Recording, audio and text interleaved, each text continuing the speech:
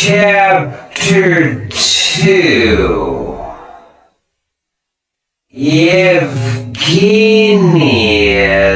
Next Step.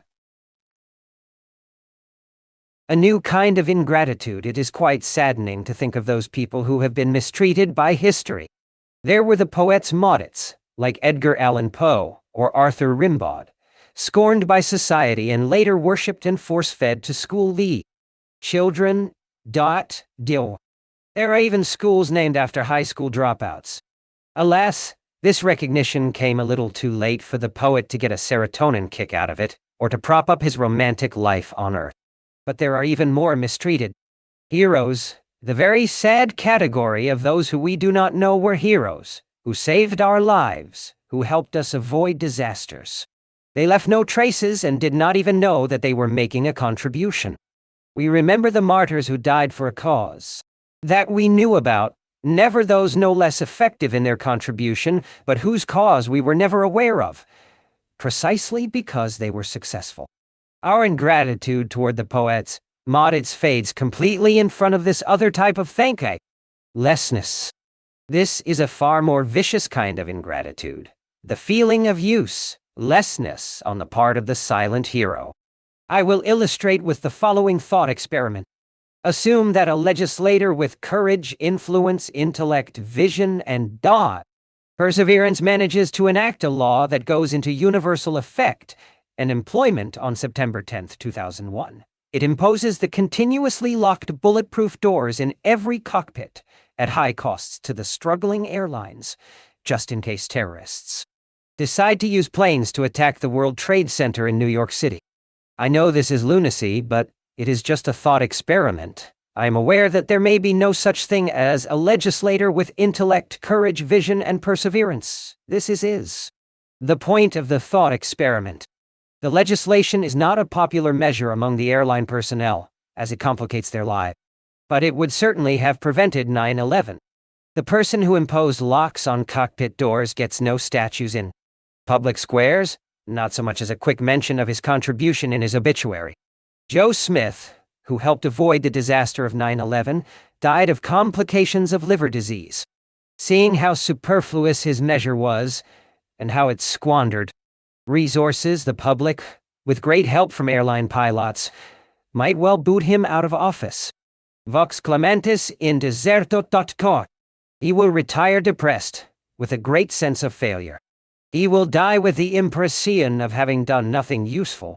I wish I could go attend his funeral, but, reader, I can't find him. And yet recognition can be quite a pump. Believe me, even those who genuinely claim that they do not believe in recognition, and that they separate labor from the fruits of labor, actually get a serotonin kick from it. See how the silent hero is rewarded. Even his own hormonal system will conspire to offer no reward. Now consider again the events of 9/11. In their aftermath, who got the recognition? Those you saw in the media, on television performing heroic acts, and those whom you saw trying to give you the impression that they were performing heroic acts. The latter category includes someone like the New York Stock Exchange chairman Richard Grasso. Saved the stock exchange and received a huge bonus for his contribution, the equivalent of several thousand average salaries. All he had to do was be there to ring the opening bell on television.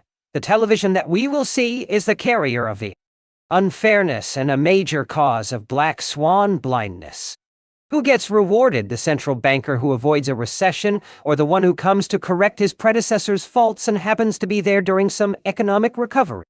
Who is more valuable, the politician who avoids a war, or the one who starts a new one and is lucky enough to win?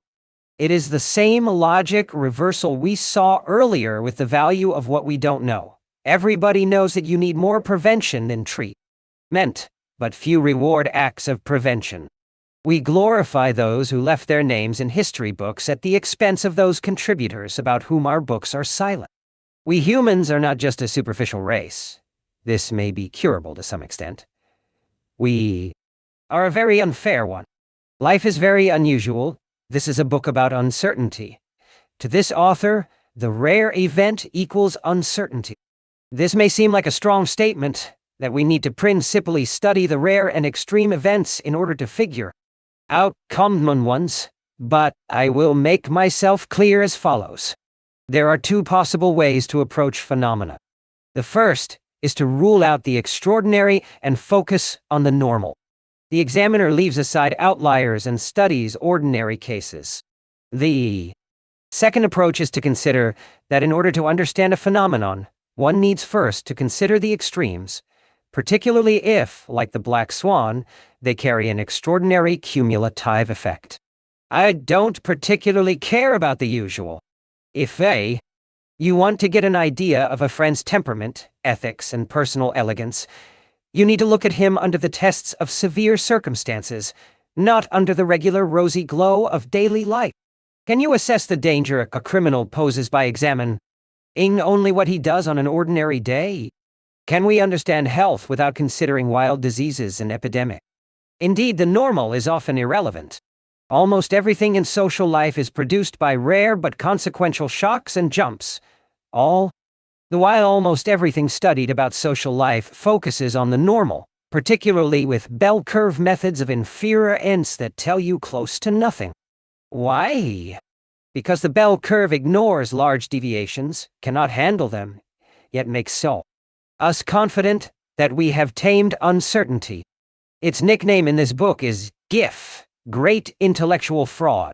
Plato and the nerd, at the start of the Jewish revolt in the 1st century of our era, much of the Jews' anger was caused by the Romans' insistence on putting a statue of Caligula in their temple in Jerusalem in exchange for placing a statue of the Jewish god Yahweh in Roman temples. The Romans did not realize that what the Jews and the subsequent Levantine monotheists meant by God was abstract, all-embracing, and had nothing to do with the anthropomorphic, too-human representation that Romans had in mind when they said Deus.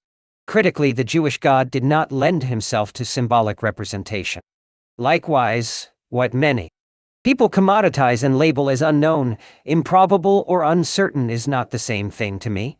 It is not a concrete and precise category of knowledge, a nerdified field, but its opposite. It is the lack and limitations of knowledge. It is the exact contrary of knowledge. One should learn to avoid using terms made for knowledge to describe its opposite. What I call Platonicity, after the ideas and personality of the philosopher Plato, is our tendency to mistake the map for the fixed territory, to focus on pure and well-defined forms, whether objects, like triangles, or social notions, like utopias, societies built according to some blueprint of what makes sense, even nationality. When these ideas and crisp constructs inhabit our minds, we privilege them over other less elegant objects, those with messier and less tractable structures, an idea that I will elaborate progressively throughout this book. Platonicity is what makes us think that we understand more than we actually do. But this does not happen everywhere. I am not saying that Platonic forms don't exist. Models and constructions, these intellectual maps of reality, are not always wrong. They are wrong only in some specific applications. The difficulty is that A. You do not know beforehand, only after the fact, where the map will be wrong, and B. The mistakes can lead to severe consequences. These models are like potentially helpful medicines that carry random but very severe side effects. The Platonic fold is the explosive boundary where the Platonic mindset enters in contact with messy reality, where the gap between what you know and what you think you know becomes dangerously wide. It is here that the Black Swan is produced. Too dull to write about, it was said that the artistic filmmaker Luchino Visconti made sure that when actors pointed at a closed box meant to contain jewels, there were real jewels inside. It could be an effective way to make actors lie their part. I think that Visconti's gesture may also come out of a plain sense of aesthetics and a desire for authenticity. Somehow it may not feel right to fool the viewer. This is an essay expressing a primary idea. It is neither the recycling nor repackaging of other people's thoughts. An essay is an impulsive meditation, not science reporting. I apologize if I skip a few obvious topics in this book out of the conviction that what is too dull for me to write about might be too dull for the reader to read. Also, to avoid dullness may help to filter out the non-essential. Talk is cheap. I know. Someone who took too many philosophy classes in college, or perhaps not enough, might object that the sighting of a black swan does not invalidate the theory that all swans are white, since such a black bird is not technically a swan, since whiteness to him may be the essential property of a swan. Indeed, those who read too much Wittgenstein and writings about comments about Wittgenstein be under the impression that language problems are important. They may certainly be important to attain prominence in philosophy departments, but they are something we, practitioners and decision-makers in the real world, leave for the weekend. As I explain in the chapter called The Uncertainty of the Phony, for all of their intellectual appeal, these niceties have no serious implications Monday to Friday, as opposed to more substantial, but neglected, matters. People in the classroom, not having faced many true situations of decision-making under uncertainty, do not realize what is important and what is not. Even those who are scholars of uncertainty, or particularly those who are scholars of uncertainty. What I call the practice of uncertainty can be piracy, commodity speculation, professional gambling, working in some branches of the mafia, or just plain serial entrepreneurship. Thus I rail against sterile skepticism, the kind we can do nothing about, and against the exceedingly theoretical language problems that have made much of modern philosophy largely irrelevant to what is derisively called the general public. In the past, for better or worse, those rare philosophers and thinkers who were not self-standing depended on a patron support. Today, academics in abstract disciplines depend on one another's opinion, without external checks, with the severe occasional pathological result of turning their pursuits into insular prowess showing contests. Whatever the shortcomings of the old system, at least it enforced some standard of relevance. The philosopher Edna Ullmann Margalit detected an inconsistency in this book, and asked me to justify the use of the precise metaphor of a black swan to describe the unknown, the abstract and imprecise uncertain. White ravens, pink elephants, or evaporating denizens of a remote planet orbiting Tau C. Indeed, she caught me red-handed. There is a contradic tie-in. This book is a story, and I prefer to use stories and vignettes to illustrate our gullibility about stories and our preference for the dangerous compression of narrative. You need a story to displace a story. Metaphors and stories are far more potent, alas, than ideas. They are also easier to remember and more fun to read. If I have to go after what I call the narrative disciplines, my best tool is a narrative. Ideas come and go, stories stay. The bottom line, the beast in this book is not just the bell curve and the self-deceiving statistician, nor the platonified scholar who needs theories to fool himself with. It is the drive to focus on what makes sense to us. Living on our planet today requires a lot more imagination than we are made to have. We lack imagination and repress it in others. Note that I am not relying in this book on the beastly method of collecting selective corroborating evidence. For reasons I explain in Chapter 5, I call this overload of examples naive. Empiricisms, successions of anecdotes selected to fit a story, do not constitute evidence. Anyone looking for confirmation will find enough of it to deceive himself, and no doubt his peers. Idea is based on the structure of randomness. Empirical reality. To summarize, in this personal essay, I stick my neck out and make a claim, against many of our habits of thought, that our world is dominated by the extreme, the unknown, and the very improbable. Improbable, according our current knowledge, and all the while we spend our time engaged in small talk, focusing on the known and the repeated. This implies the need to use the extreme event as a starting point, and not treat it as an exception to be pushed under the rug. I also make the bolder, and more annoying, claim that in spite of our progress and the growth in knowledge, or perhaps because of such progress and growth, the future will be increasingly less predictable, while both human nature and social science seem to conspire to hide the idea from us. Chapters map the sequence of this book, follows a simple logic. It flows from what can be labeled purely literary in subject and treatment to what can be deemed entirely scientific in subject, though not in treatment.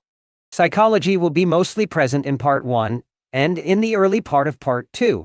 Business and natural science will be dealt with mostly in the second half of Part 2 and in Part 3. Part 1. Umberto Eco's Anti-Library is mostly about how we perceive historical and current events, and what distortions are present in such perception. Part 2, We Just Can't Predict, is about our errors in dealing with the future and the unadvertised limitations of unadvertised limita. Some sciences, and what to do about these limitations. Part 3, Those Gray Swans of Extremistan, goes deeper into the topic of extreme events, explains how the bell curve, that great intellectual fraud, is generated, and reviews the ideas in it. Apply natural and social sciences loosely lumped under the label complexity. Part 4, The End, will be very short. I derived an unexpected amount of enjoyment writing this book. In fact, it just wrote itself, and I hope that the reader will experience the same. I confess that I got hooked on this withdrawal into pure ideas after the constraints of an active and transactional life. After this book is published, my aim is to spend time away from the clutter of public activities in order to think about my philosophical scientific idea in total tranquility. Chapter 2. Yevgenia's Next Step. Part 1. Umberto Eco's Anti-Library, or How We Seek Validation. The writer, Umberto Eco, belongs to that small class of scholars who are encyclopedic, insightful, and non-dull. He is the owner of a large personal library, containing 30,000 books, and separates visitors into two categories: those who react with wow. Signore Professor Dottore Eco, what a library you have! How many of these books have you read? And the others, a very small minority, who get the point that a private library is not an ego-boosting appendage, but a research tool. Read books are far less valuable than unread ones. The library should contain as much of what you do not know as your financial means, mortgage rates, and the currently tight real estate market allow you to put there. You will accumulate more knowledge and more books as you grow older, and the growing number of unread books on the shelves will look at you menacingly. Indeed, the more you know, the larger the rows of unread books. Let us call this collection of unread books an anti-library. We tend to treat our knowledge as personal property to be protected and defended.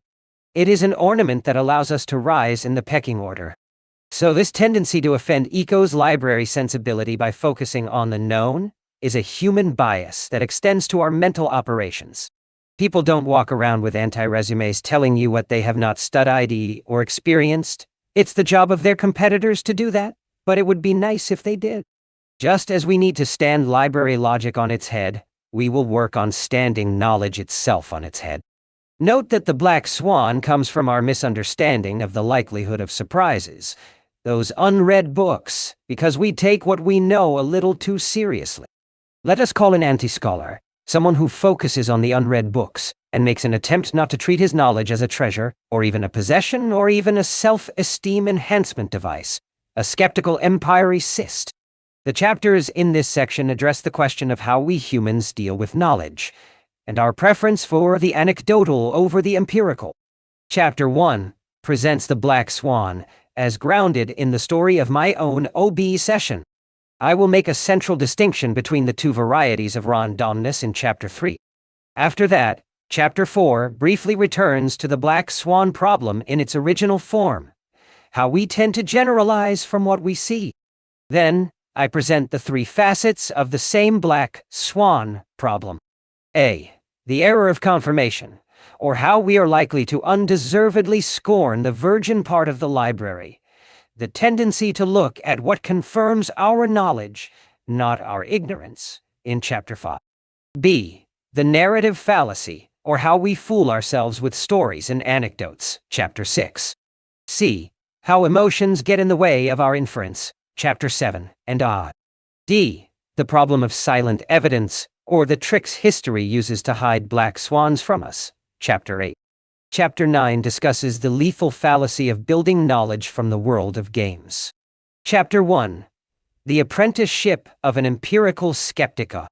Anatomy of a black swan. The triplet of opacity. Reading books backward, the rearview mirror. Everything becomes explainable. Always talk to the driver with caution. History doesn't crawl. It jumps. It was so unexpected. Sleeping for 12 hours. This is not an autobiography. So I will skip the scenes of war. Actually, even if it were an autobiography, I would still skip the scenes of war. I cannot compete with action movies or memoirs of adventurers more accomplished than myself. So I will stick to my specialties of chance and uncertainty. Anatomy of a black swan. For more than a millennium, the eastern Mediterranean seaboard, called Syria Lebanensis, or Mount Lebanon, had been able to accommodate at least a dozen different sects, ethnicities, and beliefs. It worked like magic. The place resembled major cities of the eastern Mediterranean, called the Levant, more than it did the other parts in the interior of the Near East. It was easier to move by ship than by land through the mountainous terrain. The Levantine cities were mercantile in nature. People dealt with one another according to a clear protocol, preserving a peace conducive to commerce, and they socialized quite a bit across communities. This millennium of peace was interrupted only by small occasional friction within Muslim and Christian communities, rarely between Christians and Muslims. While the cities were mercantile and mostly Hellenistic, the mountains had been settled by all manner of religious minorities who claimed to have fled both the Byzantine and Muslim orthodoxies. A mountainous terrain is an ideal refuge from the mainstream, except that your enemy is the other refugee competing for the same type of rugged real estate. The mosaic of cultures and religions there was deemed an example of coexistence. Christians of all varieties, Maronites, Armenians, Greco-Syrian, Byzantine Orthodox, even Byzantine Catholic, in addition to the few Roman Catholics left over from the Crusades, Muslims, Shiite, and Sunni, Druzes, and a few Jews. It was taken for granted that people learned to be tolerant there. I recall how we were taught in school how far more civilized and wiser we were than those in the Balkan communities, where not only did the locals refrain from bathing, but also fell prey to fractious fighting.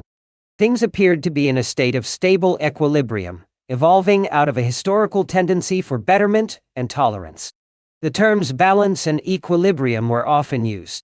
Both sides of my family came from the Greco-Syrian community, the last Byzantine outpost in northern Syria, which included what is now called Lebanon. Note that the Byzantines called themselves Romans Rumi, plural Rum, in the local language. We originate from the olive-growing area at the base of Mount Lebanon. We chased the Maronite Christians into the mountains in the famous Battle of Amiun, my aunt's Tral village. Since the Arab invasion in the 7th century, we had been living in mercantile peace with the Muslims, with only some occasional harassment by the Lebanese Maronite Christians from the mountain. By some, literally, Byzantine arrangement between the Arab rulers and the Byzantine emperors, we managed to pay taxes to both sides and get protection from both. We thus managed to live in peace for more than a millennium, almost devoid of bloodshed. Our last true problem was the later troublemaking Crusaders, not the Muslim Arabs. The Arabs, who seemed interested only in warfare and poetry, and later the Ottoman Turks, who seemed only concerned with warfare and pleasure, left to us the uninteresting pursuit of commerce and the less dangerous one of scholarship, like the translation of Aramaic and Greek texts. By any standard, the country called Lebanon, to which we found ourselves suddenly incorporated after the fall of the Ottoman Empire, in the early 20th century, appeared to be a stable paradise. It was also cut in a way to be predominantly Christian. People were suddenly brainwashed to believe in the nation-state as an entity. The Christians convinced themselves that they were at the origin and center of what is loosely called Western culture, yet with a window on the East. In a classical case of static thinking, nobody took into account the differentials in birth rate between communities, and it was assumed that a slight Christian majority would remain permanent.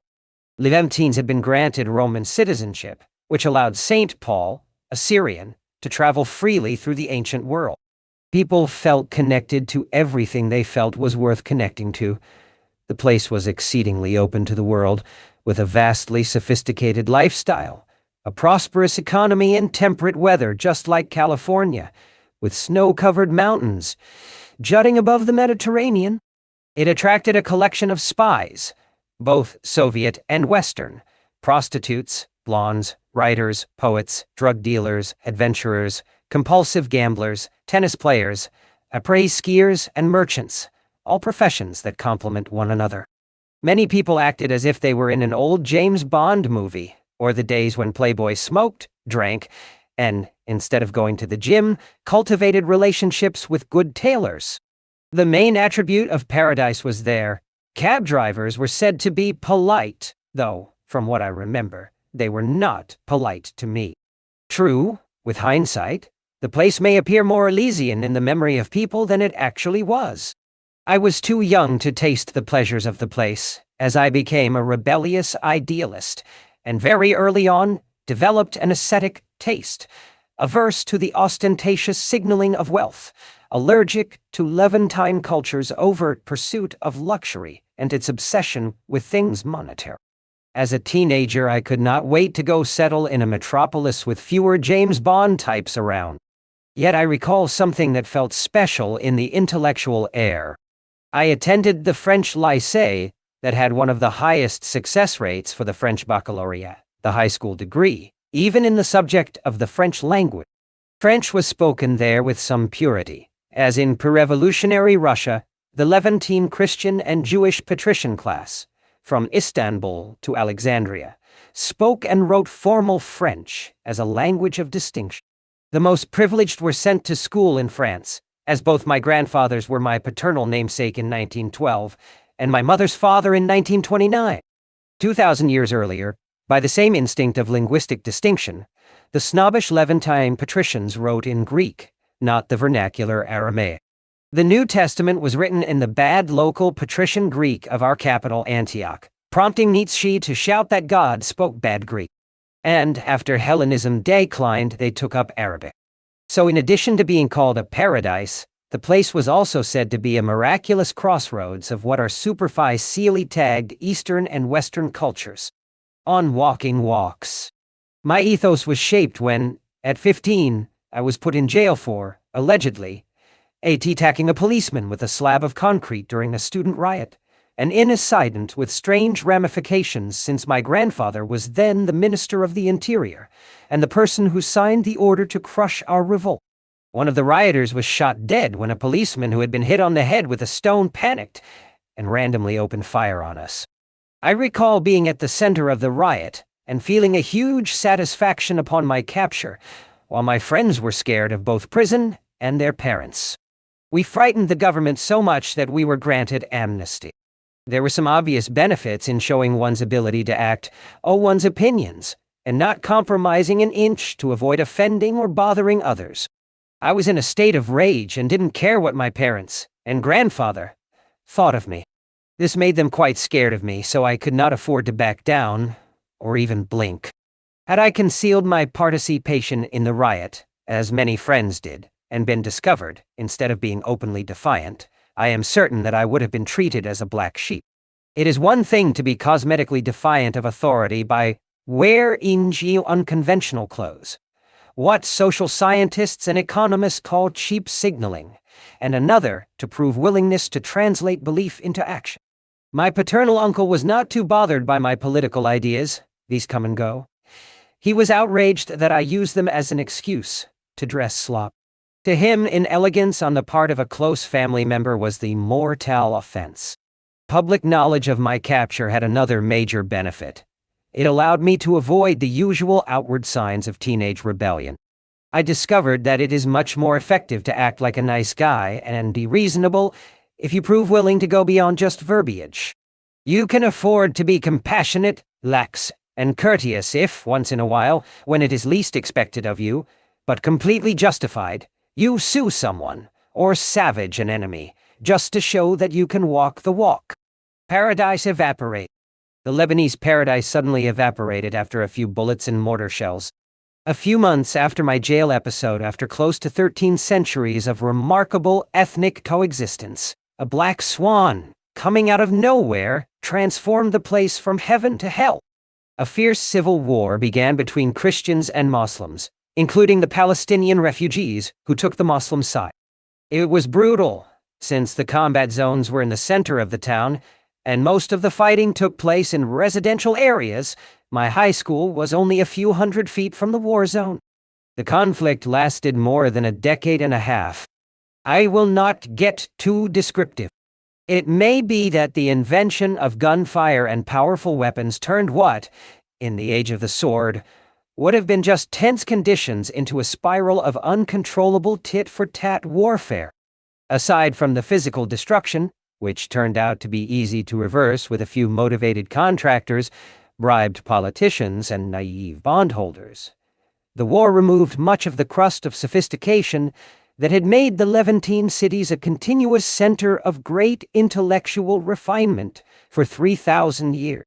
Christians had been leaving the area since Ottoman times. Those who moved to the west took Western first names and melded in. Their exodus accelerated. The number of cultured people dropped below some critical level.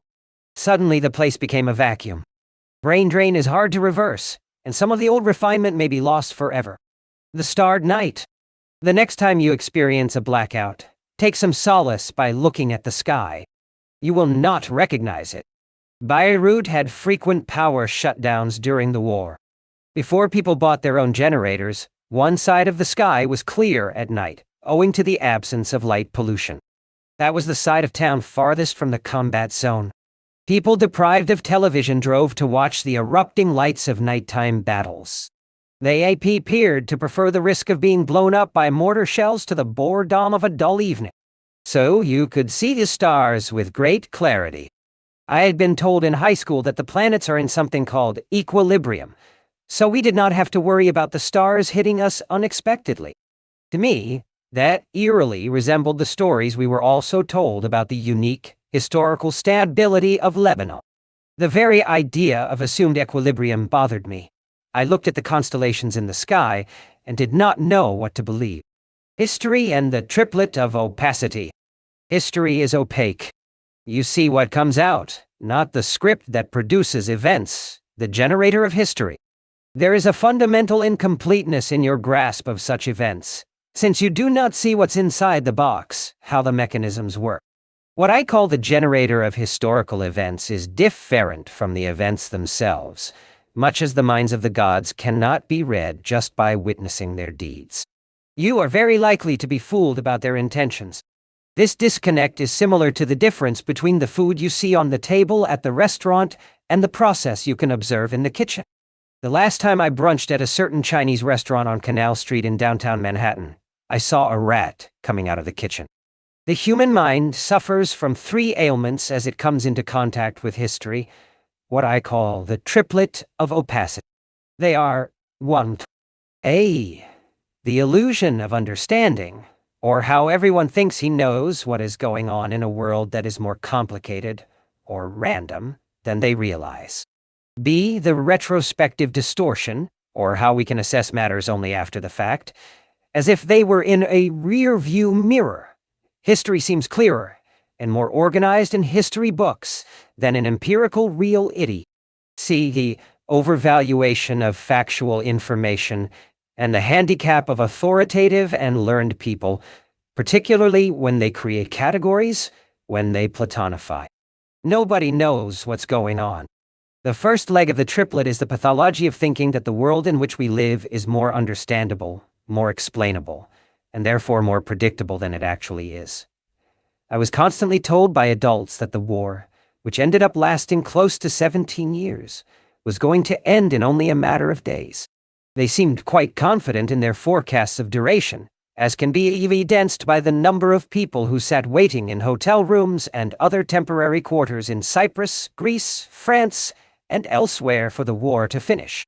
One uncle kept telling me how, some 30 years earlier, when the rich Palestinians fled to Lebanon, they considered it a very temporary solution. Most of those still alive are still there, 6 decades later. Yet when I asked him if it was going to be the same with our conflict, he replied, "No, of course not. This place is different. It has always been different." Somehow, what he detected in others did not seem to apply to him. This duration blindness in the middle-aged exile is quite a widespread disease. Later, when I decided to avoid the exile's obsession with his roots, exiles' roots penetrate their personalities a bit too deeply, I studied exile literature precisely to avoid the traps of a consuming and obsessive nostalgia. These exiles seem to have become prisoners of their memory of idyll-like origin. They sat together with other prisoners of the past and spoke about the old country and ate their traditional food while some of their folk music played in the background. They continuously ran counterfactuals in their minds, generating alternative scenarios that could have happened and prevented these historical ruptures, such as if the Shah had not named this incompetent man as prime minister. It was as if the historical rupture had a specific cause, and that the catastrophe could have been averted by removing that specific cause. So I pumped every displaced person I could find for information on their behavior during exile. Almost all act in the same way.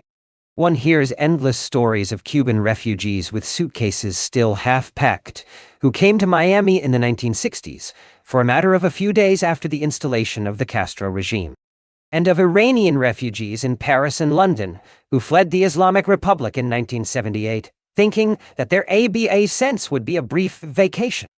A few are still waiting, more than a quarter century later, for the return.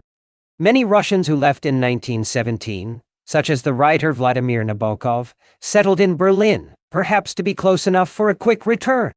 Nabokov himself lived all his life in temporary hausierene, in both indigence and luxury, ending his days at the Montreux Palace Hotel on Lake Geneva. There was, of course, some wishful thinking in all of these forecasting errors, the blindness of hope, but there was a knowledge problem as well. The dynamics of the Lebanese conflict had been patently unpredictable, yet people's reasoning, as they examined the events, showed a constant. Most all those who cared seemed convinced that they understood what was going on. Every single day brought occurrences that lay completely outside their forecast, but they could not figure out that they had not forecast. Much of what took place would have been deemed completely crazy with respect to the past. Yet it did not seem that crazy after the events. This retrospective plausibility causes a discounting of the rarity and conceivability of the event. I later saw the exact same illusion of understanding in business success and the financial markets. History does not crawl, it jumps. Later, upon replaying the wartime events in my memory as I formulated my ideas on the perception of random events, I developed the governing impression that our minds are wonderful explanation machines, capable of making sense out of almost anything, capable of making sense out of almost anything, capable of mounting explanati, sions for all manner of phenomena. These events were unexplainable, but intelligent people thought they were capable of providing convincing explanations for them after the fact. Furthermore, the more intelligent the person, the better sounding the explanation. What's more worrisome is that all these beliefs and accounts appeared to be logically coherent and devoid of inconsistencies. So I left the place called Lebanon as a teenager. But since a large number of my relatives and friends remained there, I kept coming back to visit, especially during the hostilities. The war was not continuous. There were periods of fighting interrupted by a permanent solution. I felt closer to my roots during times of trouble, and experienced the urge to come back and show support to those left behind who were often demoralized by the departures and envious of the fair weather friends who could seek economic and personal safety only to return for vacations during these occasional lulls in the conflict. I was unable to work or read when I was outside Lebanon while people were dying, but, paradoxically, I was less concerned by the events and able to pursue my intellectual interests guilt-free when I was inside Lebanon. Interestingly, people partied quite heavily during the war and developed an even bigger taste for luxuries, making the visits quite attractive in spite of the fighting. There were a few difficult questions. How could one have predicted that people who seemed a model of tolerance could become the purest of barbarians overnight? Why was the change so abrupt? I initially thought that perhaps the Lebanese war was truly not possible to predict, unlike other conflicts, and that the Levantines were too complicated a race to figure out. Later, I slowly realized, as I started to consider all the big events in history, that their irregularity was not a local property. The Levant has been something of a mass producer of consequential events nobody saw coming. Who predicted the rise of Christianity as a dominant religion in the Mediterranean basin, and later in the Western world? The Roman chroniclers of that period did not even take note of the new religion. Historians of Christianity are baffled by the absence of contemporary mention. Apparently, few of the big guns took the ideas of a seemingly heretical Jew seriously enough to think that he would leave traces for posterity. We only have a single contemporary reference to Jesus of Nazareth in the Jewish Wars of Josephus, which itself may have been added later by a devout copyist. How about the competing religion that emerged 7 centuries later? Who forecast that a collection of horsemen would spread their empire and Islamic law from the Indian subcontinent to Spain in just a few years? Even more than the rise of Christianity, it was the spread of Islam, the 3rd edition, so to speak, that carried full unpredictability. Many historians looking at the record have been taken aback by the swiftness of the change. George Dubey, for one, expressed his amazement about how quickly close to 10 centuries of Levantine Hellenism were blotted out with a strike of a sword. A later holder of the same history chair at the Collège de France, Paul Vane, aptly talked about religions spreading like bestsellers, a comparison that indicates unpredictability. These kinds of discontinuities in the chronology of events did not make the historian's profession too easy. The studious examination of the past, in the greatest of detail, does not teach you much about the mind of history. It only gives you the illusion of understanding. History and societies do not crawl. They make jumps. They go from fracture to fracture with a few vibrations in between. Yet we, and historians, like to believe in the predictable, small, incremental progression. It struck me, a belief that has never left me since, that we are just a great machine for looking backward, and that humans are great at self-delusion. Every year that goes by increases my belief in this distortion. Dear Diary, on history running backward. Events present themselves to us in a distorted way. Consider the nature of information, of the millions, maybe even trillions, of small facts that prevail before an event occurs. Only a few will turn out to be relevant later to your understanding of what happened. Because your memory is limited and filtered, you will be inclined to remember those data that subsequently match the facts, unless you are like the eponymous Funes in the short story by Jorge Luis Borges. Funes, the memorious who forgets nothing, and seems condemned to live with the burden of the accumulation of unprocessed information. He does not manage to live too long. I had my first exposure to the retrospective distortion as follows. During my childhood, I'd been a voracious, if unsteady, reader, but I spent the first phase of the war in a basement, diving body and soul into all manner of books. School was closed and it was raining mortar shells. It is dreadfully boring to be in basements. My initial worries were mostly about how to fight boredom and what to read next. Though being forced to read for lack of other activities is not as enjoyable as reading out of one's own volition. I wanted to be a philosopher. I still do. So I felt that I needed to make an investment by forcibly studying others' ideas. Circumstances motivated me to study theoretical and general accounts of wars and conflicts, trying to get into the guts of history, to get into the workings of that big machine that generates events. Surprisingly, the book that influenced me was not written by someone in the thinking business, but by a journalist. William Shirer's Berlin Diary, the Journal of a Foreign Correspondent, 1934 to 1941. Shirer was a radio correspondent, famous for his book The Rise and Fall of the Third Reich. It occurred to me that the journal offered an unusual perspective.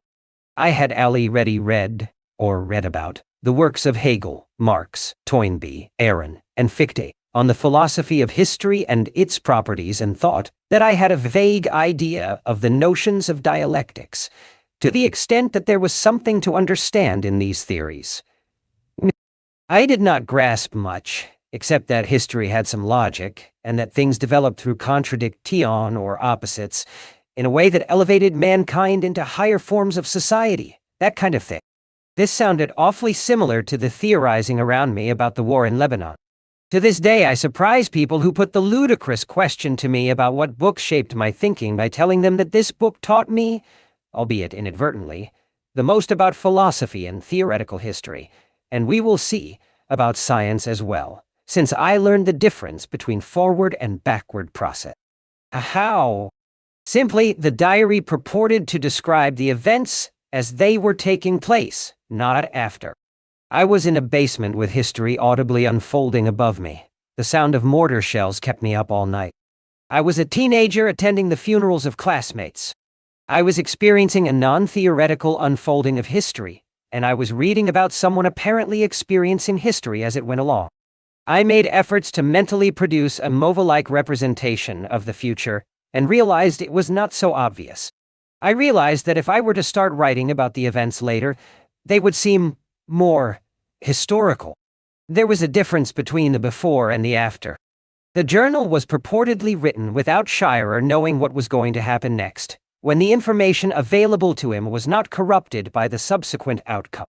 Some comments here and there were quite illuminating, particularly those concerning the French belief that Hitler was a transitory phenomenon, which explained their lack of preparation and subsequent rapid capitulation. At no time was the extent of the ultimate devastation deemed possible. While we have a highly unstable memory, a diary provides indelible facts recorded more or less immediately. It thus allows the fixation of an unrevised perception and enables us to later study events in their own context. Again, it is the purported method of description of the event, not its execution, that was important. In fact, it is likely that Shirer and his editors did some cheating, since the book was published in 1941, and publishers, I am told, are in the business of delivering texts to the general public instead of providing faithful depictions of the author's mindsets, stripped of retrospective distortion. By cheating, I mean removing at the time of publication elements that did not turn out to be relevant to what happened, thus enhancing those that may interest the public. Indeed, the editing process can be severely distorting, particularly when the author is assigned what is called a good editor. Still, encountering Shirer's book provided me with an intuition about the workings of history. One would suppose that people living through the beginning of WWT had an inkling that something momentous was taking place. Not at all. Shirer's diary turned out to be a training program in the dynamics of uncertainty. I wanted to be a philosopher, not knowing at the time what most professional philosophers did for a living. The idea led me to adventure, rather to the adventurous practice of uncertainty, and also to mathematical and scientific pursuits instead. Education in a taxicab. I will introduce the third element of the triplet, the curse of learning, as follows. I closely watched my grandfather, who was Minister of Defense, and later Minister of the Interior and Deputy Prime Minister in the early days of the war, before the fading of his political role. In spite of his position, he did not seem to know what was going to happen any more than did his driver, Mikhail. But unlike my grandfather, Mikhail used to repeat, "God knows," as his main commentary on events, transferring the task of understanding higher up. I noticed that very intelligent and informed persons were at no advantage over cab drivers in their predictions. But there was a crucial difference.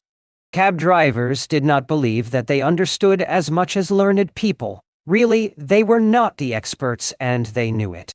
Nobody knew anything, but elite thinkers thought that they knew more than the rest because they were elite thinkers.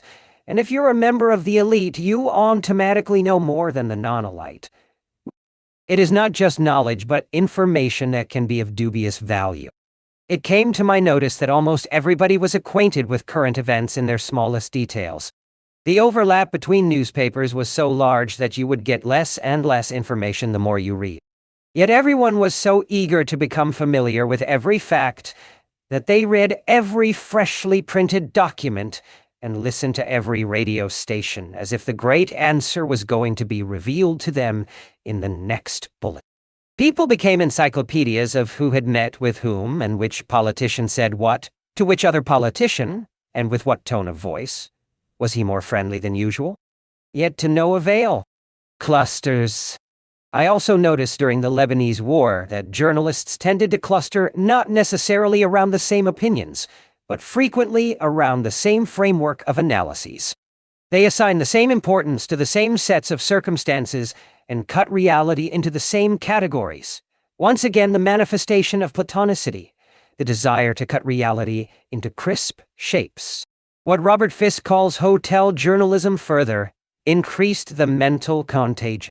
While Lebanon in earlier journalism was part of the Levant, i.e., the Eastern Mediterranean, it now suddenly became part of the Middle East, as if someone had managed to transport it closer to the sands of Saudi Arabia. The island of Cyprus, around 60 miles from my village in northern Lebanon, and with almost identical food, churches, and habits, suddenly became part of Europe. Of course, the natives on both sides became subsequently conditioned. While in the past, a distinction had been drawn between Mediterranean and non-Mediterranean, i.e., between the olive oil and the butter, in the 1970s, the distinction suddenly became that between Europe and non-Europe. Islam being the wedge between the two, one does not know where to place the indigenous Arabic-speaking Christians, or Jews, in that story. Categorizing is necessary for humans, but it becomes pathological when the category is seen as definitive, preventing people from considering the fuzziness of boundaries, let alone revising their categories. Contagion was the culprit. If you selected 100 independent-minded journalists capable of seeing factors in isolation from one another, you would get 100 different opinions. But the process of having these people report in lockstep caused the dimensional ID of the opinion set to shrink considerably. They converged on opinions and used the same items as causes. For instance, to depart from Lebanon for a moment, all reporters now refer to the Roaring '80s, assuming that there was something particularly distinct about that exact decade. And during the internet bubble of the late 1990s, journalists agreed on crazy indicators as explanatory of the quality of worthless companies that everyone wanted very bad. If you want to see what I mean by the arbitrariness of categories, check the situation of polarized politics. The next time a Martian visits Earth, try to explain to him why those who favor allowing the elimination of a fetus in the mother's womb also oppose capital punishment. Or try to explain to him why those who accept abortion are supposed to be favorable to high taxation, but against a strong military. Why do those who prefer sexual freedom need to be against individual economic liberty? I noticed the absurdity of clustering when I was quite young. By some farcical turn of events, in that civil war of Lebanon, Christians became pro-free market and the capitalistic system, i.e., what a journalist would call the right, and the Islamists became socialists, getting support from communist regime. Pravda, the organ of the communist regime, called them oppression fighters, though subsequently, when the Rasul-Sians invaded Afghanistan, it was the best way to prove the arbitrary character of these categories and the contagion effect they produce is to remember how frequently these clusters reverse in history. Today's alliance between Christian fundamentalists and the Israeli lobby would certainly seem puzzling to a 19th century intellectual. Christians used to be anti-Semites and Muslims were the protectors of the Jews, whom they preferred to Christians. Libertarians used to be left-wing. What is interesting to me as a probabilist is that some random event makes one group that initially supports an issue ally itself with another group that supports another issue, thus causing the two items to fuse and unify, until the surprise of the separation. Categorizing always produces reduction in true complexity. It is a manifestation of the black swan generator, that unshakable platonicity that I defined in the prologue. Any reduction of the world around us can have explosive consequences since it rules out some sources of uncertainty. It drives us to a misunderstanding of the fabric of the world. For instance, you may think that radical Islam and its values are your allies against the threat of communism, and so you may help them develop until they send 2 planes into downtown Manhattan. It was a few years after the beginning of the Lebanese War, as I was attending the Wharton School at the age of 22, that I was hit with the idea of efficient markets. an idea that holds that there is no way to derive profits from traded securities, since these instruments have automatically incorporated all the available information. Public information can therefore be useless, particularly to a businessman, since prices can already include all such information, and news shared with millions gives you no real advantage. Odds are that one or more of the hundreds of millions of other readers of such information will already have bought the security, thus pushing up the price.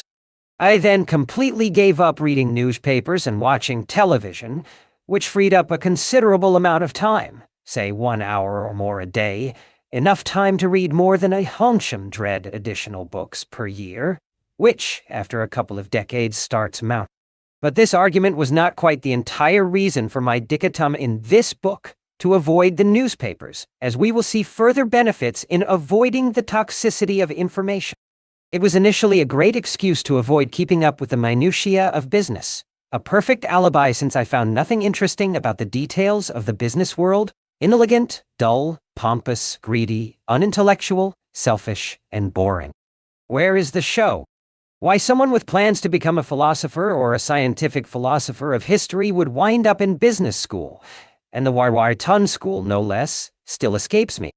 There I saw that it was not merely some inconsequential politician in a small and antique country, and his philosophical driver, Mikhail, who did not know what was going on.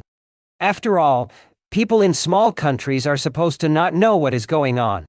What I saw was that in one of the most prestigious business schools in the world, in the most potent country in the history of the world, the executives of the most powerful corporations were coming to describe what they did for a living. And it was possible that they too did not know what was going on. As a matter of fact, in my mind it was far more than a possibility. I felt in my spine the weight of the epistemic arrogance of the human race. I became obsessive. At the time, I started becoming conscious of my subject, the highly improbable consequential event. And it was not only well-dressed, testosterone-charged corporate executives who were usually fooled by this concentrated luck, but persons of great learning. This awareness turned my black swan from a problem of lucky or unlucky people in business into a problem of knowledge and science. My idea is that not only are some scientific results useless in real life, because they underestimate the impact of the highly improbable, or led us to ignore it, but that many of them may be actually creating black swans. These are not just taxonomic errors that can make you flunk a class in ornithology. I started to see the consequences of the idea. 8 3/4 pounds later, 4.5 years after my graduation from Wharton, and 8 pounds heavier, on October 19, 1987.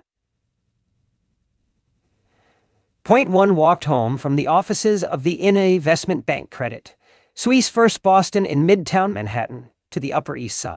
I walked slowly, as I was in a bewildered state.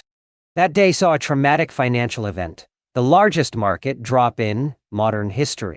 It was all the more traumatic in that it took place at a time when we thought we had become sufficiently sophisticated with all these intelligent talking Platonified, economists, with their phony bell curve-based equations, to prevent, or at least forecast and control, big shocks. The drop was not even the response to any discernible news. The occurrence of the event lay outside anything one could have imagined on the previous day. Had I pointed out its possibility, I would have been called a lunatic. It qualified as a black swan, but I did not know the expression then. I ran into a colleague of mine, Demetrius, on Park Avenue, and as I started talking to him, an anxiety-ridden woman, losing all inhibitions, jumped into the conversation. "Hey, do the two of you know what's going on?" People on the sidewalk looked dazed. Earlier, I had seen a few adults silently sobbing in the trading room of First Boston. I had spent the day at the epicenter of the events, with shell-shocked people running around like rabbits in front of headlights. When I got home, my cousin Alexis called to tell me that his neighbor committed suicide, jumping from his upper-floor apartment. It did not even feel eerie. It felt like Lebanon, with a twist.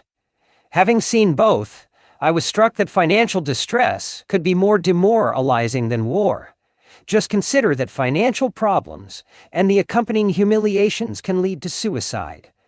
But war doesn't appear to do so, de Jong rectly. I feared a Pyrrhic victory. I had been vindicated intellectually, but I was afraid of being too right and seeing the system crumble under my feet. I did not really want to be that right. I will always remember the late Jimmy P., who, seeing his net worth in the process of melting down, kept half-jokingly begging the price on the screen to stop moving. But I realized then and there that I did not give a hoot about the money. I experienced the strangest feeling I have ever had in my life, this deafening trumpet signaling to me that I was right, so loudly that it made my bones vibrate. I have never had it since, and will never be able to explain it to those who have never experienced it. It was a physical sensation, perhaps a mixture of joy, pride, and terror. And I felt vindicated? How? During the 1 or 2 years after my arrival at Wharton, I had developed a precise but strange specialty, betting on rare and unexpected events, those that were on the Platonic fold, and considered inconceivable by the Platonic experts. Recall that the Platonic fold is where our representation of reality ceases to apply, but we do not know it. For I was early to embrace as a day job the profession of quantitative finance. I became a quant and trader at the same time. A quant is a brand of industrial scientist who applies mathematical models of uncertainty to financial or socioeconomic data and complex financial instruments. Except that I was a quant exactly in reverse. I studied the flaws and the limits of these models, looking for the Platonic fold where they break down. Also, I engaged in speculative trading, not just talk, which was rare for quants since they were prevented from taking risks, their role being confined to analysis, not decision-making. I was convinced that I was totally incompetent in predicting market prices, but that others were generally incompetent also but did not know it, or did not know that they were taking massive risks. Most traders were just picking pennies in front of a steamroller, exposing themselves to the high-impact, rare event, yet sleeping like babies, unaware of it. Mine was the only job you could do if you thought of yourself as risk-hating, risk-aware, and highly ignorant. Also, the technical baggage that comes with being a quant, a mixture of applied mathematics, engineering, and statistics, in addition to the immersion in practice, turned out to be very useful for someone wanting to be a philosopher. First, when you spend a couple of decades doing mass-scale empirical work with data and taking risks based on such studies, you can easily spot elements in the texture of the world that the Platonified thinker is too brainwashed or threatened to see. Second, it allowed me to become formal and systematic in my thinking instead of wallowing in the anecdotal. Finally, both the philosophy of history and epistemology, the philosophy of knowledge, seemed inseparable from the empirical study of time series data, which is a succession of numbers in time, a sort of historical document containing numbers instead of words. And numbers are easy to process on computers. Studying historical data makes you conscious that history runs forward, not backward, and that it is messier than narrated accounts. Epistemology, the philosophy of history, and statistics aim at understanding truths, investigating the mechanisms that generate them, and separating regularity from the coincidental in historical matters. They all address the question of what one knows, except that they are all to be found in different buildings, so to speak. The 4-letter word of independence. That night, on October 19, 1987.1, slept for 12 hours straight. It was hard to tell my friends, all hurt in some manner by the crash, about this feeling of vindication. Bonuses at the time were a fraction of what they are today, but if my employer, First Boston, and the financial system survived until year-end, I would get the equivalent of a fellowship. This is sometimes called fuck you money, which, in spite of its coarseness, means that it allows you to act like a Victorian gentleman free from slavery. It is a psychological buffer. The capital is not so large as to make you spoiled rich, but large enough to give you the freedom to choose a new occupation without excessive consideration of the financial rewards. It shields you from prostituting your mind and frees you from outside authority, any outside authority. Independence is person-specific. I have always been taken aback at the high number of people in whom an astonishingly high income led to additional sycophancy as they became more dependent on their clients and employers and more addicted to making even more money. While not substantial by some standards, it literally cured me of all financial ambition. It made me feel ashamed whenever I diverted time away from study for the pursuit of material wealth. Note that the designation "fuck you" corresponds to the exhilarating ability to pronounce that compact phrase before hanging up the phone. These were the days when it was extremely common for traders to break phones when they lost money. Some resorted to destroying chairs, tables, or whatever would make noise. Once, in the Chicago pits, another trader tried to strangle me, and it took 4 security guards to drag him away. He was irate because I was standing in what he deemed his territory. Who would want to leave such an environment? Compare it to lunches in a drab university cafeteria with gentle-mannered professors discussing the latest departmental intrigue. So I stayed in the quant and trading businesses. I'm still there, but organized myself to do minimal but intense and entertaining work, focus only on the most technical aspects, never attend business meetings, avoid the company of achievers, and people in suits who don't read books, and take a sabbatical year for every 3, on average, to fill up gaps in my scientific and philosophical culture. To slowly distill my single idea, I wanted to become a flaneur, a professional meditator, sit in cafes, lounge, unglued to desks and organization structures, sleep as long as I needed, read voraciously, and not owe any explanation to anybody. I wanted to be left alone in order to build, small steps at a time, an entire system of thought based on my Black Swan idea. Limousine philosopher. The war in Lebanon and the crash of 1987 seemed identical phenomena. It became obvious to me that nearly everyone had a mental blind spot in acknowledging the role of such events. It was as if they were not able to see these mammoths, or that they rapidly forgot about them. The answer was looking straight at me. It was a psychological, perhaps even biological, blindness. The problem lay not in the nature of events, but in the way we perceive them. I end this autobiographical prelude with the following story. I had no defined specialty outside of my day job, and wanted none.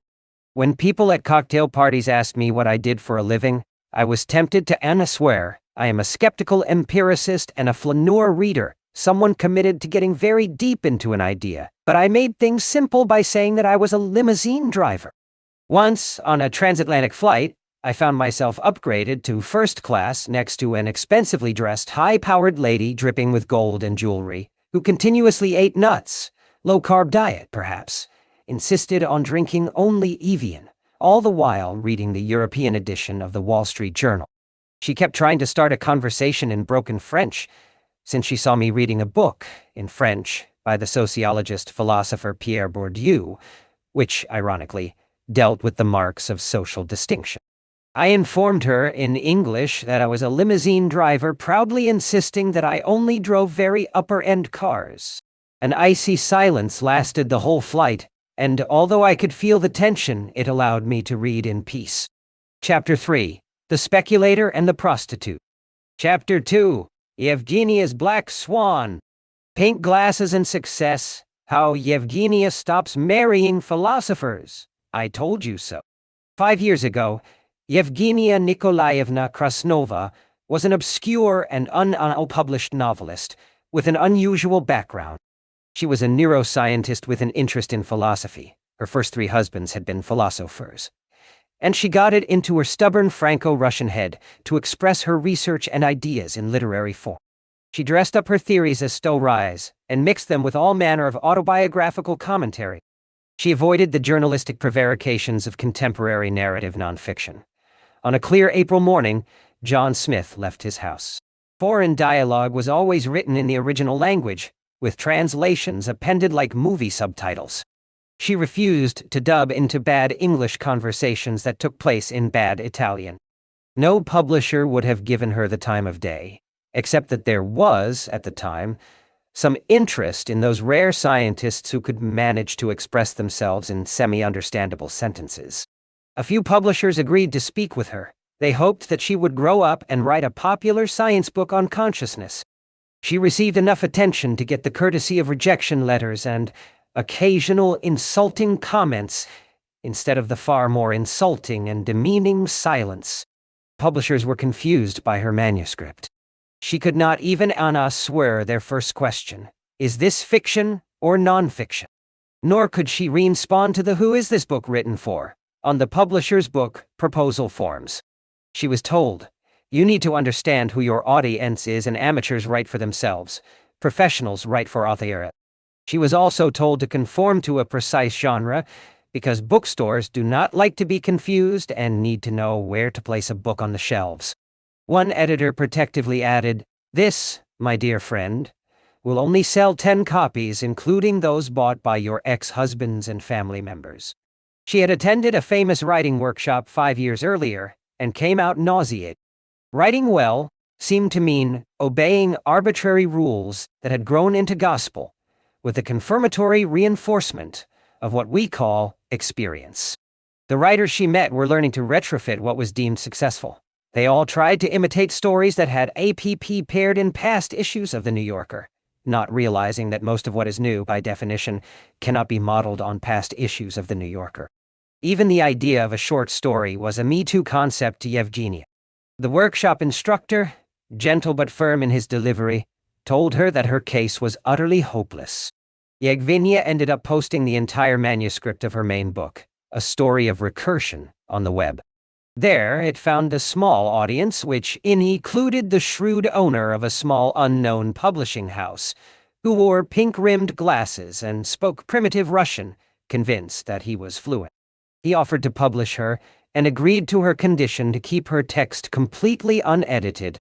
He offered her a fraction of the standard royalty rate in return for her editorial stricture. He had so little to lose. She accepted since she had no choice. It took 5 years for Yevgenia to graduate from the egomaniac without anything to justify it. Stubborn and difficult to deal with category to persevering, resolute, painstaking, and fiercely independent. For her book slowly caught fire, becoming one of the great and strange successes in literary history, selling millions of copies and drawing so-called critical acclaim. The startup house has since become a big corporation, with a polite receptionist greet visitors as they enter the main office. Her book has been translated into 40 languages, even French. You see her picture everywhere. She is said to be a pioneer of something called the conciliant school. Publishers now have a theory that truck drivers who read books do not read books written for truck drivers, and hold that readers despise writers who pander to them. A scientific paper, it is now understood, can hide trivialities or irrelevance with equations and jargon. Conciliant prose, by exposing an idea in raw form, allows it to be judged by the public. Today, Yevgenia has stopped marrying philosophers. They argue too much, and she hides from the press. In classrooms, literary scholars discuss the many clues indicating the inevitability of the new style. The distinction between fiction and nonfiction is considered too archaic to withstand the challenges of modern society. It was so evident that we needed to remedy the fragmentation between art and science. After the fact, her talent was so obvious. Many of the editors she later met blamed her for not coming to them, convinced that they would have immediately seen the merit in her work. In a few years, a literary scholar will write the essay From Kundera to Krasnova, showing how the seeds of her work can be found in Kundera, a precursor who mixed essay and metacommentary. A prominent scholar will show how the influence of Gregory Bateson, who injected autobiographical scenes into his scholarly research papers, is visible on every page. Yevgenia has never heard of Bateson. Yevgenia's book is A Black Swan. Chapter 3. The Speculator and the Prostitute. On the critical difference between speculators and prostitutes, fairness, fairness and black swans, theory of knowledge and professional incomes, how Extremistan is not the best place to visit, except perhaps if you are a winner. Yevgenia's rise from the second basement to superstar is possible in only one environment, which I call Extremistan. I will soon introduce the central distinction between the black swan-generating province of Extremistan and the tame, quiet, and uneventful province of Mediocristan. The best, worst, advice. When I play back in my mind all the advice people have given me, I see that only a couple of ideas have stuck with me for life. The rest has been mere words, and I am glad that I did not heed most of it. Most consisted of recommendations such as be measured and reasonable in your statements, contradicting the black swan idea, since empirical reality is not measured, and its own version of reasonableness does not correspond to the conventional middlebrow definition. To be genuinely empirical is to reflect reality as faithfully as possible. To be honorable implies not fearing the appearance and consequences of being outlandish. The next time someone pesters you with unneeded advice, gently remind him of the fate of the monk whom Ivan the Terrible put to death for delivering uninvited and moralizing advice. It works as a short-term cure. The most important piece of advice was, in retrospect, bad, but it was also paradoxically the most consequential, as it pushed me deeper into the dynamics of the black swan. It came when I was 22, one February afternoon in the corridor of a building at 3400 Walnut Street in Philadelphia, where I live. A second-year Wharton student told me to get a profession that is scalable, that is, one in which you are not paid by the hour, and thus subject to the limitations of the amount of your labor. It was a very simple way to discriminate among professions and, from that, to generalize a separation between types of uncertainty, and it led me to the major philosophical problem, the problem of induction, which is the technical name for the black swan. It allowed me to turn the black swan from a logical impasse into an easy-to-implement solution, and, as we will see in the next chapters, to ground it in the texture of empirical reality. How did career advice lead to such ideas about the nature of uncertainty? Some professions, such as dentists, consultants, or massage professionals, cannot be scaled. There is a cap on the number of patients or clients you can see in a given period of time. If you are a prostitute, you work by the hour and are, generally, paid by the hour. Furthermore, your presence is, I assume, necessary for the service you provide. If you open a fancy restaurant, you will at best steadily fill up the room, unless you franchise it. In these professions, no matter how highly paid, your income is subject to gravity. Your revenue depends on your continuous efforts more than on the quality of your decisions. Moreover, this kind of work is largely predictable. It will vary, but not to the point of making the income of a single day more significant than that of the rest of your life. In other words, it will not be black swan-driven. Yevgenia Nikolaevna would not have been able to cross the chasm between underdog and supreme hero overnight had she been a tax accountant or a hernia specialist, but she would not have been an underdog either. Other professions allow you to add zeros to your output and your income, if you do well, at little or no extra effort. Now, being lazy, considering laziness as an asset, and eager to free up the maximum amount of time in my day to meditate and read, I immediately, but mistakenly, drew a conclusion. I separated the idea person, who sells an intellectual product in the form of a transaction or a piece of work, from the labor person, who sells you his work. If you are an idea person, you do not have to work hard, only think intensely. You do the same work whether you produce 100 units or 1,000. In quant trading, the same amount of work is involved in buying 100 shares as in buying 100,000, or even 1,000,000. It is the same phone call, the same computation, the same legal document, the same expenditure of brain cells, the same effort in verifying that the transaction is right. Furthermore, you can work from your bathtub or from a bar in Rome. You can use leverage as a replacement for work.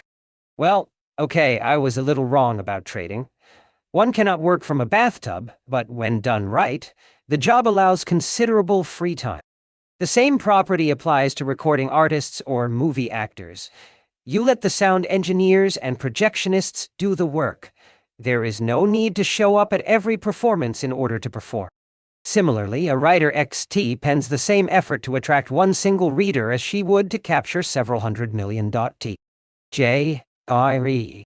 K. Rowling, the author of the Harry Potter books, does not have to write each book again every time someone wants to read it. But this is not so for a baker, He needs to bake every single piece of bread in order to satisfy each additional customer. So the distinction between writer and baker, speculator and doctor, fraudster and prostitute is a helpful way to look at the world of activities.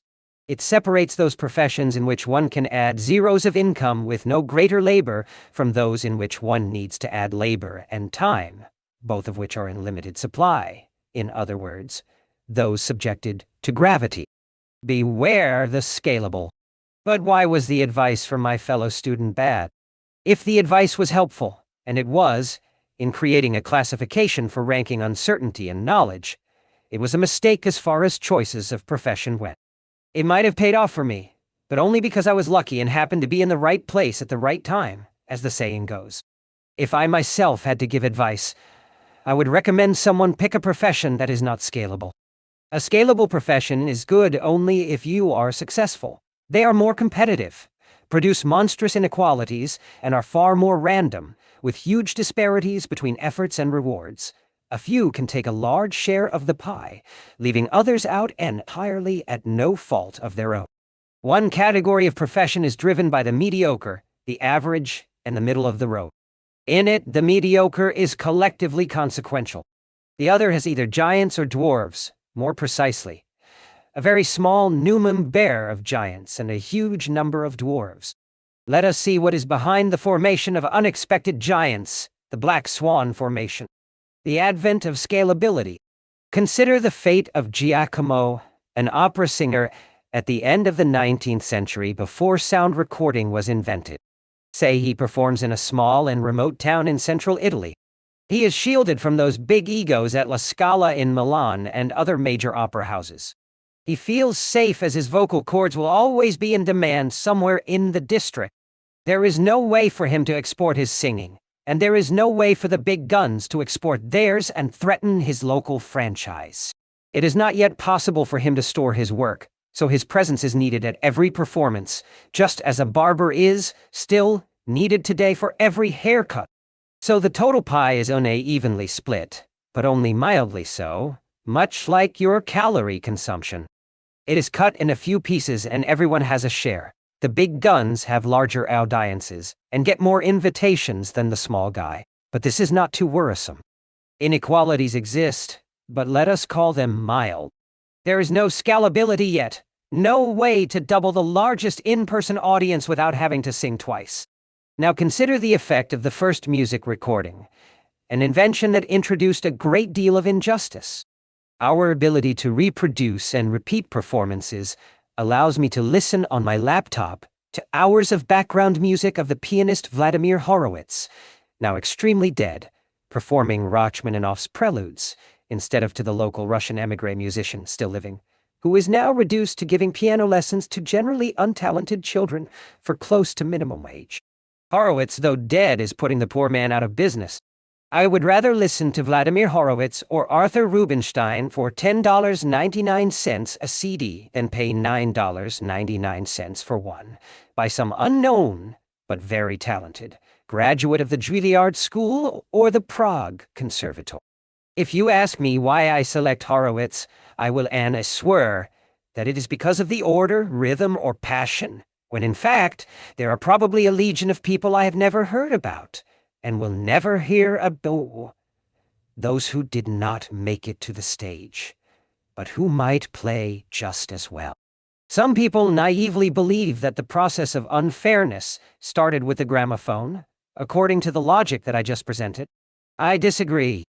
I am convinced that the process started much, much earlier with our DNA, which stores information about ourselves and allows us to repeat our performance without our being there by spreading our genes down the genera T. Evolution is scalable. The DNA that wins, whether by luck or survival advantage, will reproduce itself like a best-selling book or a successful record and become pervasive. Other DNA will vanish.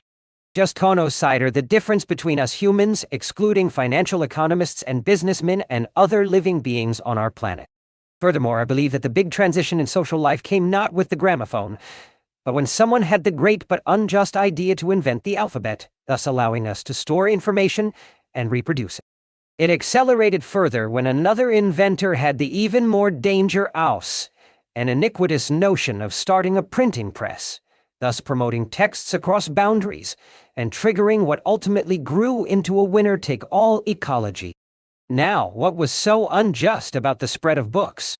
The alphabet allowed stories and ideas to be replicated with high fidelity and without limit, without any additional expenditure of energy on the author's part for the subsequent performances. He didn't even have to be alive for them. Death is often a good career move for an author. This implies that those who, for some reason, start getting some attention can quickly reach more minds than others and displace the competitors from the bookshelves. In the days of bards and troubadours, everyone had an audience. A storyteller like a baker or a coppersmith had a market, and the assurance that none from far away could dislodge him from his territory. Today, a few take almost everything, the rest next to nothing. By the same mechanism, the advent of the cinema displaced neighborhood actors, putting the small guys out of business. But there is a difference. In pursuits that have a technical component, like being a pianist or a brain surgeon, talent is easy to ascertain, with subjective opinion playing a relatively small part. The inequity comes when someone perceived as being marginally better gets the whole pie. In the arts, say the cinema, things are far more vicious. What we call talent generally comes from success, rather than its opposite. A great deal of empiricism has been done on the subject, most notably by Art Devani, an insightful and original thinker who single-mindedly studied wild uncertainty in the movies. He showed that, sadly, much of what we ascribe to skills is an after-the-fact attribution.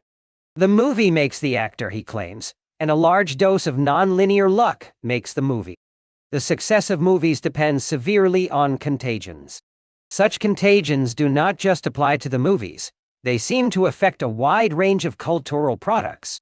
It is hard for us to accept that people do not fall in love with works of art only for their own sake, but also in order to feel that they belong to a community. By imitating, we get closer to others, that is, other imitators. It fights solitude. This discussion shows the difficulty in predicting outcomes in an environment of concentrated success. So for now, let us note that the division between professions can be used to understand the division between types of random variables. Let us go further into the issue of knowledge, of inference about the unknown and the properties of the known. Scalability and globalization. Whenever you hear a snotty and frustrated European middlebrow presenting his stereotypes about Americans, he will often describe them as uncultured, unintellectual, unpoor in math, because unlike his peers, Americans are not into equation drills and the constructions my Dan Delbrows call high culture, like knowledge of Goethe's inspirational and central trip to Italy or familiarity with the devil.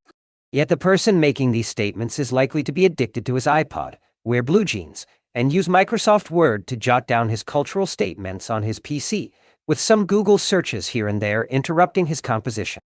Well, it so happens that America is currently far more creative than these nations of museum-goers and equation solvers. It is also far more tolerant of bottom-up tinkering and undirected trial and error. And globalization has allowed the United States to specialize in the creative aspect of things, the production of concepts and ideas. That is, the scalable part of the products, and, increasingly, by exporting jobs, separate the less scalable components and assign them to those happy to be paid by the hour.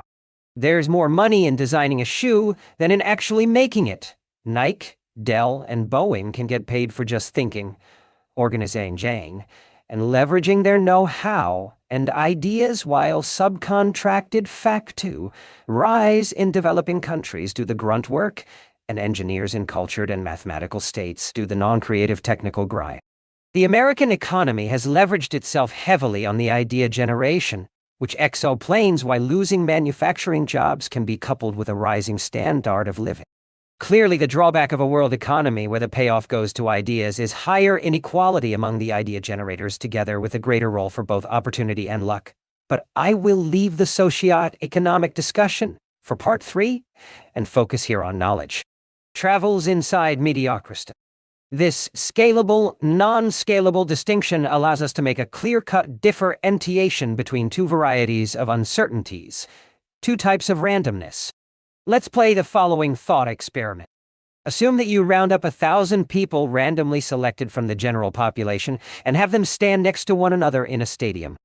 You can even include Frenchmen, but please, not too many out of consideration for the others in the group. Mafia members, non-mafia members, and vegetarians. Imagine the heaviest person you can think of and add him to that sample. Assuming he weighs 3 times the average, between 400 and 500 pounds, he will rarely represent more than a very small fraction of the weight of the entire population, in this case, about 0.5%. You can get even more aggressive. If you picked the heaviest biologically possible human on the planet, who yet can still be called a human, he would not represent more than, say, 0.6% of the total, a very negligible increase. And if you had 10,000 persons, his contribution would be vanishingly small. In the utopian province of Mediocristan, particular events don't contribute much individual, only collectively. I can state the supreme law of Mediocristan as follows. When your sample is large, no single instance will significantly change the aggregate or the total.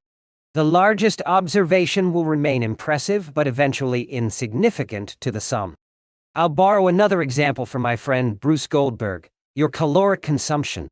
Look at how much you consume per year. If you are classified as human, close to 800,000 calories.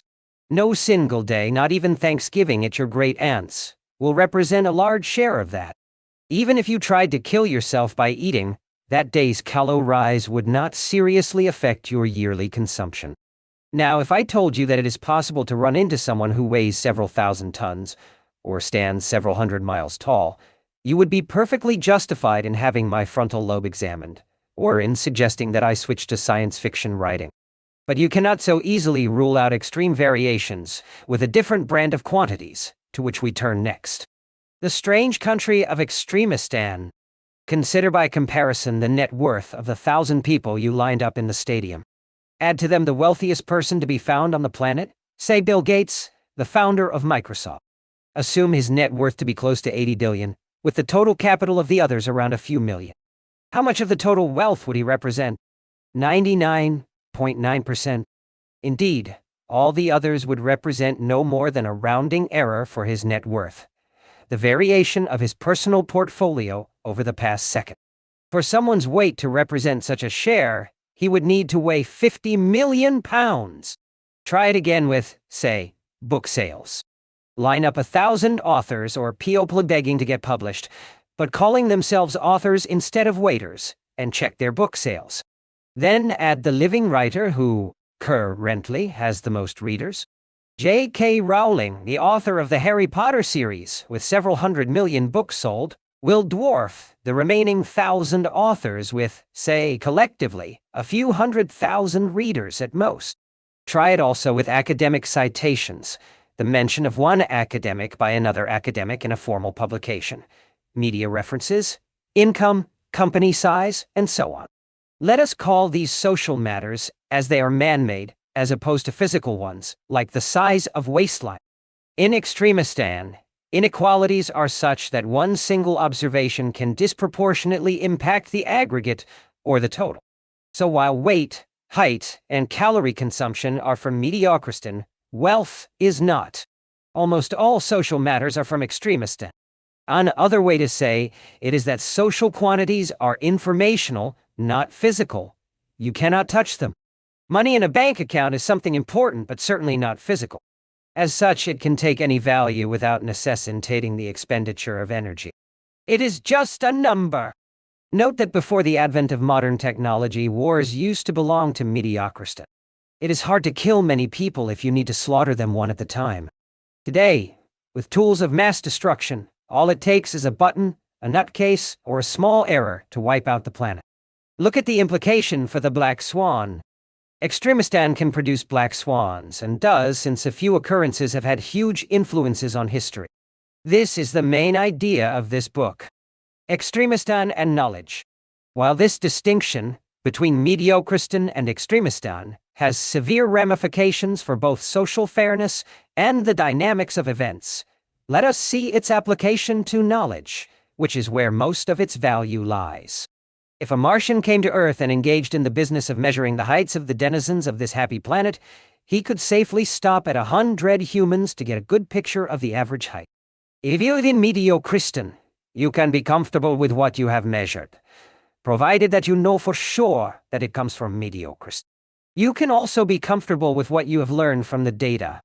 The epistemological consequence is that with mediocristan-style randomness, it is not possible to have a black swan surprise, such that a single event can dominate a phenomenon.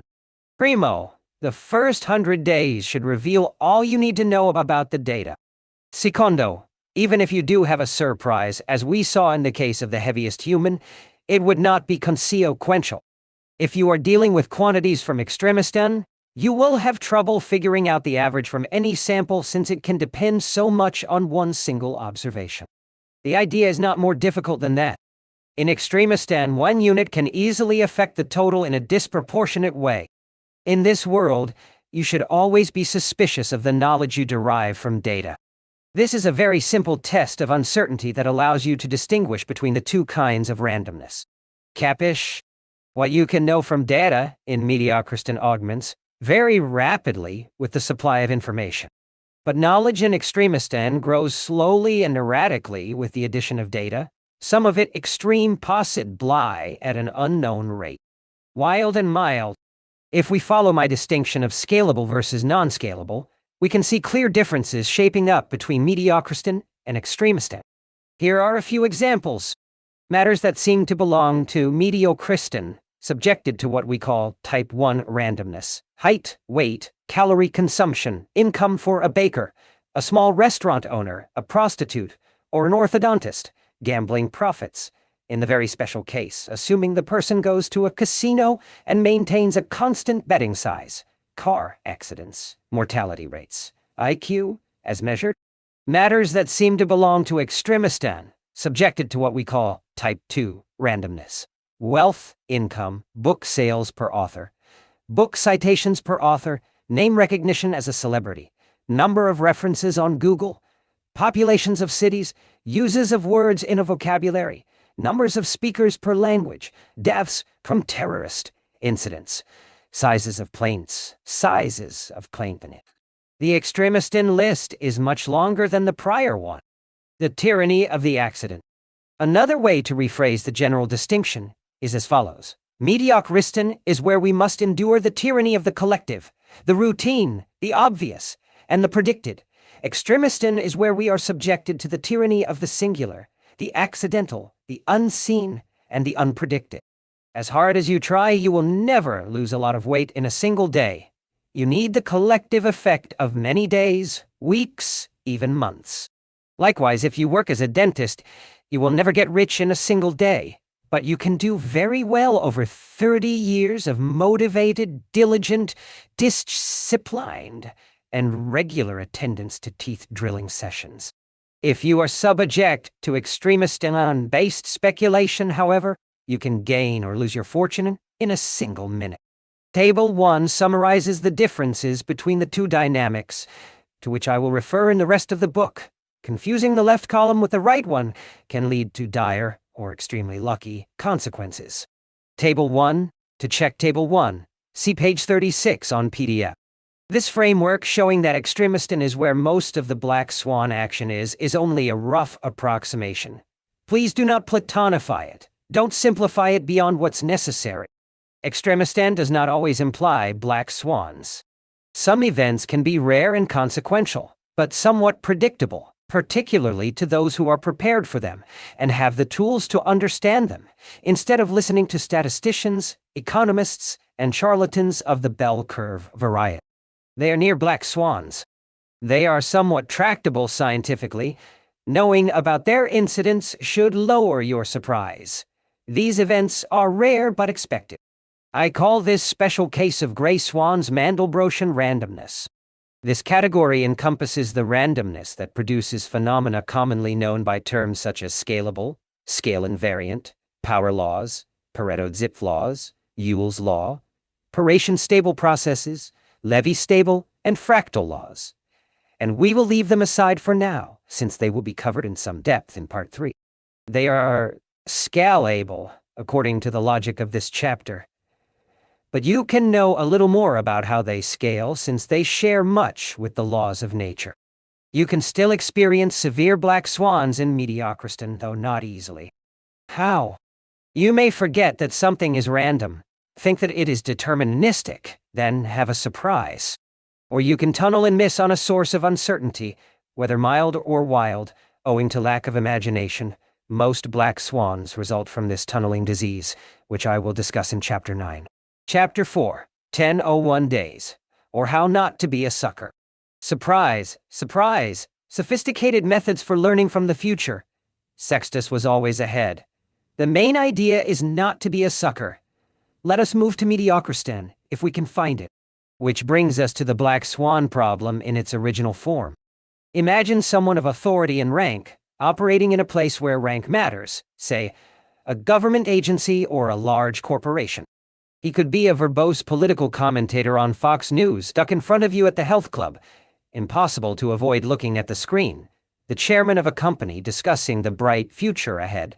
A platonic medical doctor who has categorically ruled out the utility of mother's milk. Because he did not see anything special in it. Or a Harvard Business School professor who does not laugh at your joke.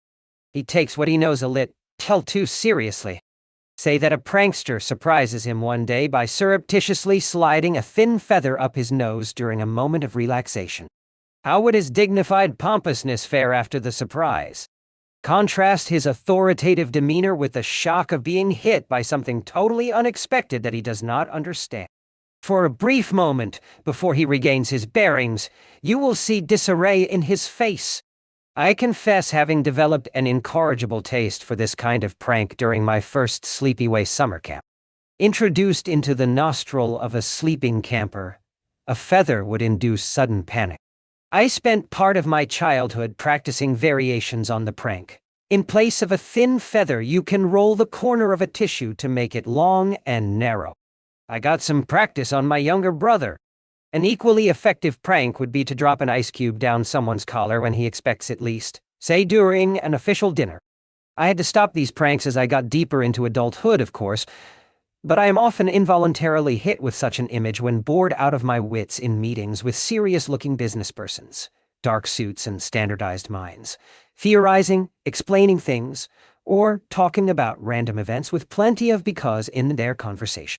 I zoom in on one of them and imagine the ice cube sliding down his back. It would be less fashionable, though certainly more spectacular, if you put a living mouse there, particularly if the person is ticklish and is wearing a tie, which would block the rodent's normal route of exit. Pranks can be compassionate. I remember in my early trading days, at age 25 or so, when money was starting to become easy, I would take taxis. And if the driver spoke skeletal English and looked particularly depressed, I'd give him a $100 bill as a tip, just to give him a little jolt and get a kick out of his surprise. I'd watch him unfold the bill and look at it with some degree of consternation. $1 million certainly would have been better, but it was not within my means. It was also a simple hedonic experiment. It felt elevating to make someone's day with the trifle of $100, 10 cents eventually stopped.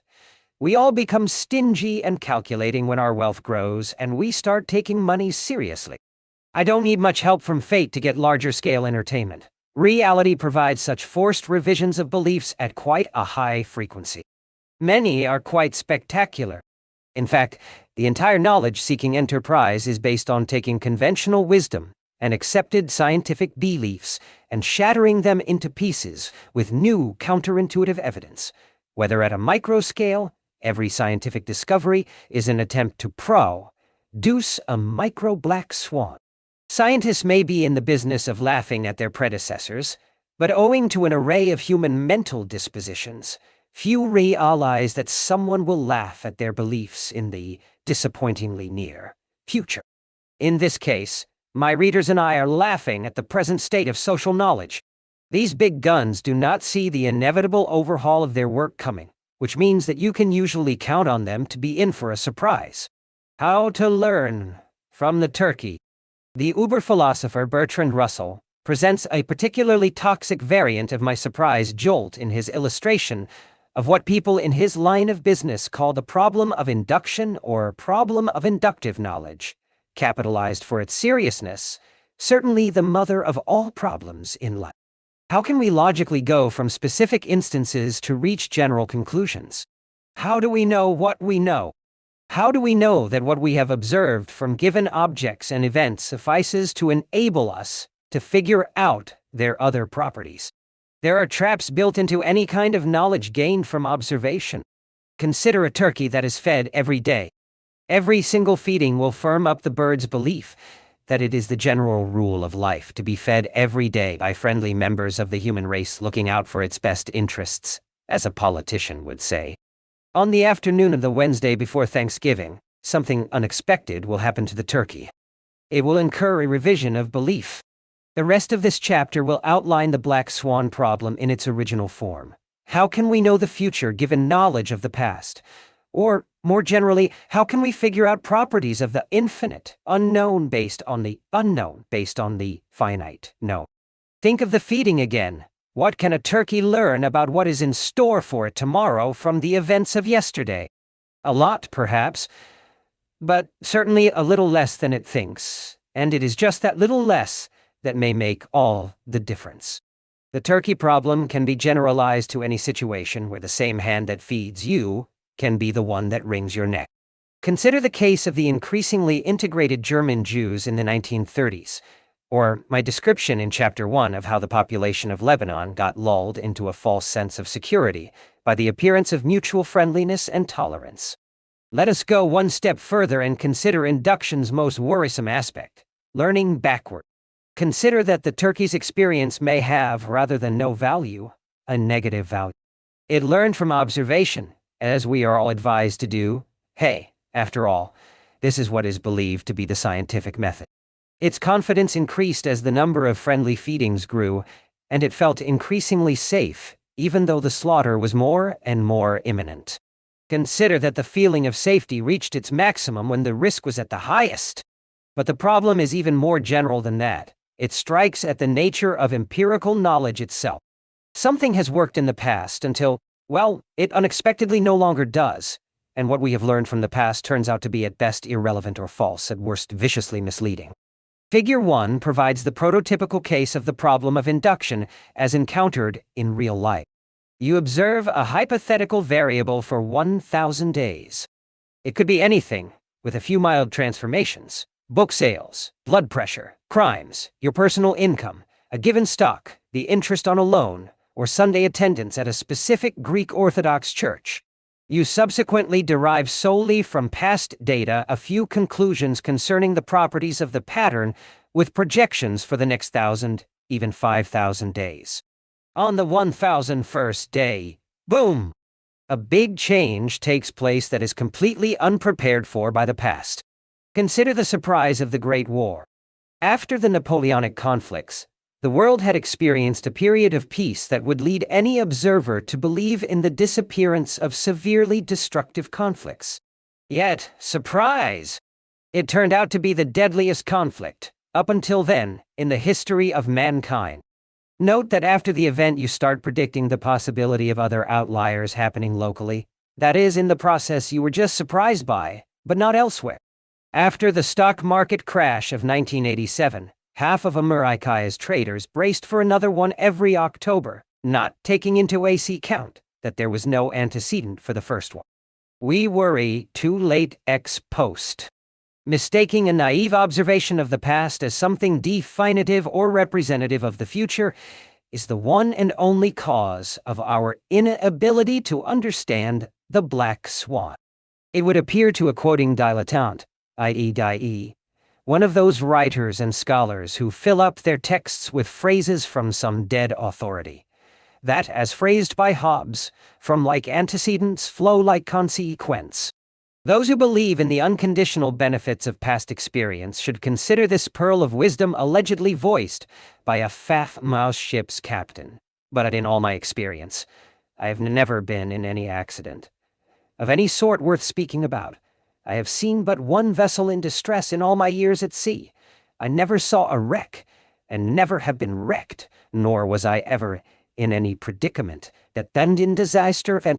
E.J. Smith, 1907, Captain, RMS Titanic. Captain Smith's ship sank in 1912 in what became the most talked about shipwreck in history. Trained to be dull. Similarly, think of a bank chairman whose institution makes steady profits over a long time, only to lose everything in a single reversal of fortune. Traditionally, bankers of the lending variety have been pear-shaped, clean-shaven, and dress in possibly the most comforting and boring manner, in dark suits, white shirts, and red ties. Indeed, for their lending business, banks hire dull people and train them to be even more dull. But this is for show. If they look conservative, it is because their loans only go bust on rare, very rare occasions. There is no way to gauge the effectiveness of their lending activity by observing it over a day, a week, a month, or even a century. In the summer of 1982, large American banks lost close to all their past earnings cumulatively, about everything they ever made in the history of American banking, everything. They'd been lending to South and Central American countries that all defaulted at the same time, an event of an exceptional nature. So it took just one summer to figure out that this was a sucker's business, and that all their earnings came from a very risky game. All that while the bankers led everyone, especially themselves, into believing that they were conservative. They are not conservative, just phenomenally skilled at self-deception by burying the possibility of a large, devastating loss under the rug. In fact, the travesty repeated itself a decade later, with the risk-conscious large banks once again under financial strain, many of them near bankrupt, after the real estate collapse of the early 1990s, in which the now-defunct savings and loan industry required a taxpayer-funded bailout of more than $500 billion. The Federal Reserve Bank protected them at our expense. When conservative bankers make profits, they get the benefits. When they are hurt, we pay the costs. After graduating from Wharton, I initially went to work for Bankers Trust, now defunct. There, the chairman's office, rapidly forgetting about the story of 1982, broadcast the results of every quarter with an announcement explaining how smart, profitable, conservative, and good-looking they were. It was obvious that their profits were simply cash borrowed from destiny with some random payback time. I've no problem with risk-taking, just please do not call yourself conservative and act superior to other businesses who are not as vulnerable to black swans. Another recent event is the almost instant bankruptcy, in 1998, of a financial investment company, hedge fund, called Long-Term Capital Management, LTCM, which used the methods and risk expertise of two Nobel economists, who were called geniuses, but were in fact using phony, bell curve-style mathematics while managing to convince themselves that it was great science, and thus turning one of the largest trading losses ever in history took place in almost the blink of an eye, with no warning signal. Much more on that in Chapter 17. A black swan is relative to knowledge. From the standpoint of the turkey, the non-feeding of the 1001st day is a black swan. For the butcher, it is not, since its occurrence is not unexpected. So you can see here that the black swan is a sucker's problem. In other words, it occurs relative to your expectation. You realize that you can eliminate a black swan by science, if you're able, or by keeping an open mind. Of course, like the LTCM people, you can create black swans with science, by giving people confidence that the black swan cannot happen. This is when science turns normal citizens into suckers. Note that these events do not have to be instantaneous surprises. Some of the historical fractures I mention in Chapter 1 have lasted a few decades, like, say, the computer that brought consequential effects on society without its invasion of our lives being noticeable from day to day. Some black swans can come from the slow building up of incremental changes in the same direction, as with books that sell large amounts over years, never showing up on the bestseller lists, or from technologies that creep up on us slowly but surely. Likewise, the growth of NASDAQ stocks in the late 1990s took a few years, but the growth would seem sharper if you were to plot it on a long historical line. Matters should be seen on some relative, not absolute, timescale. Earthquakes last minutes, 9/11 lasted hours, but historical changes and technological implementations are black swans that can take decades. In general, positive black swans take time to show their effect, while negative ones happen very quickly. It is much easier and much faster to destroy than to build. During the Lebanese War, my parents' house in Amiens and my grandfather's house in a nearby village were destroyed in just a few hours, dynamited by my grandfather's enemies who controlled the area. It took 7,000 times longer, 2 years, to rebuild them. This asymmetry in timescales explains the difficulty in reversing time. A brief history of the black swan problem. This turkey problem, aka the problem of induction, is a very old one, but for some reason it is likely to be called Hume's problem by your local philosophy professor. People imagine us skeptics and empiricists to be morose, paranoid, and tortured in our private lives, which may be the exact opposite of what his story, and my private experience, reports. Like many of the skeptics I hang around with, Hume was jovial and a bon vivant, eager for literary fame, salon company, and pleasant conversation. His life was not devoid of anecdote. He once fell into a swamp near the house he was building in Edinburgh. Owing to his reputation among the locals as an atheist, a woman refused to pull him out of it until he recited the Lord's Prayer and the belief, which, being practical-minded, he did. But not before he argued with her about whether Christians were obligated to help their enemies. Hume looked unprepossessing. He exhibited that preoccupied stare of the thoughtful scholar that so commonly impresses the undiscerning as imbecile, writes a biographer. Strangely, Hume during his day was not mainly known for the works that generated his current reputation. He became rich and famous through writing a best-selling history of England. Ironically, when Hume was alive, his philosophical works, to which we now attach his fame, fell dead-born off the presses, while the works for which he was famous at the time are now harder to find. Hume wrote with such clarity that he puts to shame almost all current thinkers, and certainly the entire German graduate curriculum. Unlike Kant, Fichte, Schopenhauer, and Hegel, Hume is the kind of thinker who is sometimes read by the person mentioning his work. I often hear Hume's problem mentioned in connection with the problem of induction, but the problem is old, older than the interesting Scotsman, perhaps as old as philosophy itself, maybe as old as Olive Grove conversations. Let us go back into the past, as it was formulated with no less precision by the ancients. Sextus the, alas, empirical. The violently anti-academic writer and anti-dogma activist, Sextus Empiricus operated close to a millennium and a half before Hume, and formulated the turkey problem with great precision. We know very little about him. We do not know whether he was a philosopher or more of a copyist of philosophical texts by authors obscure to us today. We surmise that he lived in Alexandria in the 2nd century of our era datae. He belonged to a school of medicine called empirical, since its practitioners doubted theories and causality and relied on past experience as guidance in their treatment, though not putting much trust in it. Furthermore, they did not trust that anatomy revealed function too obviously. The most famous proponent of the empirical school, Menodotus of Nicomedia, who merged empiricism and philosophical skepticism, was said to keep medicine an art, not a science, and insulate its practice from the problems of dogmatic science. The practice of medicine explains the addition of Empiricus, the empirical, to Sextus's name.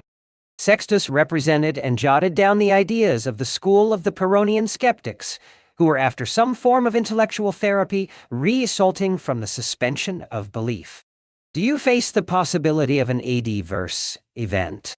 Don't worry. Who knows? It may turn out to be good for you. Doubting the consequences of an outcome will allow you to remain imperturbable.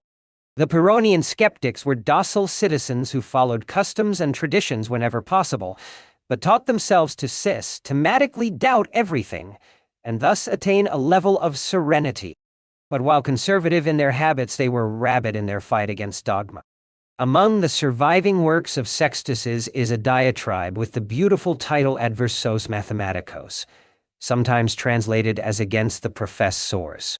Much of it could have been written last Wednesday night. Where Sextus is mostly interesting for my ideas is in his rare mixing of philosophy and decision-making in his practice. He was a doer, hence classy sickle scholars don't say nice things about him. The methods of empirical medicine rely on seemingly purposeless trial and error will be central to my ideas on planning and prediction on how to benefit from the black swan.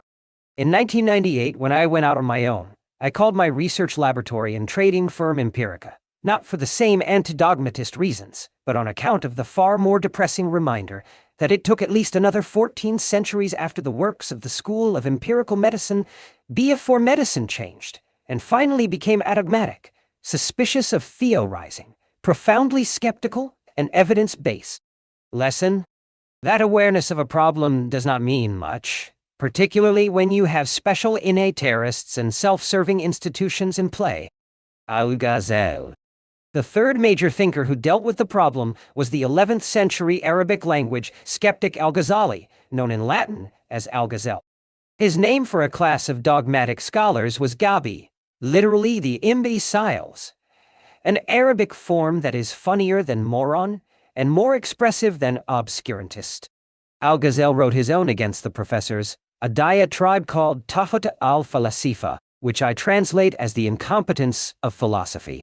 It was directed at the school called Falasifa. The Arabic intellectual establishment was the direct heir of the classical philosophy of the academy, and they managed to reconcile it with Islam through rational argument.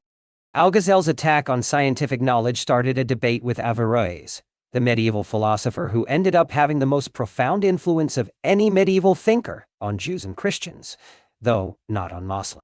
The debate between Al-Ghazal and Averroes was finally, but sadly, won by both. In its aftermath, many Arab religious thinkers integrated and exaggerated Al-Ghazal's skepticism of the scientific method, preferring to leave causal considerations to God. In fact, it was a stretch of his idea. The West embraced Averroes' rationalism, built upon Aristotle's, which survived through Aquinas and the Jewish philosophers who called themselves Averroan for a long time. Many thinkers blamed the Arabs' later abandonment of scientific method on Al-Ghazal's huge influence. He ended up fueling Sufi mysticism, in which the worshipper attempts to enter into communion with God, severing all connections with earthly matters. All of this came from the black swan problem. The skeptic, friend of religion, while the ancient skeptics advocated, learned ignorance as the first step in honest inquiries toward truth. Later medieval skeptics, both Muslims and Christians, used skepticism as a tool to avoid accepting what today we call science. Belief in the importance of the black swan problem, worries about induction, and skepticism can make some religious arguments more appealing, though in stripped-down, anti-clerical, theistic form. This idea of relying on faith, not reason, was known as fideism. So there is a tradition of black swan skeptics who found solace in religion, best represented by Pierre Bayle, a French-speaking Protestant erudite, philosopher, and theologian, who, exiled in Holland, built an extensive philosophical architecture related to the Pyrrhonian skeptics. Bayle's writings exerted some considerable influence on Hume, introducing him to ancient skepticism, to the point where Hume took ideas wholesale from Bayle.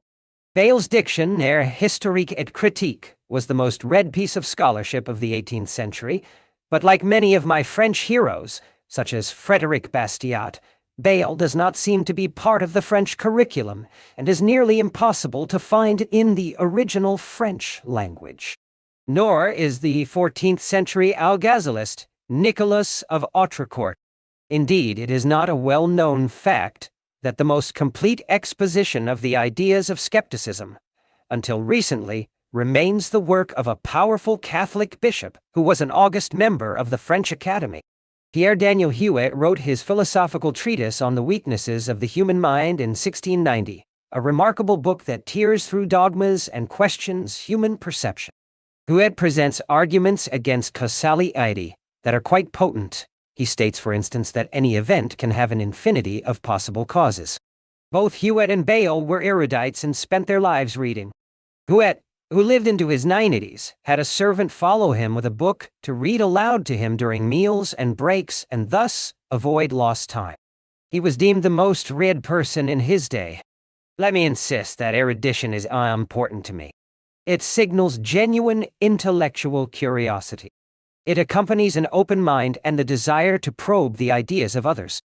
Above all, an erudite can be dissatisfied with his own knowledge, and such dissatisfaction is a wonderful shield against platonicity, the simplifications of the 5-minute manager, or the philistinism of the overspecialized scholar. Indeed, scholarship without erudition can lead to disasters. I don't want to be a turkey, but promoting philosophical skepticism is not quite the mission of this book. If awareness of the black swan problem can lead us into withdrawal and extreme skepticism, I take here the exact opposite direction. I am interested in deeds and true empiricism. So this book was not written by a Sufi mystic, or even by a skeptic in the ancient or medieval sense, or even, we will see, in a philosophical sense, but by a practitioner whose principal aim is to not be a sucker in things that matter, period. Hume was radically skeptical in the philosophical cabinet, but abandoned such ideas when it came to daily life, since he could not handle them. I am doing here the exact opposite. I am skeptical in matters that have implications for daily life. In a way, all I care about is making a decision without being the turkey. Many middlebrows have asked me over the past 20 years, how do you, Taleb, cross the street given your extreme risk consciousness? Or have stated the more foolish you are asking us to take no risks. Of course, I am not advocating total risk phobia. We will see that I favor an aggressive type of risk-taking. All I will be showing you in this book is how to avoid crossing the street blindfolded. They want to live in mediocristan. I have just presented the black swan problem in its historical form. The central difficulty of generalizing from available information, or of learning from the past, the known, and the seen. I have also presented the list of those who, I believe, are the most relevant historical figures. You can see that it is extremely convenient for us to assume that we live in mediocrity. Why? Because it allows you to rule out these black swan surprises.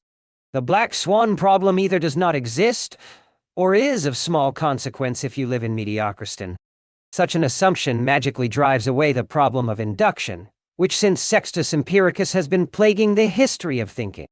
The statistician can do away with epistemology. Wishful thinking. We do not live in mediocristan, so the black swan needs a different mentality. As we cannot push the problem under the rug, we will have to dig deeper into it.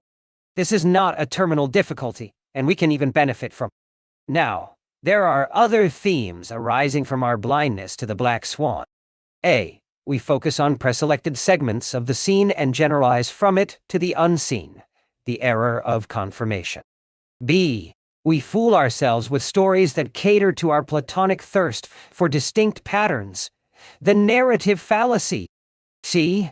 We behave as if the black swan does not exist. Human nature is not programmed for black swans. D. What we see is not necessarily all that is there. History hides black swans from us, and gives us a mistaken idea about the odds of these events. This is the distortion of silent evidence. E. We tunnel. That is, we focus on a few well-defined sources of uncertainty, on too specific a list of black swans, at the expense of the others that do not easily come to mind. I will discuss each of the points in the next 5 chapters. Then, in the conclusion of Part 1, I will show how, in effect, they are the same topic. Chapter 5. Confirmation. Schmonfirmation. Have so much evidence? Can Zoogles be, sometimes, boogies? Corroboration, schmorroboration? Popper's idea. As much as it is ingrained in our habits and conventional wisdom, confirmation can be a dangerous error. Assume I told you that I had evidence that the football player O.J. Simpson, who was accused of killing his wife in the 1990s, was not a criminal. Look, the other day I had breakfast with him and he didn't kill anybody. I am serious. I did not see him kill a single person. Wouldn't that confirm his innocence? If I said such a thing, you would certainly call a shrink, an ambulance, or perhaps even the police. Since you might think that I spent too much time in trading rooms or in cafes thinking about this black swan topic, and that my logic may represent such an immediate danger to society that I myself need to be locked up immediately, you would have the same reaction if I told you that I took a nap the other day on the railroad track in New Rochelle, New York, and was not killed. Hey, look at me, I am alive, I would say, and that is evidence that lying on train tracks is risk-free. Yet consider the following. Look again at Figure 1 in Chapter 4. Someone who observed the turkey's first 1,000 days, but not the shock of the 1,001st, would tell you, and rightly so, that there is no evidence of the possibility of large events, i.e. black swans. i.e. black swan. You are likely to confuse that statement, however, particularly if you do not pay close attention, with the statement that there is evidence of no possible black swan.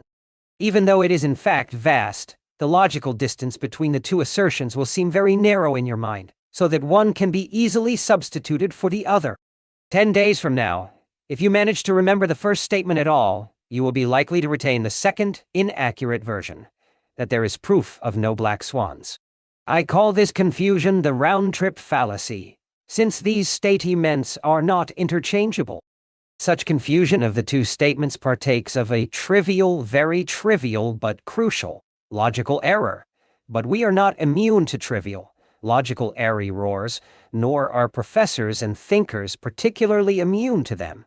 Complicated equations do not tend to cohabit happily with clarity of mind. Unless we concentrate very hard, we are likely to unwittingly simplify the problem because our minds routinely do so without our knowing.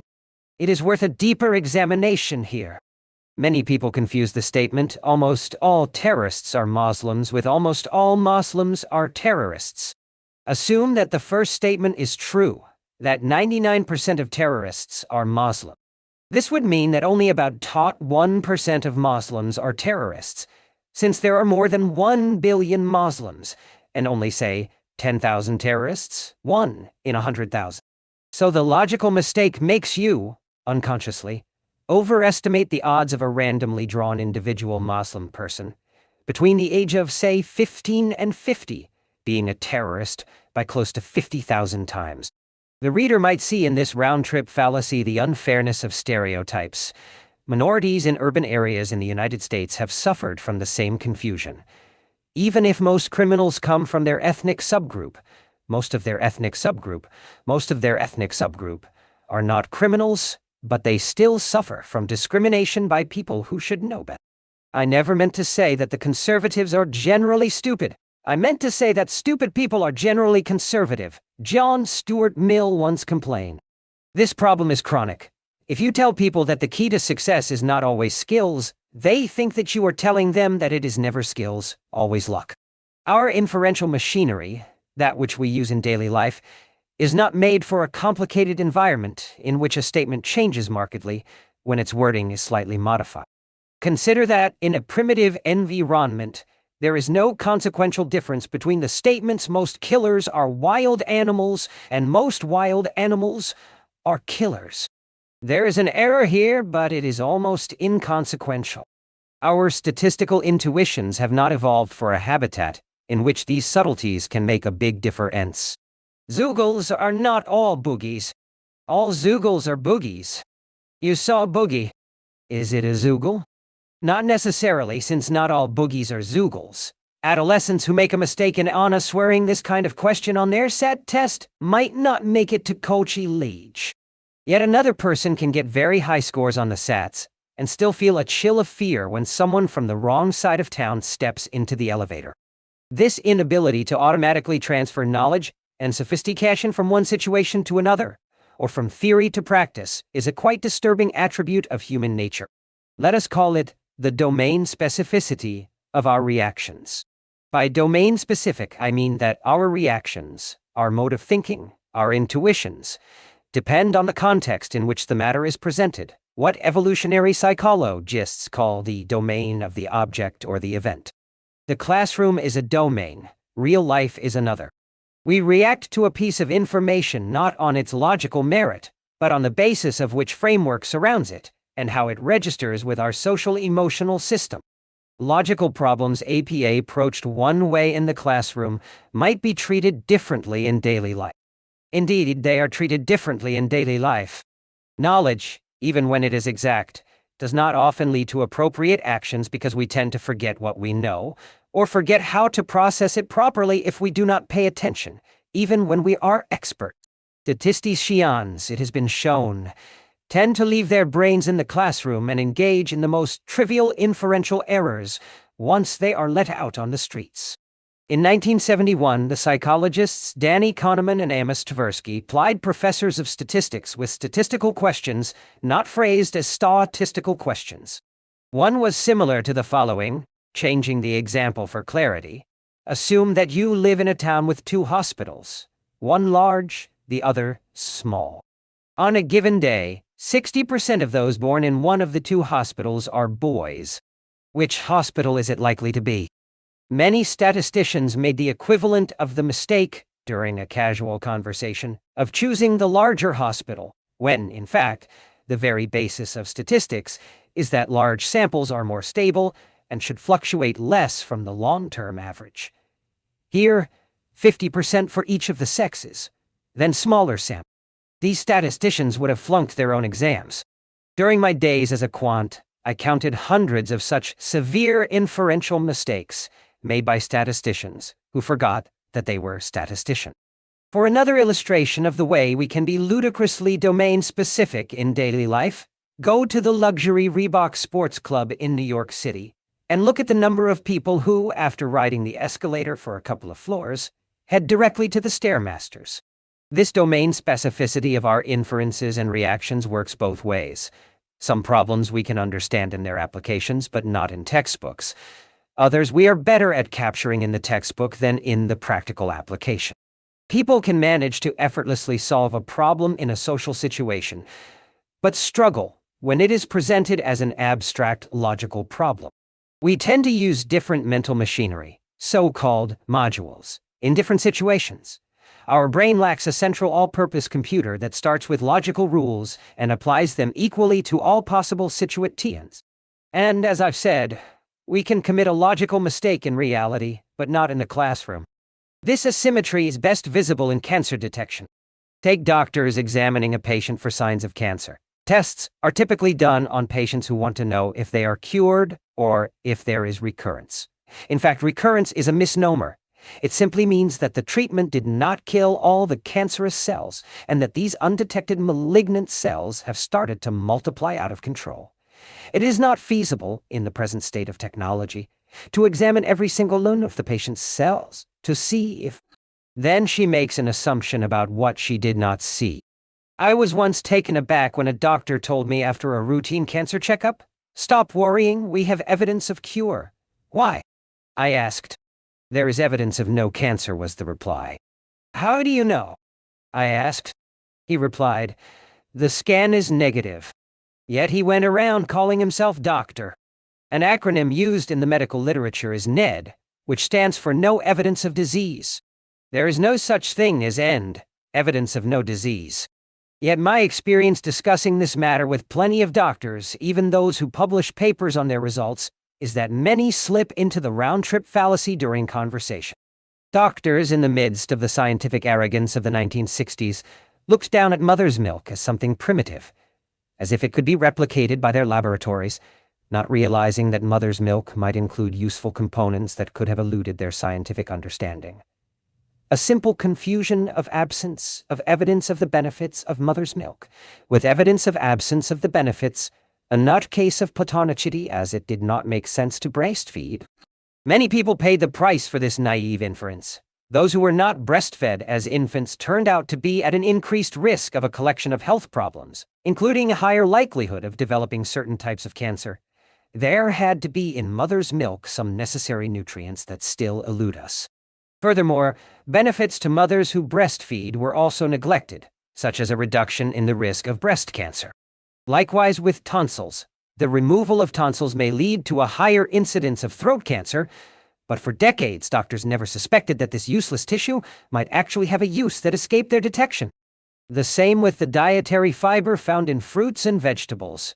Doctors in the 1960s found it useless because they saw no immediate evidence of its necessity, and so they created a malnourished generation. Fiber, it turns out, acts to slow down the absorption of sugars in the blood and scrapes the intestinal tract of precancerous cells. Indeed, medicine has caused plenty of damage throughout history owing to this simple kind of inferential confusion. I am not saying here that doctors should not have beliefs, only that some kinds of definitive closed beliefs need to be avoided.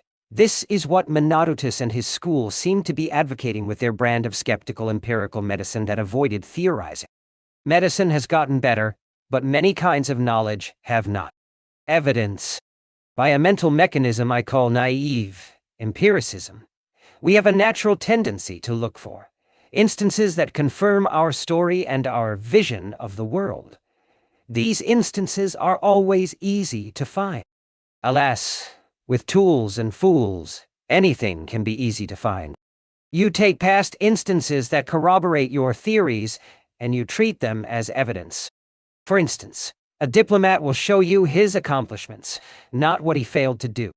Mathematicians will try to convince you that their science is useful to society by pointing out instances where it proved helpful, not those where it was a waste of time, or worse, those numerous mathematical applications that inflicted a severe cost on society owing to the highly unempirical nature of elegant mathematical theory. Even in testing a hypothesis, we tend to look for instances where the hypothesis proved true. Of course, we can easily find confirmation. All we have to do is look, or have a researcher do it for us. I can find confirmation for just about anything, the way a skilled London cabbie can find traffic to increase the fare, even on a holiday.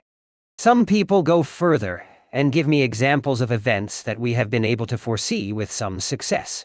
Indeed, there are a few, like landing a man on the moon and the economic growth of the 21st century. One can find plenty of counter-evidence to the points in this book, the best being that newspapers are excellent at predicting movie and theater schedules. Look, I predicted yesterday that the sun would rise today, and it did. Negative empiricism. The good news is that there is a way around this naive empiricism. I am saying that a series of corroborative facts is not necessarily evidence.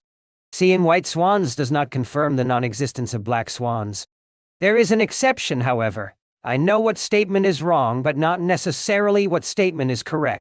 If I see a black swan, I can certify that all swans are not white. If I see someone kill, then I can be practically certain that he is a criminal. If I don't see him kill, I cannot be certain that he is innocent. The same applies to cancer detection.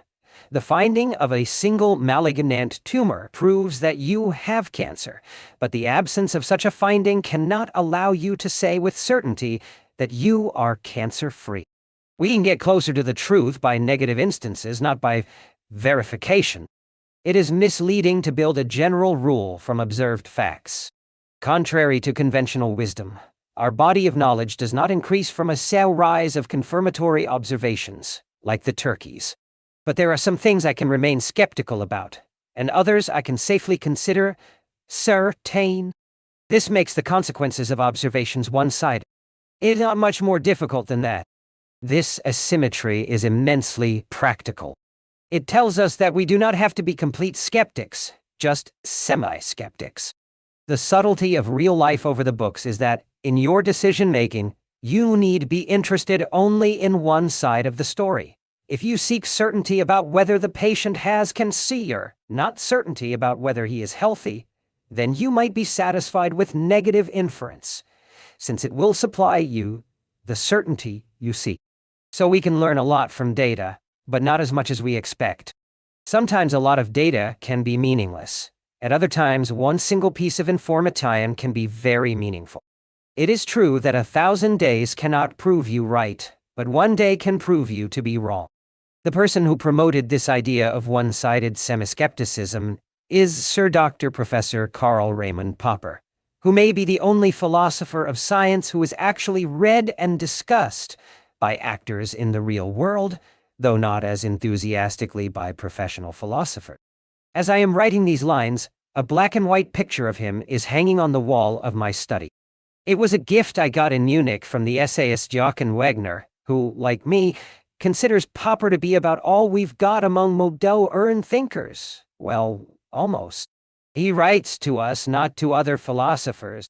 We are the empirical decision-makers who hold that uncertainty is our discipline, and that understanding how to act under conditions of incomplete information is the highest and most urgent human pursuit.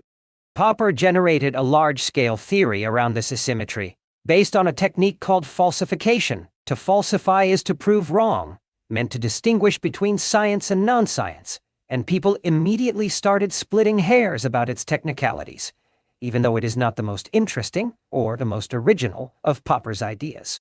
This idea about the asymmetry of knowledge is so liked by practitioners because it is obvious to them. It is the way they run their business. The philosopher Maudit Charles Sanders Peirce, who, like an artist, got only posthumous respect, also came up with a version of this black swan solution when Popper was wearing diapers. Some people even called it the Peirce-Popper approach. Popper's far more powerful and original idea is the open society, one that relies on skepticism as a modus operandi, refusing and resisting definitive truth. He accused Plato of closing our minds, according to the arguments I described in the prologue. But Popper's biggest idea was his insight concerning the fundamental, severe, and incurable unpredictability of the world, and that I will leave for the chapter on prediction. Of course, it is not so easy to falsify, i.e., to state that something is wrong with full certainty. Imperfections in your testing method may yield a mistaken no otherwise. The doctor discovering cancer cells might have faulty equipment causing optical illusions, or he could be a bell curve-using economist disguised as a doctor. An eyewitness to a crime might be drunk. But it remains the case that you know what is wrong with a lot more confidence than you know what is right. All pieces of information are not equal in importance. Popper introduced the mechanism of conjectures and refutations, which works as follows. You formulate a bold conjecture, and you start looking for the observation that would prove you wrong. This is the alternative to our search for confirmatory instances. If you think the task is easy, you will be disappointed. Few humans have a natural ability to do this. I confess that I am not one of them. It does not come naturally to me. Counting to 3. Cognitive scientists have studied our natural tendency to look only for corroboration. They call this vulnerability to the corroboration error, the confirmation bias. There are some experiments showing that people focus only on the books. Read in Umberto Eco's library. You can test a given rule either directly, by looking at instances where it works, or indirectly, by focusing on where it does not work. As we saw earlier, disconfirming instances are far more powerful in establishing truth. Yet we tend to not be aware of this property. The first experiment I know of concerning this phenomenon was done by the psychologist P.C. Wasson. He presented subjects with the 3-number sequence, 2, 4, 6, and asked them to try to guess the rule, generat e-ing. Their method of guessing was to produce other 3-number sequences, to which the experimenter would respond yes or no, depending on whether the new sequences were consistent with the rule. Once confident with their answers, the subjects would formulate the rule. Note the similarity of this experiment to the discussion in Chapter 1 of the way history presents itself to us. Assuming history is generated ACE according to some logic, we see only the events, never the rules, but need to guess how it works. The correct rule was numbers in ascending order, nothing more. Very few subjects discovered it because in order to do so, they had to offer a series in descending order, that the experimenter would say no to.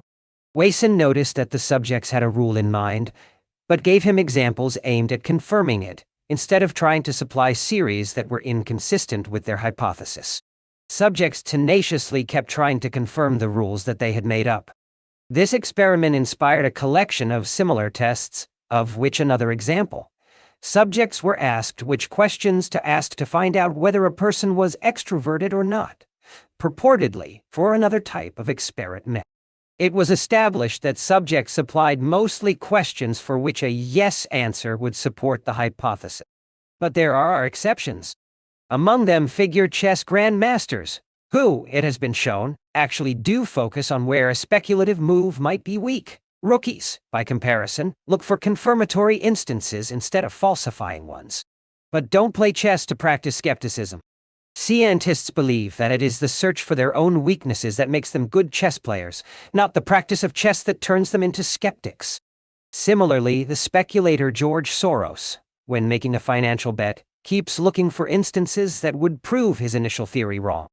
This, perhaps, is true self-confidence, the ability to look at the world without the need to find signs that stroke one's ego.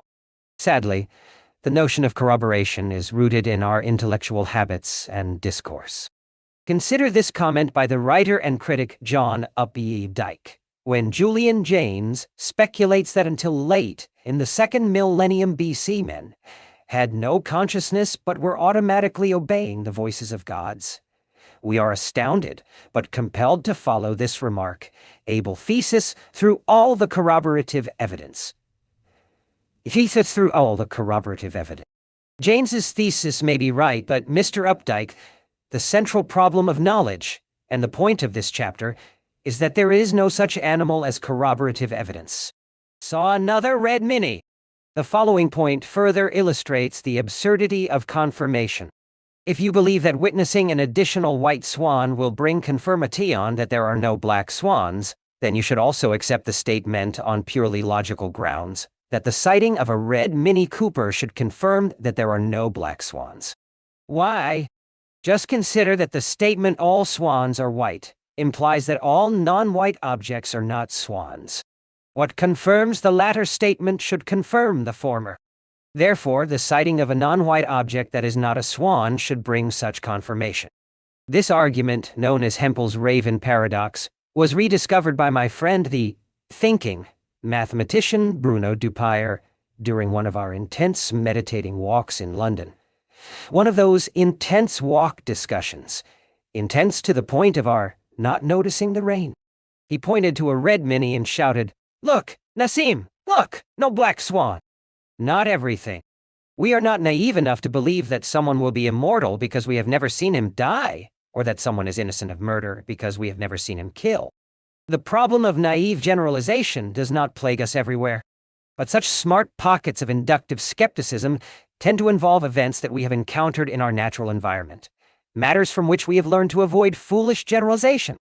For instance, when children are presented with the picture of a single member of a group and are asked to guess the properties of other unseen members, they are capable of selecting which attributes to generalize. Show a child a photograph of someone overweight, tell her that he is a member of a tribe, and ask her to describe the rest of the population. She will most likely not jump to the conclusion that all the members of the tribe are weight challenged, but she would respond differently to generalizations involving skin color. If you show her people of dark complexion and ask her to describe their co-tribesmen, she will assume that they too have dark skin. So it seems that we are endowed with specific and elaborate inductive instincts showing us the way. Contrary to the opinion held by the great David Hume, and that of the British empiricist tradition, that belief arises from custom, as they assumed that we learn generalizations solely from experience and empirical observations. It was shown from studies of infant behavior that we come equipped with mental machinery that causes us to selectively generalize from experiences. By doing so, we are not learning from a mere 1,000 days, but benefiting, thanks to evolution, from the learning of our ancestors, which found its way into our biology. Back to mediocrity, and we may have learned things wrong from our ancestors. I speculate here that we probably inherited the instincts adequate for survival in the East African Great Lakes region, where we presumably hail from. But these instincts are certainly not well adapted to the present, post-alphabet, in a tensely informational and statistically complex environment. Indeed, our environment is a bit more complex than we, and our institutions, seem to realize. How? The modern world, being extremistan, is dominated by rare, very rare, events. It can deliver a black swan after thousands and thousands of white ones, so we need to withhold judgment for longer than we are inclined to. As I said in Chapter 3, it is impossible, biologically impossible, to run into a human several hundred miles tall, so our intuitions rule these events out. But the sales of a book or the magnitude of social events do not follow such strictures. It takes a lot more than 1,000 days to accept that a writer is ungifted. A market will not crash. A war will not happen. A project is hopeless. A country is our ally. A company will not go bust. A brokerage house security analyst is not a charlatan. Or a neighbor will not attack us. In the distant past, humans could make inferences far more accurately and quickly. Furthermore, the sources of black swans today have multiplied beyond measurability. In the primitive environment, they were limited to newly encountered wild animals, new enemies, and abrupt weather changes. These events were repeatable enough for us to have built an innate fear of them. This instinct to make inferences rather quickly, and to tunnel, i.e. focus on a small number of sources of uncertainty, or causes of known black swans, remains rather ingrained in us. This instinct, in a word, is our predicament. Chapter 6. The Narrative Fallacy. The cause of the because, how to split a brain, effective methods of pointing at the ceiling, dopamine will help you win. I will stop riding motorcycles, but not today, both empirical and psychologist. Since when? On the causes of my rejection of causes. During the fall of 2004.1, attended a conference on aesthetics and science in Rome. Perhaps the best possible location for such a meeting since aesthetics permeates everything there, down to one's personal behavior and tone of voice. At lunch, a prominent professor from a university in South Leone, Italy, greeted me with extreme enthusiasm. I had listened earlier that morning to his impassioned presentation. He was so charismatic, so convinced, and so convincing that, although I could not understand much of what he said, I found myself fully agreeing with everything. I could only make out a sentence here and there, since my knowledge of Italian worked better in cocktail parties than in intellectual and scholarly venues. At some point during his speech, he turned all red with anger, thus convincing me, and the audience, that he was definitely right. He assailed me during lunch to congratulate me for showing the effects of those causal links that are more prevalent in the human mind than in reality. The conversation got so animated that we stood together near the buffet table, blocking the other delegates from getting close to the food. He was speaking accented French with his hands. I was answering in primitive Italian with my hands. And we were so vivacious that the other guests were afraid to interrupt a conversation of such importance and animation. He was emphatic about my previous book on randomness, a sort of angry trader's reaction against blindness to luck in life and in the markets, which had been published there under the musical title Giocatore dal Caso. I had been lucky to have a translator who knew almost more about the topic than I did, and the book found a small following among Italian intellectuals. I am a huge fan of your ideas, but I feel slighted. These are truly mine too, and you wrote the book that I, almost, planned to write, he said. You are a lucky man. You presented in such a comprehensive way the effect of chance on society and the overestimation of cause and effect. You show how stupid we are to systematically try to explain skills. He stopped, then added, in a calmer tone, but, Mon cher ami, let me tell you quelque chose, uttered very slowly, with his thumb hitting his index and middle fingers. Had you grown up in a Protestant society where people are told that efforts are linked to rewards and individual responsibility is emphasized, you would never have seen the world in such a manner. You were able to see luck and separate. He was using the French cause, and he was so convincing that, for a minute, I agreed with his interpretation. We like stories, we like to summarize, and we like to simplify, i.e., to reduce the dimension of matters. The first of the problems of human nature that we examine in this section, the one just illustrated above, is what I call the narrative fallacy. It is actually a fraud, but, to be more polite, I will call it a fallacy. The fallacy is associated with our vulnerability to overinterpretation and our predilection for compact stories over raw truth. It severely distorts our mental representation of the world. It is particularly acute when it comes to the rare event Notice how my thoughtful Italian fellow traveler shared my militancy against overinterpretation and against the overestimation of cause, yet was unable to see me and my work without a reason, a cause, tagged to both, as anything other than part of a story. He had to invent a cause. Furthermore, he was not aware of his having fallen into the causation trap, nor was I immediately aware of it myself. The narrative fallacy addresses our limited ability to look at sequences of facts without weaving an explanation into them, or, equivalently, forks in a logical link, an arrow of relationship upon them. Explanations bind facts together. They make them all the more easily remembered. They help them make more sense. Where this propensity can go wrong is when it increases our impression of understanding. This chapter will cover, just like the preceding one, a single problem, but seemingly in different disciplines. The problem of narrativity, although extensively studied in one of its versions by psychologists, is not so psychological. Something about the way disciplines are designed masks the point that it is more generally a problem of information. While narrativity comes from an ingrained biological need to reduce dimensionality, robots would be prone to the same process of reduction. Information wants to be reduced. To help the reader locate himself, in studying the problem of induction in the previous chapter, we examined what could be inferred about the unseen, what lies outside our information set. Here we look at the seen, what lies within the information set, and we examine the distortions in the act of processing it.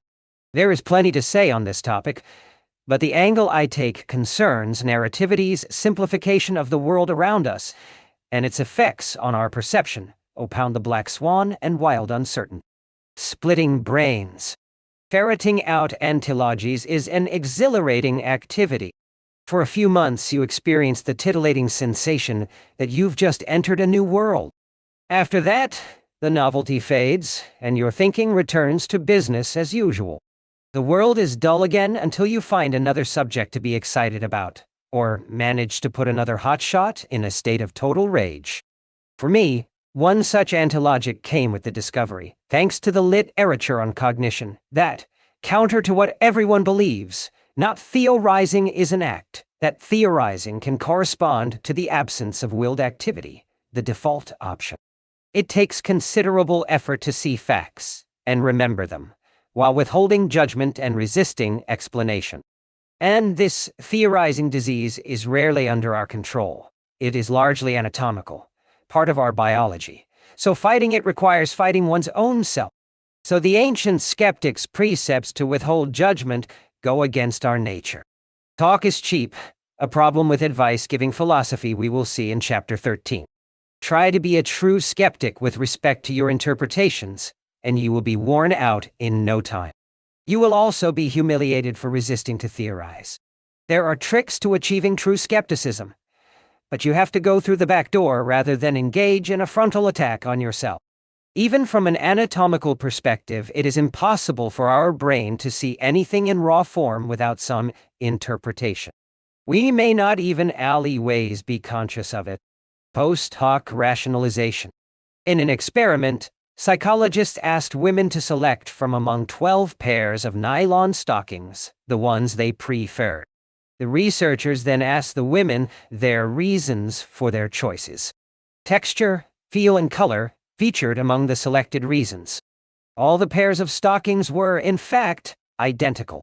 The women supplied backfit, post hoc explanations. Does this suggest that we are better at explaining than at understanding? Let us see. A series of famous experiments on split brain patients gives us convincing physical, that is, biological, evidence of the automatic aspect of the act of interpretation. There appears to be a sense-making organ in us, though it may not be easy to zoom in on it with any precision. Let us see how it is detected. Split brain patients have no connection between the left and the right sides of their brains, which prevents information from being shared between the two cerebral hemispheres. These patients are jewels, rare and invaluable for researchers. You literally have two different persons, and you can communicate with each one of them separately. The differences between the two individuals give you some indication about the specialization of each of the hemispheres. This splitting is usually the result of surgery to remedy more serious conditions like severe epilepsy, No, scientists in Western countries, and most Eastern ones, are no longer allowed to cut human brains in half, even if it is for the pursuit of knowledge and wisdom. Now, say that you induced such a person to perform an act, raise his finger, laugh, or grab a shovel, in order to ascertain how he ascribes a reason to his act, when in fact you know that there is no reason for it other than your inducing. If you ask the right hemisphere, here isolated from the left side, to perform the action, then ask the other hemisphere for an explanation. Now, if you do the opposite, namely, instruct the isolated left hemisphere of a right-handed person to perform an act and ask the right hemisphere for the reasons, you will be plainly told, "I don't know." Note that the left hemisphere is where language and deduction generally reside. I warn the reader hungry for science against attempts to build a neural map. All I'm trying to show is the biological basis of this tendency toward causality, not its precise location. There are reasons for us to be suspicious of these right brain, left brain distinctions, and subsequent pop science generalizations about personality. Indeed, the idea that the left brain controls language may not be so accurate. The left brain seems more precisely to be where pattern recognition resides, and it may control language, only insofar as language has a pattern recognition attribute. Another difference between the hemispheres is that the right brain deals with novelty. It tends to see series of facts, the particular or the trees, while the left one perceives the patterns, the gestalt, the general, or the forest. To see an illustration of our biological dependence on a story, consider the following experiment. First, read this. A bird in the hand is worth two in the bush. Do you see anything unusual? Try again. The Sydney-based brain scientist Alan Snyder, who has a Philadelphia accent, made the following discovery. If you inhibit the left hemisphere of a right-handed person, more technically, by directing low-frequency magnetic pulses into the left frontotemporal lobes, you lower his rate of error in reading the above caption. Our propensity to impose meaning in concepts blocks our awareness of the details making up the concept. However, if you zap people's left hemispheres, they become more realistic, they can draw better, and with more verisimilitude. Their minds become better at seeing the objects themselves, cleared of theories, narratives, and prejudice. Why is it hard to avoid interpretation? It is key that, as we saw with the vignette of the Italian scholar, brain functions often operate outside our awareness. You interpret pretty much as you perform other activities deemed automatic and outside your control, like breathing. What makes non-theorizing cost you so much more energy than theorizing? First, there is the impenetrability of the activity. I said that much of it takes place outside of our awareness. If you don't know that you are making the inference, how can you stop yourself unless you stay in a konon? And if you need to be continuously on the watch, doesn't that cause fatigue? Try it for an afternoon and see. A little more dopamine. In addition to the story of the left brain interpreter, we have more physiological evidence of our ingrained pattern seeking, thanks to our growing knowledge of the role of neurotransmitters, the chemicals that are some to transport signals between different parts of the brain. It appears that pattern perception increases along with the concentration in the brain of the chemical dopamine. Dopamine also regulates moods and supplies an internal reward system in the brain. Not surprisingly, it is found in slightly higher concentrations in the left side of the brains of right-handed persons than on the right side. A higher concentration of dopamine APB pairs to lower skepticism and result in greater vulnerability to pattern detection. An injection of L-Dopa, a substance used to treat patients with Parkinson's disease, seems to increase such activity and lowers one's suspension of belief. The person becomes vulnerable to all manner of fads, such as astrology, superstitions, economics, and tarot card reading. Actually, as I am writing this, there is news of a pending lawsuit by a patient going after his doctor for more than $200,000, an amount he allegedly lost while gambling. The patient claims that the treatment of his Parkinson's disease caused him to go on wild betting sprees in casinos. It turns out that one of the side effects of L-Dopa is that a small but significant minority of patients become compulsive gamblers. Since such gambling is associated with their seeing what they believe to be clear patterns in random numbers, this illustrates the relation between knowledge and randomness. It also shows that some aspects of what we call knowledge and what I call narrative are an ailment. Once again, I warn the reader that I am not focusing on dopamine as the reason for our overinterpreting. Rather, my point is that there's a physical and neural correlate to such operation, and that our minds are largely victims of our physical embodiment. Our minds are like inmates, captive to our biology, unless we manage a cunning escape. It is the lack of our control of such inferences that I'm stressing. Tomorrow, someone may discover another chemical or organic basis for our perception of patterns, or counter what I said about the left brain interpreter by showing the role of a more complex structure. But it would not negate the idea that perception of causation has a biological foundation. Andrei Nikolaevich's rule. There is another, even deeper reason for our inclination to narrate, and it is not psychological. It has to do with the effect of order on information storage and retrieval in any system. And it's worth explaining here because of what I consider the central problems of probability and information theory. The first problem is that information is costly to obtain. The second problem is that information is also costly to store, like real estate in New York. The more orderly, less random, patterned, and narratized a series of words or symbols, the easier it is to store that series in one's mind or jot it down in a book, so your grandchildren can read it someday. Finally, information is costly to manipulate and retrieve.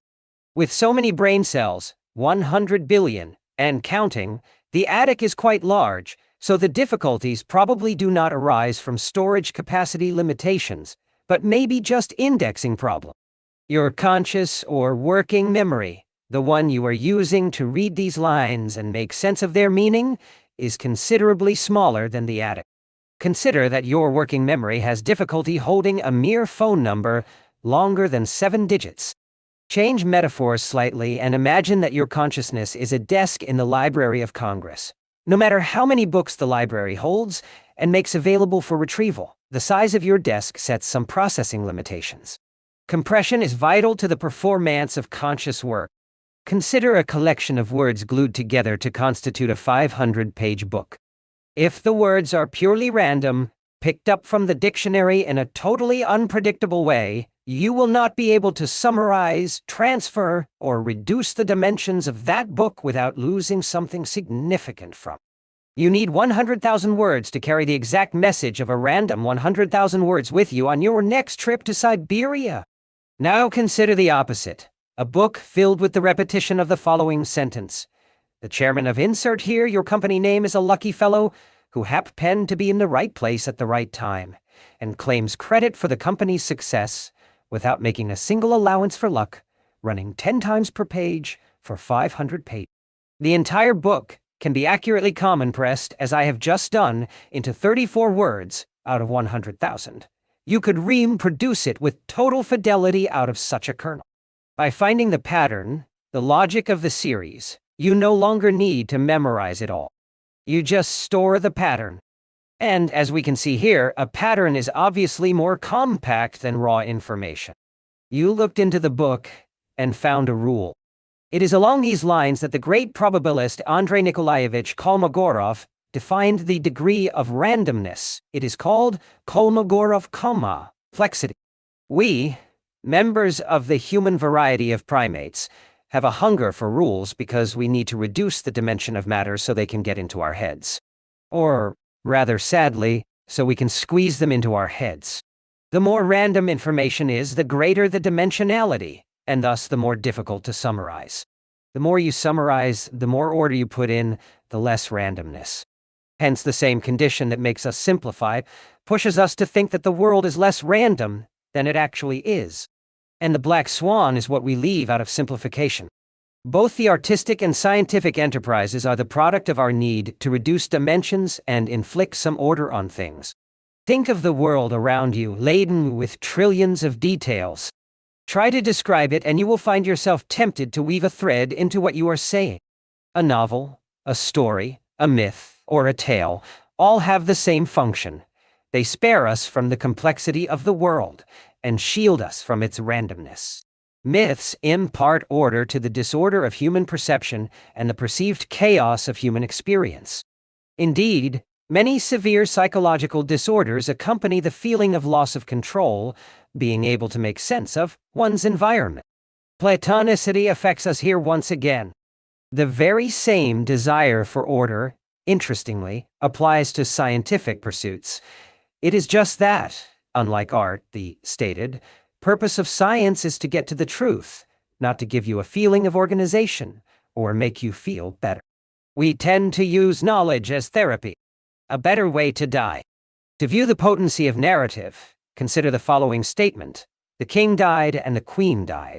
Compare it to the king died, and then the queen died of grief. This exercise, presented by the novelist E.M. Forster, shows the distinction between mere succession of information and a plot. But notice the hitch here. Although we added information to the second statement, we effectively reduced the dimension of the total. The second sentence is, in a way, much lighter to carry and easier to remember. We now have one single piece of information in place of two. As we can remember it with less effort, we can also sell it to others. That is, market it better as a packaged idea. This, in a nutshell, is the definition and function of a narrative. To see how the narrative can lead to a mistake in the assessment of the odds, do the following experiment. Give someone a well-written detective story, say an Agatha Christie novel, with a handful of characters who can all be plausibly deemed guilty. Now, question your subject about the probabilities of each character's being the murderer.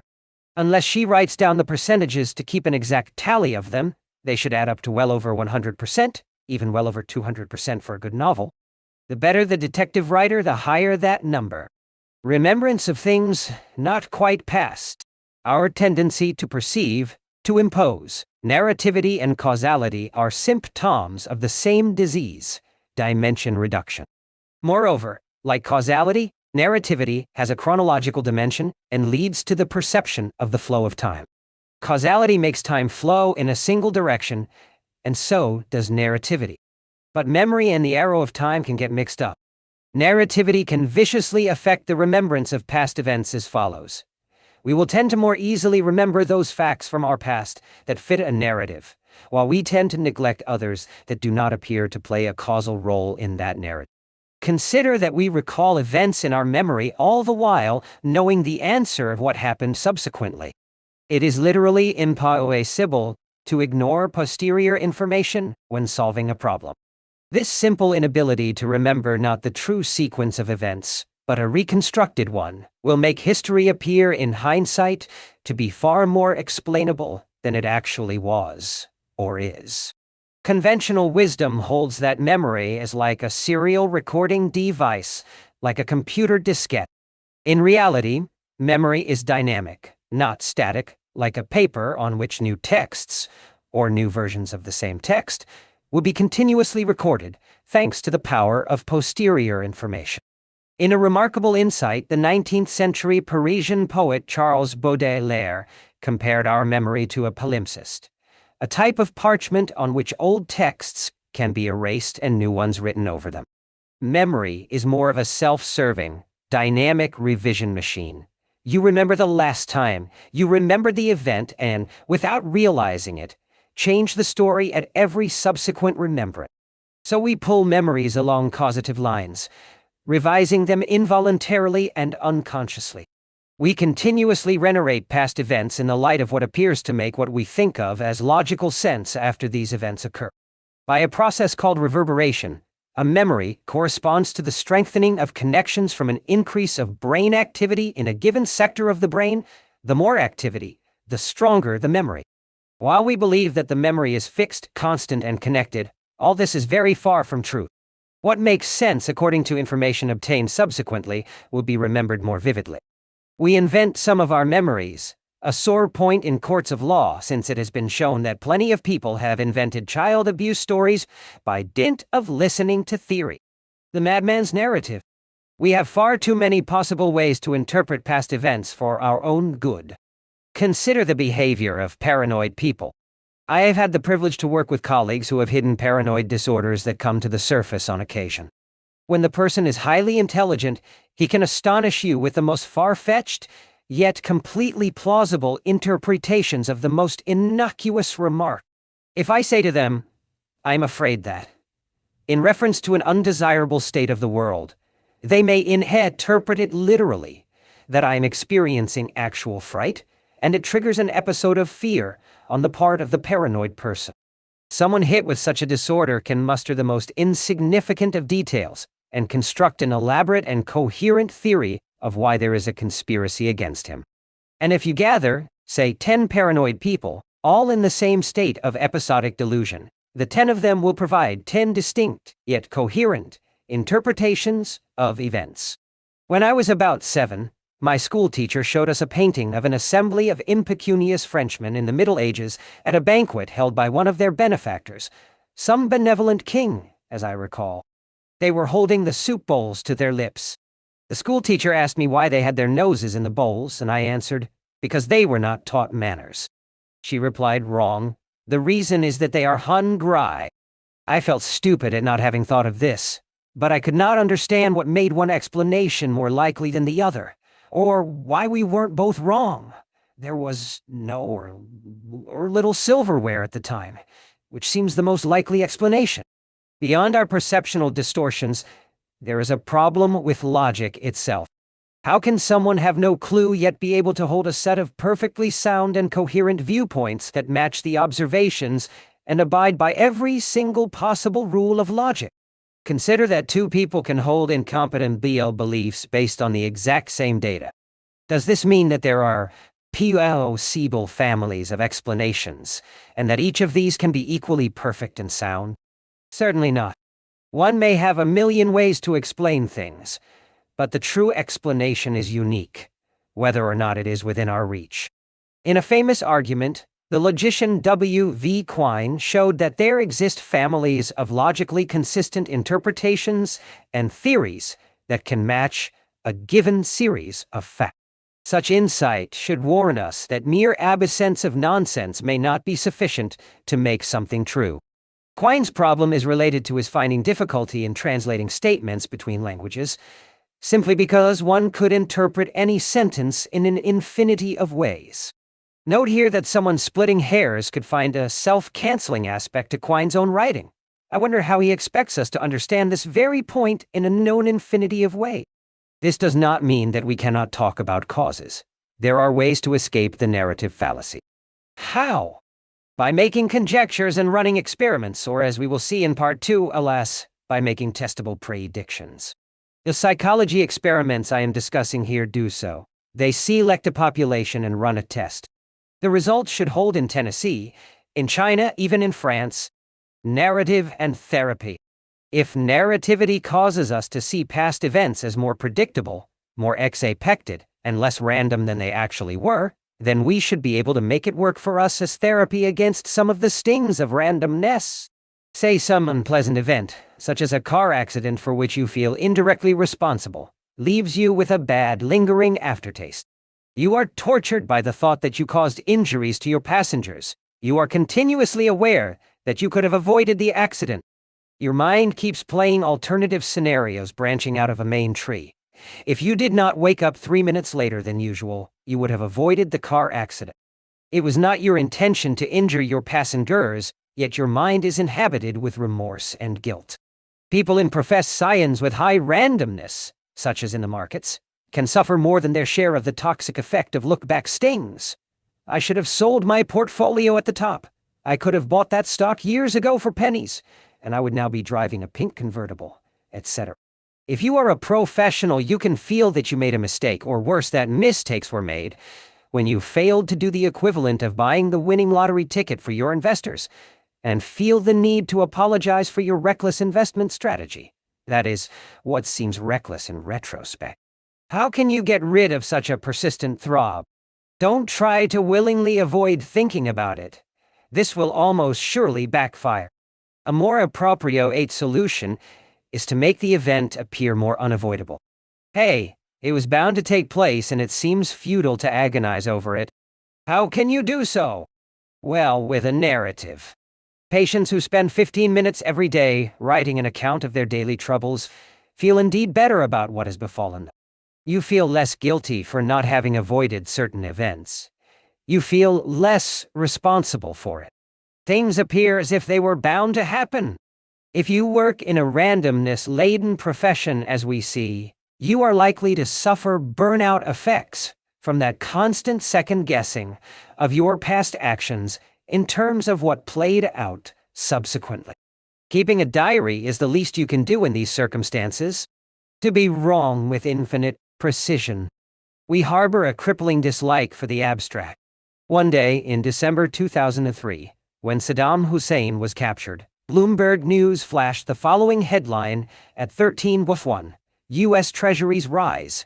Hussein capture may not curb terrorism. Whenever there is a market move, the news media feel obligated to give the reason. Half an hour later, they had to issue a new headline. As these U.S. Treasury bonds fell in price, they fluctuate all day long, so there was nothing special about that. Bloomberg News had a new reason for the fall. Saddam's capture, the same Saddam. At 13:31, they issued the next bulletin. U.S. Treasuries fall. Hussein capture boosts allure of risky assets. So it was the same capture, the cause, explaining one event and its exact opposite. Clearly, this can't be. These two facts cannot be linked. Do media journalists repair to the nurse's office every morning to get their daily dopamine injection so that they can narrate better? Note the irony that the word dope, used to designate the illegal drugs athletes take to improve performance, has the same root as dopamine. It happens all the time. A cause is proposed to make you swallow the news and make matters more concrete. After a candidate's defeat in an election, you will be supplied with the cause of the voters' disgruntlement. Any conceivable cause can do. The media, however, go to great lengths to make the process thorough with their armies of fact-checkers. It is as if they wanted to be wrong with infinite precision, instead of accepting being approximately right, like a fable writer. Note that in the absence of any other information about a person you encounter, you tend to fall back on her nationality and background as a salient attribute, as the Italian scholar did with me. How do I know that this attribution to the background is bogus? I did my own empirical test by checking how many traders with my background who experienced the same war became skeptical empiricists, and found none out of 26.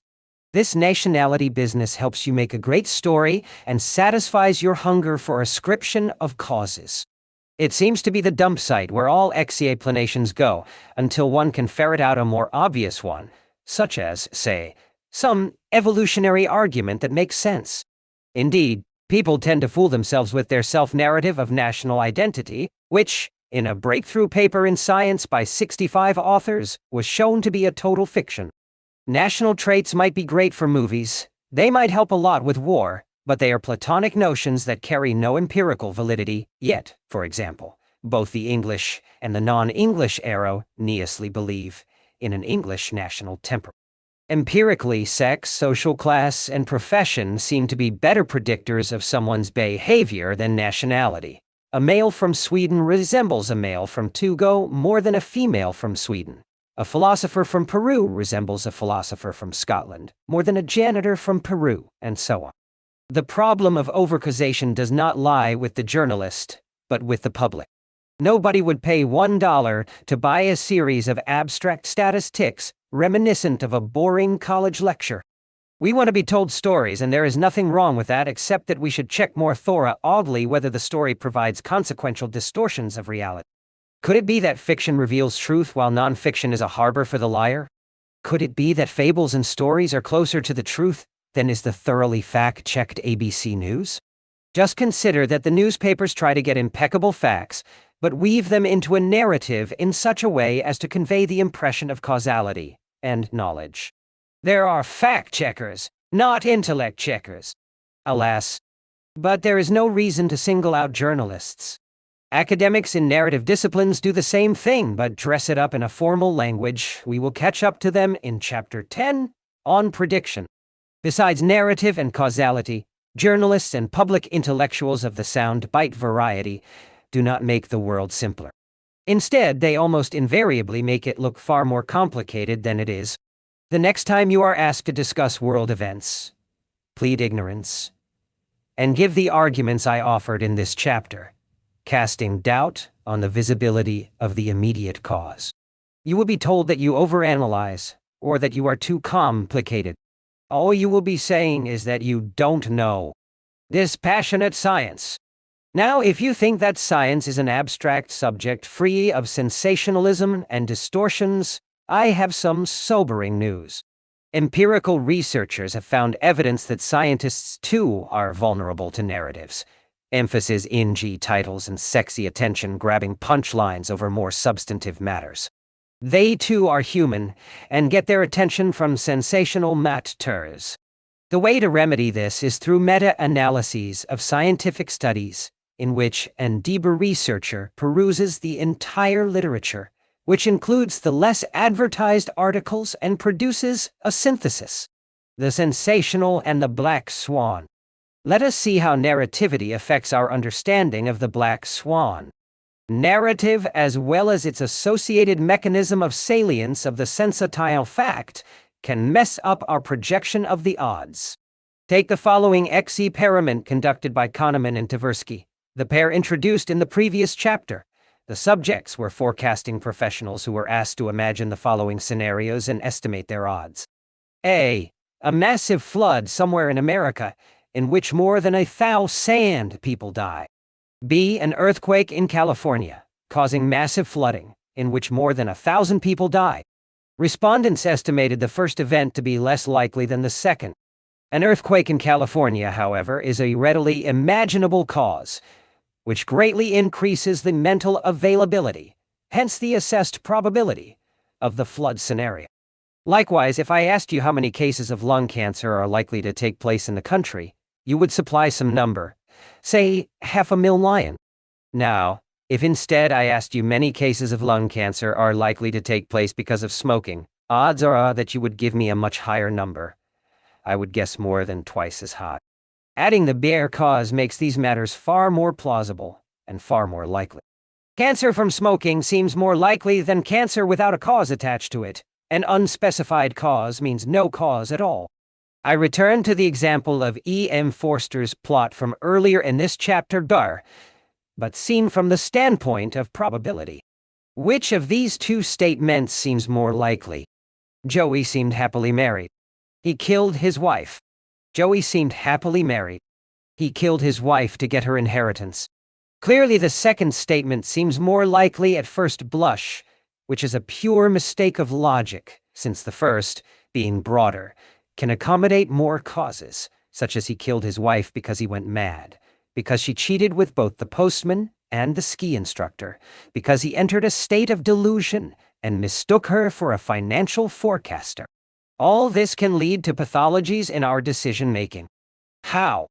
Just imagine that, as shown by Paul Slovic and his collaborators, people are more likely to pay for terrorism insurance than for plain insurance, which covers, among other things, terrorism. The black swans we imagine, discuss, and worry about do not resemble those likely to be black swans. We worry about the wrong improbable events, as we will see next. Black swan blindness.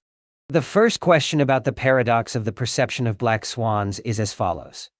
How is it that some black swans are overblown in our minds when the topic of this book is that we mainly neglect black swan? The answer is that there are two varieties of rare events. A. The narrated black swans, those that are present in the current discourse and that you are likely to hear about on television, and B. Those nobody talks about, since they escape models, those that you would feel ashamed discussing in public because they do not seem plausible. I can safely say that it is entirely compatible with human nature that the incidences of black swans would be overestimated in the first case, but severely underestimated in the second one.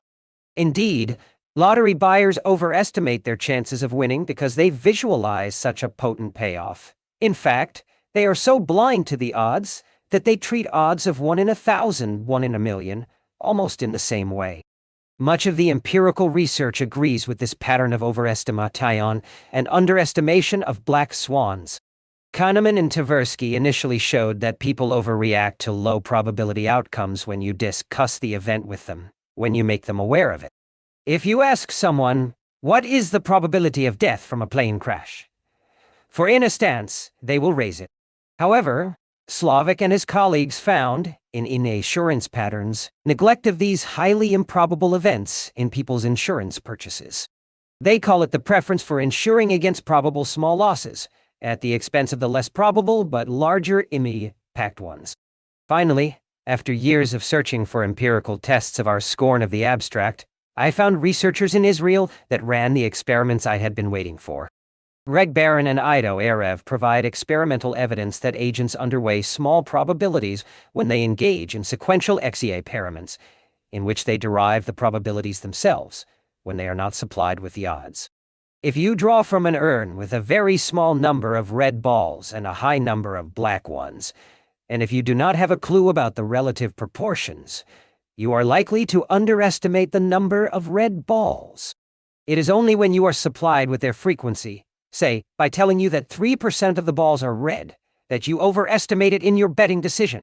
I've spent a lot of time wondering how we can be so myopic and short-termist yet survive in an environment that is not entirely for mediocrity. One day, looking at the gray beard that makes me look 10 years older than I am and thinking about the pleasure I derive from exhibiting it, I realized the following. Respect for elders in many societies might be a kind of compensation for our short-term memory. The word senate comes from senatus, aged in Latin. Sheikh, in Arabic, means both a member of the ruling elite and elder. Elders are repositories of complicated inductive learning that includes information about rare events. Elders can scare us with stories, which is why we become overexcited when we think of a specific black swan. I was excited to find out that this also holds true in the animal kingdom. A paper in Science showed that elephant matriarchs play the role of superadvisors on rare events. We learn from repetition, at the expense of events that have not happened before. Events that are non-repeatable are ignored before their key currents, and overestimated after, for a while. After a black swan, such as September 11, 2001, people expect it to recur when in fact the odds of that happening have arguably been lowered. We like to think about specific and known black swans, when in fact the very nature of randomness lies in its abstraction. As I said in the prologue, it is the wrong definition of a god. The economist Hyman Minsky sees the cycles of risk, taking in the economy as following a pattern. Stability and absence of crises encourage risk-taking, complacency, and lowered awareness of the possibility of problems. Then, a crisis occurs, resulting in people being shell-shocked and scared of investing their resources. Strangely, both Minsky and his school, dubbed post-Keynesian, and his opponents, the libertarian Austrian economists, have the same analysis, except that the first group recommends governmental intervention to smooth out the cycle, while the second believes that civil servants should not be trusted to deal with such matters. While both schools of thought seem to fight each other, they both emphasize fundamental uncertainty and stand outside the mainstream economic departments, though they have large followings among businessmen and non-academics.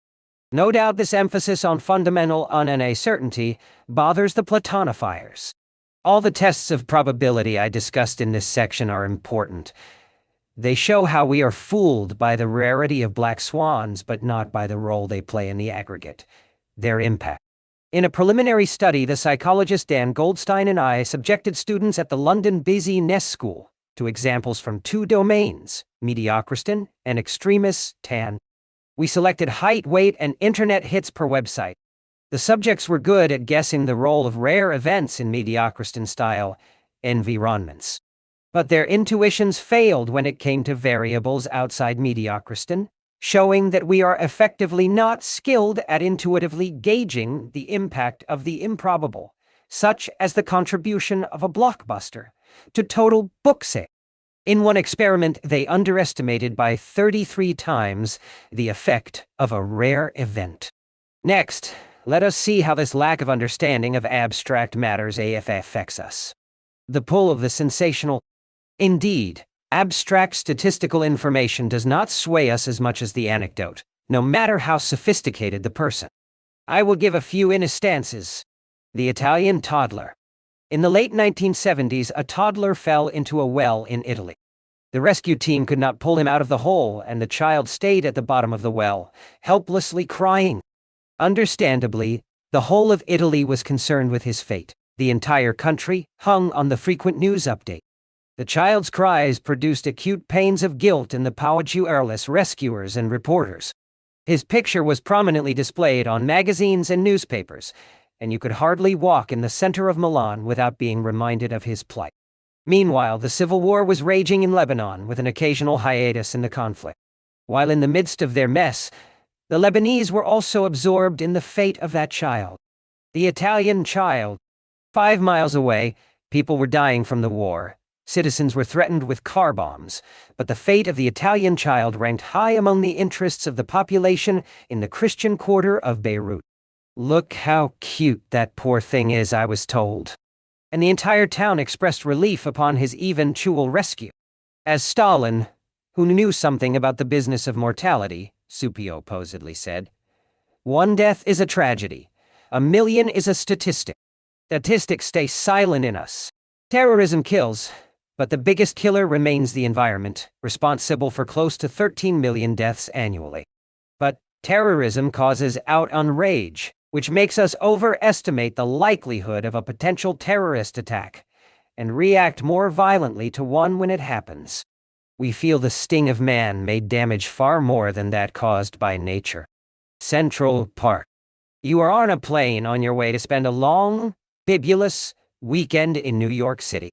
You are sitting next to an insurance salesman who, being a salesman, cannot stop talking.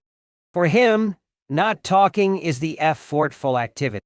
He tells you that his cousin, with whom he will celebrate the holidays, worked in a law office with someone whose brother-in-law's business partner's twin brother was mugged and killed in Central Park. Indeed, Central Park in glorious New York City. That was in 1989, if he remembers it well. The year is now 2007. The poor victim was only 38 and had a wife and 3 children, one of whom had a birth defect and needed special care at Cornell Medical Center. 3 children, one of whom needed special care, lost their father because of his foolish visit to Central Park. Well, you are likely to avoid Central Park during your stay. You know, you can get crime statistics from the web or from any brochure, rather than anecdotal information from a verbally incontinent salesman. But you can't help it. For a while, the name Central Park will conjure up the image of that poor, undeserving man lying on the polluted grass. It will take a lot of statistical information to override your hesitation. Motorcycle riding. Likewise, the death of a relative in a motorcycle accident is far more likely to influence your attitude toward motorcycles than volumes of statistical analyses.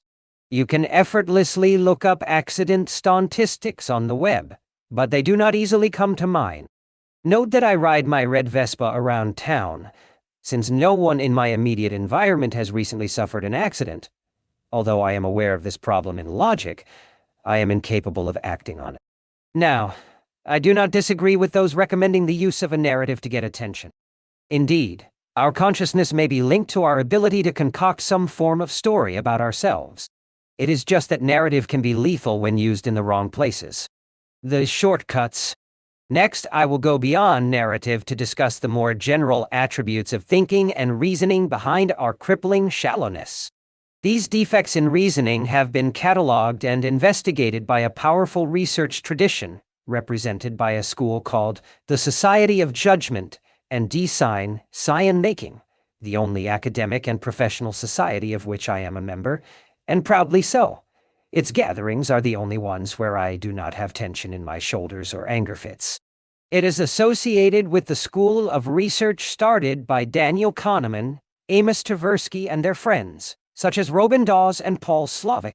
It is mostly composed of empirical psychologists and cognitive scientists whose methodology hews strictly to running very precise controlled experiments, physics style, on humans and making catalogs of how people react, with minimal theorizing. They look for regularities. Note that empirical psychologists use the bell curve to gauge errors in their testing methods. But as we will see more Tech 9 Cali in Chapter 15, this is one of the rare adequate applications of the bell curve in social science, owing to the nature of the experiment. We have seen such types of experiments earlier in this chapter with the flood in California and with the identification of the confirmation bias in Chapter 5. These researchers have mapped our activities into, roughly, a dual mode of thinking, which they separate as System 1 and System 2, or the exoperiential and the cogitate. The distinction is straightforward. System 1, the experiential one, is effortless, automatic, fast, opaque. We do not know that we are using it, parallel processed, and can lend itself to errors. It is what we call intuition, and performs these quick acts of prowess that became popular under the name Blink, after the title of Malcolm Gladwell's best-selling book. System 1 is highly emotional, precisely because it is quick. It produces shortcuts, called heuristics, that allow us to function rapidly and effectively. Dan Goldstein calls these heuristics fast and frugal. Others prefer to call them quick and dirty. Now, these shortcuts are certainly virtuous since they are rapid, but at times, they can lead us into some severe mistakes. This main idea generated an entire school of research called the heuristics and biases approach. Heuristics corresponds to the study of shortcuts. Biases stand for mistakes. System 2, the cogitative one, is what we normally call thinking. It is what you use in a classroom, as it is effortful, even for Frenchmen, reasoned, slow, logical, serial, progressive, and self-aware. You can follow the steps in your reasoning. It makes fewer mistakes than the experiential system, and since you know how you derived your result, you can retrace your steps and correct them in an adaptive manner. Most of our mistakes in reasoning come from using System 1 when we are in fact thinking that we are using System 2. How? Since we react without thinking and introspection, the main property of System 1 is our lack of awareness of using it. Recall the round-trip error. Our tendency to confuse no evidence of black swans with evidence of no black swans. It shows System 1 at work. You have to make an effort. System 2, to override your first react. Clearly, Mother Nature makes you use the fast System 1 to get out of trouble, so that you do not sit down and cogitate whether there is truly a tiger attacking you, or if it is an optical illusion. You run immediately, before you become conscious of the presence of the tiger. Emotions are assumed to be the weapon System 1 uses to direct us and force us to act quickly. It mediates risk avoidance far more effectively than our cognitive system. Indeed, neurobiologists who have studied the emotional system show how it often reacts to the presence of danger long before we are consciously aware of it. We experience fear and start reacting a few milliseconds before we realize that we are facing a snake. Much of the trouble with human nature resides in our inability to use much of System 2 or to use it in a prolonged way without having to take a long beach vacation. In addition, we often just forget to use it. Beware the brain. Note that neurobiologists make, roughly, a similar distinction to that between System 1 and System 2, except that they operate along anatomical lines. Their distinction differentiates between parts of the brain, the cortical part, which we are supposed to use for thinking, and which distinguishes us from other animals, and the fast-reacting limbic brain, which is the center of emotions, and which we share with other mammals. As a skeptical empiricist, I do not want to be the turkey, so I do not want to focus solely on specific organs in the brain, since we do not observe brain functions very well. Some people try to identify what are called the neural correlates of, say, decision-making, or more aggressively the neural substrates of, say, memory. The brain might be more complicated machinery than we think. Its anatomy has fooled us repeatedly in the past. We can, however, assess regularities by running precise and thorough experiments on how people react under certain conditions, and keep a tally of what we see. For an example that justifies skepticism about unconditional reliance on neurobiology, and vindicates the ideas of the empirical school of medicine to which Sextus belonged, let's consider the intelligence of birds.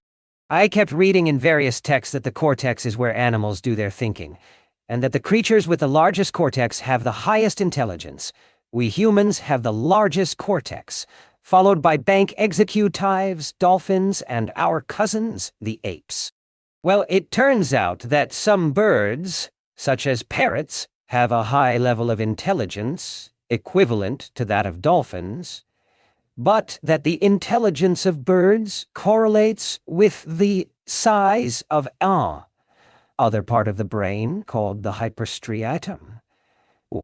So neurobiology with its attribute of hard science can sometimes, though not always, fool you into a platonified, reductive statement. I am amazed that the empirics, skeptical about links between anatomy and function, had such insight. No wonder their school played a very small part in intellectual history. As a skeptical empiricist, I prefer the experiments of empirical psychology to the theories-based MRI scans of neurobiologists, even if the former appear less scientific to the public.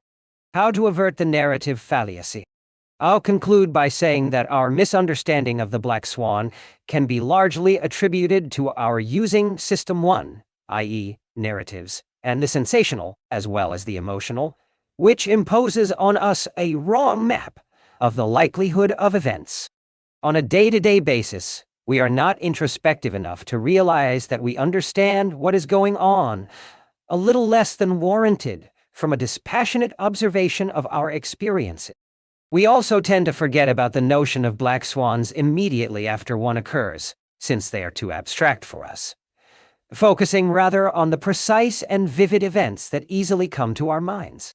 We do worry about black swans, just the wrong ones. Let me bring mediocristan into this. In mediocristan, narratives seem to work.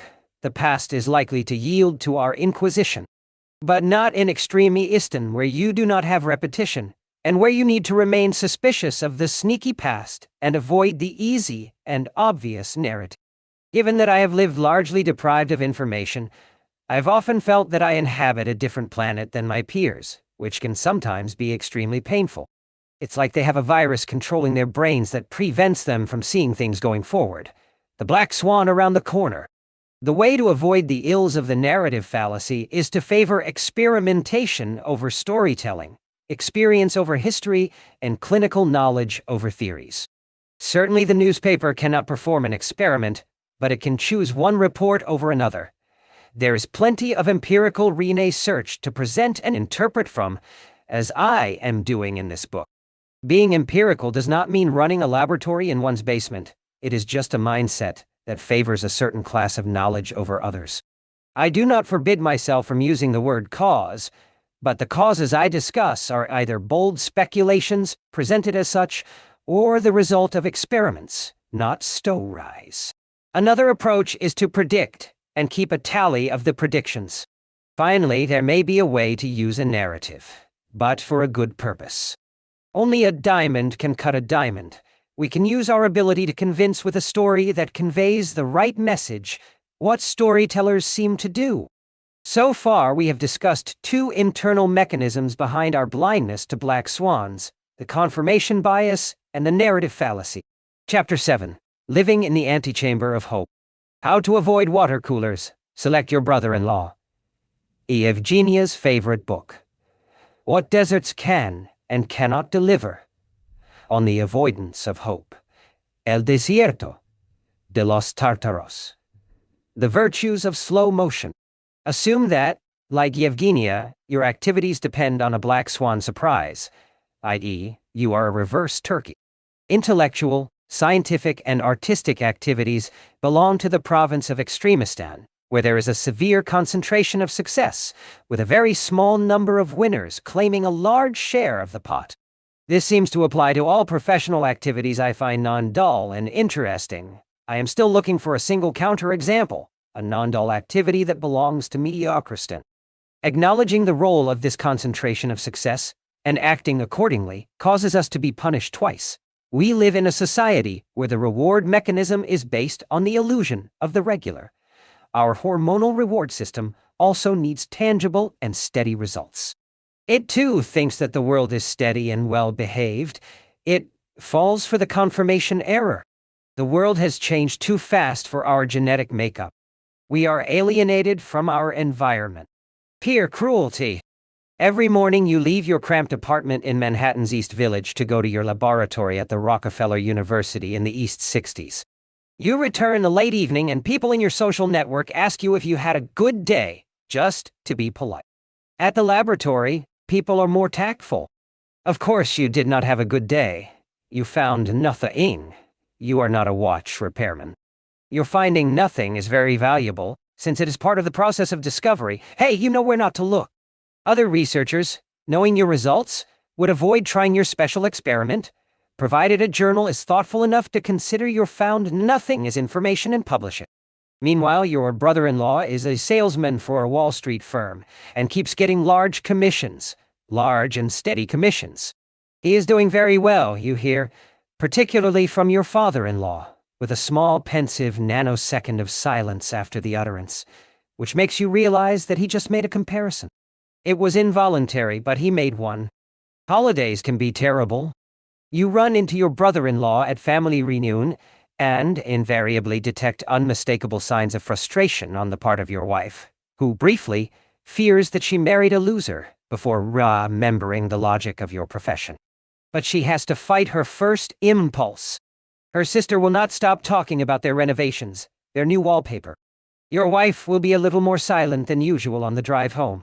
This sulking will be made slightly worse because the car you are driving is rented, since you cannot afford to garage a car in Manhattan. What should you do?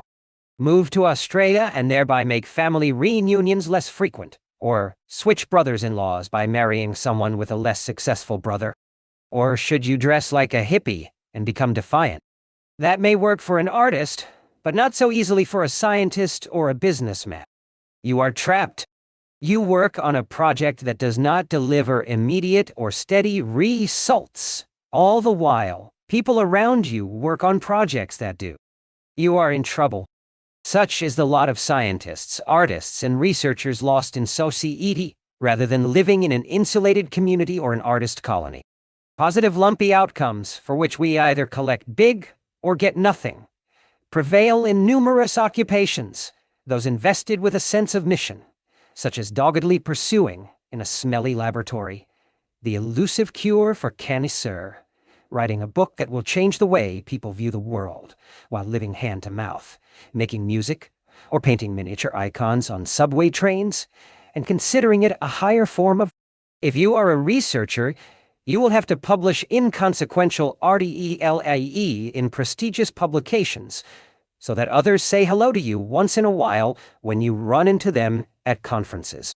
If you run a public corporation, things were great for you before you had shareholders, when you and your partners were the sole owners, along with savvy venture capitalists who understood uneven results and the lumpy nature of economic life.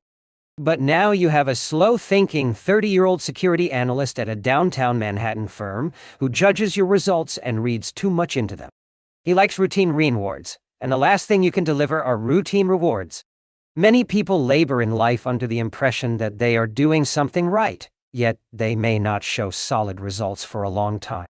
They need a capacity for continuously adjourned gratification to survive a steady diet of peer cruelty without becoming demoralized. They look like idiots to their cousins. They look like idiots to their peers. They need courage to continue. No confirmation comes to them. No validation. No fawning students. No Nobel. No Schnobel. How was your year? Brings them a small but containable spasm of pain deep inside, since almost all of their years will seem wasted to someone looking at their life from the outside. Then bang! The lumpy event comes that brings the grand vindication. Or it may never come. Believe me, it is tough to deal with the social consequences of the appearance of continuous failure. We are social animals. Hell is other people, where the relevant is the sensational. Our intuitions are not cut out for non-linearities. Consider our life in a primitive environment where process and result are closely connected. You are thirsty, drinking brings you adequate satisfaction. Or even in a not-so-primitive environment, when you engage in building, say, a bridge or a stone house, more work will lead to more apparent results, so your mood is propped up by visible continuous feedback. In a primitive environment, the relevant is the sensational. This applies to our knowledge. When we try to collect information about the world around us, we tend to be guided by our biology, and our attention flows effortlessly toward the sensational. Somehow the guidance system has gone wrong in the process of our coevolution with our habitat. It was transplanted into a world in which the relevant is often boring, non-sensational. Furthermore, we think that if, say, two variables are causally linked, then a steady input in one variable should always yield a result in the other one. Our emotional apparatus is designed for linear causality. For instance, if you study every day, you expect to learn something in proportion to your studies. If you feel that you are not going anywhere, your emotions will cause you to become demoralized. But modern reality rarely gives us the privilege of a satisfying linear, positive progression. You may think about a problem for a year and learn nothing. Then, unless you are disheartened by the emptiness of the results and give up, something will come to you in a flash. Researchers spent some time dealing with this notion of gratification. Neurology has been enlightening us about the tension between the notions of immediate rewards and delayed ones. Would you like a massage today, or two next week? Well, the news is that the logical part of our mind, that higher one, which distinguishes us from animals, can override our animal instinct, which asks for immediate rewards. So we are a little better than animals after all, but perhaps not by much. And not all of the time. Non-linearities. The situation can get a little more tragic. The world is more non-linear than we think, and than scientists would like to think. With linearities, relationships between variables are clear, crisp, and constant, therefore platonically easy to grasp in a single sentence, such as a 10% increase in money in the bank corresponds to a 10% increase in interest income and a 5% increase in obsequiousness on the part of the personal bank. If you have more money in the bank, you get more interest. Nonlinear relationships can vary. Perhaps the best way to describe them is to say that they cannot be expressed verbally in a way that does justice to them. Take the relationship between pleasure and drinking water. If you are in a state of painful thirst, then a bottle of water increases your well-being significantly. More water means more pleasure. But what if I gave you a cistern of water? Clearly, your well-being becomes rapidly insensitive to further quantities.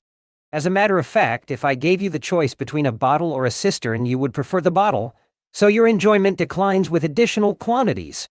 These non-linear relationships are ubiquitous in life. Linear relationships are truly the exception. We only focus on them in classrooms and textbooks because they are easier to understand. Yesterday afternoon, I tried to take a fresh look around me to catalog what I could see during my day that was linear. I could not find anything. No more than someone hunting for squares or triangles could find them in the rainforest, or, as we will see in Part 3, any more than someone looking for bell-shaped randomness finding it in socioeconomic phenomena. You play tennis every day with no improvement, then suddenly you start beating the pro. Your child does not seem to have a learning impediment, but he does not seem to want to speak. The schoolmaster pressures you to start considering other options, namely, therapy. You argue with her to no avail. She is supposed to be the expert. Then suddenly, the child starts composing elaborate sentences, perhaps a bit too elaborate for his age group. I will repeat that linear progression, a Platonic idea, is not the norm. Process over results. We favor the sensational and the extremely visible. This affects the way we judge heroes.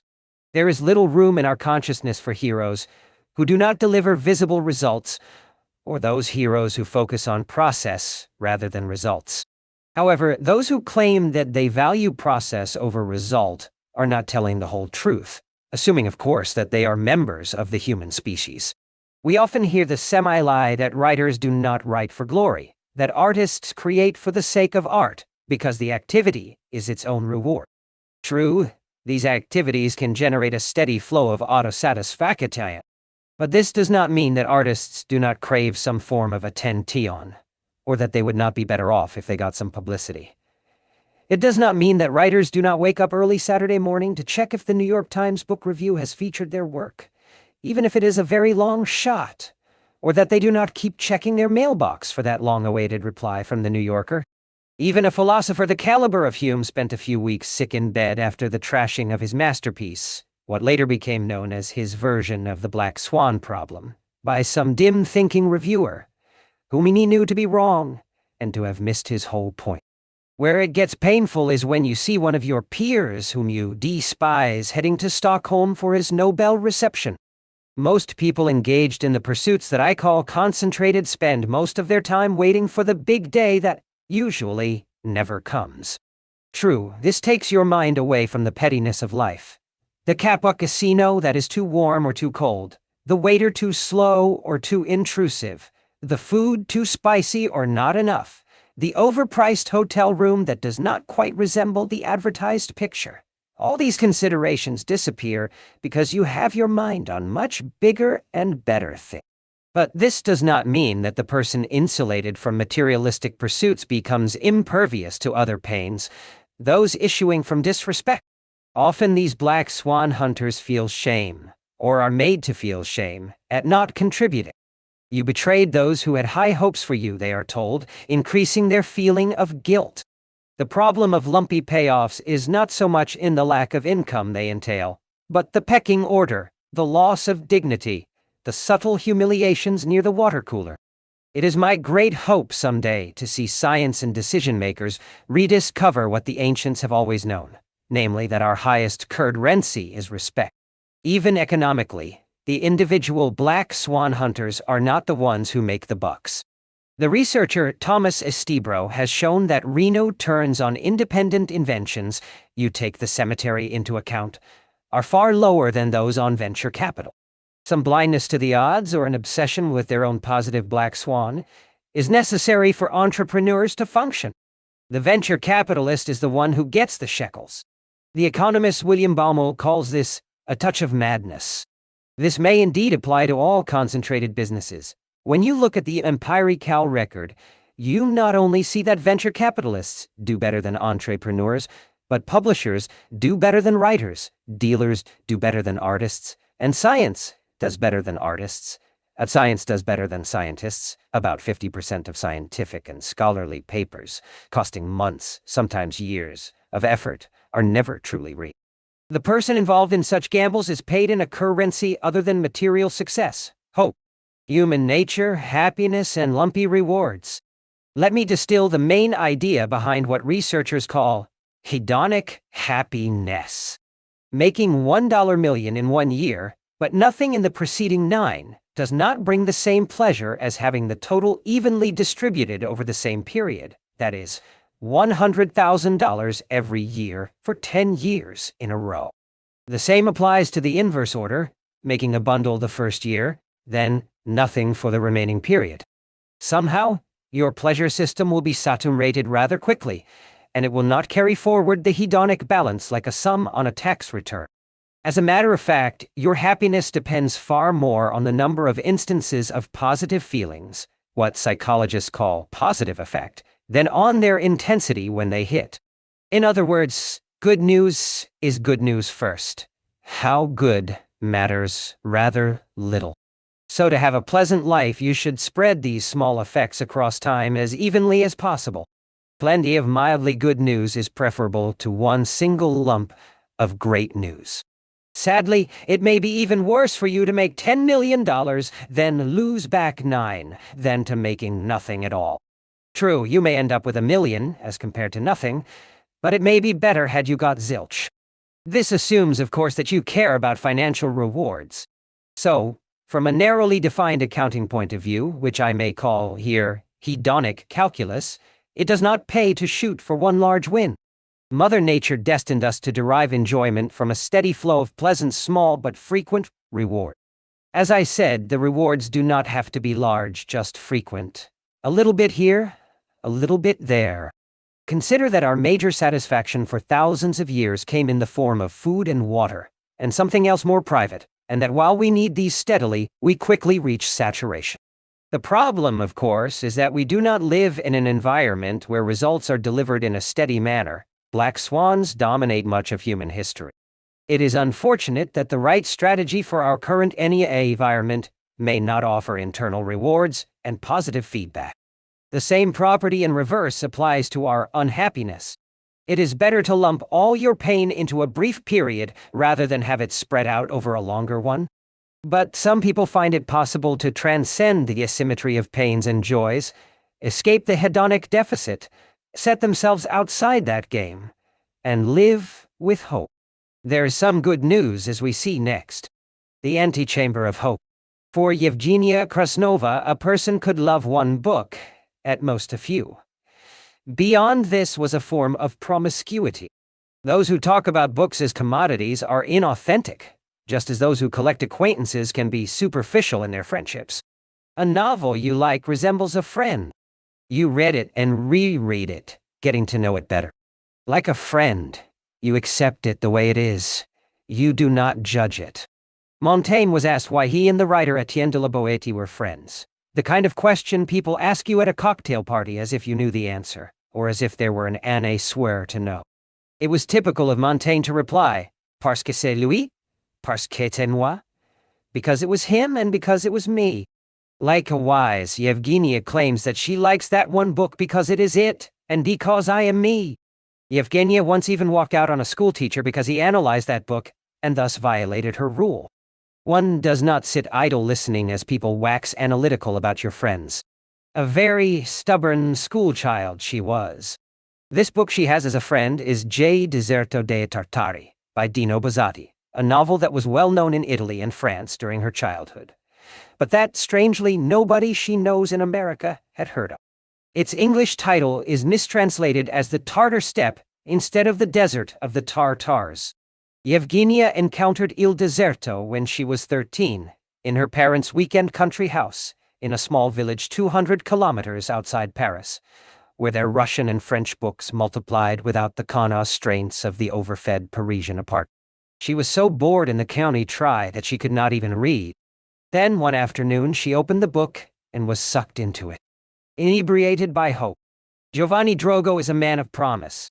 He has just graduated from the Military Academy with the rank of junior officer, and active life is just starting. But things do not turn out as planned. His initial 4-year assignment is a remote outpost, the Bastiani Fortress, protecting the nation from the Tartars likely to invade from the border desert, not too desirable a position. The fortress is located a few days by horseback from the town. There is nothing but bareness around it, none of the social buzz that a man of his age could look forward to. Drogo thinks that his assignment in the outpost is temporary, a way for him to pay his dues before more appealing positions present themselves. Later, back in town, in his impeccably ironed uniform, and with his athletic figure, few ladies will be able to resist him. What is Drogo to do in this hole? He discovers a loophole, a way to be transferred after only 4 months. He decides to use the loophole. At the very last minute, however, Drogo takes a glance at the desert from the window of the medical office and decides to extend his stay. Something in the walls of the fort and the silent landscape ensnares him. The appeal of the fort, and waiting for the attackers, the big battle with the ferocious Tartars, gradually become his only reason to exist. The entire atmosphere of the fort is one of anticipation. The other men spend their time looking at the horizon and awaiting the big event of the enemy attack. They are so focused that, on rare occasions, they can detect the most insignificant stray animal that appears at the edge of the desert and mistake it for an enemy attack. Sure enough, Drogo spends the rest of his life extending his stay, delaying the beginning of his life in the city, 35 years of pure hope, spent in the grip of the idea that one day, from the remote hills that no human has ever crossed, the attackers will eventually emerge and help him rise to the occasion. At the end of the novel, we see Drogo dying in a roadside inn as the event for which he has waited all his life takes place. He has missed it. The sweet trap of anticipation. Yevgenia read Il Deserto numerous times. She even learned Italian, and perhaps married an Italian, so she could read it in the original. Yet she never had the heart to reread the painful ending. I presented the Black Swan as the outlier, the important event that is not expected to happen. But consider the opposite, the unexpected event that you very badly want to happen. Drogo is obsessed and blinded by the possibility of an unlikely event, That rare occurrence is his raison d'etre. At 13, when she encountered the book, little did Yevgenia know that she would spend an entire life playing Giovanni Drogo in the antechamber of hope, waiting for the big event, sacrificing for it, and refusing intermediate steps, the consolation prizes. She did not mind the sweet trap of anticipation. To her it was a life worth living. It was worth living in the cathartic simplicity of a single purpose. Indeed, be careful what you wish for. She may have been happier before the black swan of her success than after. One of the attributes of a black swan is an asymmetry in consequences, either positive or negative. For Drogo, the consequences were 35 years spent waiting in the antechamber of hope for just a few randomly distributed hours of glory, which he ended up missing. When you need the Bastiani fortress. Note that there was no brother-in-law around in Drogo's social network. He was lucky to have companions in his mission. He was a member of a community at the gate of the desert, intently looking together at the horizon. Drogo had the advantage of an association with peers, and the avoidance of social contact with others outside the community. We are local animals, interested in our immediate neighborhood, even if people far away consider us total idiots. Those Homo sapiens are abstract and remote, and we do not care about them because we do not run into them in elevators or make eye contact with them. Our shallowness can sometimes work for us. It may be a banality that we need others for many things, but we need them far more than we realize, particularly for dignity and respect. Indeed, we have very few historical records of people who have achieved anything extraordinary without such peer validation, but we have the freedom to choose our peers. If we look at the history of ideas, we see schools of thought occasionally forming, producing unusual work unpopular outside the school. You hear about the Stoics, the academic skeptics, the Cynics, the Pyrrhonian skeptics, the Essenes, the Surrealists, the Dadaists, the anarchists, the hippies. A school allows someone with unusual ideas with the remote possibility of a payoff to find company and create a microcosm insulated from others. The members of the group can be ostracized together, which is better than being ostracized alone. If you engage in a black swan-dependent activity, it is better to be part of a group. El desierto de los tartaros. Yevgenia met Nero Tulip in the lobby of the Hotel Danieli in Venice. He was a trader who lived between London and New York. At the time, traders from London went to Venice on Friday noon during the low-sea sun, just to talk to other traders from London. As Yevgenia and Nero stood engaged in an effortless conversation, she noticed that her husband was looking uncomfortably at them from the bar where he sat, trying to stay focused on the pontifications of one of his childhood friends. Yevgenia realized that she was going to see a bit more of Nero.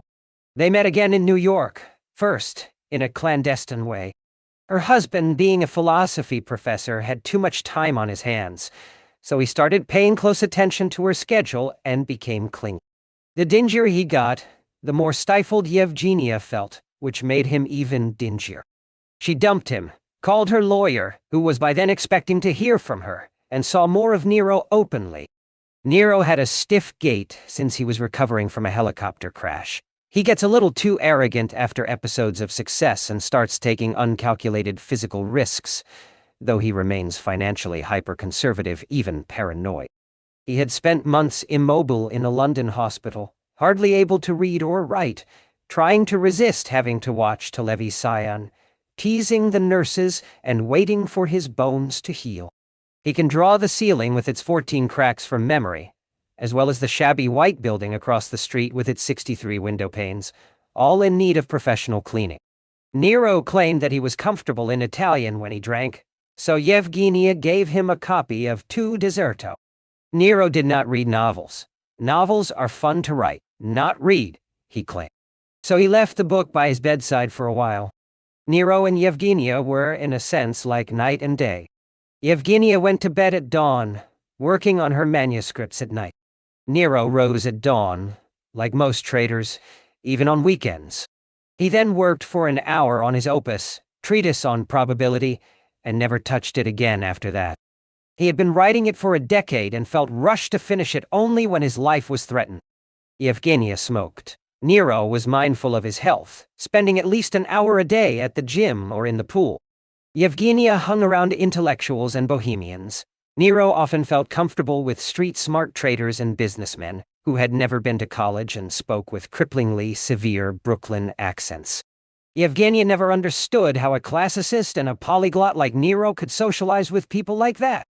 What was worse, she had this French Fifth Republic overt disdain for money, unless disguised by an intellectual or cultural facade, and she could hardly bear these Brooklyn fellows with thick, hairy fingers and gigantic bank accounts. Nero's post-Brooklyn friends, in turn, found her snotty. One of the effects of prosperity has been a steady migration of streetwise people from Brooklyn to Staten Island and New Jersey. Nero was also elitist, unbearably so, but in a different way. He separated those who could connect the dots, Brooklyn-born or not, from those who could not, regardless of their levels of sophistication and learning. A few months later, after he was done with Yevgenia, with inordinate relief, he opened IV Deserto and was sucked into it. Yevgenia had the prescience that, like her, Nero would identify with Giovanni Drogo, the main character of 17 Deserto. He did. Nero, in turn, bought cases of the English, bad, translation of the book, and handed copies to anyone who said a polite hello to him, including his New York doorman who could hardly speak English, let alone read it. Nero was so enthusiastic while explaining the story that the doorman got interested, and Nero had to order the Spanish translation for him. El desierto de los tártaros. Bleed or blow up. Let us separate the world into two categories. Some people are like the turkey, exposed to a major blow-up without being aware of it, while authors play reverse turkey, prepared for big events that might surprise others. In some strategies and life situations, you gambled dollars to win a succession of pennies while appearing to be winning all the time. In others, you risk a succession of pennies to win dollars. In other words, you bet either that the black swan will happen or that it will never happen. Two strategies that require completely different mindsets. We have seen that we, humans, have a marked preference for making a little bit of income at a time. Recall from Chapter 4 that in the summer of 1982, large American banks lost close to everything they had ever earned, and more. So some matters that belong to Extremistan are extremely dangerous, but do not appear to be so beforehand, since they hide and delay their risks, so suckers think they are safe. It is indeed a property of Extremistan to look less risky in the short run than it really is. Nero called the businesses exposed to such blow-ups dubious businesses, particularly since he distrusted whatever method was being used to compute the odds of a blow-up. Recall from Chapter 4 that the accounting period upon which companies' performances are evaluated is too short to reveal whether or not they are doing a great job. And, owing to the shallowness of our intuitions, we formulate our risk assessments too quickly. I will rapidly present Nero's idea. His premise was the following trivial point. Some business bets in which one wins big but infrequently, yet loses small but frequently, are worth making if others are suckers for them, and if you have the personal and intellectual stamina. But you need such stamina. You also need to deal with people in your entourage heaping all manner of insult on you, much of it blatant. People often accept that a financial strategy with a small chance of success is not necessarily a bad one as long as the success is large enough to justify it. For a spate of psychological reasons, however, people have difficulty carrying out such a strategy, simply because it requires a combination of belief, a capacity for delayed gratification, and the willingness to be spat upon by clients without blinking. And those who lose money for any reason start looking like guilty dogs, eliciting more scorn on the part of their entourage.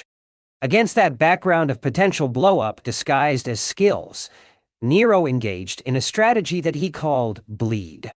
You lose steadily, daily, for a long time, except when some event takes place for which you get paid disproportionately well. No single event can make you blow up, on the other hand. Some changes in the world can produce extraordinarily large profits that pay back such bleed for years, sometimes decades, sometimes even centuries. Of all the people he knew, Nero was the least genetically designed for such a strategy. His brain disagreed so heavily with his body that he found himself in a state of continuous warfare. It was his body that was his problem, which accumulated physical fatigue from the neurobiological effect of exposure to the small continuous losses, Chinese water torture style, throughout the day. Nero discovered that the losses went to his emotional brain, bypassing his higher cortical structures and slowly affecting his hippocampus and weakening his memory. The hippocampus is the structure where memory is supposedly controlled.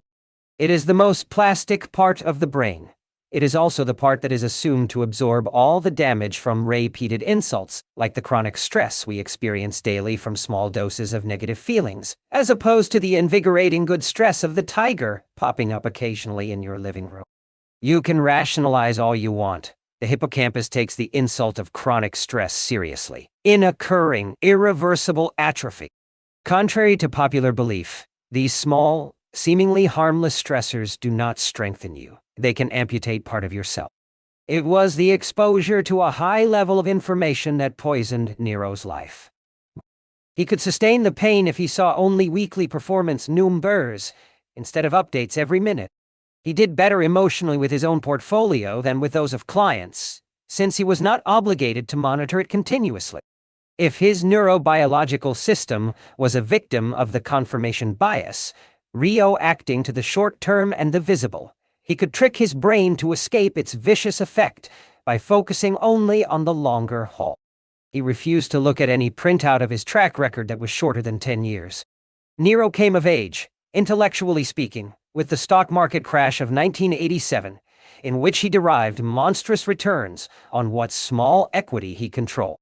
This episode would forever make his track record valuable, taken as a whole.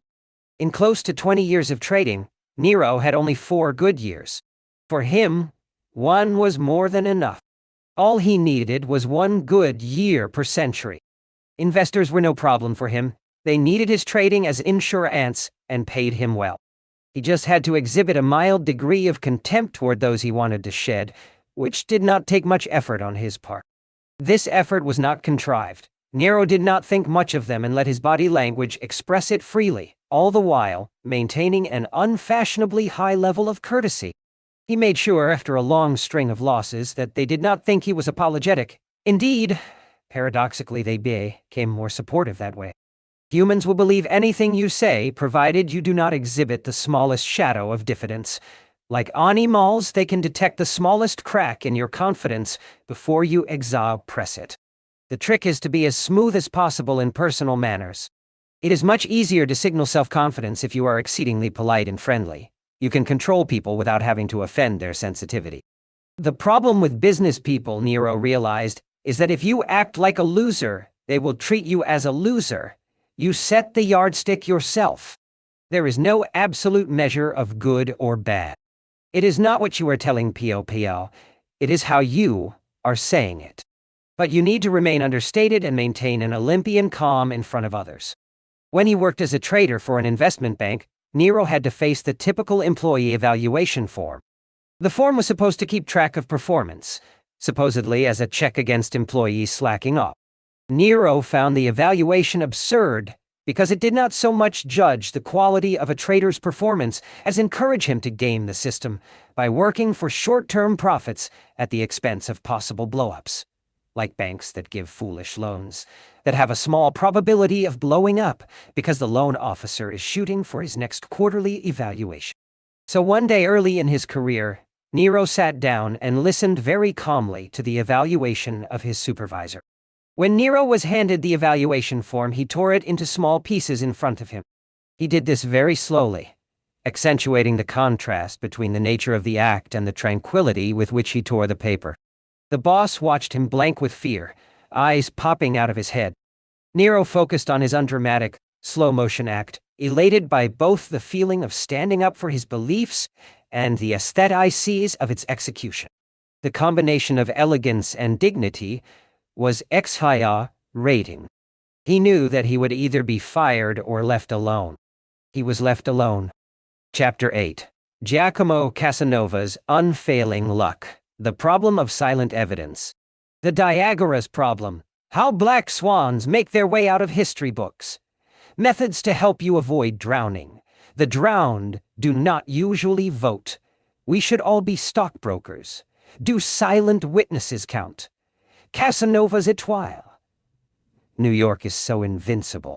Another fallacy in the way we understand events is that of silent evidence. History hides both black swans and its black swan generating ability from us. The story of the drowned worshippers.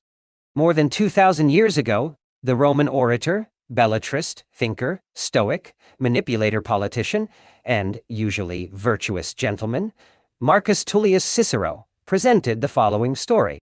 One Diagoras, a non-believer in the gods, was shown painted tablets bearing the portraits of some worshippers who prayed, then survived a subsequent shipwreck. The implication was that praying protects you from drowning. Diagoras asked, where were the pictures of those who prayed, then drowned? The drowned worshippers, being dead, would have a lot of trouble advertising their experiences from the bottom of the sea. This can fool the casual observer into believing in miracles. We call this the problem of silent evidence. The idea is simple, yet potent and universal. While most thinkers try to put to shame those who came before them, Cicero puts to shame almost all empirical thinkers who came after him, until very recently. Later on, both my hero of heroes, the essayist Michel de Montaigne and the empirical Francis Bacon, mention the point in their works, applying it to the formation of false beliefs. And such is the way of all superstition, whether in astrology, dreams, omens, divine judgments, or the like, wrote Bacon in his Novum Organum. The problem, of course, is that unless they are drilled into us systematically or integrated into our way of thinking, these great observations are rapidly forgotten. Silent evidence pervades everything connected to the notion of history. By history, I don't just mean those learned but dull books in the history section, with Renaissance paintings on their cover to attract buyers. His story, I will repeat, is any succession of events seen with the effect of posteriority. This bias extends to the ascription of factors in the success of ideas and religions, to the illusion of skill in many professions, to success in artistic occupations, to the nature versus nurture debate, to mistakes in using evidence in the court of law, to illusions about the logic of history, and of course most severely, in our perception of the nature of extreme events. You are in a classroom listening to someone self-important, dignified, and ponderous, but dull, wearing a tweed jacket, white shirt, polka dot tie, pontificating for 2 hours on the theories of history. You are too paralyzed by boredom to understand what on earth he is talking about. But you hear the names of big guns, Hegel, Fichte, Marx, Proudhon, Plato, Herodotus, Ibn Khaldun, Toynbee, Spengler, Meshach, Carr, Bloch, Fukuyama, Shmukuyama, Trukuyama. He seems deep in knowledge and able, making sure that no attention lapse will make you forget that his APA approach is post-Marxist, post-dialectical, or post-something, whatever that means. Then you realize that a large part of what he is saying reposes on a simple optical illusion. But this will not make a difference. He is so invested in it that if you questioned his method, he would react by throwing even more names at you. It is so easy to avoid looking at the cemetery while concocting historical theories. But this is not just a problem with history. It is a problem with the way we construct samples and gather evidence in every domain. We shall call this distortion a bias, i.e., the difference between what you see and what is there. By bias, I mean a systematic error consistently showing a more positive or negative effect from the phenomenon, like a scale that unfailingly shows you a few pounds heavier or lighter than your true weight, or a video camera that adds a few sizes to your waistline. This bias has been rediscovered here and there throughout the past century across disciplines, often to be rapidly forgotten, like Cicero's insight. As drowned worshippers do not write histories of their experiences, it is better to be alive for that. So it is with the losers in history, whether people or ideas. Remarkably, historians and other scholars in the humanities who need to understand silent evidence the most do not seem to have a name for it, and I looked hard. As for journalists, Fugidabodi, they are industrial producers of the distortion. The term bias also indicates the conditions potentially quantifiable nature. You may be able to calculate the distortion and to correct for it by taking into account both the dead and the living, instead of only the living. Sir Francis Bacon is an interesting and endearing fellow in many respects. He harbored a deep-seated, skeptical, non-academic, anti-dogmatic, and obsessively empirical nature, which, to someone skeptical, non-academic, anti-dogmatic, and obsessively empirical, like this author, is a quality ally most impossible to find in the thinking business. Anyone can be skeptical. Any scientist can be overly empirical. It is the rigor coming from the combination of skepticism and empiricism that's hard to come by. The problem is that his empiricism wanted us to confirm, not disconfirm. Thus, he introduced the problem of confirmation, that beastly corroboration that generates the black swan. The cemetery of letters. The Phoenicians, we are often reminded, produced no literature, although they allegedly invented the alphabet. Commentators discuss their Philistinism from the basis of this absence of a written legacy, asserting that by race or culture, they were more interested in commerce than in the arts.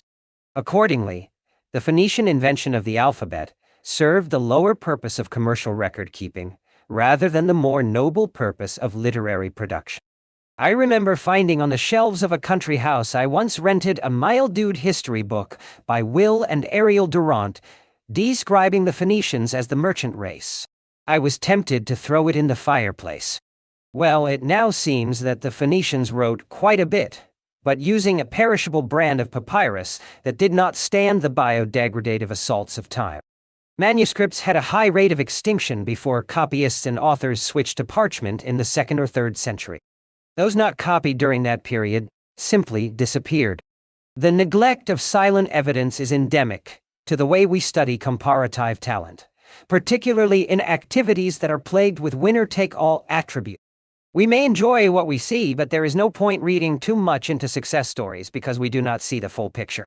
Recall the winner-take-all effect from Chapter 3. Notice the large number of people who call themselves writers, but are, only temporarily, operating the shiny cappuccino machines at Starbucks. The inequity in this field is larger than, say, medicine, since we rarely see medical doctors serving hamburgers. I can thus infer that I can largely gauge the performance of the latter profession's entire population from what sample is visible to me. Likewise with plumbers, taxi drivers, prostitutes, and those in professions devoid of superstar effects. Let us go beyond the discussion on extremistan and mediocrestan in Chapter 3. The consequence of the superstar dynamic is that what we call literary heritage or literary tree assures is a minute proportion of what has been produced cumulatively. This is the first point. How it invalidates the identification of talent can be derived immediately from it. Say you attribute the success of the 19th century novelist Honoré de Balzac to his superior realism, insights, sensitivity, treatment of characters, ability to keep the reader riveted, and so on. These may be deemed superior qualities that lead to superior performance if, and only if, those who lack what we call talent also lack these qualities. But what if there are dozens of comparable literary masterpieces that happen to perish? And, following my logic, if there are indeed many perished manuscripts with similar attributes, then, I regret to say, your idol Balzac was just the beneficiary of disproportionate luck compared to his peers. Furthermore, you may be committing an injustice to others by favoring him. My point, I will repeat, is not that Balzac is untalented, but that he is less uniquely talented than we think. Just consider the thousands of writers now completely vanished from consciousness. Their record does not enter into analyses. We do not see the tons of rejected manuscripts because these writers have never been published. The New Yorker alone rejects close to 100 manuscripts a day, so imagine the number of geniuses that we will never hear about. In a country like France, where more people write books while, sadly, fewer people read them, respectable literary publishers accept 1 in 10,000 manuscripts they receive from first-time authors. Consider the number of actors who have never passed an audition but would have done very well had they had that lucky break in life. The next time you visit a Frenchman of comfortable means, you will likely spot the stern books from the collection Bibliothèque de la Pléiade, which their owner will never, almost never, read, mostly on account of their uncomfortable size and weight. Membership in the Pléiade means membership in the literary canon. The tomes are expensive. They have the distinctive smell of ultra-thin India paper, compressing the equivalent of 1,500 pages into the size of a drugstore paperback. They are supposed to help you maximize the number of masterpieces per Parisian square foot. The publisher Gallimard has been extremely selective in electing writers into the Pléiade collection. Only a few authors, such as the aesthete and adventurer André Malraux, have made it in while still alive. Dickens, Dostoevsky, Hugo, and Stendhal are in, along with Mallarmé, Sartre, Camus, and Balzac. Yet, if you follow Balzac's own ideas, which I will examine next, you would accept that there is no ultimate justification for such an official corpus. Balzac outlined the entire business of silent evidence in his novel Lost Illusion. Lucien de Rubempré, alias of Lucien Chardon, the penurious provincial genius, goes up to Paris to start a literary career. We are told that he is talented. Actually, he is told that he is talented by the semi-aristocratic set in Angoulême. But it is difficult to figure out whether this is due to his good looks or to the literary quality of his works, or even whether literary quality is visible, or, as Balzac seems to wonder, if it has much to do with anything. Success is presented cynically as the product of wile and promotion, or the lucky surge of interest for reasons completely external to the works themselves. Lucien discovers the existence of the immense cemetery inhabited by what Balzac calls nightingales. Lucien was told that this designation nightingale was given by bookstores to those works residing on the shelves in the solitary depths of their shops. Balzac presents to us the sorry state of contemporary literature when Lucien's manuscript is rejected by a publisher who has never read it. Later on, when Lucien's reputation has developed, the very same manuscript is accepted by another publisher who did not read it either. The work itself was a secondary consideration. In another example of silent evidence, the book's characters keep bemoaning that things are no longer as they were before, implying that literary fairness prevailed in more ancient times, as if there was no cemetery before. They fail to take into account the nightingales among the ancients' work. Notice that close to 2 centuries ago people had an idealized opinion of their own past, just as we have an idealized opinion of today's past. I mentioned earlier that to understand successes and analyze what caused them, we need to study the traits present in failures. It is to a more general version of this point that I turn next. How to become a millionaire in 10 steps. Numerous studies of millionaires aimed at figuring out the skills required for hotshotness follow the following methodology. They take a population of hotshots, those with big titles and big jobs, and study their attributes. They look at what those big guns have in common: courage, risk-taking, optimism, and so on, and infer that these traits, most notably risk-taking, help you to become successful. You would also probably get the same impression if you read CEO's ghost-written autobiographies, or ATA, tended their presentations to fawning MBA students. Now, take a look at the cemetery. It is quite difficult to do so because people who fail do not seem to write memoirs. And if they did, those business publishers I know would not even consider giving them the courtesy of a return phone call as to returned email. Fudge it. Readers would not pay $26.95 for a story of failure. The entire notion of biography is grounded in the arbitrary ascription of a causal relation between specified traits and subsequent events. Now consider the cemetery. The graveyard of failed persons will be full of people who shared the following traits: courage, risk-taking, optimism, etc. Just like the population of millionaires. There may be some differences in skills, but what truly separates the two is for the most part a single factor: luck. Plain luck.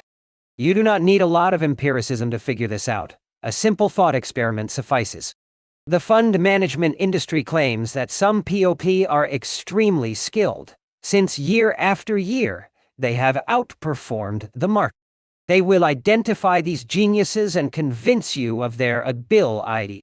My approach has been to manufacture cohorts of purely random investors and, by simple computer simulation, show how it would be impossible to not have these geniuses produced just by luck. Every year you fire the losers, leaving only the winners, and thus end up with long-term steady winners. Since you do not observe the cemetery of failed investors, you will think that it is a good business, and that some operators are considerably better than others. Of course, an explanation will be readily provided for the success of the lucky survivors. He eats tofu, she works late. Just the other day, I called her office at 8 p.m. or, of course, she's naturally lazy. People with that type of laziness can see things clearly. By the mechanism of retrospective determinism, we will find the cause. Actually, we need to see the cause. I call these simulations of hypothetical cohorts, often done by a computer, an engine of computational epistemology. Your thought experiments can be run on a computer. You just simulate an alternative world, plain random, and verify that it looks similar to the one in which we live. Not getting lucky billionaires in these experiments would be the exception. Recall the distinction between mediocristan and extremistan in Chapter 3.1. Said that taking a scalable profession is not a good idea, simply because there are far too few winners in these professions. Well, these professions produce a large cemetery. The pool of starving actors is larger than the one of starving accountants, even if you assume that, on average, they earn the same income. A health club for rats. The second, and more vicious, variety of the problem of silent evidence is as follows. When I was in my early 20s and still read the newspaper, and thought that steadily reading the newspapers was something useful to me, I came across an article discussing the mounting threat of the Russian mafia in the United States and its displacement of the traditional Louis and Tony in some neighborhoods of Brooklyn. The article explained their toughness and brutality as a result of their being hardened by their Gulag experiences. The Gulag was a network of labor camps in Siberia where criminals and dissidents were routinely deported. Sending people to Siberia was one of the purification methods initially used by the Tsarist regimes and later continued and perfected by the Soviets. Many deportees did not survive these labor camps.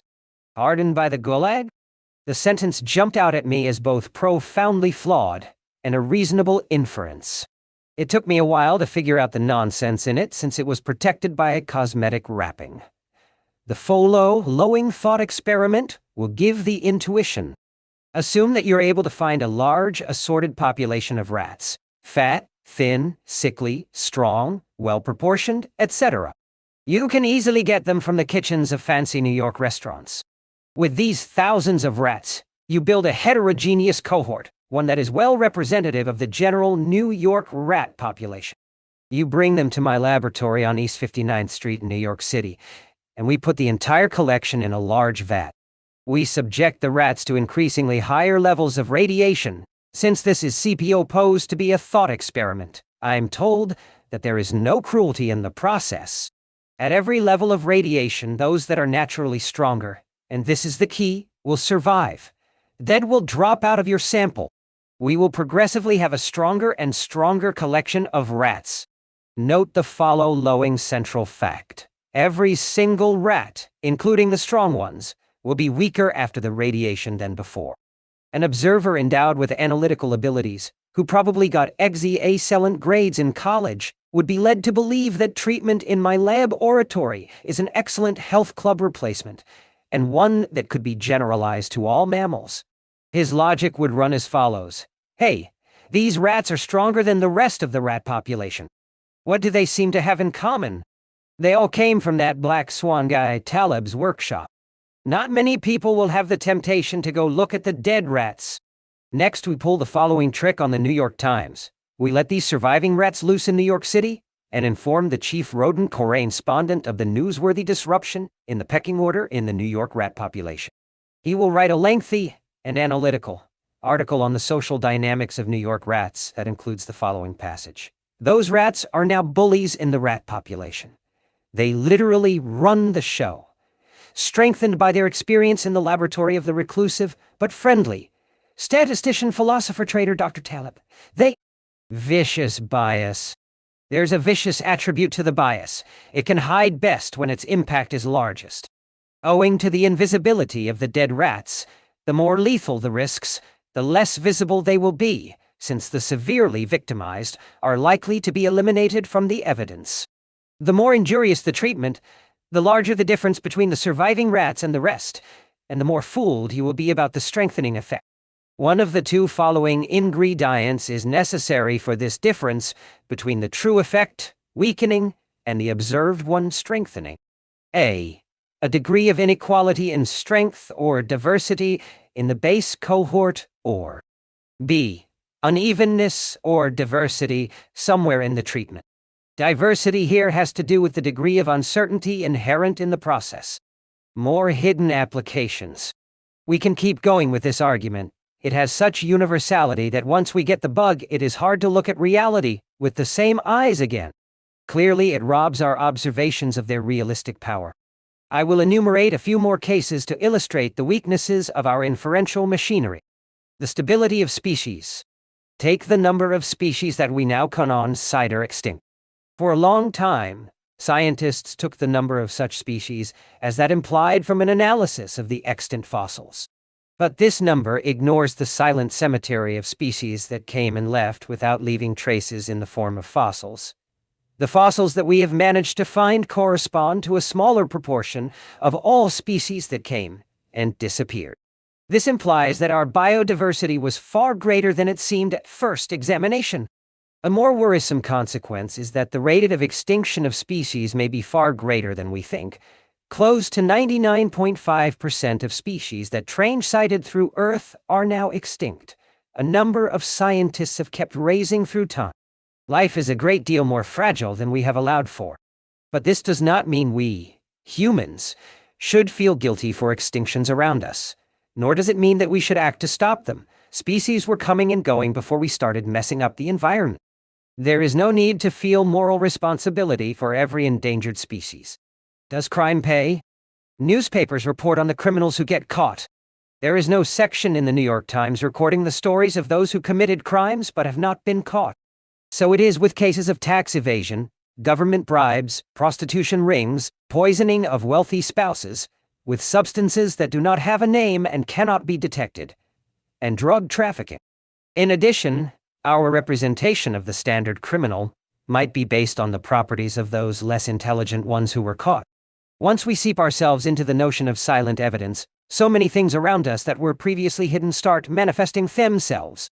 Having spent a couple of decades in this mindset, I am convinced, but cannot prove, that training and education can help us avoid its pitfalls. The evolution of the swimmer's body. What do the popular expressions "a swimmer's body" and "beginner's luck" have in common? What do they seem to share with the concept of history? There is a belief among gamblers that beginners are almost always lucky. It gets worse later, but gamblers are always lucky when they start out, you hear. This statement is actually empirically true. Researchers confirm that gamblers have lucky beginnings. The same applies to stock market speculators. Does this mean that each one of us should become a gambler for a while? Take advantage of Lady Luck's friendliness to begin NERS, then stop? The answer is no. The same optical illusion prevails. Those who start gambling will be either lucky or unlucky. Given that the casino has the added advantage, a slightly greater number will be unlucky. The lucky ones, with the feeling of having been selected by destiny, will continue gambling. The others, discouraged, will stop and will not show up in the sample. They will probably take up, depending on their temperaments, birdwatching, Scrabble, piracy, or other pastime. Those who continue gambling will remember having been lucky as beginners. The dropouts, by definition, will no longer be part of the surviving gamblers' community. This explains beginner's luck. There is an analogy with what is called in common parlance a swimmer's body, which led to a mistake I shamefully made a few years ago. In spite of my specialty in this bias, I did not notice that I was being fooled. When asking around about the comparative physical elegance of athletes, I was often told that runners looked anorexic, cyclists bottom-heavy, and weightlifters insecure and a little primitive. I inferred that I should spend some time inhaling chlorine in the New York University pool to get those elongated muscles. Now suspend the causality. Assume that a person's genetic variance allows for a certain type of body shape. Those born with a natural tendency to develop a swimmer's body become better swimmers. These are the ones you see in your sample splashing up and down at the pools. But they would have looked pretty much the same if they lifted weights. It is a fact that a given muscle grows exactly the same way whether you take steroids or climb walls at the local gym. What you see and what you don't see. Katrina, the devastating hurricane that hit New Orleans in 2005, got plenty of politicizing politicians on television. These legislators, moved by the images of devastation and the pictures of angry victims made homeless, made promises of rebuilding. It was so noble on their part to do something humanitarian, to rise above our abject selfishness. Did they promise to do so with their own money? No, it was with public money. Consider that such funds will be taken away from somewhere else, as in the saying you take from Peter to give to Paul.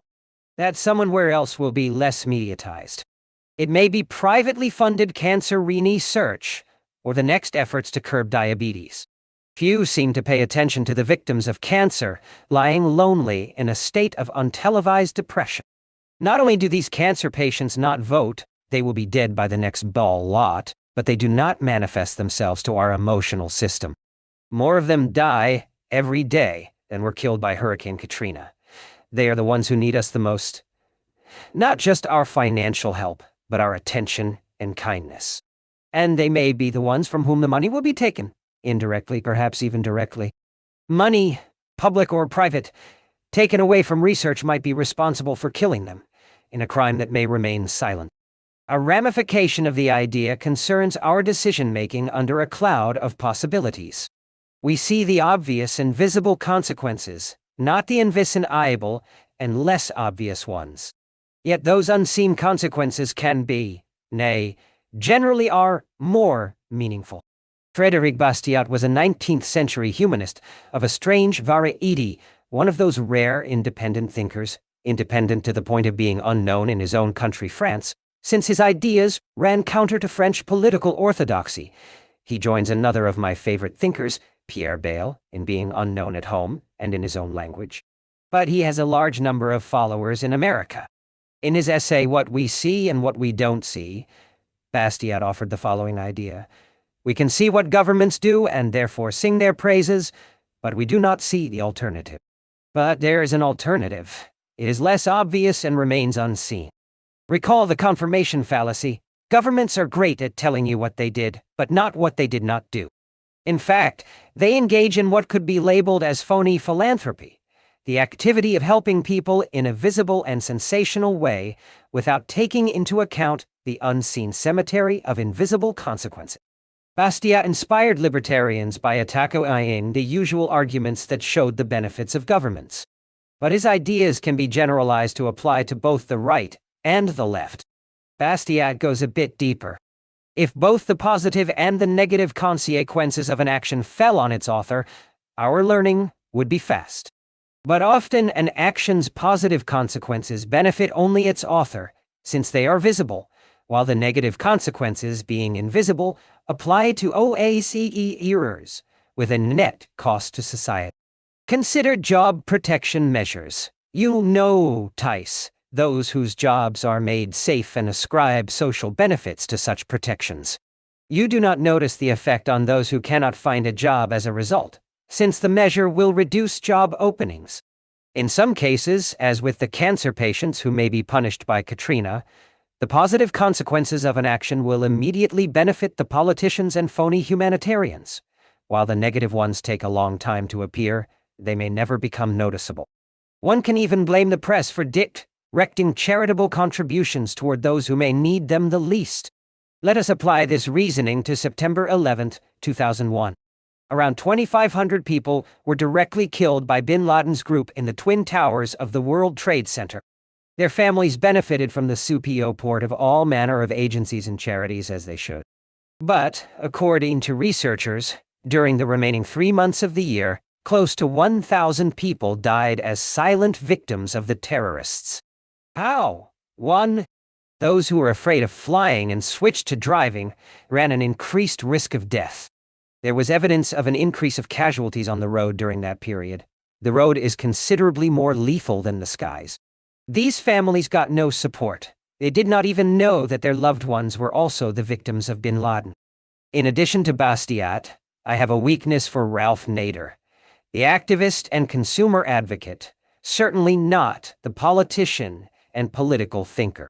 He may be the American citizen who saved the highest number of lives by exposing the safety record of car companies. But in his political campaign a few years ago, even he forgot to trumpet the tens of thousands of lives saved by his seatbelt laws. It is much easier to sell "look what I did for you" than "look what I avoided for you." Recall from the prologue the story of the hypothetical legislator whose actions might have avoided the attack of September 11th. How many such people are walking the street without the upright gait of the phony hero? Have the guts to consider the silent consequences when standing in front of the next snake oil humanitarian. Doctors, our neglect of silent evidence kills people daily. Assume that a drug saves many people from a potentially dangerous ailment, but runs the risk of killing a few with a net benefit to society. Would a doctor prescribe it? He has no incentive to do so. The lawyers of the person hurt by the side effects will go after the doctor like attack dogs, while the lives saved by the drug might not be accounted for anywhere. A life saved is a statistic. A person hurt is an anecdote. Statistics are invisible. Anecdotes are salient. Likewise, the risk of a black swan is invisible. The Teflon-style protection of Giacomo Casanova. This brings us to gravest of all manifestations of silent evidence, the illusion of stability. The bias lowers our perception of the risks we incurred in the past, particularly for those of us who were lucky to have survived them. Your life came under a serious threat, but having survived it, you retrospectively underestimate how risky the situation actually was. The adventurer Giacomo Casanova, later self-styled Jacques, Chevalier de Saint-Galt, the wannabe intellectual and legendary seducer of women, seems to have had a Teflon-style trait that would cause envy on the part of the most resilient of mafia dons. Misfortune did not stick to him. Casanova, while known for his seductions, viewed himself as some sort of a scholar. He aimed at literary fame with his 12-volume history of my life, written in bad, charmingly bad, French. In addition to the extremely useful lessons on how to become a seducer, the history provides an engrossing account of a succession of reversals of fortune. Casanova felt that every time he got into difficulties, his lucky star, his étoile, would pull him out of trouble. After things got bad for him, they somehow recovered by some invisible hand, and he was led to believe that it was his intrinsic property to recover from hardships by running every time into a new opportunity. He would somehow meet someone in extremis who offered him a financial transaction, a new patron that he had not betrayed in the past, or someone generous enough and with a weak enough memory to forget past betrayals. Could Casanova have been selected by destiny to bounce back from all hardships? Not necessarily. Consider the following. Of all the colorful adventurers who have lived on our planet, many were occasionally crushed, and a few did bounce back repeatedly. It is those who survive who will tend to believe that they are indestructible. They will have a long and interesting enough experience to write books about it. Until, of course. Actually, adventurers who feel singled out by destiny abound, simply because there are plenty of adventurers, and we do not hear the stories of those down on their luck. As I started writing this chapter, I recalled a conversation with a woman about her flamboyant fiancé, the son of a civil servant, who managed through a few financial transactions to catapult himself into the life of a character in a novel, with handmade shoes, Cuban cigars, collectible cars, and so on. The French have a word for this flambeur, which means a mixture of extravagant bon vivant, wild speculator, and risk-taker, all the while bearing considerable personal charm, a word that does not seem to be available in Anglo-Saxon cultures. The fiancé was spending his money very quickly, and as we were having the conversation about his fate, she was going to marry him after all.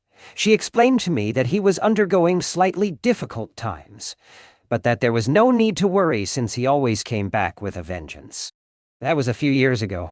Out of curiosity, I have just tracked him down, trying to do so tactfully. He has not recovered yet from his latest blow of fortune. He also dropped out of the scene and is no longer to be found among other flambeurs. How does this relate to the dynamics of history? Consider what is generally called the resilience of New York City. For seemingly transcendental reasons, every time it gets close to the brink of disaster, the city manages to pull back and recover. Some people truly believe that this is an internal property of New York City. The following quote is from a New York Times article, which is why New York still needs Samuel M. E., an economist who turned 77 today. Mr. E. studied New York City through half a century of booms and busts. We have a record of going through tough times and coming back stronger than ever, he said. Now, run the idea in reverse. Think of cities as little Giacomo Casanovas, or as rats in my laboratory. As we put the thousands of rats through a very dangerous process, let's put a collection of cities in a simulator of history. Rome, Athens, Carthage, Byzantium, Tyre, Catalhuyuk. Located in modern-day Turkey, it is one of the first known human settlements. Jericho, Peoria, and of course, New York City. Some cities will survive the harsh conditions of the simulator. As to others, we know that history might not be too kind. I am sure that Carthage, Tyre, and Jericho had their local, no less eloquent Samuel M. E. saying, "Our enemies have tried to destroy us many times, but we always came back more resilient than before. We are now invincible." This bias causes the survivor to be an unqualified witness of the process. Unsettling? The fact that you survived is a condition that may weaken your interpretation of the properties of the survival, including the shallow notion of cause. You can do a lot with the above statement. Replace the retired economist Samuel E. with a CEO discussing his corporation's ability to recover from past problems. How about the taunted resilience of the financial system? How about a general who has had a good run? The reader can now see why I use Casanova's unfailing luck as a generalized framework for the analysis of history, all histories. I generate artificial histories featuring, say, millions of Giacomo Casanovas, and observe the difference between the attributes of the successful Casanovas, because you generate them, you know their exact properties, and those an Abong server of the result would obtain. From that perspective, it is not a good idea to be a Casanova. I am a risk taker. Consider the restaurant business in a competitive place like New York City. One has indeed to be foolish to open one, owing to the enormous risks involved and the harrying quantity of work to get anywhere in the business, not counting the finicky, fashion-minded clients. The cemetery of failed restaurants is very silent. Walk around Midtown Manhattan, and you will see these warm patron-filled restaurants with lamos waiting outside for the diners to come out with their second trophy spouses. The owner is overworked but happy to have all these important people patronize his eatery.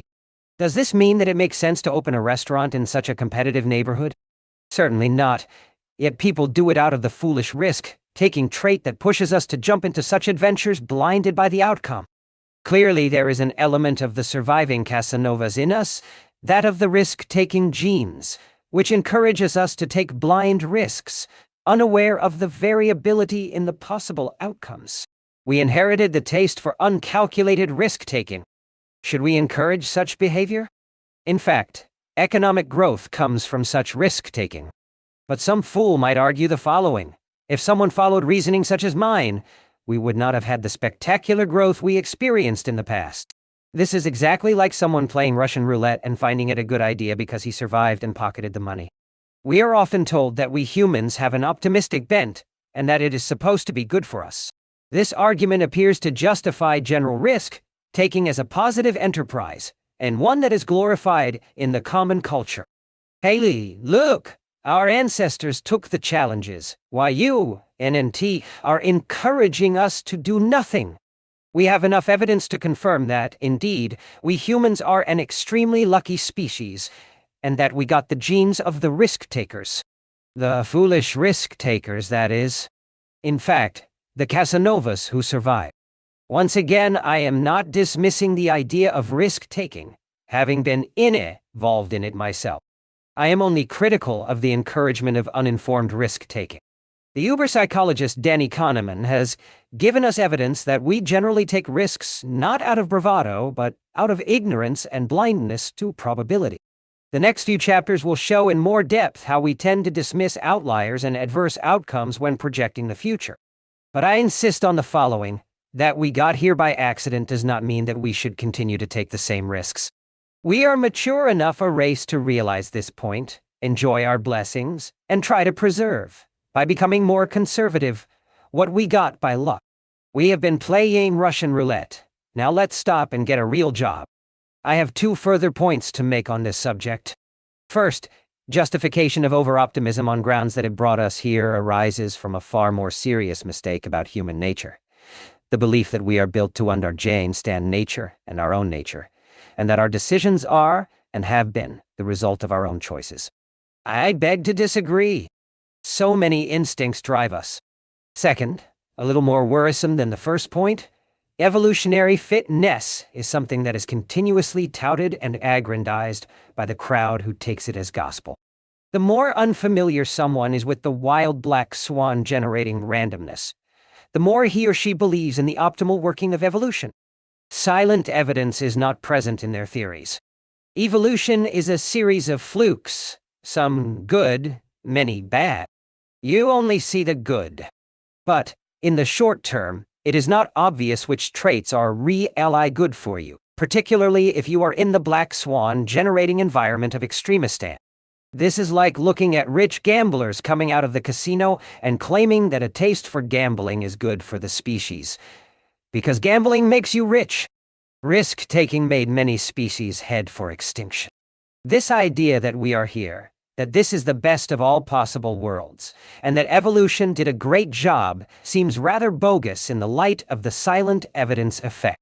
The fools, the Casanovas, and the blind risk-takers are often the ones who win in the short term. Worse, in a black swan environment, where one single but rare event can come shake up a species after a very long run of fitness, the foolish risk-takers can also win in the long term. I will revisit this idea in Part 3, where I show how extremism worsens the silent evidence effect. But there is another manifestation that merits a mention. I am a black swan, the anthropic bias. I want to stay closer to Earth and avoid bringing higher-up metaphysical or cosmological arguments into this discussion. There are so many significant dangers to worry about down here on planet Earth, and it would be a good idea to postpone the metaphysical philosophizing for later. But it would be useful to take a peek, not more, at what is called the anthropic cosmological argument, as it points out the gravity of our misunderstanding of historical stability. A recent wave of philosophers and physicists, and people combining the 2 categories, has been examining the self-sampling assumption, which is a generalization of the principle of the Casanova bias to our own existence. Consider our own fates. Some people reason that the odds of any of us being in existence are so low that our being here cannot be attributed to an accident of fate. Think of the odds of the parameters being exactly where they need to be to induce our existence. Any deviation from the optimal calibration would have made our world explode, collapse, or simply not come into existence. It is often said that the world seems to have been built to the specifications that would make our existence possible. According to such an argument, it could not come from luck. However, our presence in the sample completely vitiates the computation of the odds. Again, the story of Casanova can make the point quite simple, much simpler than in its usual formulation. Think again of all the possible worlds as little Casanovas following their own fates. The one who is still kicking by accident will feel that, given that he cannot be so lucky, there had to be some transcendental force guiding him and supervising his destiny. For someone who observes all adventurers, the odds of finding Casanova are not low at all. There are so many adventurers, and someone is bound to win the lottery ticket. The problem here with the universe and the human race is that we are the surviving Casanovas. When you start with many adventurous Casanovas, there is bound to be a survivor. And guess what? If you are here talking about it, you are likely to be that particular one. Notice the condition. You survived to talk about. So we can no longer naively compute odds without considering that the condition that we are in existence imposes restrictions on the process that led us here. Assume that history delivers either bleak, i.e., unfavorable, or rosy, i.e., favorable scenario. The bleak scenarios lead to extinction. Clearly, if I am now writing these lines, it is certainly because history delivered a rosy scenario, one that allowed me to be here, a historical route in which my forebears avoided massacre by the many invaders who roamed the Levant. Add to that beneficial scenarios free of meteorite collisions, nuclear war, and other large-scale terminal epidemics. But I do not have to look at humanity as a whole. Whenever I probe into my own biography, I am alarmed at how tenuous my life has been so far. Once, when I returned to Lebanon during the war, at the age of 18, I felt episodes of extraordinary fatigue and cold chills in spite of the summer heat. It was typhoid fever. Had it not been for the discovery of antibiotics only a few decades earlier, I would not be here today. I was also later cured of any other severe disease that would have left me for dead, thanks to a treatment that depends on another recent medical technology. As a human being alive here in the age of the internet, capable of writing and reaching an audience, I have also benefited from society's luck and the remarkable absence of recent large-scale war. In addition, I am the result of the rise of the human race, itself an accidental event. My being here is a consequential low-probability occurrence, and I tend to forget it. Let us return to the touted recipes for becoming a millionaire in 10 steps. A successful person will try to convince you that his achievements could not possibly be accidental, just as a gambler who wins at roulette 7 times in a row will explain to you that the odds against such a streak are 1 in several million. So you either have to believe some transcendental intervention is in play, or accept his skills and insight in picking the winning numbers. But if you take into account the quantity of gamblers out there and the number of gambling sessions, several million episodes in total, then it becomes obvious that such strokes of luck are bound to happen. And if you are talking about them, they have happened to you. The reference point argument is as follows. Do not compute odds from the vantage point of the winning gambler, or the lucky Casanova, or the endlessly bouncing back New York City, or the invincible Carthage, but from all those who started in the cohort. Consider once again the example of the gambler. If you look at the population of beginning gamblers taken as a whole, you can be close to certain that one of them, but you do not know in advance which one, will show stellar results just by luck. So, from the reference point of the beginning cohort, this is not a big deal. But from the reference point of the winner, and who does not, and this is key, take the losers into account, a long string of wins will appear to be too extraordinary an occurrence to be explained by luck. Note that a history is just a series of numbers through time. The numbers can represent degrees of wealth, fitness, weight, anything. The cosmetic because. This in itself greatly weakens the notion of because that is often propounded by scientists and almost always misused by historians. We have to accept the fuzziness of the familiar because no matter how queasy it makes us feel, and it does make us queasy to remove the analgesic illusion of causality. I repeat that we are explanation-seeking animals who tend to think that everything has an identifiable cause and grab the most apparent one as the explanation. Yet there may not be a visible because, to the contrary, frequently there is nothing, not even a spectrum of possible explanations. But silent evidence masks this fact. Whenever our survival is in play, the very notion of because is severely weakened. The condition of survival drowns all possible explanations. The Aristotelian because is not there to account for a solid link between two items, but rather, as we saw in Chapter 6, to cater to our hidden weakness for imparting explanation. Apply this reasoning to the following question. Why didn't the bubonic plague kill more people? People will supply quantities of cosmetic explanations involving theories about the intensity of the plague and scientific models of epidemics. Now, try the weakened causality argument that I have just emphasized in this chapter. Had the bubonic plague killed more people, the observers, U.S., would not be here to observe. So it may not necessarily be the property of diseases to spare us humans. Whenever your survival is in play, don't immediately look for causes and effects. The main identifiable reason for our survival of such diseases might simply be inaccessible to us. We are here since, Casanova style, the rosy scenario played out. And if it seems too hard to understand, it is because we are too brainwashed by notions of causality, and we think that it is smarter to say, because than to accept randomness. My biggest problem with the educational system lies precisely in that it forces students to squeeze explanations out of subject matters and shames them for withholding judgment, for uttering the "I don't know." Why did the Cold War end? Why did the Persians lose the Battle of Salamis? Why did Hannibal get his behind kicked? Why did Casanova bounce back from hardship? In each of these examples, we are taking a condition, survival, and looking for the explanations, instead of flipping the argument on its head and stating that conditional on such survival, one cannot read that much into the process, and should learn instead to invoke some measure of randomness. Randomness is what we don't know. To invoke randomness is to plead ignorance. It is not just your college professor who gives you bad habits. I showed in Chapter 6 how newspapers need to stuff their texts with causal links to make you enjoy the narratives, but have the integrity to deliver your because very sparingly. Try to limit it to situations where the because is derived from experiments, not backward-looking history. Note here that I am not saying causes do not exist. Do not use this argument to avoid trying to learn from history.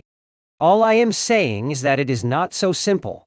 Be suspicious of the because and handle it with care, particularly in situations where you suspect silent evidence. We have seen several varieties of the silent evidence that cause deformations in our perception of empirical reality, making it appear more explainable and more stable than it actually is. In addition to the confirmation error and the narrative fallacy, the manifestations of silent evidence further distort the role and importance of black swans. In fact, they cause a gross overestimation at times, say, with literary success, and underestimation at others, the stability of history, the stability of our human species. I said earlier that our perceptual system may not react to what does not lie in front of our eyes, or what does not arouse our emotional attention. We are made to be superficial, to heed what we see, and not heed what does not vividly come to mind. We wage a double war against silent evidence. The unconscious part of our inferential mechanism, and there is one, will ignore the cemetery, even if we are intellectually aware of the need to take it into account. Out of sight, out of mind, we harbor a natural, even physical, scorn of the abstract. Chapter 9, The Ludic Fallacy, or the Uncertainty of the Nerd. Lunch at Lake Como, West, the Military as Philosophers. Plato's randomness. Fat Tony. Fat Tony is one of Nero's friends who irritates Yevgenia Krasnova beyond measure.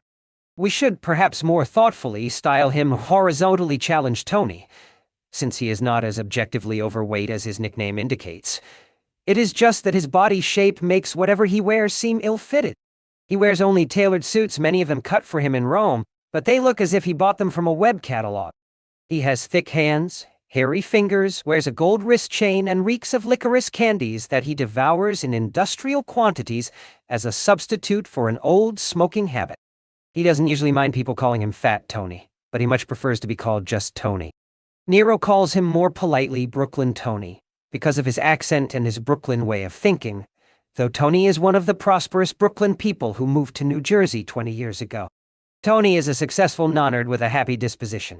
He leads a gregarious existence. His sole visible problem seems to be his weight and the corresponding nagging by his family, remote cousins and friends, who keep warning him about that premature heart attack. Nothing seems to work.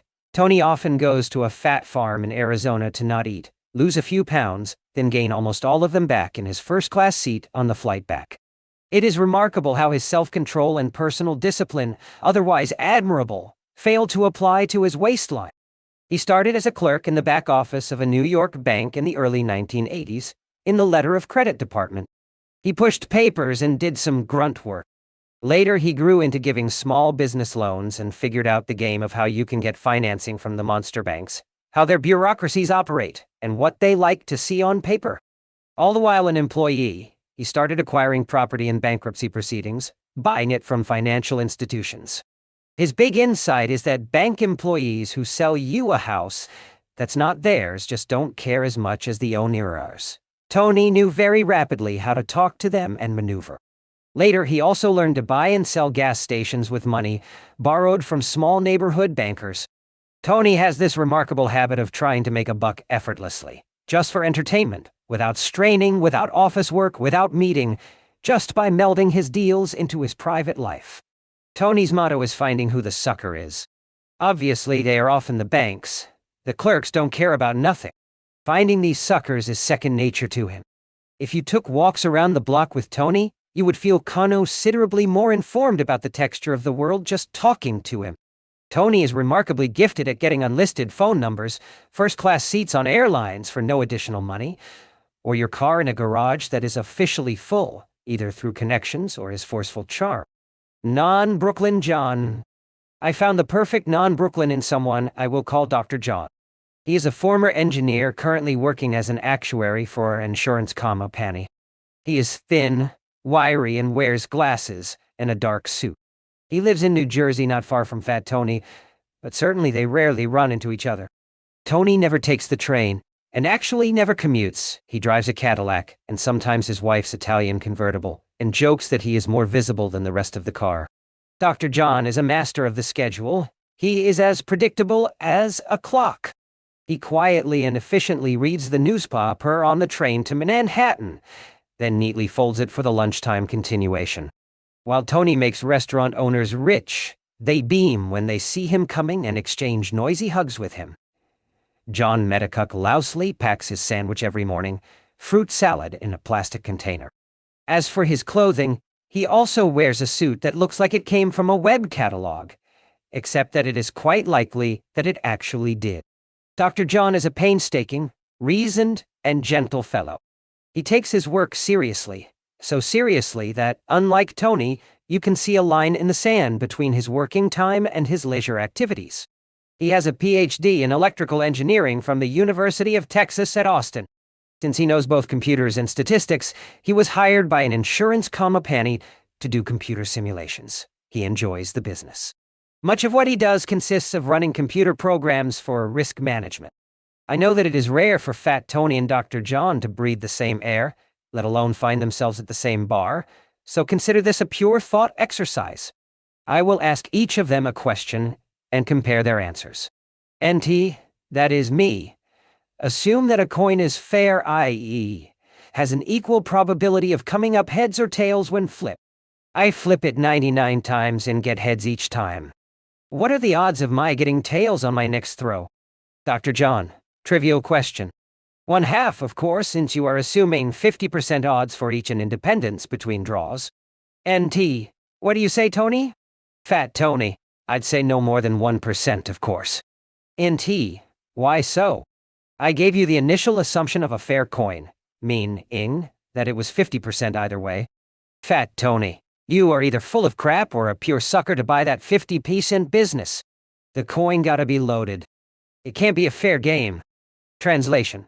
It is far more likely that your assumptions about the fairness are wrong than the coin delivering 99 heads in 99 throws. NT, but Dr. John said 50%. Fat Tony, whispering in my ear. I know these guys with the nerd examples from the bank days. They think way too slow.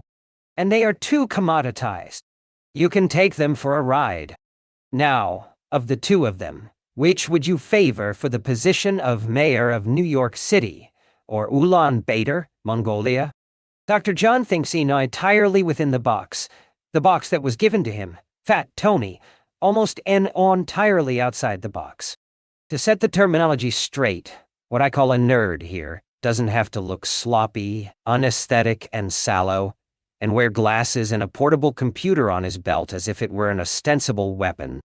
A nerd is simply someone who thinks exceedingly inside the box. Have you ever wondered why so many of these straightest students end up going nowhere in life while someone who lagged behind is now getting the shekels, buying the diamonds, and getting his phone calls returned? Or even getting the Nobel Prize in a real discipline, say, medicine? Some of this may have something to do with luck in outcomes, but there is this sterile and obscurantist quality that is often associated with classroom knowledge that may get in the way of understanding what's going on in real life. In an IQ test, as well as in any academic setting, including sports, Dr. John would vastly outperform Fat Tony. But Fat Tony would outperform Dr. John in any other possible ecological, real-life situation. In fact, Tony, in spite of his lack of culture, has an enormous curiosity about the texture of reality and his own erudition. To me, he is more scientific in the literal, though not in the social sense, than Dr. John. We will get deep, very deep, into the difference between the answers of Fat Tony and Dr. John. This is probably the most vexing problem I know about the connections between two varieties of knowledge, what we dub Platonic and aplatonic. Simply, people like Dr. John can cause black swans outside mediocrity. Their minds are closed. While the problem is very general, one of its nastiest illusions is what I call the ludic fallacy. The attributes of the uncertainty we face in real life have little connection to the sterilized ones we encounter in exams and games. So I close part 1 with the following story. Lunch at Lake Como. One spring day a few years ago, I was surprised to receive an invitation from a think tank sponsored by the United States Defense Department to a brainstorming session on risk that was to take place in Las Vegas, the Foley-Lowing Fall. The person who invited me announced on the phone, "We'll have lunch on a terrace overlooking Lake Como," which put me in a state of severe distress. Las Vegas, along with its sibling the Emirate of Dubai, is perhaps one place I'd never wish to visit before I die. Lunch at Fake Como would be torture. But I'm glad I went. The think tank had gathered a non-political collection of people they called doers and scholars, and practitioners like me who do not accept the distinction, involved in uncertainty in a variety of disciplines. And they symbolically picked a major casino as a venue. The symposium was a closed-doors, synod-style assembly of people who would never have mixed otherwise. My first surprise was to discover that the military people there thought, behaved, and acted like philosophers, far more so than the philosophers we will see splitting hairs in their weekly colloquium in Part 3. They thought out of the box, like traders, except much better and without fear of introspection. An assistant secretary of defense was among us, but had I not known his profession, I would have thought he was a practitioner of skeptical empiricism. Even an engineering investigator who had examined the cause of a space shuttle explosion was thoughtful and open-minded. I came out of the meeting realizing that only military people deal with randomness, with genuine, introspective intellectual honesty, unlike academics and corporate executives using other people's money. This does not show in war movies, where they are usually portrayed as war-hungry autocrats. The people in front of me were not the people who initiate wars. Indeed, for many, the successful defense policy is the one that manages to eliminate potential dangers without war, such as the strategy of bankrupting the Russians through the escalation in defense spending. When I expressed my amazement to Lawrence, another finance person who was sitting next to me, he told me that the military collected more genuine intellects and risk thinkers than most, if not all, other professions. Defense people wanted to understand the epistemology of risk. In the group was a gentleman who ran a group of professional gamblers and who was banned from most casinos. He had come to share his wisdom with us. He sat not far from a stuffy professor of political science, dry like a bone, and, as is characteristic of big names, careful about his reputation, who said nothing out of the box, and who did not smile once. During the sessions, I tried to imagine the hotshot with a rat drop down his back, putting him in a state of wriggling panic. He was perhaps good at writing Platonic models of something called game theory, but when Lawrence and I went after him on his improper use of financial metaphors, he lost all his arrogance. Now, when you think of the major risks casinos face, gambling situations come to mind. In a casino, one would think, the risks include lucky gamblers blowing up the house with a series of large wins and cheaters taking away money through devious methods. It is not just the general public that would believe so, but the casino management as well. Consequently, the casino had a high-tech surveillance system tracking cheaters, card counters, and other people who try to derive an advantage over them. Each of the participants gave his presentation and listened to those of the others. I came to discuss black swans, and I intended to tell them that the only thing I know is that we know precious little about them, but that it was their property to sneak up on us, and that attempts at platonifying them led to additional misunderstandings. Military people can understand such things, and the idea became recently prevalent in military circles with the expression unknown, as opposed to the known unknown. But I had prepared my talk on 5 restaurant napkins, some stained, and was ready to discuss a new phrase I coined for the occasion, the ludic fallacy. I intended to tell them that I should not be speaking at a casino because it had nothing to do with uncertainty. The uncertainty of the nerd. What is the ludic fallacy? Ludic comes from ludus, Latin for games. I was hoping that the representatives of the casino would speak before me so I could start harassing them by showing politely that a casino was precisely the venue not to pick for such a discussion, since the class of risks casinos encounter are very insignificant outside of the building, and their study not readily transferable. My idea is that gambling was sterilized and domesticated uncertainty. In the casino, you know the rules, you can calculate the odds, and the type of uncertainty we encounter there, we will see later is mild, belonging to mediocrity. My prepared statement was this: the casino is the only human venture I know where the probabilities are known, Gaussian, i.e., bell curve, and almost computable. You cannot expect the casino to pay out 1,000,000 times your bet, or to change the rules abruptly on you during the game. There are never days in which 36 black is designed to pop up 95% of the time. In real life, you do not know the odds. You need to discover them, and the sources of uncertainty are not defined. Economists, who do not consider what was discovered by known economists worthwhile, draw an artifine sealed distinction between Knightian risks, which you can compute, and Nietzschean uncertainty, which you cannot compute, after one Frank Knight, who rediscovered the notion of uncount uncertainty, and did a lot of thinking but perhaps never took risks, or perhaps lived in the vicinity of a casino. Had he taken economic or financial risks, he would have realized that these computable risks are largely absent from real life. They are laboratory contraptions. Yet we automatically, spontaneously associate chance with these platonified games. I find it infuriating to listen to people who, upon being informed that I specialize in problems of chance, immediately shower me with references to dice. 2 illustrators for a paperback edition of one of my books spontaneously and independently added a die to the cover and below every chapter, throwing me into a state of rage. The editor, familiar with my thinking, warned them to avoid the ludic fallacy, as if it were a well-known intellectual violation. Amusingly, they both reacted with sorry, we didn't know. Those who spend too much time with their noses glued to maps will tend to mistake the map for the territory. Go buy a recent history of probability and probabilistic thinking. You will be showered with names of alleged probability thinkers who all base their ideas on these sterilized constructs. I recently looked at what college students are taught under the subject of chance and came out horrified. They were brainwashed with this ludic fallacy and the outlandish bell curve. The same is true of people doing PhDs in the field of probability theory. I'm reminded of a recent book by a thoughtful mathematician, Amir Achel, called Chance. Excellent book perhaps, but like all other modern books, it is grounded in the ludic fallacy. Furthermore, assuming chance has anything to do with mathematics, what little mathematization we can do in the real world does not assume the mild randomness represented by the bell curve, but rather scalable wild randomness. What can be mathematized is usually not Gaussian, but Mandelbrottian.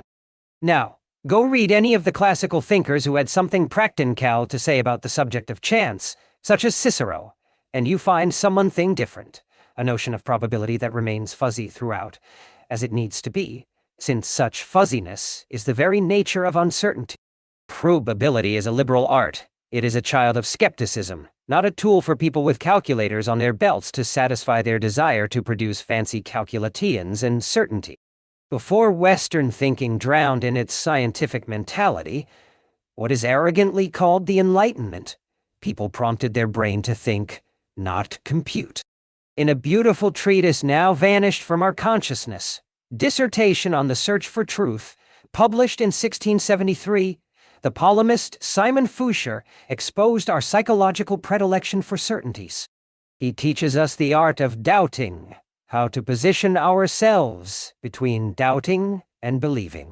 He writes, "One needs to exit doubt in order to produce science, but few people heed the importance of not exiting from it prematurely. It is a fact that one usually exits doubt without realizing." He warns us further, we are dogma-prone from our mother's womb. By the confirmation error discussed in Chapter 5, we use the example of games, which probability theory was successful at tracking, and claim that this is a general case. Furthermore, just as we tend to underestimate the role of luck in life in general, we tend to overestimate it in games of chance. This building is inside the Platonic fold. Life stands outside of it, I wanted to shout. Gambling with the wrong dice. I was in for quite a surprise when I learned that the building too was outside the Platonic fold. The casino's risk management, aside from setting its gambling policies, was geared toward reducing the losses resulting from cheaters. One does not need heavy training in probability theory to understand that the casino was sufficiently diversified across the different tables to not have to worry about taking a hit from an extremely lucky gambler, the diversifying cash-in argument that leads to the bell curve, as we will see in Chapter 15. All they had to do was control the whales, the high rollers flown in at the casino's expense from Manila or Hong Kong. Whales can swing several $1 million in a gambling bout. Absent cheating, the performance of most individual gamblers would be the equivalent of a drop in the bucket, making the aggregate very stable. I promise not to discuss any of the details of the casino's sophisticated surveillance system. All I'm allowed to say is that I felt transported into a James Bond movie. I wondered if the casino was an imitation of the movies, or if it was the other way around. Yet, in spite of such sophisticated tie-in, their risks had nothing to do with what can be anticipated knowing that the business is a casino. For it turned out that the 4 largest losses incurred or narrowly avoided by the casino fell completely outside their sophisticated model. First, they lost around $100 million when an irreplaceable performer in their main show was maimed by a tiger. The show, Siegfried and Roy, had been a major Las Vegas attraction. The tiger had been reared by the performer and even slept in his bedroom. Until then, nobody suspected that the powerful animal would turn against its master.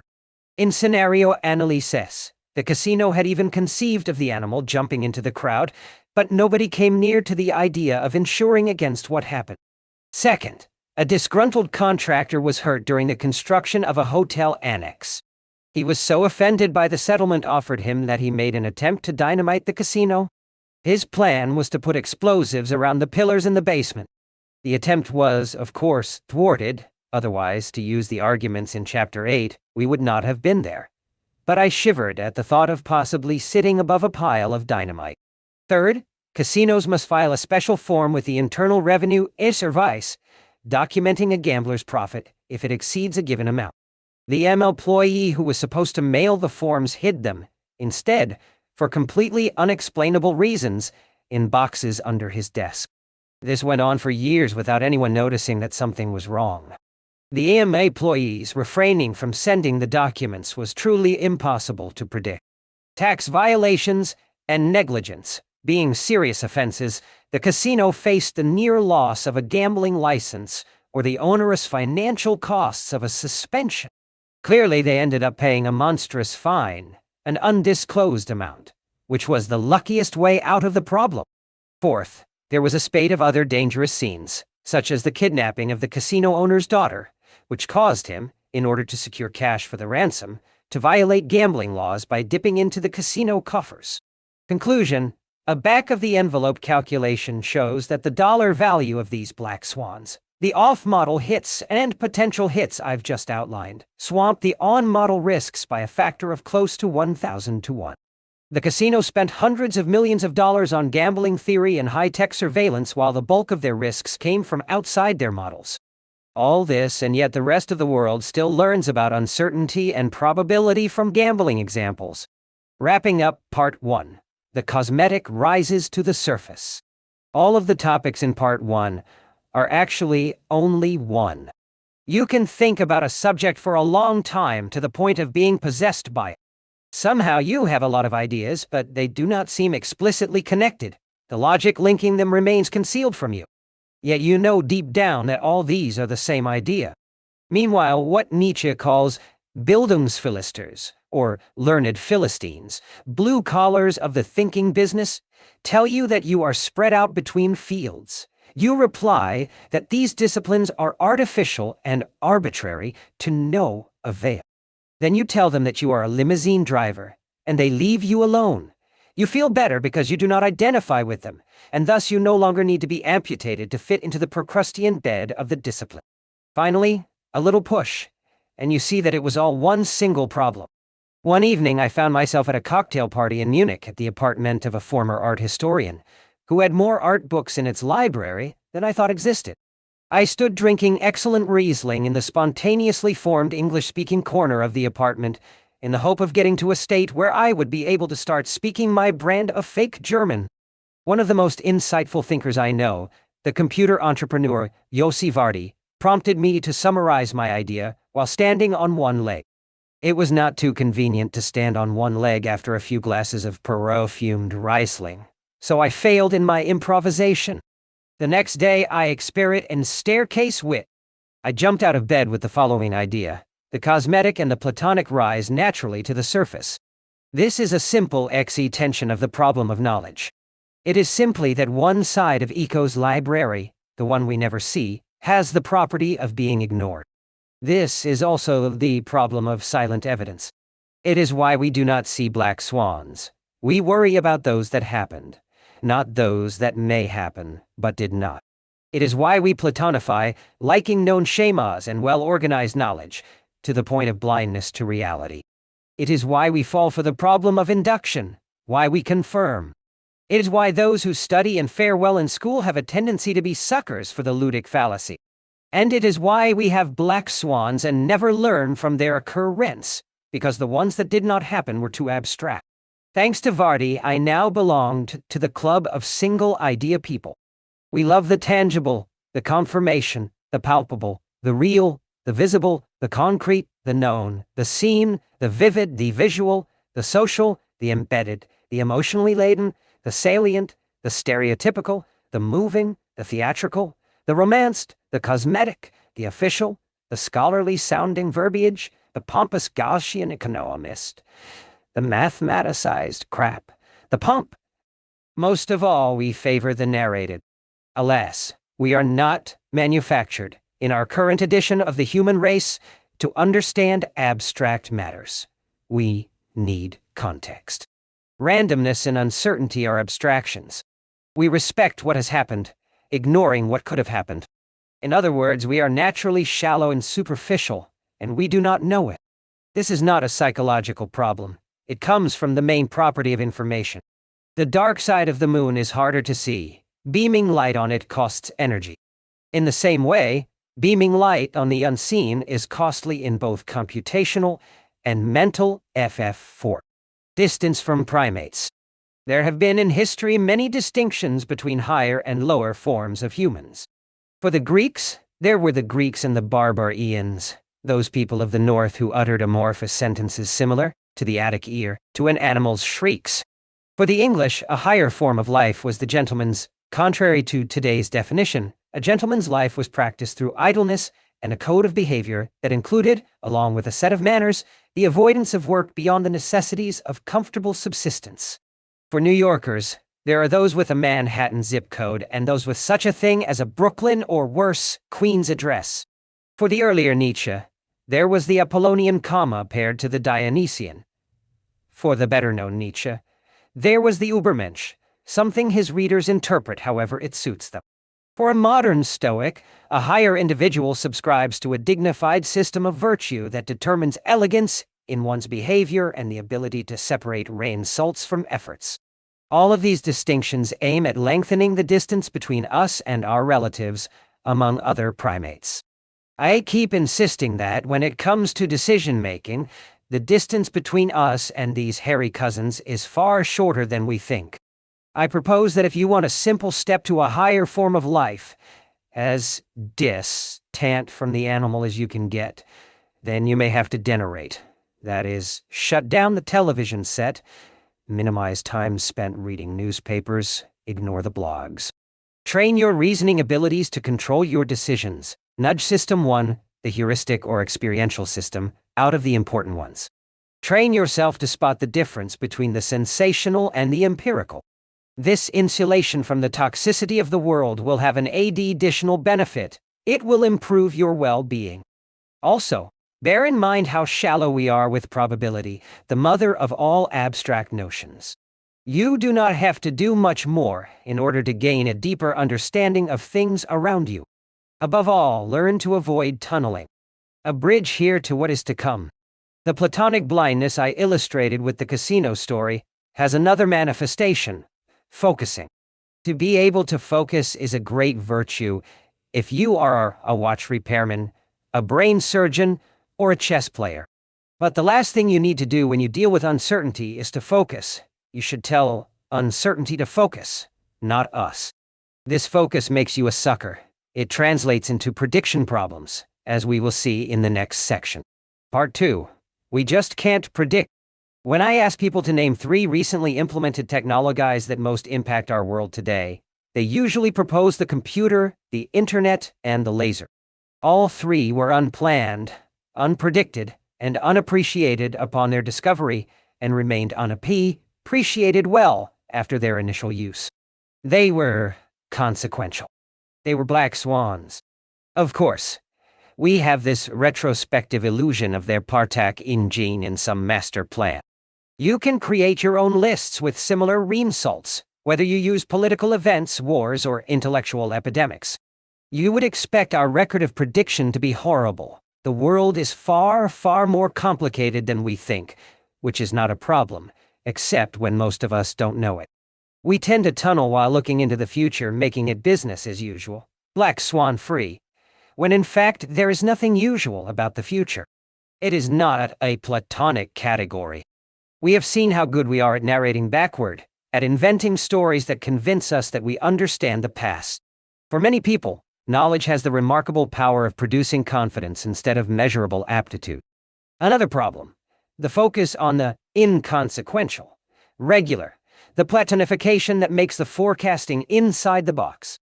I find it scandalous that, in spite of the empirical record, we continue to project into the future as if we were good at it, using tools and methods that exclude rare events. Prediction is firmly institutionalized in our world.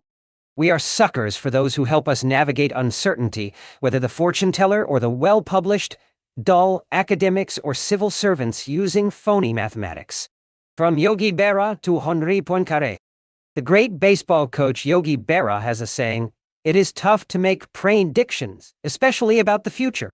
While he did not produce the writings that would allow him to be considered a philosopher, in spite of his wisdom and intellectual abilities, Berra can claim to know something about randomness. He was a practitioner of uncertainty, and as a baseball player and coach, regularly faced random outcomes and had to face their results deep into his bone. In fact, Yogi Berra is not the only thinker who thought about how much of the future lies beyond our abilities. Many less popular, less pithy, but not less competent thinkers than he have examined our inherent limitations in this regard, from the philosophers Jacques Hadamard and Henri Poincaré, commonly described as mathematicians, to the philosopher Friedrich von Hayek, commonly described, alas, as an economist, to the philosopher Karl Popper, commonly known as a philosopher, to the philosopher Karl Popper, commonly known as a philosopher. We can safely call this the Berra-Hadamard-Poincaré-Hayek-Popper conjecture, which puts structural, built-in limits to the enterprise of predicting. "The future ain't what it used to be," Berra later said. He seems to have been right. The gains in our ability to model, and predict, the world may be dwarfed by the increases in its complexity, implying a greater and greater role for the unpredicted. The larger the role of the black swan, the harder it will be for us to predict. Sorry. Before going into the limits of prediction, we will discuss our track record in forecasting and the relation between gains in knowledge and the offsetting gains in confidence. Chapter 10. The Scandal of Prediction. Welcome to Sydney. How many lovers did she have? How to be an economist. Wear a nice suit. And make friends. Not right, just almost right. Shallow rivers can have deep spots. One March evening, a few men and women were standing on the ES Esplanade overlooking the bay outside the Sydney Opera House. It was close to the end of the summer in Sydney, but the men were wearing jackets despite the warm weather. The women were more thermally comfortable than the men, but they had to suffer the impaired mobility of high heels. They all had come to pay the price of sophistication. Soon they would listen for several hours to a collection of oversized men and women singing endlessly in Russian. Many of the opera-bound people looked like they worked for the local office of J.R. Morgan or some other financial institution where employees experienced differential wealth from the rest of the local population, with concomitant pressures on them to live by a sophisticated script, wine and opera. But I was not there to take a peek at the neo-sophisticates. I had come to look at the Sydney Opera House, a building that adorns every Australian tourist brochure. Indeed, it is striking, though it looks like the sort of building architects create in order to impress other architects. That evening walk in the very pleasant part of Sydney called the Rocks was a pilgrimage. While Australians were under the illusion that they had built a monument to distinguish their skyline, what they had really done was to construct a monument to our failure to predict, to plan, and to come to grips with our unknowledge of the future, our systematic underestimation of what the future has in store. The Australians had actually built a symbol of the epistemic arrogance of the human race. The story is as follows. The Sydney Opera House was supposed to open in early 1963 at a cost of $7 million. It finally opened its doors more than 10 years later, and, although it was a less ambitious version than initially envisioned, it ended up costing around $104 million. While there are far worse cases of planning failures, namely the Soviet Union, or failures to forecast all important historical events, the Sydney Opera House provides an aesthetic, at least in principle, illustration of the difficulties. This opera house story is the mildest of all the distortions we will discuss in this section. It was only money, and it did not cause the spilling of innocent blood. But it is nevertheless emblematic. This chapter has two topics. First, we are demonstrably arrogant about what we think we know. We certainly know a lot, but we have a built-in tendency to think that we know a little bit more than we actually do, enough of that little bit to occasionally get into serious trouble. We shall see how you can verify, even measure, such arrogance in your own living room. Second, we will look at the implications of this arrogance for all the activities involving prediction. Why on earth do we predict so much? Worse even, and more interesting, why don't we talk about our record in predicting? Why don't we see how we almost always miss the big events? I call this the scandal of prediction. On the vagueness of Catherine's lover count, let us examine what I call epistemic arrogance, literally, our hubris concerning the limits of our knowledge. Episteme is a Greek word that refers to knowledge. Giving a Greek name to an abstract concept makes it sound important. True, our knowledge does grow, but it is threatened by greater increases in confidence, which make our increase in knowledge at the same time an increase in confusion, ignorance, and conceit. Take a room full of people. Randomly pick a number. The number could correspond to anything. The proportion of psychopathic stockbrokers in Western Ukraine, the sales of this book during the months with R in them, the average IQ of business book editors or business writers, the number of lovers of Catherine II of Russia, etc. Ask each person in the room to independently estimate a range of possible values for that number, set in such a way that they believe that they have a 98% chance of being right, and less than 2% chance of being wrong. In other words, whatever they are guessing has about a 2% chance to fall outside their range. For example, I am 98% confident that the population of Rajasthan is between 15 and 23 million. I am 98% confident that Catherine II of Russia had between 34 and 63 lovers. You can make inferences about human nature by counting how many people in your sample guessed wrong. It is not expected to be too much higher than 2 out of 100 participants. Note that the subjects, your victims, are free to set their range as wide as they want. You are not trying to gauge their knowledge, but rather their evaluation of their own knowledge. Now, the results. Like many things in life, the discovery was unplanned, serendipitous, surprising, and took a while to digest. Legend has it that Albert and Rafa, the researchers who noticed it, were actually looking for something quite different and more boring. How humans figure out probabilities in their decision-making when uncertainty is involved. What the learned call calibrate. The researchers came out befuddled. The 2% error rate turned out to be close to 45% in the population being tested. It is quite telling that the first sample consisted of Harvard Business School students, a breed not particularly renowned for their humility or introspective orientation. MBs are particularly nasty in this regard, which might explain their business success. Later, studies document more humility, or rather a smaller degree of arrogance in other populations. Janitors and cab drivers are rather humble. Politicians and corporate executives, alas, I'll leave them for later. Are we 22 times too comfortable with what we know? It seems so. This experiment has been replicated dozens of times across populations, professions, and cultures, and just about every empirical psychologist and decision theorist has tried it on his class to show his students the big problem of humankind. We are simply not wise enough to be trusted with knowledge. The intended 2% error rate usually turns out to be between 15% and so percent, depending on the population and the subject matter.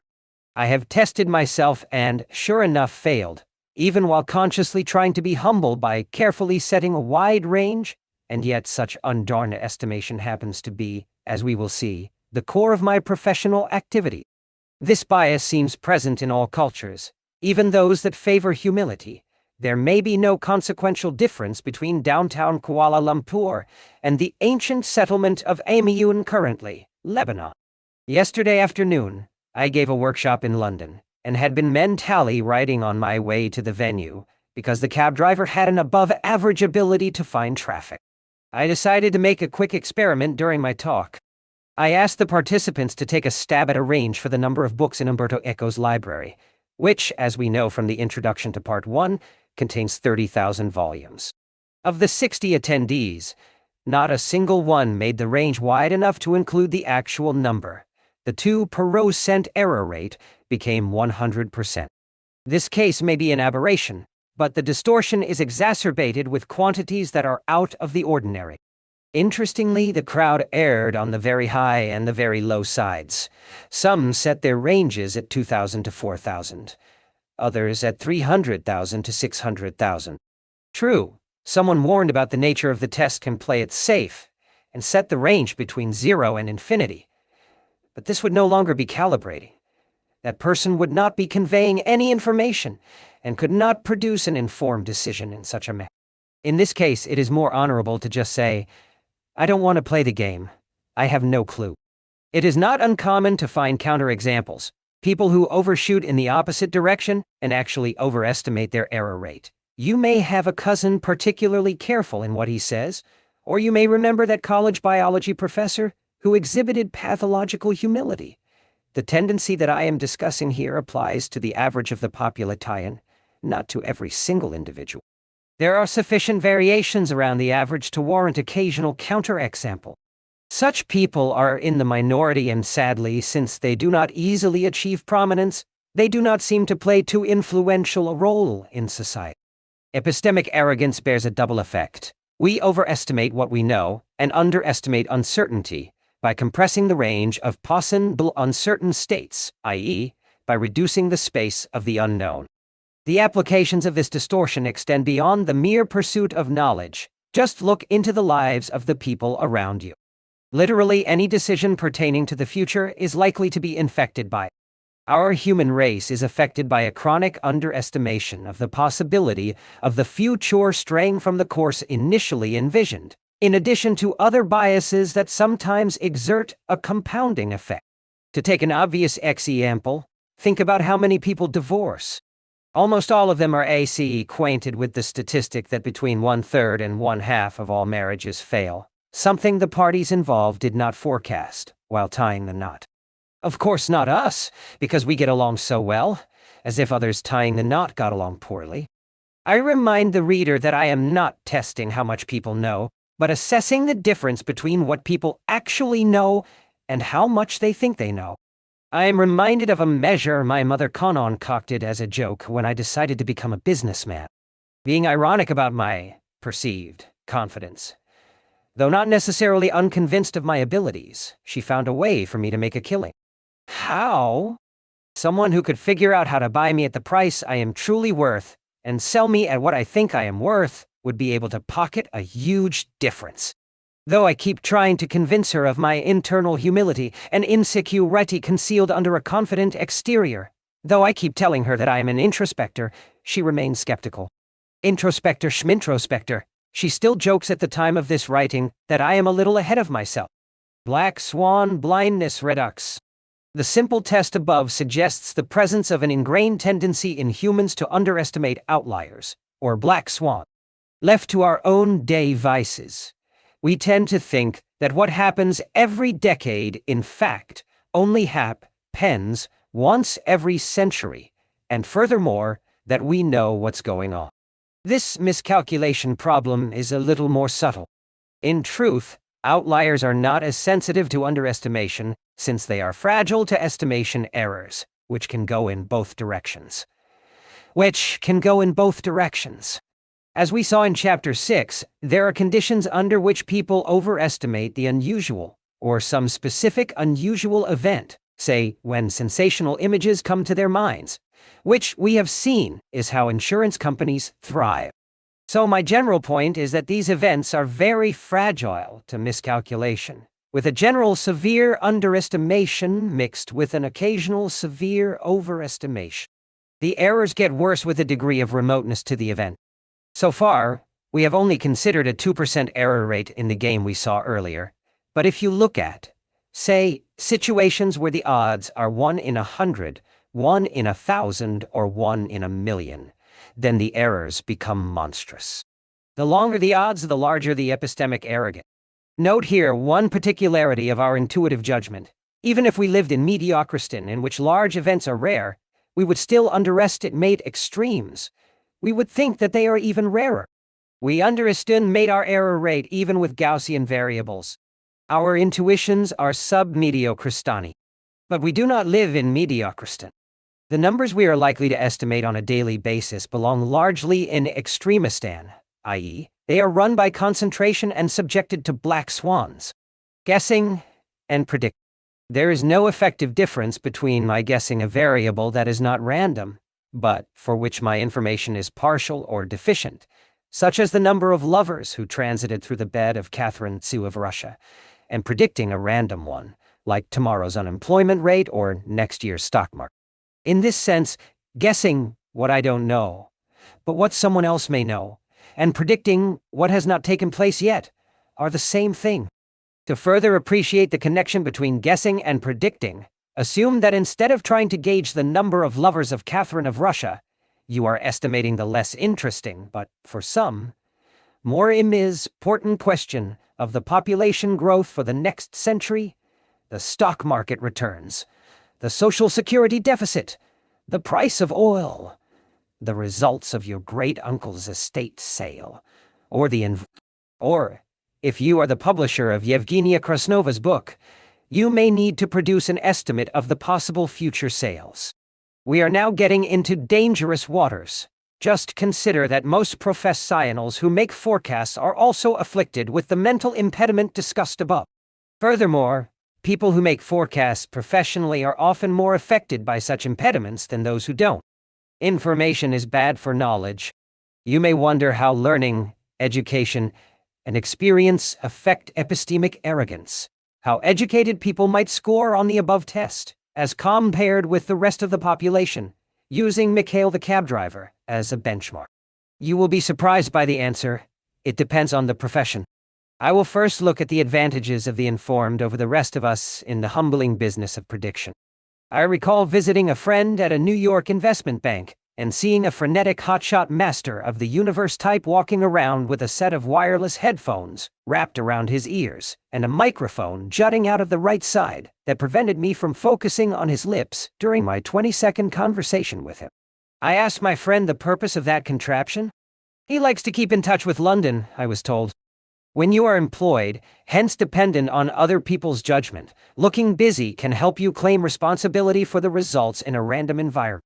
The appearance of busyness reinforces the perception of causality, of the link between results and one's role in them. This, of course, applies even more to the CEOs of large companies who need to trumpet a link between their presence and leadership and the results of the company. I am not aware of any studies that probe the usefulness of their time being invested in conversations and the absorption of small-time information. Nor have too many writers had the guts to question how large the CEO's role is in a corporation's success. Let us discuss one main effect of information: impediment to knowledge. Aristotle Onassis, perhaps the first mediatized tycoon, was principally famous for being rich and for exhibiting it. An ethnic Greek refugee from southern Turkey, he went to Argentina, made a lump of cash by importing Turkish tobacco, then became a shipping magnate. He was reviled when he married Jacqueline Kennedy, the widow of the American president, John F. Kennedy, which drove the heartbroken opera singer, Maria Callas, to immure herself in a Paris apartment to await death. If you study Onassis's life, which I spent part of my early adulthood doing, you would notice an interesting regularity. Work, in the conventional sense, was not his thing. He did not even bother to have a desk, let alone an office. He was not just a deal maker, which does not necessitate having an office, but he also ran a shipping empire, which requires day-to-day monitoring. Yet his main tool was a notebook, which contained all the information he needed. Onassis spent his life trying to socialize with the rich and famous, and to pursue and collect women. He generally woke up at noon. If he needed legal advice, he would summon his lawyers to some nightclub in Paris at 2 a.m. He was said to have an irresistible charm, which helped him take advantage of people. Let us go beyond the anecdote. There may be a fooled by randomness effect here, of making a causal link between Onassis's success and his modus operandi. I may never know if Onassis was skilled or lucky, though I am convinced that his charm opened doors for him. But I can subject his modus to a rigorous examination by looking at empirical RAIN search on the link between information and understanding. So this statement, additional knowledge of the minutiae of daily business can be useless, even actually toxic, is indirectly but quite effectively testable. Show two groups of people a blurry image of a fire hydrant, blurry enough for them not to recognize what it is. For one group, increase the resolution slowly, in 10 steps. For the second, do it faster, in 5 steps. Stop at a point where both groups have been presented an identical image and ask each of them to identify what they see. The members of the group that saw fewer intermediate steps are likely to recognize the hydrant much faster. Moral: the more information you give someone, the more hypotheses they will formulate along the way, and the worse off they will be. They see more random noise and mistake it for information. The problem is that our ideas are sticky. Once we produce a theory, we are not likely to change our minds. So those who delay developing their theories are better off. When you develop your opinions on the basis of weak evidence, you will have difficulty interpreting subsequent information that contradicts these opinions, even if this new information is obviously more accurate. Two mechanisms are at play here: the confirmation bias that we saw in Chapter 5, and belief perseverance, the tendency not to reverse opinions you already have. Remember that we treat ideas like possessions, and it will be hard for us to part with them. The fire hydrant experiment was first done in the 60s, and replicated several times since. I have also studied this effect using the mathematics of information. The more detailed knowledge one gets of empirical reality, the more one will see the noise, i.e., the anecdote, and mistake it for actual information. Remember that we are swayed by the sensational.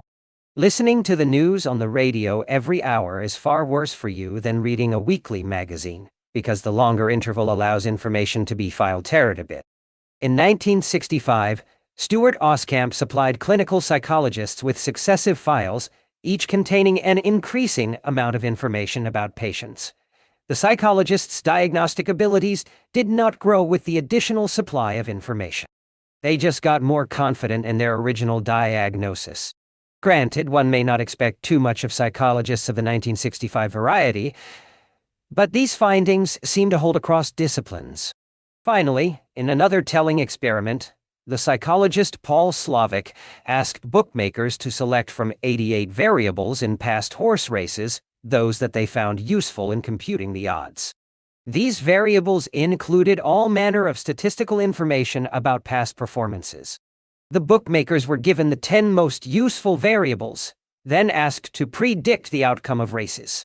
Then they were given 10 more and asked to predict again. The increase in the information set did not lead to an increase in their accuracy. Their confidence in their choices, on the other hand, went up markedly. Information proved to be toxic.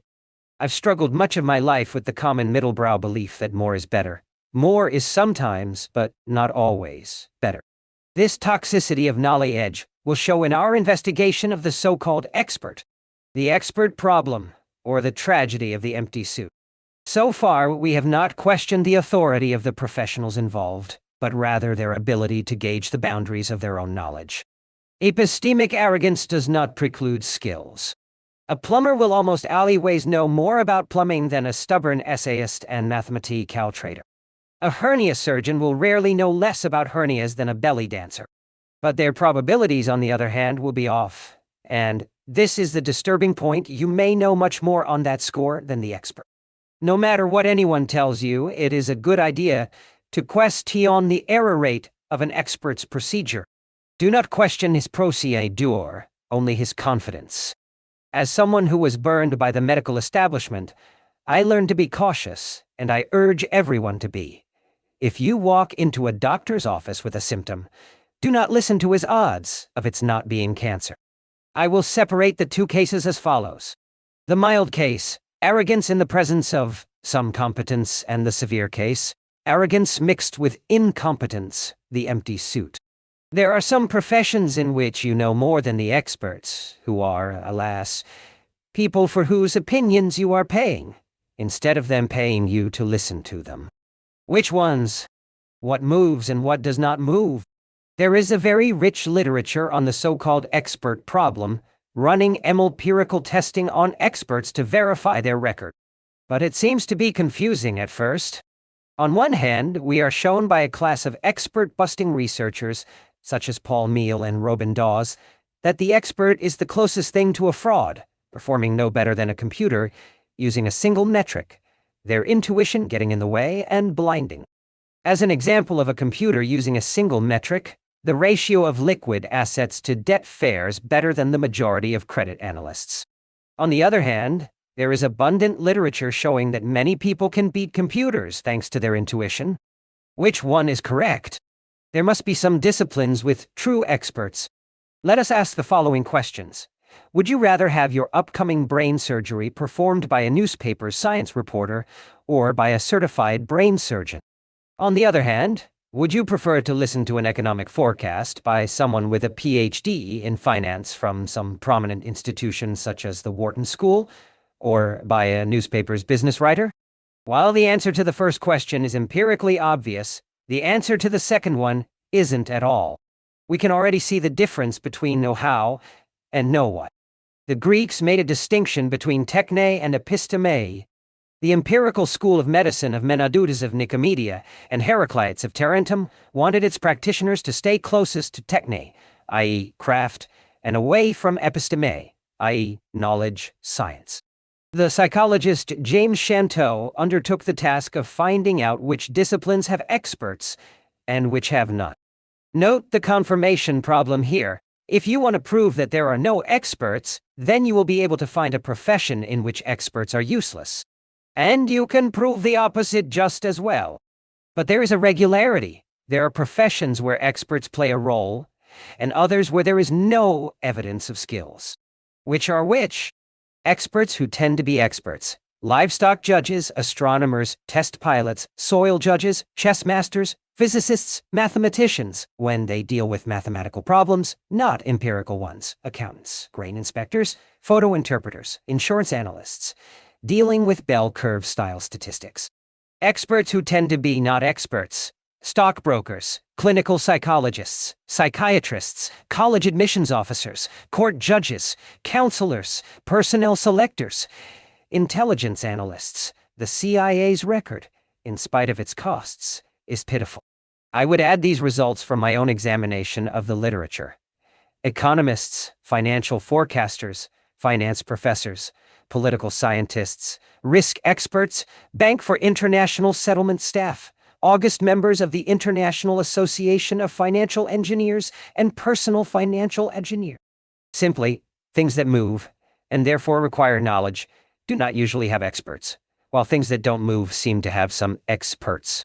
In other words, professions that deal with the future and base their studies on the non-repeatable past have an expert problem with the exception of the weather and businesses involving short-term physical processes, not socioeconomic ones. I am not saying that no one who deals with the future provides any valuable information. As I pointed out earlier, newspapers can predict theater opening hours rather well, but rather that those who provide no tangible added value are generally dealing with the future. Another way to see it is that things that move are often black swan prone. Experts are narrowly focused persons who need to tunnel. In situations where tunneling is safe, because black swans are not consequential, the expert will do well. Robert Trivers, an evolutionary psychologist and a man of supernormal insights, has another answer. He became one of the most influential evolutionary thinkers since Darwin with ideas he developed while trying to go to law school. He links it to self-deception. In fields where we have ancestral traditions, such as pillaging, we are very good at predicting outcomes by gauging the balance of power. Humans and chimps can immediately sense which side has the upper hand and make a cost-benefit analysis about whether to attack and take the goods and the mates.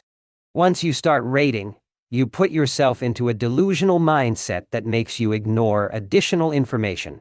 It is best to avoid wavering during battle. On the other hand, unlike raids, large-scale wars are not something present in human heritage. We are new to them, so we tend to misestimate their duration and overestimate our relative power. Recall the underestimation of the duration of the Lebanese War. Those who fought in the Great War thought it would be a mere cakewalk. So it was with the Vietnam conflict, so it is with the Iraq War, and just about every modern conflict. You cannot ignore self-delusion. The problem with experts is that they do not know what they do not know. Lack of knowledge and delusion about the quality of your knowledge come together. The same process that makes you know less also makes you satisfied with your knowledge. Next, instead of the range of forecasts, we will concern ourselves with the accuracy of forecasts, i.e., the ability to predict the number itself. How to have the last laugh. We can also learn about prediction errors from trading activities.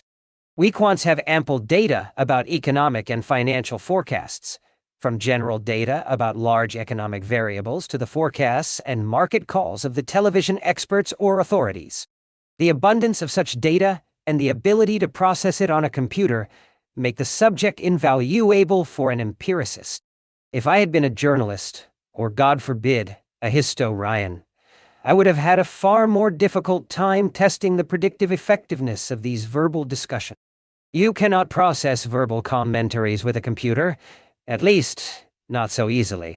Furthermore, many economists naively make the mistake of producing a lot of forecasts concerning many variables, giving us a database of economists and variables, which enables us to see whether some economists are better than others, there is no consequential difference, or if there are certain variables for which they are more competent. Alas, none that are meaningful. I was in a seat to observe from very close our ability to predict. In my full-time trader days, a couple of times a week, at 8:30 a.m. my screen would flash some economic number released by the Department of Commerce, or Treasury, or Trade, or some such honorable institution. I never had a clue about what these numbers meant and never saw any need to invest energy in finding out. So I would not have cared the least about them except that people got all excited and talked quite a bit about what these figures were going to mean, pouring verbal sauce around the forecasts. Among such numbers, you have the Consumer Price Index, CPI, non-farm payrolls, changes in the number of employed individuals, the index of leading economic indicators, sales of durable goods, dubbed doable girls by traders, the gross domestic product, the most important one, and many more that generate different levels of excitement depending on their presence in the discourse. The data vendors allow you to take a peek at forecasts by leading economists, people in suits who work for the venerable institutions such as J.P. Morgan Chase or Morgan Stanley. You can watch these economists talk, theorizing eloquently and convincingly. Most of them earn 7 figures and they rank as stars with teams of researchers crunching numbers and projections. But the stars are foolish enough to publish their projected numbers right there for posterity to observe and assess their degree of competence.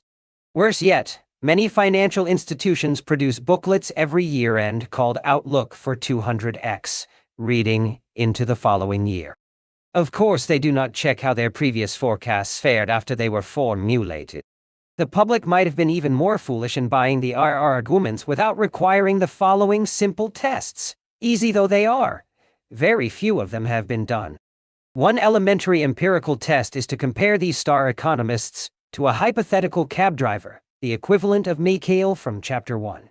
You create a synthetic agent, someone who takes the most recent number as the best predictor of the next, while assuming that he does not know anything. Then all you have to do is compare the error rates of the hotshot economists and your synthetic agent. The problem is that when you are swayed by stories, you forget about the necessity of such testing. Events are outlandish. The problem with prediction is a little more subtle. It comes mainly from the fact that we are living in extremistan, not mediocristan. Our predictors may be good at predicting the ordinary, but not the irregular, and this is where they ultimately fail. All you need to do is miss one interest rates move, from 6% to 1% in a longer-term projection, what happened between 2000 and 2001, to have all your subsequent forecasts rendered completely ineffectual in correcting your cumulative track record. What matters is not how often you are right, but how large your cumulative errors are. And these cumulative errors depend largely on the big surprises, the big opportunities. Not only do economic, financial, and political predictors miss them, but they are quite ashamed to say anything outlandish to their clients, and yet events, it turns out, are almost always outlandish. Furthermore, as we will see in the next section, economic forecasters tend to fall closer to one another than to the resulting outcome. Nobody wants to be off the wall. Since my testing has been informal, for commercial and entertainment purposes, for my own consumption and not formatted for publishing, I will use the more formal results of other researchers who did the dog work of dealing with the tedium of the publishing process. I am surprised that so little introspection has been done to check on the usefulness of these professions. There are a few, but not many, formal tests in 3 domains: security analysis, political science, and economics. We will no doubt have more in a few years. Or perhaps not. The authors of such papers might become stigmatized by his colleagues. Out of close to 1 million papers published in politics, finance, and economics, there have been only a small number of checks on the predictive quality of such knowledge. Herding like cattle. A few researchers have examined the work and attitude of security analysts, with amazing results, particularly when one considers the epistemic arrogance of these operators. In a study comparing them with weather forecasters, Tadeusz Tyska and Piotr Zielonka document that the analysts are worse at predicting, while having a greater faith in their own skills. Somehow, the analysts' self-evaluation did not decrease their error margin after their failures to forecast. Last June, I bemoaned the dearth of such published studies to Jean-Philippe Bauchot, whom I was visiting in Paris. He is a boyish man who looks half my age, though he is only slightly younger than I, a matter that I half-jokingly attribute to the beauty of physics. Actually, he is not exactly a physicist, but one of those quantitative scientists who apply methods of statistical physics to economic variables, a field that was started by Benoit Mandelbrot in the late 1950s. This community does not use mediocrity in mathematics, so they seem to care about the truth. They are completely outside the economics and business school finance establishment, and survive in physics and mathematics departments, or, very often, in trading houses. Traders rarely hire economists for their own consumption, but rather to provide stories for their less sophisticated clients. Some of them also operate in sociology with the same hostility on the part of the natives. Unlike economists who wear suits and spin theories, they use empirical methods to observe the data and do not use the bell curve. He surprised me with a research paper that a summer intern had just finished under his supervision and that had just been accepted for publication. It scrutinized 2,000 predictions by security analysts. What it showed was that these brokerage house analysts predicted nothing, a naive forecast made by someone who takes the figures from one period as predictors of the next would not do markedly worse. Yet analysts are informed about companies' orders, forthcoming contracts, and planned expenditures, so this advanced knowledge should help them do considerably better than a naive forecaster looking at the past data without further information. Worse yet, the forecaster's errors were significantly larger than the average difference between individual forecasts, which indicates herding. Normally, forecasts should be as far from one another as they are from the predicted number. But to understand how they manage to stay in business, and why they don't develop severe nervous breakdowns with weight loss, erratic behavior, or acute alcoholism, we must look at the work of the psychologist Philip Tetlock. I was almost right. Tetlock studied the business of political and economic experts. He asked various specialists to judge the likelihood of a number of political, economic, and military events occurring within a specified time frame, about 5 years ahead. The outcomes represented a total number of around 27,000 predictions, involving close to 300 specialists. Economists represented about a quarter of his sample. The study revealed that experts' error rates were clearly many times what they had estimated. His study exposed an expert problem. There was no difference in results whether one had a PhD or an undergraduate degree. Well-published professors had no advantage over journalists. The only regularity Tetlock found was the negative effect of reputation on prediction. Those who had a big reputation were worse predictors than those who had none. But Tetlock's focus was not so much to show the real competence of experts, although the study was quite convincing with respect to that, as to investigate why the experts did not realize that they were not so good at their own business, in other words, how they spun their stories. There seemed to be a logic to such incompetence, mostly in the form of belief, defense, or the protection of self-esteem. He therefore dug further into the mechanisms by which his subjects generated ex post explanations.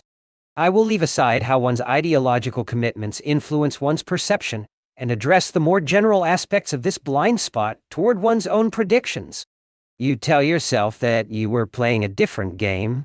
Let's say you failed to predict the weakening and precipitous fall of the Soviet Union, which no social scientist saw coming. It is easy to claim that you were excellent at understanding the political workings of the Soviet Union, but that these Russians, being exceedingly Russian, were skilled at hiding from you crucial economic elements. Had you been in possession of such economic intelligence, you would certainly have been able to predict the demise of the Soviet regime. It is not your skills that are to blame. The same might apply to you if you had forecast the landslide victory for Al Gore over George W. Bush. You were not aware that the economy was in such dire straits. Indeed, this fact seemed to be concealed from everyone. Hey, you are not an economist, and the game turned out to be about economics. You invoke the outlier. Something happened that was outside the system, outside the scope of your science. Given that it was not predictable, you are not to blame. It was a black swan, and you are not supposed to predict black swans. Black swans, NNT tells us, are fundamentally unpredictable. But then I think that NT would ask you, why rely on predictions? Such events are exogenous, coming from outside your science. Or maybe it was an event of very, very low probability. A 1,000-year flood, and we were unlucky to be exposed to it. But next time, it will not happen. This focus on the narrow game and linking one's performance to a given script is how the nerds explain the failures of mathematical methods in society. The model was right, it worked well, but the game turned out to be a different one than anticipated. The almost right defense. Retrospectively, with the benefit of a revised science of values and an informational framework, it is easy to feel that it was a close call. Tetlock writes, observers of the former Soviet Union who in 1988 thought the Communist Party could not be driven from power by 1993 or 1998 were especially likely to believe that Kremlin hardliners a la most overthrew Gorbachev in the 1991 coup attempt, and they would have if the conspirators had been more resolute, and they would have if the conspirators had been more resolute. I will go now into more general defects uncovered by this example. These experts were lopsided. On the occasions when they were right, they attributed it to their own depth of understanding and expertise. When wrong, it was either the situation that was to blame, since it was unusual, or worse, they did not recognize that they were wrong, and spun stories around. They found it difficult to accept that their grasp was a little short. But this attribute is universal to all our activities. There is something in us designed to protect our self-esteem. We humans are the victims of an asymmetry in the perception of random events. We attribute our successes to our skills, and our failures to external events outside our control, namely, to randomness. We feel responsible for the good stuff, but not for the bad. This causes us to think that we are better than others at whatever we do for a living. 94% of Swedes believe that their driving skills put them in the top 50% of Swedish drivers. 84% of Frenchmen feel that their love-making abilities put them in the top half of French lovers. The other effect of this asymmetry is that we feel a little unique, unlike others, for whom we do not perceive such an asymmetry. I have maintained the unrealistic expectations about the future on the part of people in the process of tying the knot. Also, consider the number of families who tunnel on their future, locking themselves into hard-to-flip real estate, thinking they are going to live there permanently, not realizing that the general track record for sedentary living is dire. Don't they see those well-dressed real estate agents driving around in fancy two-door German cars? We are very nomadic, far more than we planned to be, and forcibly so. Consider how many people who have abruptly lost their job deemed it likely to occur, even a few days before. Or consider how many drug addicts entered the game willing to stay in it so long. There is another lesson from Tetlock's experiment. He found what I mentioned earlier, that many university stars or contributors to top journals are no better than the average New York Times reader or journalist in detecting changes in the world around them. These sometimes over-specialized experts failed tests in their own specialties. The hedgehog and the fox. Tetlock distinguishes between two types of predictors, the hedgehog and the fox, according to a distinction promoted by the essayist Isaiah Berlin. As in Aesop's fable, the hedgehog knows one thing, the fox knows many things. These are the adaptable types you need in daily life. Many of the prediction failures come from hedgehogs who are mentally married to a single big black swan event, a big bet that is not likely to play out. The hedgehog is someone focusing on a single improbable and consequential event, falling for the narrative fallacy that makes us so blinded by one single outcome that we cannot imagine others. Hedgehogs, because of the narrative fallacy, are easier for us to understand. Their ideas work in sound bites. Their category is overrepresented among famous people. Ergo, famous people are on average worse at forecasting than the rest of the predictors. I have avoided the press for a long time because whenever journalists hear my Black Swan story, they ask me to give them a list of future impact events. They want me to be predictive of these black swans.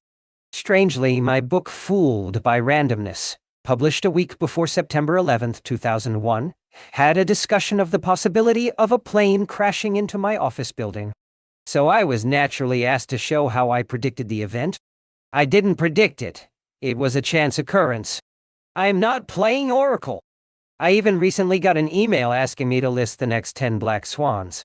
Most fail to get my point about the error of specificity, the narrative fallacy, and the idea of prediction. Contrary to what people might expect, I am not recommending that anyone become a hedgehog. Rather, be a fox with an open mind. I know that history is going to be dominated by an improbable event. I just don't know what that event will be. Reality? What for? I found no formal Tetlock-like comprehensive study in economics journals. But, suspiciously, I found no paper trumpeting economists' ability to produce reliable projections.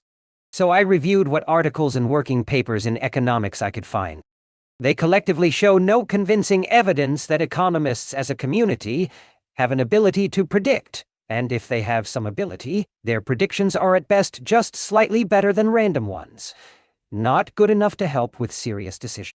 The most interesting test of how academic methods fare in the real world was run by Spyros Makridakis, who spent part of his career managing competitions between forecasters who practice a scientific method called econometrics, an approach that combines economic theory with statistical measurements.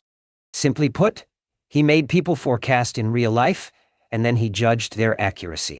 This led to the series of M competitions he ran, with assistance from Michel Haibon, of which M3 was the third and most recent one, completed in 1999. Makridakis and Haibon reached the sad conclusion that statistically sophisticated or complex methods do not necessarily provide more accurate forecasts than simpler ones. I had an identical experience in my quant days. The foreign scientist with the throaty accent spending his nights on a computer doing complicated mathematics rarely fares better than a cab driver using the simplest methods within his reach. The problem is that we focus on the rare occasion when these methods work and almost never on their far more numerous failures. I kept begging anyone who would listen to me, "Hey, I am an uncomplicated, no-nonsense fellow from Amayun, Lebanon, and have trouble understanding why something is considered valuable if it requires running computers overnight, but does not enable me to predict better than any other guy from Amiens." The only reactions I got from these colleagues were related to the geography and history of Amiens, rather than a no-nonsense explanation of their business. Here again, you see the narrative fallacy at work, except that in place of journalistic stories, you have the more dire situation of the scientists with a Russian accent looking in the rearview mirror, narrating with equations, and refusing to look ahead because he may get too dizzy. The econometrician Robert Engel, an otherwise charming gentleman, invented a very complicated statistical method called GARCH and got a Nobel for it. No one tested it to see if it has any validity in real life. Simpler, less sexy methods fare exceedingly better, but they do not take you to Stockholm. You have an expert problem in Stockholm, and I will discuss it in Chapter 17. This unfitness of complicated methods seems to apply to all methods. Another study effectively tested practitioners of something called game theory, in which the most notorious player is John Nash, the schizophrenic mathematician made famous by the film A Beautiful Mind. Sadly, for all the intellectual appeal of these methods and all the media attention, its practitioners are no better at predicting than university students. There's another problem, and it is a little more worrisome. Makridakis and Haibon were to find out that the strong empirical evidence of their studies has been ignored by theoretical statisticians. Furthermore, they encountered shocking hostility toward their empirical verifications. Instead, you statisticians have concentrated their efforts in building more sophisticated models without regard to the ability of such models to more accurately predict real-life data. Makridakis and Haibon write.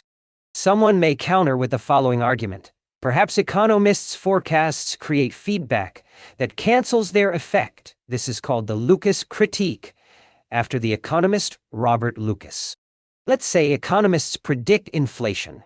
In response to these expectations, the Federal Reserve acts and lowers inflation.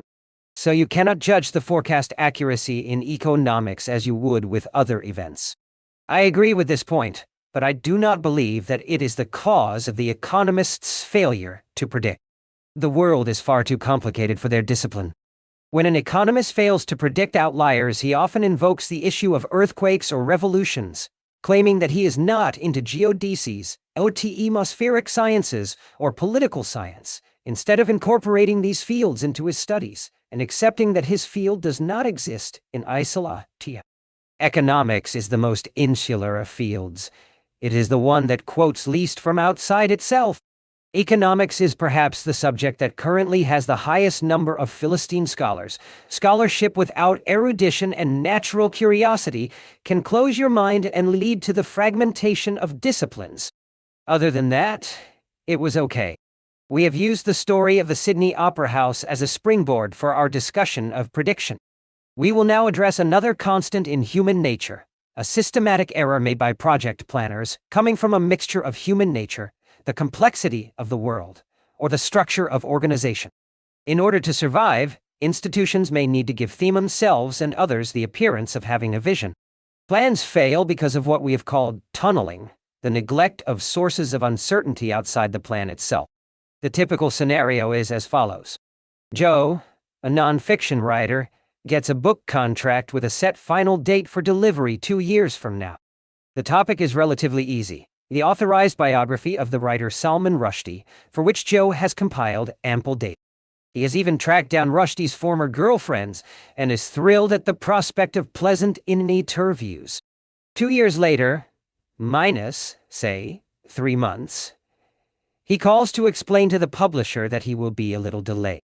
The publisher has seen this coming. He is used to authors being late. The publishing house now has cold feet because the subject has unexpectedly faded from public attention. The firm projected that interest in Rushdie would remain high, but attention has faded, seemingly because the Iranians, for some reason, lost interest in killing him. Let's look at the source of the biographer's underestimation of the time for completion. He projected his own schedule, but he tunneled, as he did not forecast that some external events would emerge to slow him down.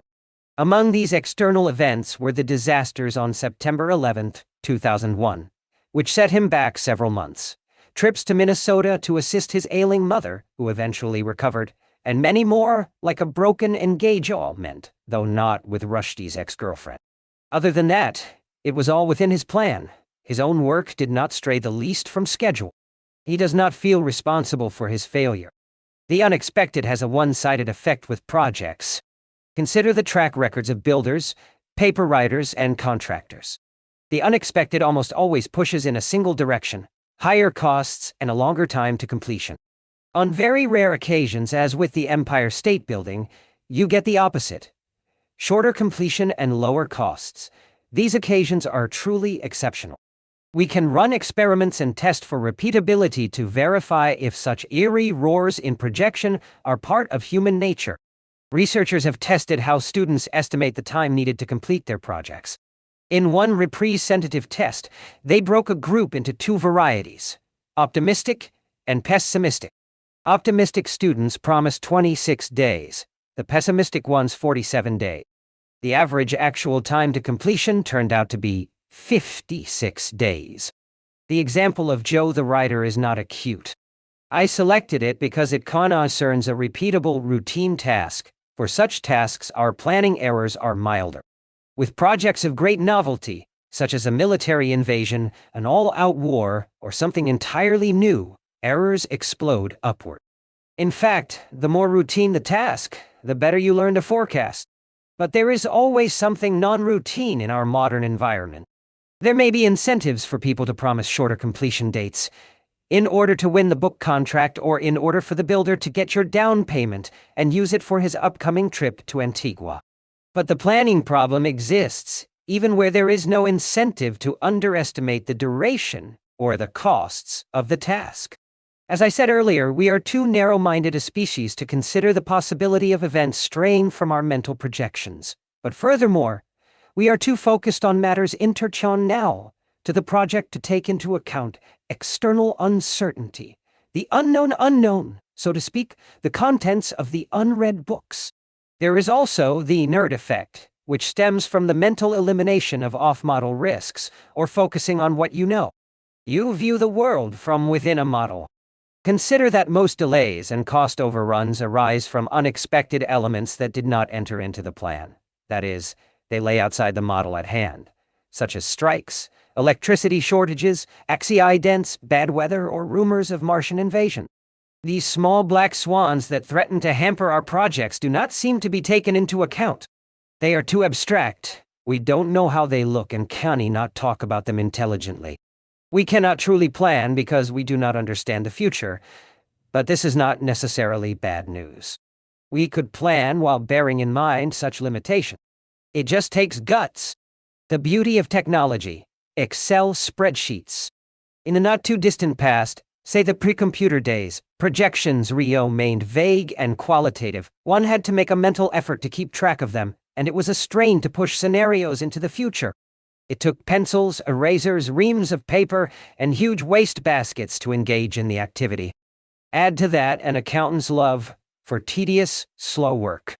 The activity of projecting, in short, was effortful, undesirable, and marred with self-doubt. But things changed with the intrusion of the spreadsheet. When you put an Excel spreadsheet into computer-literate hands, you get a sales projection effortlessly extending ad infinitum. Once on a page, or on a computer screen, or worse, in a PowerPoint presentation, the projection takes on a life of its own, losing its vagueness and abstraction, and becoming what philosophers call reified, invested with concreteness. It takes on a new life as a tangible object. My friend Brian Hinchcliffe suggested the following idea when we were both sweating at the local gym. Perhaps the ease with which one can project into the future by dragging cells in these spreadsheet programs is responsible for the armies of forecasters confidently producing longer-term forecasts, all the while tunneling on their assumptions. We have become worse planners than the Soviet Russians, thanks to these potent computer programs given to those who are incapable of handling their knowledge. Like most commodity traders, Brian is a man of incisive and sometimes brutally painful realism. A classical mental mechanism called anchoring seems to be at work here. You lower your anxiety about uncertainty by producing a number, then you anchor on it, like an object to hold on to in the middle of a vacuum. This anchoring mechanism was discovered by the fathers of the psychology of uncertainty, Danny Kahneman and Amos Tversky, early in their heuristics and biases project. It operates as follows. Kahneman and Tversky had their subjects spin a wheel of fortune.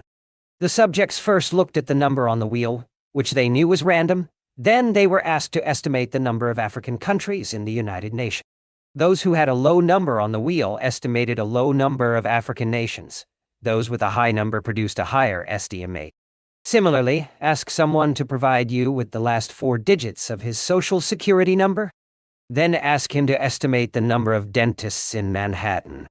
You will find that by making him aware of the 4-digit number, you elicit an estimate that is correlated with it.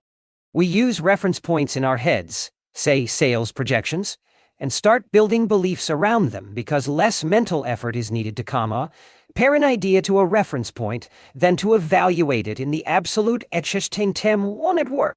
Nah, we cannot work without a point of reference. So, the introduction of a reference point in the forecaster's mind will work wonders. This is no different from a starting point in a bargaining episode. You open with high number, I want $1 million for this house. The bidder will answer only $850. The discussion will be determined by that initial level. The character of prediction errors. Like many biological variables, life expectancy is from mediocrity. That is, it is subjected to mild randomness.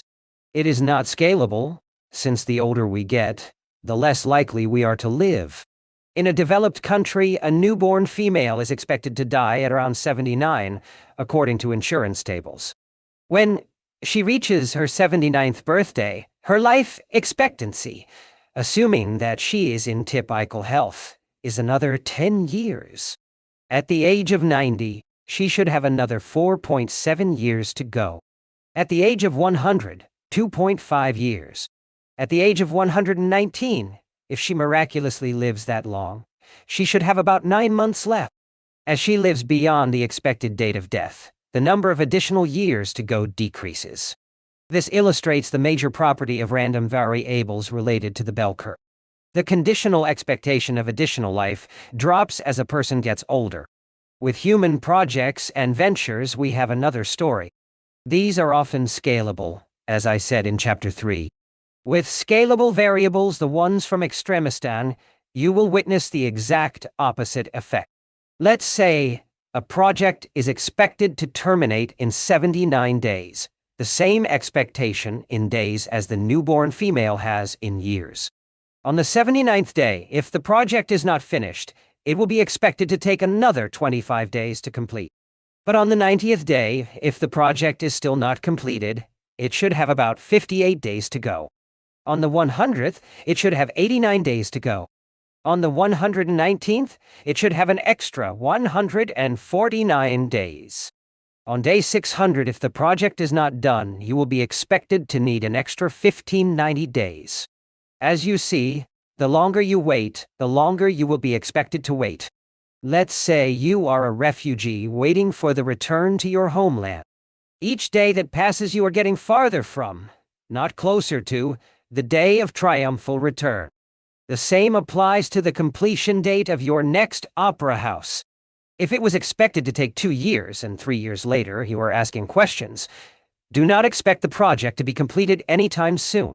If wars last on average 6 months, and your conflict has been going on for 2 years, expect another few years of problems. The Arab-Israeli conflict is 60 years old, and counting, yet it was considered a simple problem 60 years ago. Always remember that, in a modern environment, wars last longer and kill more people than is typically planned. Other example. Say that you send your favorite author a letter, knowing that he is busy, and has a 2-week turnaround. If 3 weeks later your mailbox is still empty, do not expect the letter to come tomorrow. It will take on average another 3 weeks. If 3 months later you still have nothing, you will have to expect to wait another year. Each day will bring you closer to your death but further from the receipt of the letter. This subtle but extremely consequential property of scalable randomness is unusually counterintuitive. We misunderstand the logic of large deviations from the norm. I will get deeper into these properties of scalable randomness in Part 3. But let us say for now that they are central to our misunderstanding of the business of prediction. Don't cross a river if it is, on average, 4 feet deep.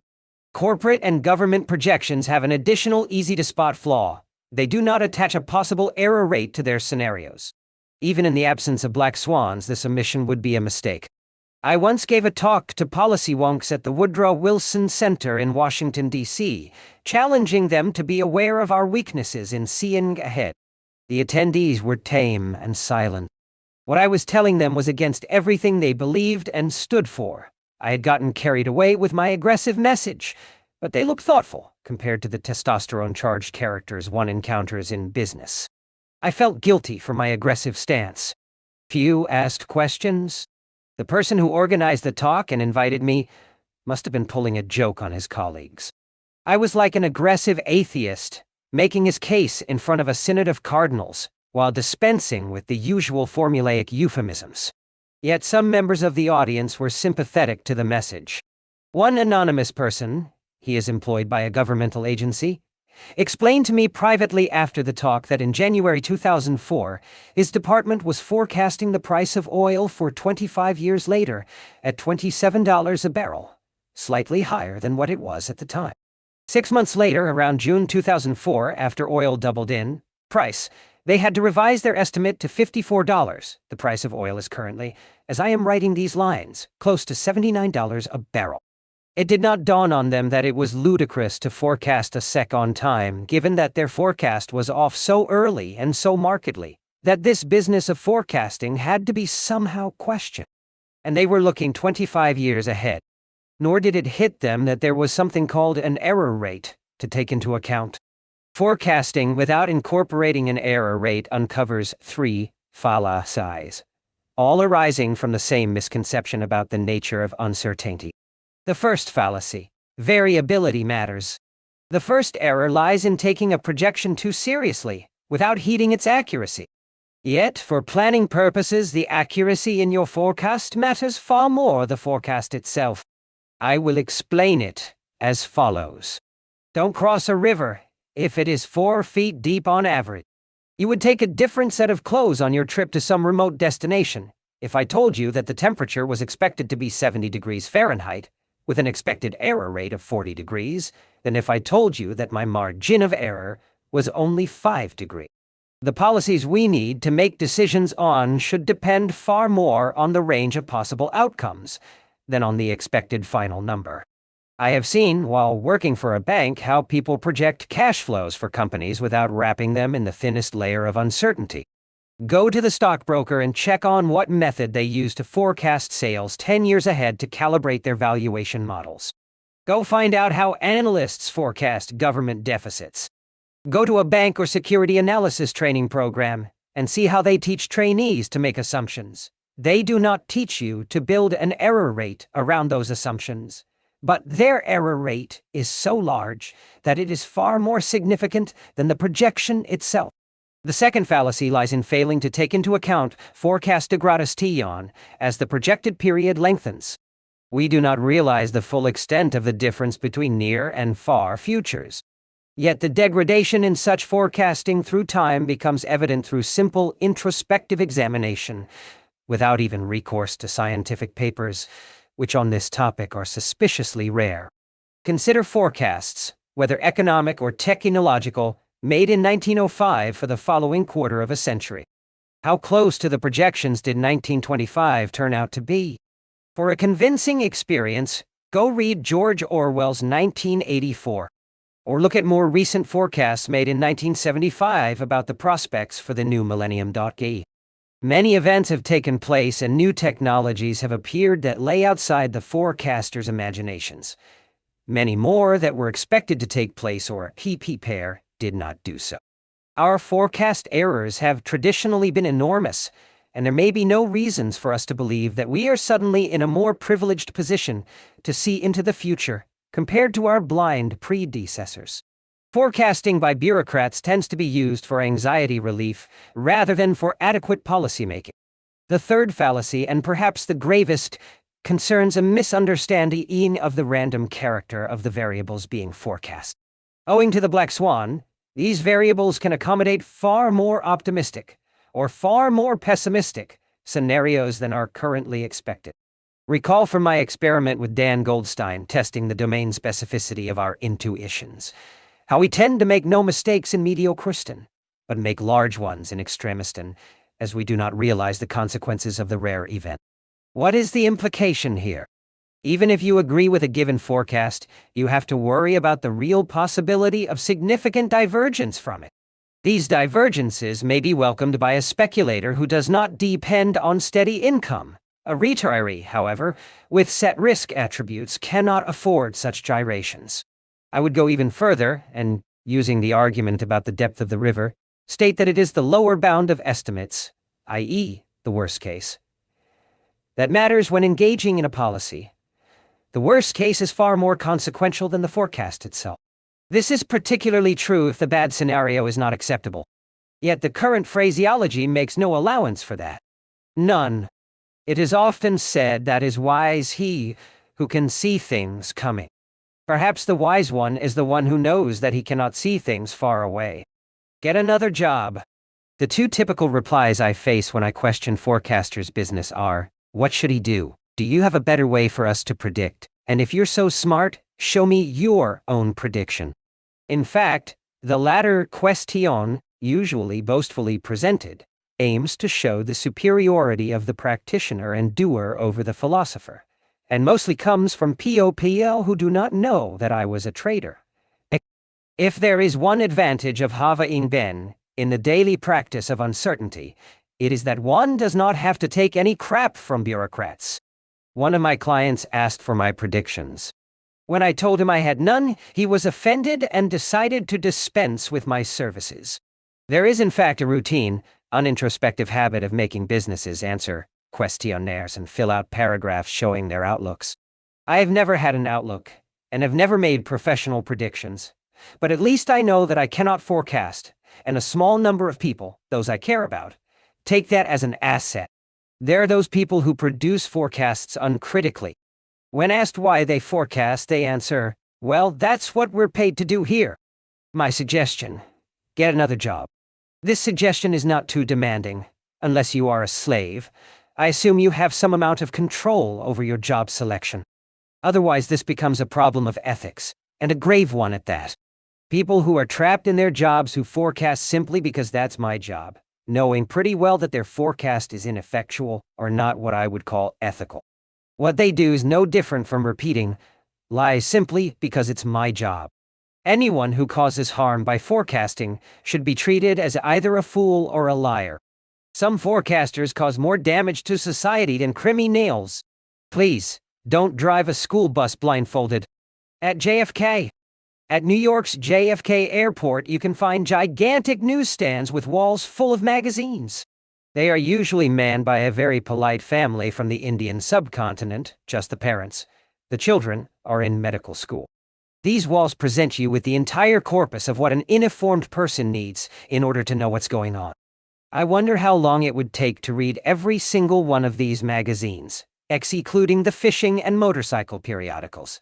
But including the gossip magazines, you might as well have some fun. Half a lifetime? An entire lifetime? Sadly, all this knowledge would not help the reader to forecast what is to happen tomorrow. Actually, it might decrease his ability to forecast. There is another aspect to the problem of prediction. Its inherent limitations, those that have little to do with human nature, but instead arise from the very nature of information itself. I have said that the black swan has 3 attributes: unpredictability, consequences, and retrospective explainability. Let us examine this unpredictability business. Chapter 11. How to look for bird poop. Popper's prediction about the predictors. Poincaré plays with billiard balls. Von Hayek is allowed to be irreverent. Anticipation machines. Paul Samuelson wants you to be rational. Beware the philosopher. Demand some certainties. We've seen that. A. We tend to both tunnel and think narrowly, epistemic arrogance, and B. Our prediction record is highly overestimated. Many people who think they can predict actually can't. We will now go deeper into the unadvertised structural limitations on our ability to predict. These limitations may arise not from us, but from the nature of the activity itself, too complicated, not just for us, but for any tools we hay or can conceivably obtain. Some black swans will remain elusive, enough to kill our forecasts. How to look for bird poop. In the summer of 1998, I worked at a European-owned financial institution. It wanted to distinguish itself by being rigorous and farsighted. The unit involved in trading had 5 managers, all serious-looking, always in dark blue suits, even on dress-down Fridays, who had to meet throughout the summer in order to formulate the 5-year plan. This was supposed to be a meaty document, a sort of user's manual for the firm. A 5-year plan? To a fellow deeply skeptical of the central planner, the notion was ludicrous. Growth within the firm had been organic and unpredictable, bottom-up, not top-down. It was well known that the firm's most lucrative department was the product of a chance call from a customer asking for a specific but strange financial transaction. The firm accidentally realized that they could build a unit just to handle these transactions since they were profitable, and it rapidly grew to dominate their activities. The managers flew across the world in order to meet. Barcelona, Hong Kong, etc. A lot of miles for a lot of verbiage. Needless to say, they were usually sleep-deprived. Being an executive does not require very developed frontal lobes, but rather a combination of charisma, a capacity to sustain boredom, and the ability to shallowly perform on harrying schedules. Add to these tasks the duty of attending opera performances. The managers sat down to brainstorm during these meetings about, of course, the medium-term future. They wanted to have vision. But then an event occurred that was not in the previous 5-year plan.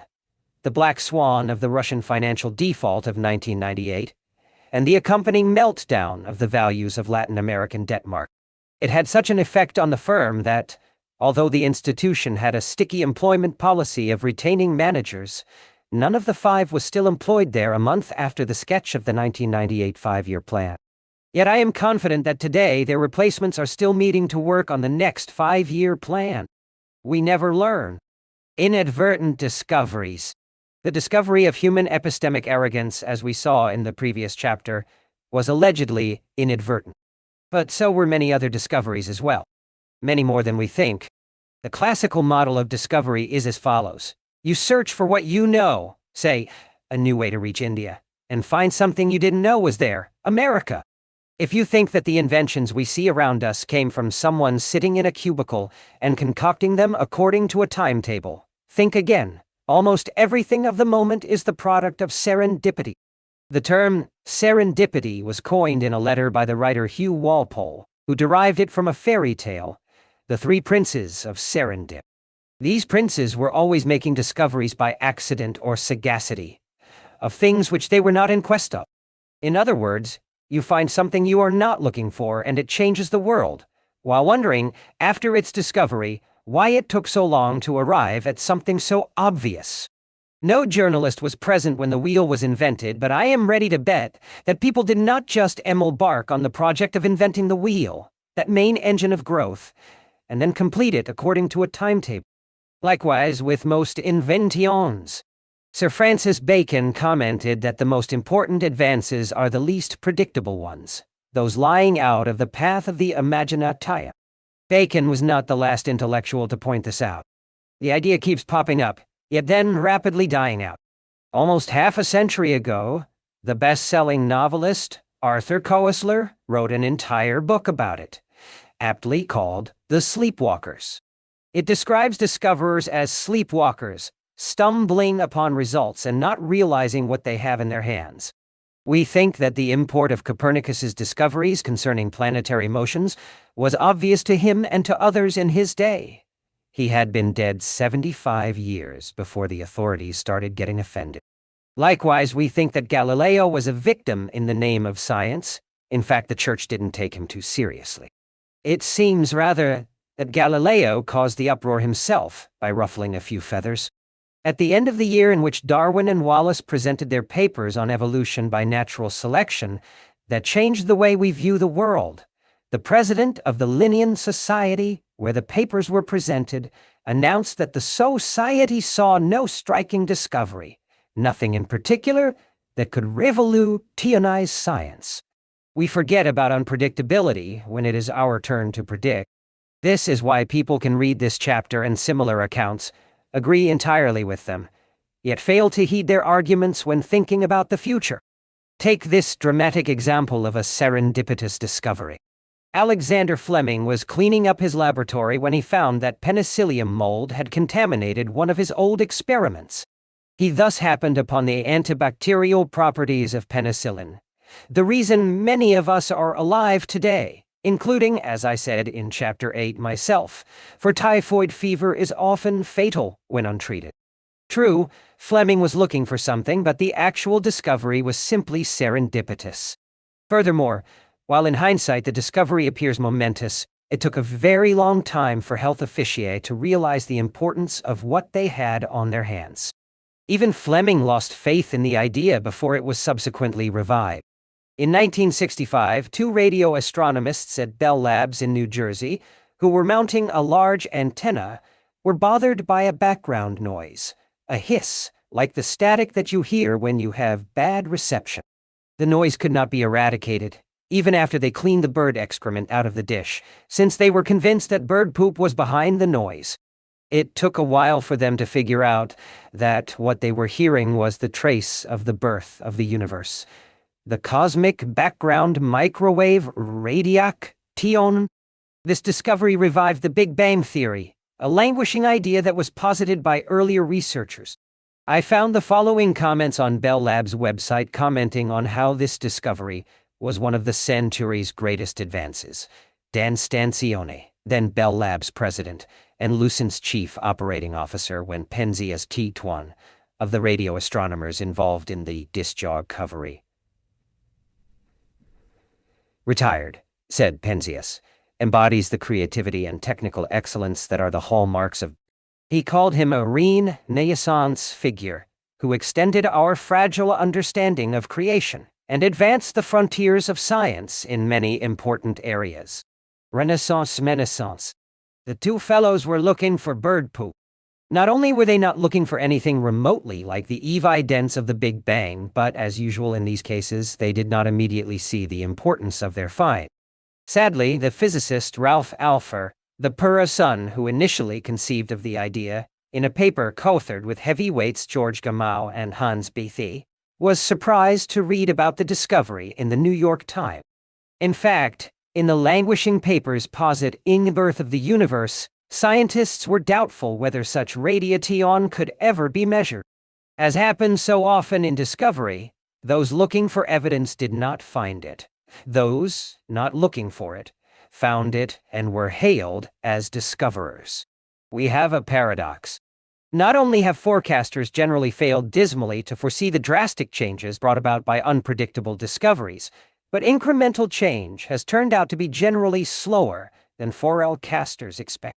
When a new technology emerges, we either grossly underestimate or severely overestimate its importance.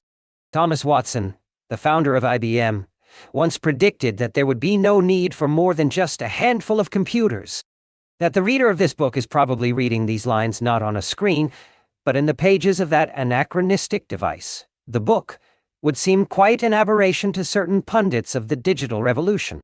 That you are reading them in archaic, messy, and inconsistent English, French, or Swahili, instead of in Esperanto, defies the predictions of half a century ago that the world would soon be communicating in a logical, unambiguous, and platonically designed lingua franca. Likewise, we are not spending long weekends in space stations as was universally predicted 3 decades ago. In an example of corporate arrogance, after the first moon landing, the now-defunct airline Pan Am took advance bookings for round trips between Earth and the Moon. Nice prediction, except that the company failed to foresee that it would be out of business not long after. A solution waiting for a problem. Engineers tend to develop tools for the pleasure of developing tools, not to induce nature to yield its secrets. It so happens that some of these tools bring us more knowledge. Because of the silent evidence effect, we forget to consider tools that accomplish nothing but keeping engineers off the streets. Tools lead to unexpected discoveries, which themselves lead to other unexpected discoveries. But rarely do our tools seem to work as intended. It is only the engineer's gusto and love for the building of toys and machines that contribute to the augmentation of our knowledge. Knowledge does not progress from tools designed to verify or help theories, but rather the opposite. The computer was not built to allow us to develop new visual geometric mathematics, but for some other purpose. It happened to allow us to discover mathematical objects that few cared to look for. Nor was the computer invented to let you chat with your friends in Siberia, but it has caused some long-distance relationships to bloom. As an essayist, I can attest that the internet has helped me to spread my ideas by bypassing journalists. But this was not the stated purpose of its military designer. The laser is a prime illustration of a tool made for a given purpose, AC tool, no real purpose. That then found applications that were not even dreamed of at the time. It was a typical solution looking for a problem. Among the early applications was the surgical stitching of detached retinas. Half a century later, the economist asked Charles Townes, the owl-legged inventor of the laser, if he had had retinas on his mind. He had not. He was satisfying his desire to split light beams, and that was that. In fact, Townes' colleagues teased him quite a bit about the irrelevance of his discovery. Yet just consider the effects of the laser in the world around you. Compact discs, eyesight corrections, microsurgery, data storage, and retrieval, all unforeseen applications of the technology. We build toys. Some of those toys change the world. Keep searching. In the summer of 25, I was the guest of a biotech company in California that had found inordinate success. I was greeted with t-shirts and pins showing a bell curve buster and the announcement of the formation of the Fat Tails Club. Fat tails is a technical term for black swans. This was my first encounter with a firm that lived off black swans of the positive kind. I was told that a scientist managed the company and that he had the instinct, as a scientist, to just let scientists look wherever their instinct took them. Commercialization came later. My hosts, scientists at heart, understood that research involves a large element of serendipity, which can pay off big as long as one knows how serendipitous the business can be, and structures it around that fact. Viagra, which changed the mental outlook and social mores of retired men, was meant to be a hypertension drug.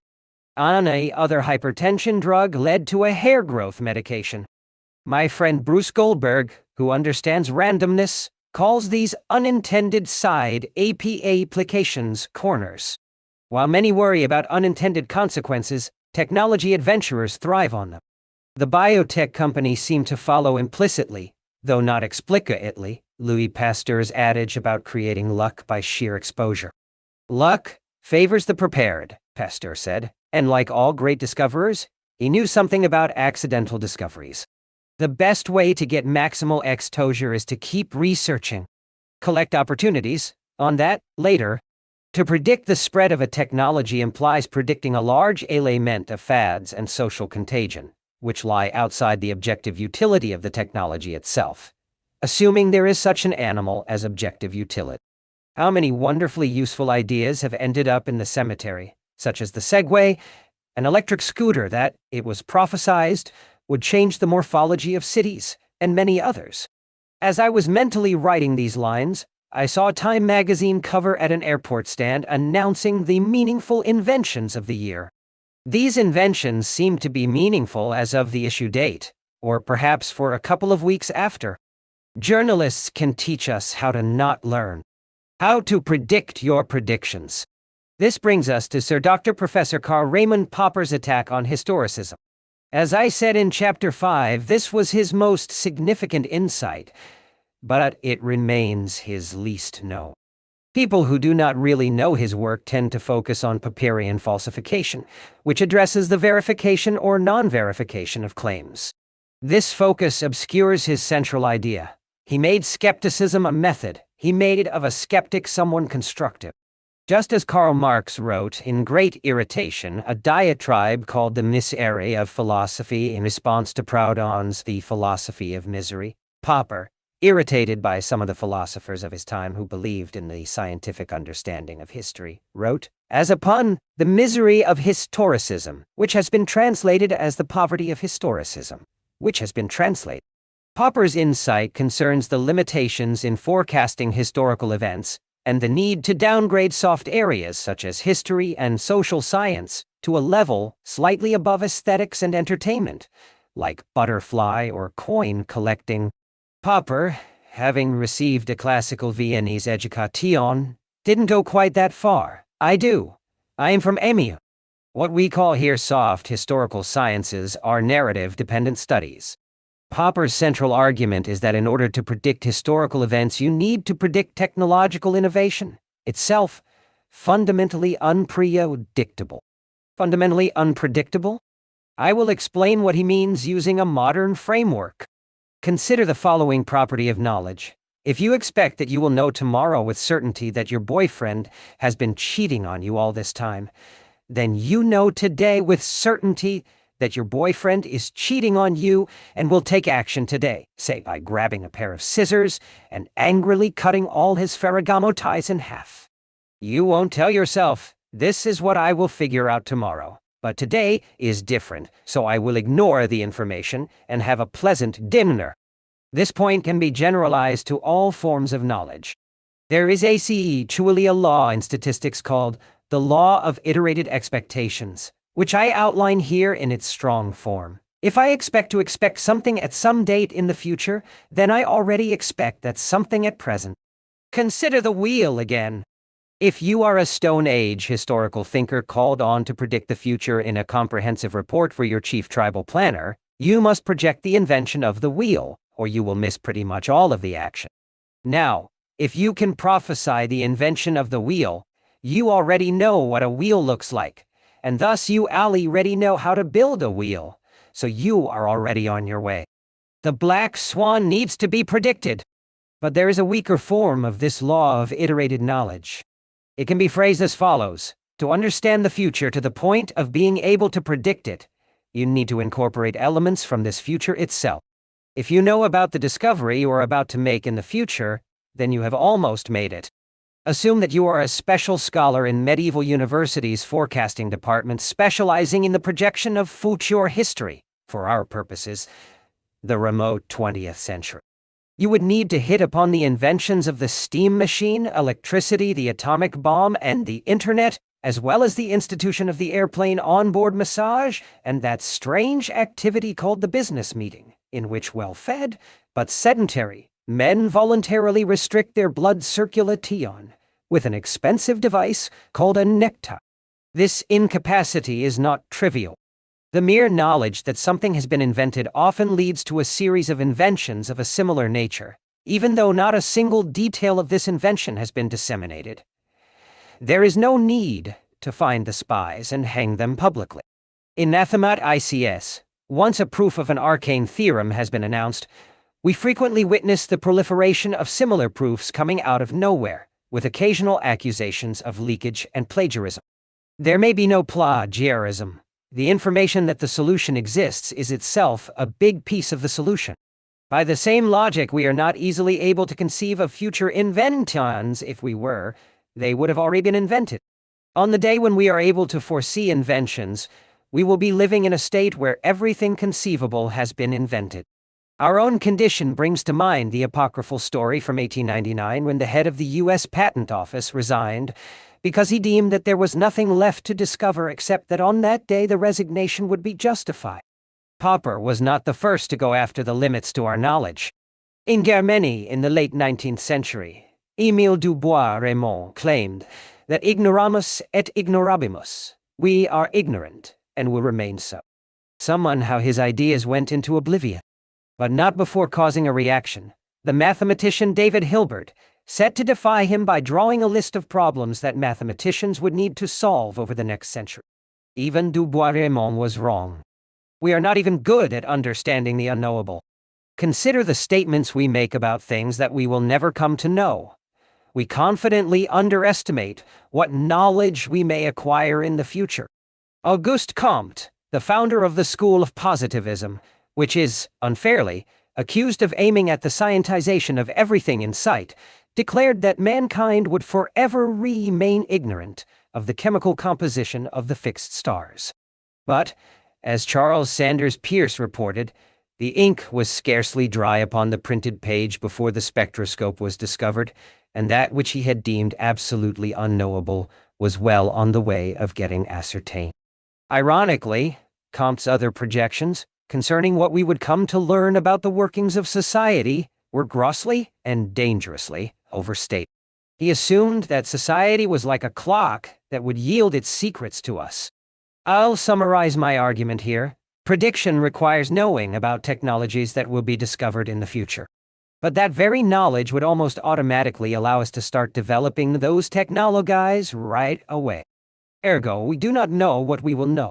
Some might say that the argument, as phrased, seems obvious, that we always think that we have reached definitive knowledge, but don't notice that those past societies we laugh at also thought the same way. My argument is trivial, so why don't we take it into account? The answer lies in a pathology of human nature. Remember the psychological discussions on asymmetries in the perception of skills in the previous chapter? We see flaws in others, and not in ourselves. Once again, we seem to be wonderful at self-deceit machines. The nth billiard ball. Henri Poincaré, in spite of his fame, is regularly considered to be an undervalued scientific thinker, given that it took close to a century for some of his ideas to be appreciated. He was perhaps the last great thinking mathematician, or possibly the reverse, a mathematical thinker. Every time I see a t-shirt bearing the picture of the modern icon Albert Einstein, I cannot help thinking of Poincaré. Einstein is worthy of our reverence, but he has displaced many others. There is so little room in our consciousness. It is winner-take-all up there. Third Republic-style decorum. Again, Poincaré is in a class by himself. I recall my father recommending Poincaré's essays, not just for their scientific content, but for the quality of his French prose. The Grand Master wrote these wonders as serialized articles and composed them like extemporaneous speeches. As in every masterpiece, you see a mixture of repetitions, digressions, everything a Me Too editor with a prepackaged mind would condemn. But these make his text even more readable, owing to an iron consistency of thought. Wow. Poincaré became a prolific essayist in his 30s. He seemed in a hurry and died prematurely at 58. He was in such a rush that he did not bother correcting typos and grammatical errors in his text, even after spotting them, since he found doing so a gross misuse of his time. They no longer make geniuses like that, or they no longer let them write in their own way. Poincaré's reputation as a thinker waned rapidly after his death. His idea that concerns us took almost a century to resurface, but in another form. It was indeed a great mistake that I did not carefully read his essays as a child, for in his magisterial La Science et l'Hypothèse, I discovered later, he angrily disparages the use of the bell curve. I will repeat that Poincaré was the true kind of philosopher of science. His philosophizing came from his witnessing the limits of the subject itself, which is what true philosophy is all about. I love to tick off French literary intellectuals by naming Poincaré as my favorite French philosopher. Him a philosophy? What do you mean, monsieur? It is always frustrating to explain to people that the thinkers they put on the pedestals, such as Henri Bergson or Jean-Paul Sartre, are largely the result of fashion production and can't come close to Poincaré in terms of sheer influence that will continue for centuries to come. In fact, there is a scandal of prediction going on here, since it is the French Ministry of National Education that decides who is a philosopher and which philosophers need to be studied. I am looking at Poincaré's picture. He was a bearded, portly and imposing, well-educated patrician gentleman of the French Third Republic. A man who lived and breathed general science, looked deep into his subject, and had an astonishing breadth of knowledge. He was part of the class of mandarins that gained respectability in the late 19th century, upper middle class, powerful, but not exceedingly rich. His father was a doctor and professor of medicine. His uncle was a prominent scientist and administrator, and his cousin Raymond became a president of the Republic of France.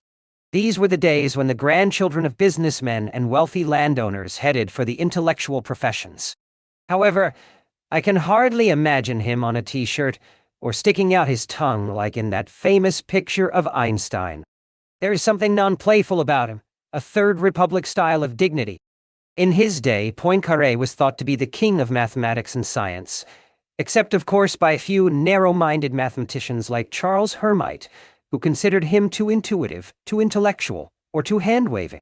When mathematicians say hand-waving disparagingly about someone's work, it means that the person has A. Insight. B. Realism. C. Something to say, and it means that D. He is right because that's what critics say when they can't find anything more negative. A nod from Poincaré made or broke a career. Many claim that Poincaré figured out relativity before Einstein, and that Einstein got the idea from him, but that he did not make a big deal out of it. These claims are naturally made by the French, but there seems to be some validation from Einstein's friend and biographer Abraham Pais. Poincaré was too aristocratic in both background and demeanor to complain about the ownership of a result. Poincaré is central to this chapter because he lived in an age when we had made extremely rapid intellectual progress in the fields of prediction. Think of celestial mechanics. The scientific revolution made us feel that we were in possession of tools that would allow us to grasp the future. Uncertainty was gone. The universe was like a clock, and by studying the movements of the pieces, we could project into the future. It was only a matter of writing down the right models and having the engineers do the calculations. The future was a mere extension of our technological certainties. The three-body problem. Poincaré was the first known big-gun mathematician to understand and explain that there are fundamental limits to our equations. He introduced nonlinearities, small effects that can lead to severe consequences, an idea that later became popular, perhaps a bit too popular, as chaos theory. What's so poisonous about this popularity? Because Poincaré's entire point is about the limits that nonlinearities put on forecasting. They are not an invitation to use mathematical techniques to make extended forecasts. Mathematics can show us its own limits rather clearly. There is, as usual, an element of the unexpected in this story. Poincaré initially responded to a competition organized by the mathematician Gösta Mittag-Leffler to celebrate the 60th birthday of King Oscar of Sweden. Poincaré's memoir, which was about the stability of the solar system, won the prize that was then the highest scientific honor. A problem arose, however, when a mathematical editor checking the memoir before publication realized that there was a calculation error, and that, after consideration, it led to the opposite conclusion, unpredictability, or more technically, non-integrability. The memoir was discreetly pulled and reissued about a year later. Poincaré's reasoning was simple. As you project into the future, you may need an increasing amount of precision about the dynamics of the process that you are modeling, since your error rate grows very rapidly. The problem is that near precision is not possible, since the degradation of your forecast compounds abruptly. You would eventually need to figure out the past with infinite precision. Poincaré showed this in a very simple case, famously known as the three-body problem. If you have only 2 planets in a solar-style system, with nothing else affecting their course, then you may be able to indefinitely predict the behavior of these planets, no sweat. But add a third body, say a comet, ever so small, between the planets. Initially, the third body will cause no drift, no impact. Later, with time, its effects on the 2 other bodies may become explosive. Small differences in where this tiny body is located will eventually dictate the future of the behemoth planets. Figure 2. Precision and Forecasting. One of the readers of a draft of this book, David Cowan, gracefully drew this picture of scattering, which shows how, at the second bounce, variations in the initial conditions can lead to extremely divergent results. As the initial imprecision in the angle is multiplied, every additional bounce will be further magnified. This causes a severe multiplicative effect where the error grows out disproportionately. Explosive forecasting difficulty comes from complicating the mechanics, ever so slightly. Our world, unfortunately, is far more complicated than the three-body problem. It contains far more than 3 objects.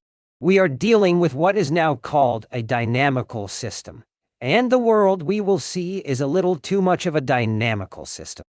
Think of the difficulty in forecasting in terms of branches growing out of a tree. At every fork, we have a multiplication of new branches. To see how our intuitions about these non-linear multiplicative effects are rather weak, consider this story about the chessboard. The inventor of the chessboard requested the following compensation: 1 grain of richet for the first square, 2 for the second, 4 for the third, 8, then 16, and so on, doubling every time, 64 times. The king granted this request, thinking that the inventor was asking for a pittance, but he soon realized that he was outsmarted.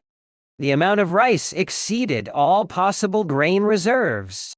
This multiplicative difficulty, leading to the need for greater and greater precision in assumptions, can be illustrated with the following simple exercise concerning the prediction of the movements of billiard balls on a table. I use the example as computed by the mathematician Michael Berry-de-Type. If you know a set of basic parameters concerning the ball at rest, can compute the resistance of the table, quite elementary, and can gauge the strength of the impact, then it is rather easy to predict what would happen at the first hit. The second impact becomes more complicated, but passen bail.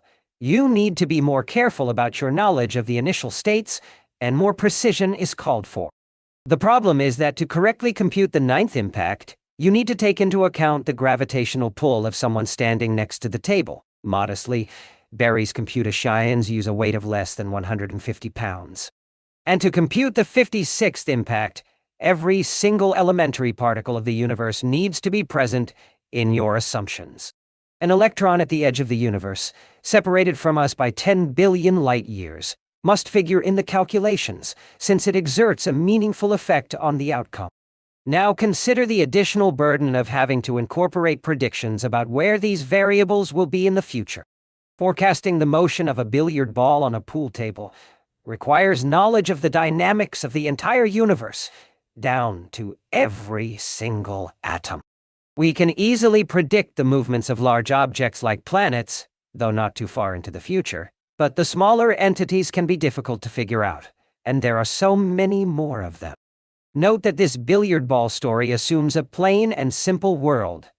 It does not even take into account these crazy social matters possibly endowed with free will. Billiard balls do not have a mind of their own. Nor does our example take into account relativity and quantum effects.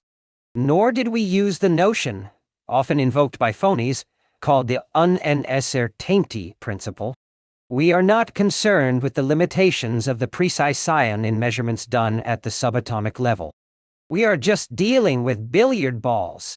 In a dynamical system where you are considering more than a ball on its own, where trajectories in a way depend on one another, the ability to project into the future is not just reduced, but is subjected to a fundamental limitation. Poincaré proposed that we can only work with qualitative matters. Some property of systems can be discussed, but not computed. You can think rigorously, but you cannot use numbers. Poincaré even invented a field for this, analysis in situ, now part of topology. Prediction and forecasting are a more complicated business than is commonly accepted, but it takes someone who knows mathematics to understand that. To accept it takes both understanding and courage. In the 1960s, the meteorologist Edward Lorenz rediscovered Poincaré's results on his own, once again, by accident. He was producing a computer model of weather dynamics, and he ran a simulation that projected a weather system a few days ahead. Later, he tried to repeat the same simulation with the exact same model, and what he thought were the same input parameters, but he got wildly different results. He initially attributed these differences to a computer bug or a calculation error. Computers then were heavier and slower machines that bore no resemblance to what we have today, so users were severely constrained by time. Lorenz subsequently realized that the consequential divergence in his results arose not from error, but from a small rounding in the input parameters. This became known as the butterfly effect, since a butterfly moving its wings in India could cause a hurricane in New York 2 years later. Lorenz's findings generated interest in the field of chaos theory. Naturally, researchers found predecessors to Lorenz's discovery, not only in the work of Poincaré, but also in that of the insightful and intuitive Jacques Hadamard, who thought of the same point around 1898, and then went on to live for almost 7 more decades. He died at the age of 90. They still ignore Hayek. Popper and Poincaré's findings limit our ability to see into the future, making it a very complicated reflection of the past, if it is a reflection of the past at all. A potent application in the social world comes from a friend of Sir Karl, the intuitive economist Friedrich Hayek. Hayek is one of the rare celebrated members of his profession, along with J.M. Keynes and G.L.S. Shackle, to focus on true uncertainty, on the limitations of knowledge, on the unread books in Eco's library. In 1974, he received the Bank of Sweden Prize in Economic Sciences in memory of Alfred Nobel. But, if you read his acceptance speech, you will be in for a bit of a surprise. It was eloquently called the pretense of knowledge, and he mostly railed about other economists and about the idea of the planner. He argued against the use of the tools of hard science in the social ones, and depressingly, right before the big boom for these methods in economics. Subsequently, the prevalent use of complicated equations made the environment for true empirical thinkers worse than it was before Hayek wrote his speech. Every year, a paper or a book appears, bemoaning the fate of economics and complaining about its attempts to ape physics. The latest I've seen is about how economists should shoot for the role of lowly philosophers rather than that of high priests. Yet, in one ear and out the other. For Hayek, a true forecast is done organically by a system, not by fiat. One single institution, say, the central planner, cannot aggregate knowledge. Many important pieces of information will be missing. But society as a whole will be able to integrate into its functioning these multiple pieces of information. Society as a whole thinks outside the box. Hayek attacked socialism and managed economies as a product of what I have called nerd knowledge, or Platonicity. Owing to the growth of scientific knowledge, we overestimate our ability to understand the subtle changes that constitute the world and what weight needs to be imparted to each such change. He aptly called this scientism. This disease is severely ingrained in our institutions. It is why I fear governments and large corporations. It is hard to distinguish between them. Governments make forecasts. Companies produce projections. Every year, various forecasters project the level of mortgage rates and the stock market at the end of the following year. Corporations survive not because they have made good forecasts, but because, like the CEOs visiting Wharton I mentioned earlier, they may have been the lucky ones. And, like a restaurant owner, they may be hurting themselves, not use, perhaps helping us and subsidizing our consumption by giving us goods in the process, like cheap telephone calls to the rest of the world funded by the overinvestment during the dot-com era. We consumers can let them forecast all they want if that's what is necessary for them to get into business. Let them go hang themselves if they wish. As a matter of fact, as I mentioned in Chapter 8, we New Yorkers are all benefiting from the quixotic overconfidence of corporations and restaurant entrepreneurs. This is the benefit of capitalism that people discuss the least. But corporations can go bust as often as they like, thus subsidizing us consumers by transferring their wealth into our pockets. The more bankruptcies, the better it is for us. Government is a more serious business, and we need to make sure we do not pay the price for its folly. As individuals, we should love free markets, because operators in them can be as incompetent as they wish. The only criticism one might have of Hayek is that he makes a hard and qualitative distinction between social sciences and physics. He shows that the methods of physics do not translate to its social science siblings, and he blames the engineering-oriented mentality for this. But he was writing at a time when physics, the queen of science, seemed to zoom in our world. It turns out that even the natural sciences are far more complicated than that. He was right about the social sciences. He is certainly right in trusting hard scientists more than social theorizers. But what he said about the weaknesses of social knowledge applies to all knowledge. All knowledge. Why? Because of the confirmation problem, one can argue that we know very little about our natural world. We advertise the read books and forget about the unread ones. Physics has been successful, but it is a narrow field of hard science in which we have been successful, and people tend to generalize that success to all science. It would be preferable if we were better at understanding cancer or the highly nonlinear weather than the origin of the universe. How not to bow a nerd? Let us dig deeper into the problem of knowledge and continue the comparison of Fat Tony and Dr. John in Chapter 9. Do nerds tunnel meaning? Do they focus on crisp categories and miss sources of uncertainty? Remember from the prologue my presentation of Platonification as a top-down focus on a world composed of these crisp categories. Think of a bookworm picking up a new language. He will learn, say, Serbo-Croatian or Kung by reading a grammar book cover to cover and memorizing the rules.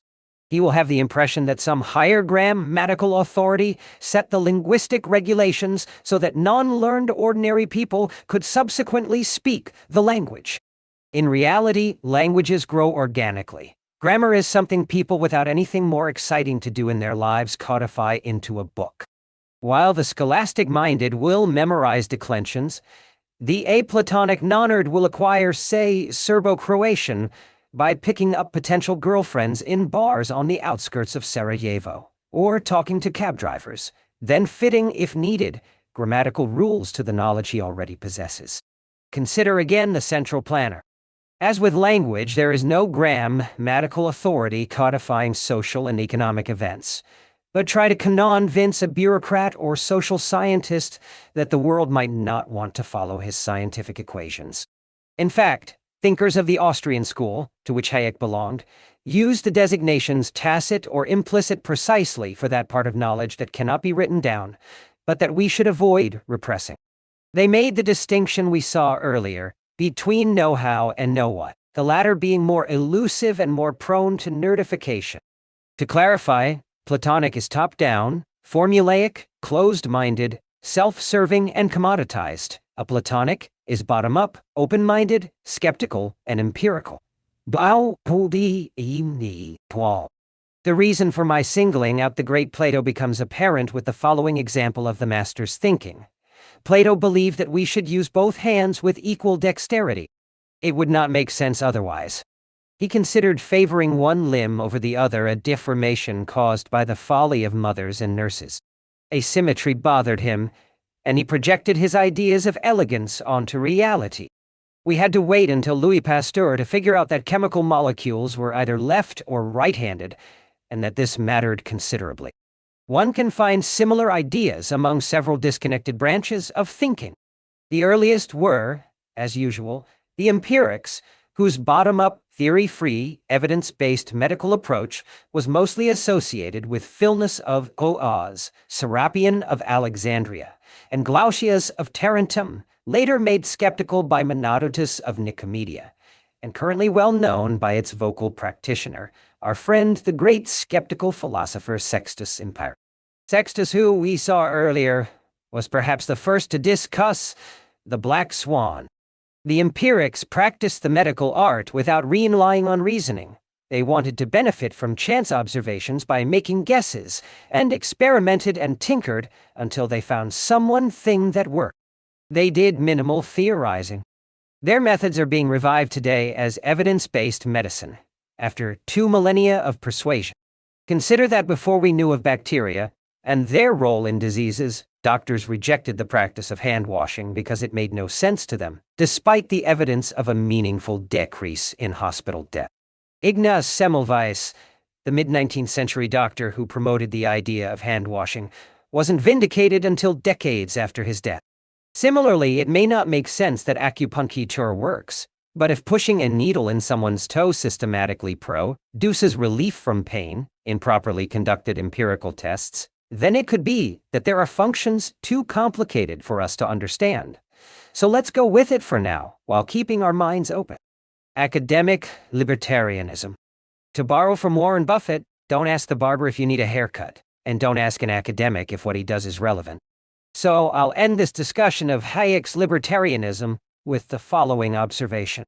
As I've said, the problem with organized knowledge is that there is an OCK, occasional divergence of interests between academic guilds and knowledge itself. So I cannot for the life of me understand why today's libertarians do not go after tenured faculty, except perhaps because many libertarians are academic. We saw that companies can go bust, while governments remain. But while governments remain, civil servants can be demoted, and congressmen and senators can be eventually voted out of office. In academia, a tenured faculty is permanent. The business of knowledge has permanent owners. Simply, the charlatan is more the product of control than the result of freedom and lack of structure, prediction, and free will. If you know all possible conditions of a physical system, you can, in theory, though not as we saw in practice, project its behavior into the future. But this only concerns inanimate objects. We hit a stumbling block when social matters are involved. It is another matter to project a future when humans are involved, if you consider them living beings and endowed with free will. If I can predict all your actions under given circumstances, then you may not be as free as you think you are. You are an automaton responding to environmental stimuli. You are a slave of destiny. And the illusion of free will could be reduced to an equation that describes the result of interactions among molecules. It would be like studying the mechanics of a clock. A genius with extensive knowledge of the initial conditions and the causal chains would be able to extend his knowledge to the future of your action. Wouldn't that be stifling? However, if you believe in free will, you can't truly believe in social science and economic projection. You cannot predict how people will act. Except, of course, if there is a trick, and that trick is the cord on which neoclassical economics is suspended. You simply assume that individuals will be rational in the future, and thus act predictably. There's a strong link between rationality, predictability, and mathematical tractability. A rational individual will perform a unique set of actions in specified circumstances. There is one and only one answer to the question of how rational people satisfying their best interests would act. Rational actors must be coherent. They cannot prefer apples to oranges, oranges to pears, then pears to apples. If they did, then it would be difficult to generalize their behavior. It would also be difficult to project their behavior in time. In orthodox economics, rationality became a straitjacket. Platonified economists ignored the fact that people might prefer to do something other than maximize their economic interests. This led to mathematical techniques such as maximization or optimization, on which Paul Samuelson built much of his work. Optimization consists in finding the mathematically optimal policy that an economic agent could pursue. For instance, what is the optimal quantity you should allocate to stocks?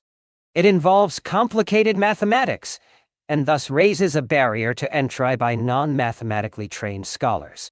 I would not be the first to say that this optimization set back social science by reducing it from the intellectual and reflective discipline that it was becoming to an attempt at an exact science. By exact science, I mean a second-rate engineering problem for those who want to pretend that they are in the physics department, so-called physics envy. In other words, an intellectual fraud. Optimization is a case of sterile modeling that we will discuss further in Chapter 17. It had no practical, or even theoretical use, and so it became principally a competition for academic positions, a way to make people compete with mathematical muscle. It kept Platonified economists out of the bars, solving equations at night. The tragedy is that Paul Samuelson, a quick mind, is said to be one of the most intelligent scholars of his generation. This was clearly a case of very badly invested intelligence. Characteristically, Samuelson intimidated those who questioned his techniques with the statement, "Those who can, do science, others do methodology." If you knew math, you could do science. This is reminiscent of psychoanalysts who silence their critics by accusing them of having trouble with their fathers. Alas, it turns out that it was Samuelson and most of his followers who did not know much math, or did not know how to use what math they knew, how to apply it to reality. They only knew enough math to be blinded by it. Tragically, before the proliferation of empirically blind idiot savants, interesting work had been begun by true thinkers, the likes of J.M. Keynes, Friedrich Hayek, and the great Benoit Mandelbrot, all of whom were displaced because they moved economics away from the precision of second-rate physics. Very sad. One great underestimated thinker is G.L.S. Shackle, now almost completely obscure, who introduced the notion of unknowledge, that is, the unread books in Umberto Eco's library. It is unusual to see Shackle's work mentioned at all, and I had to buy his books from second-hand dealers in London. Legions of empirical psychologists of the heuristics and biases school have shown that the model of rational behavior, under uncertainty, is not just grossly inaccurate, but plain wrong as a description of reality. Their results also bother Platonified economists because they reveal that there are several ways to be irrational. Tolstoy said that happy families were all alike, while each unhappy one is unhappy in its own way.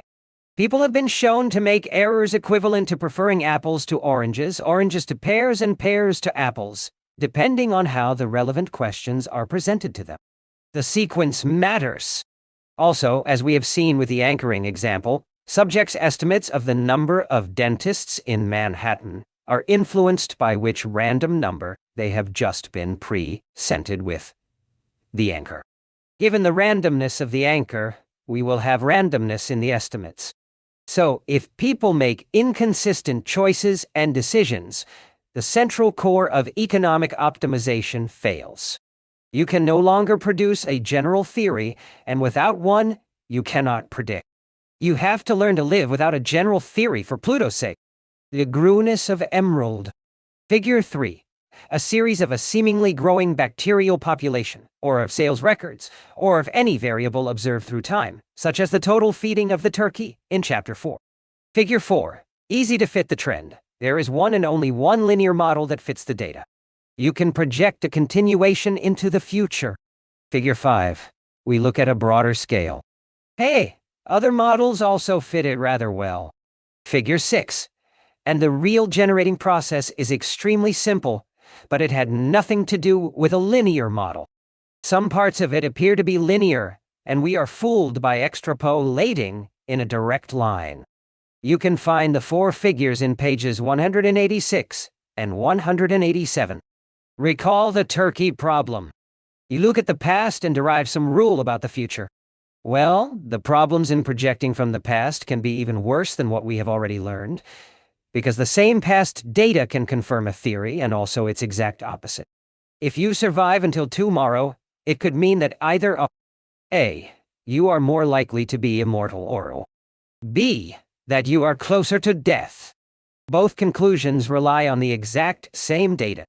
If you are a turkey being fed for a long period of time, you can either naively assume that feeding confirms your safety, or be shrewd and con on cider that it confirms the danger of being turned into supper.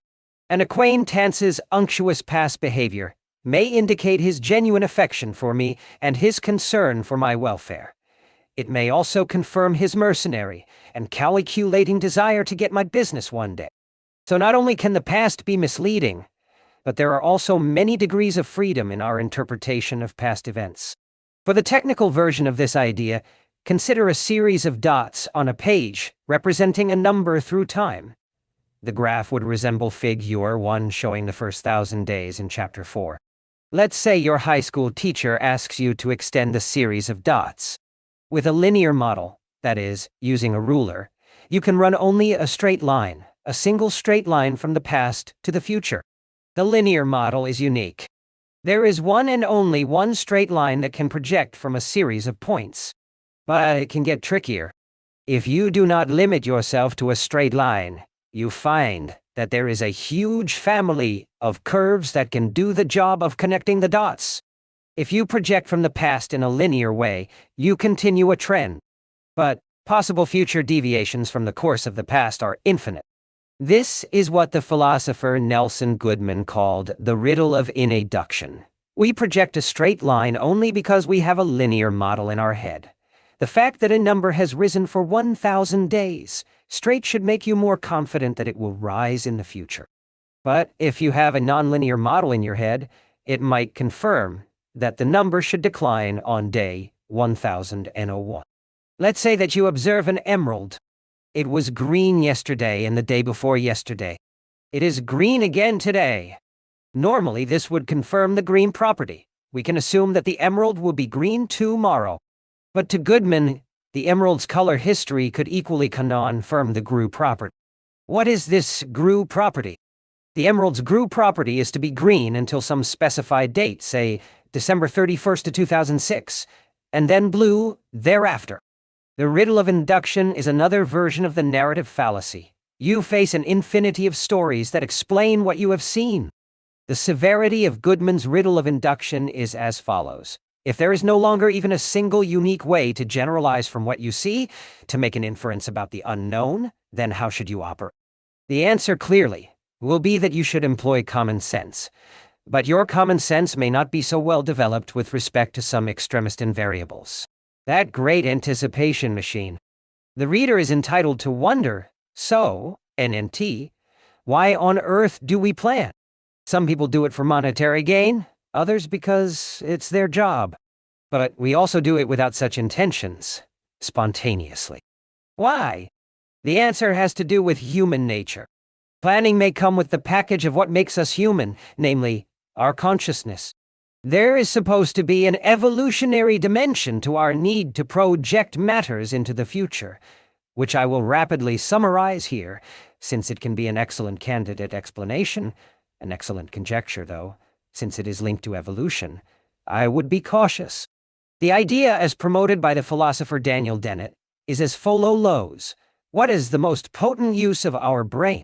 It is precisely the ability to project conjectures into the future and play the counterfactual game. If I punch him in the nose, then he will punch me back right away, or worse, call his lawyer in New York. One of the advantages of doing so is that we can let our conjectures die in our stead.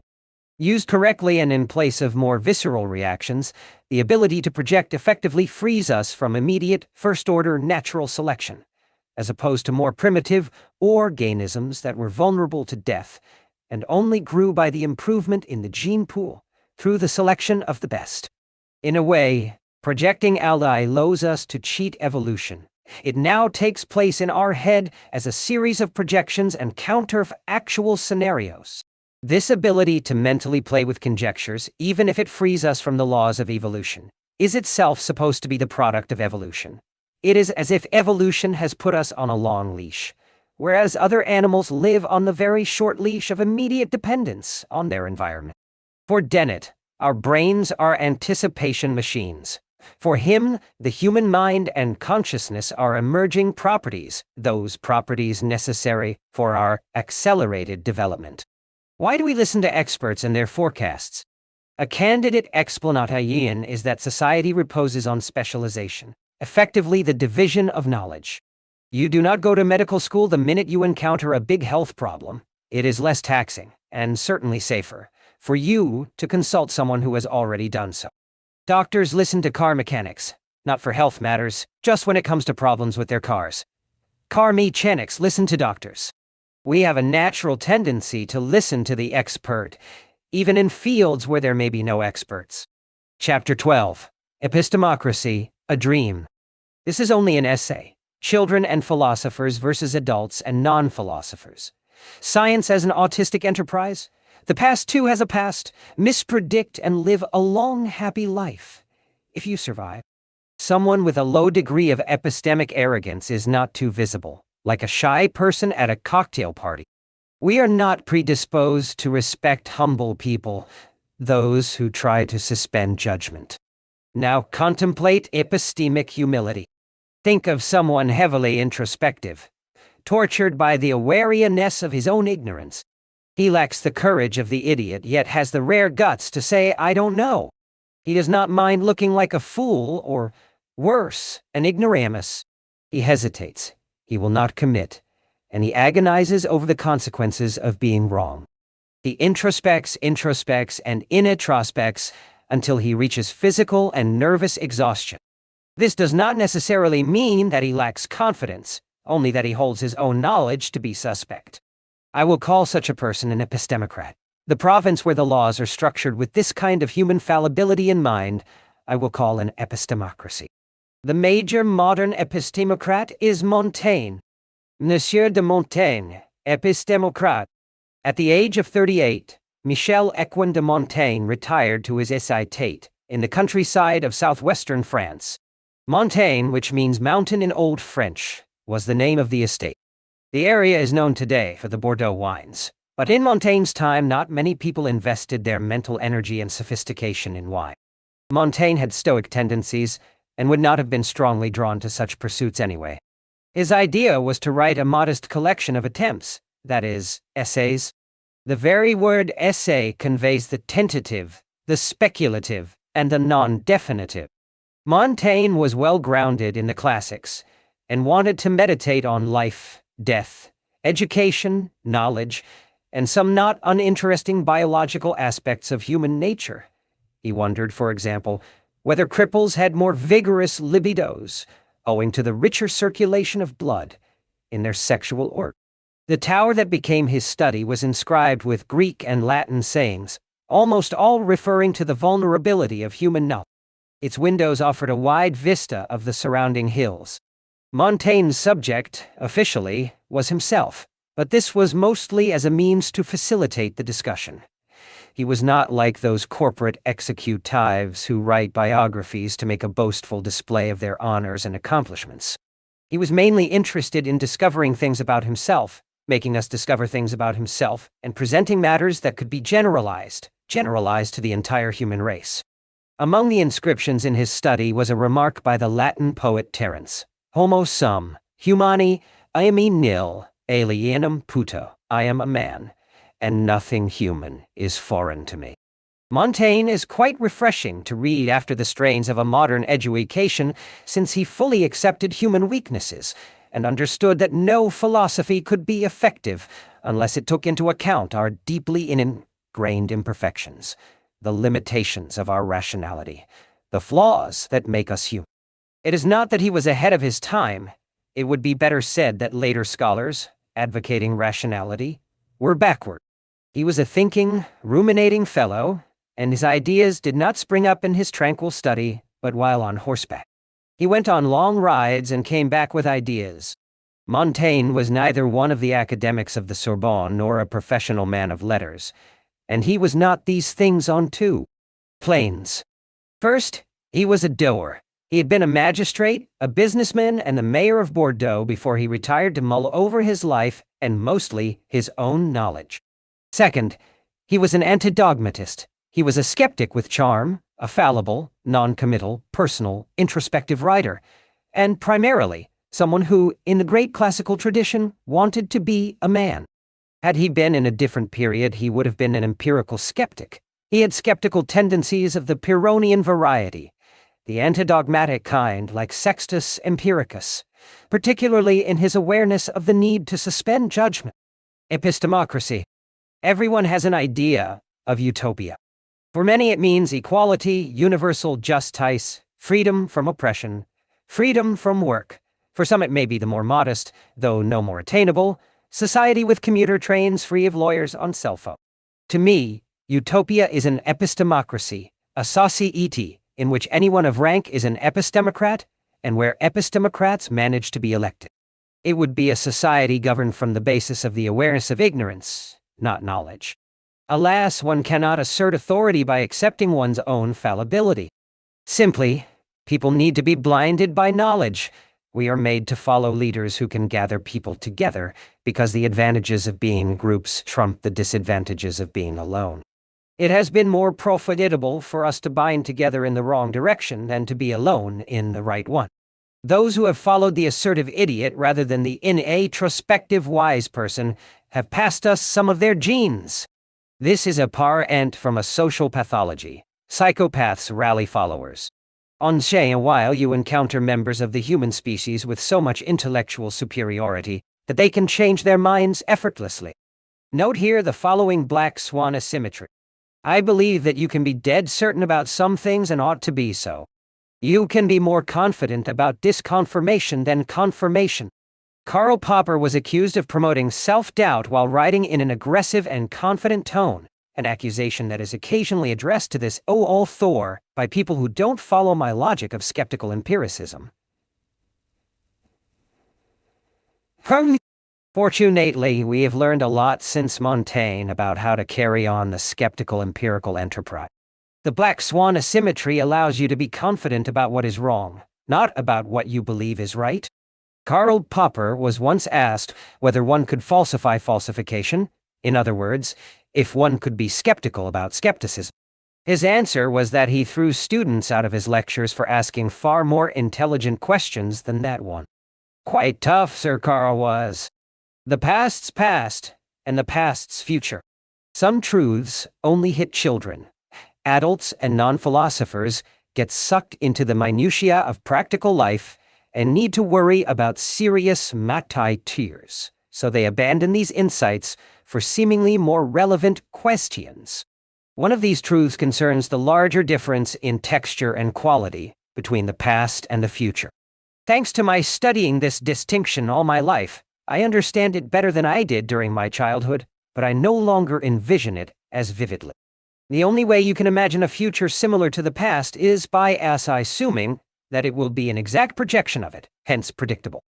Just as you know with some precision when you were born, you would then know with equal precision when you will die. The notion of future, mixed with chance, not a deterministic extension of your perception of the past, is a mental operation that our mind cannot perform. Chance is too fuzzy for us to be a category by itself.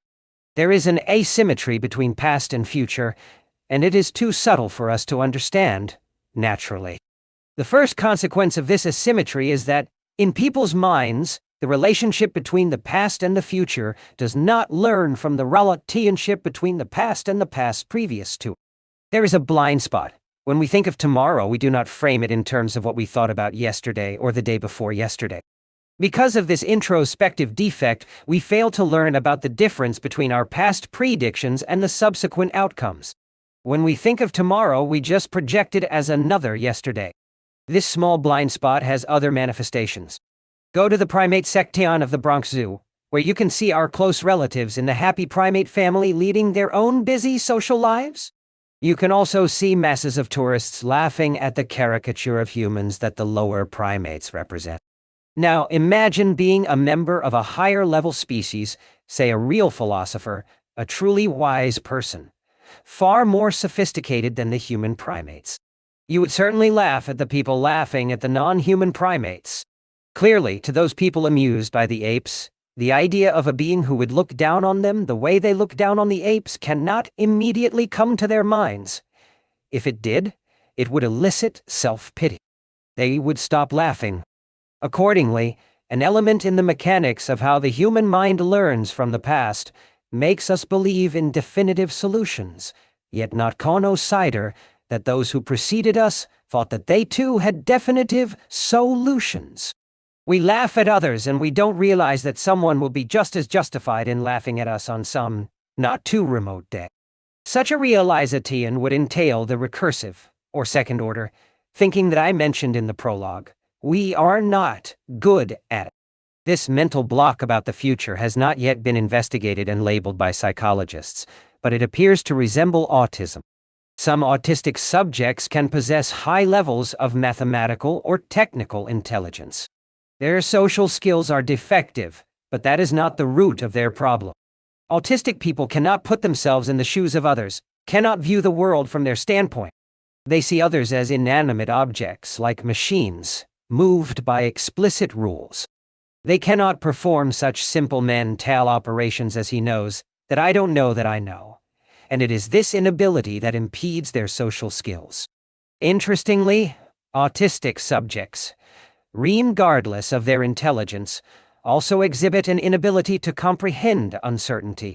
Just as autism is called mind blindness, this inability to think dynamically, to position oneself with respect to a future observer, we should call future blindness.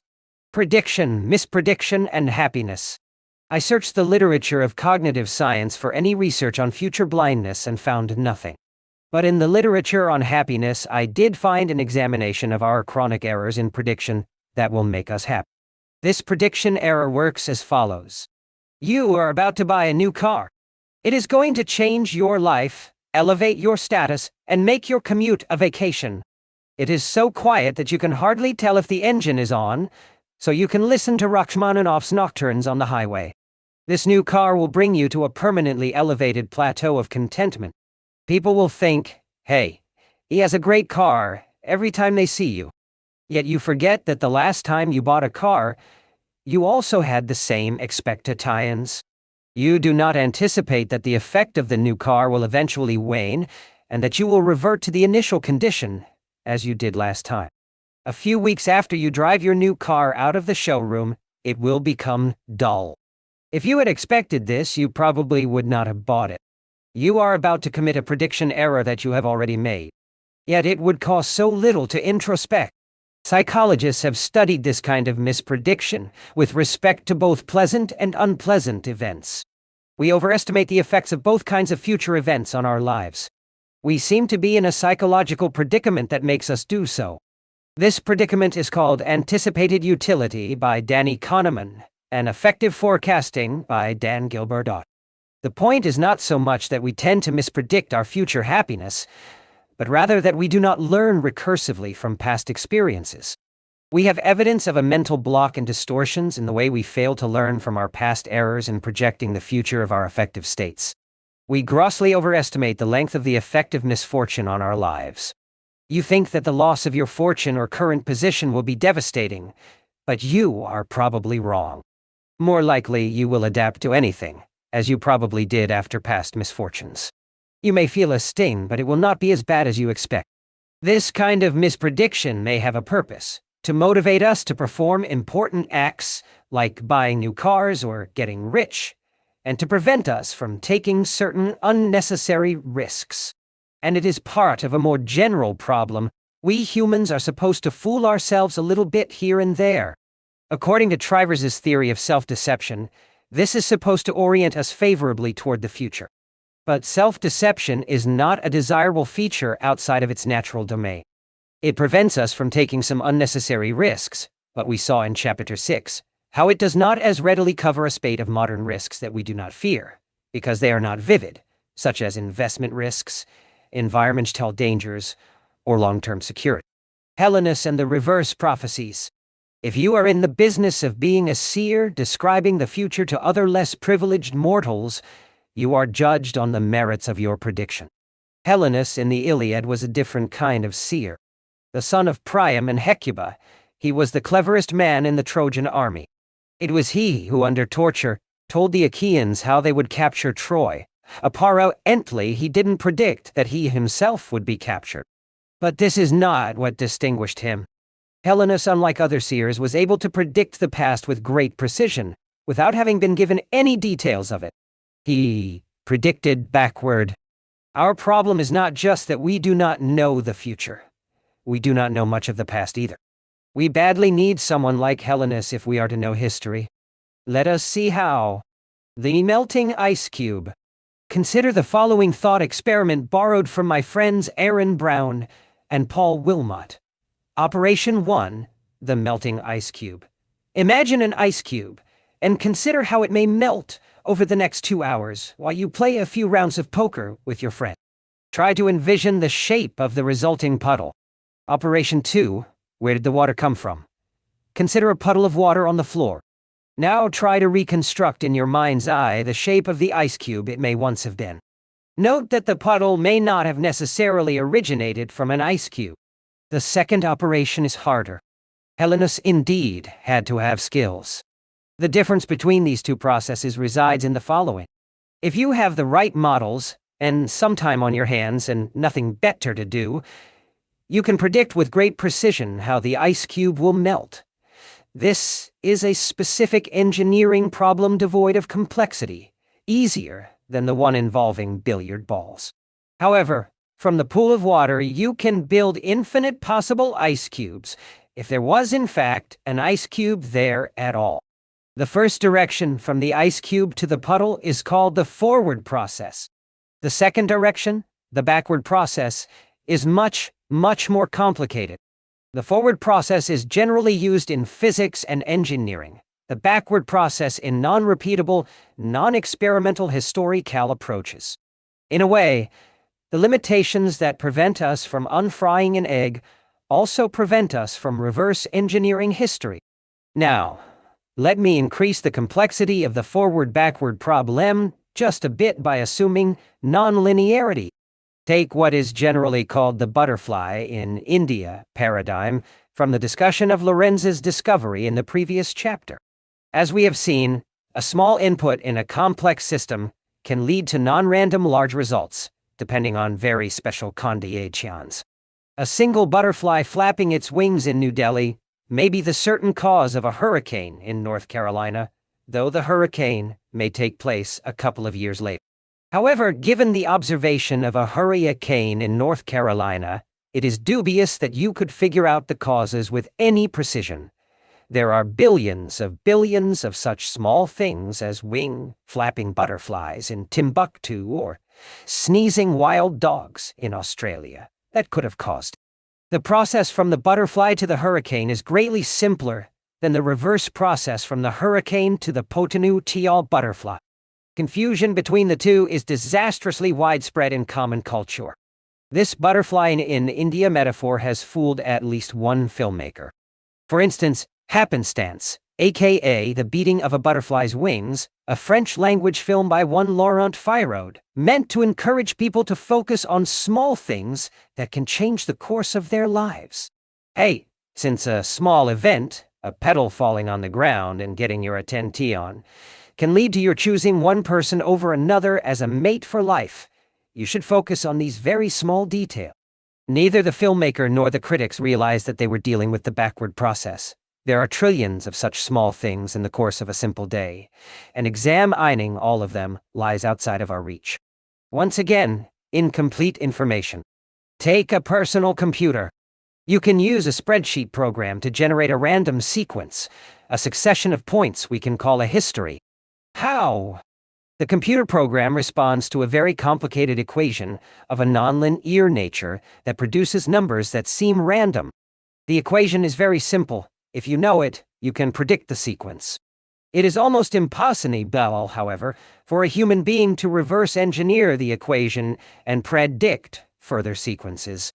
I am talking about a simple one-line computer program called the tent map, generating a handful of data points, not about the billions of simultaneous events that constitute the real history of the world. In other words, even if history were a non-random series generated by some equation of the world, as long as reverse engineering such an equation does not seem within human possibility, it should be deemed random and not bear the name deterministic chaos.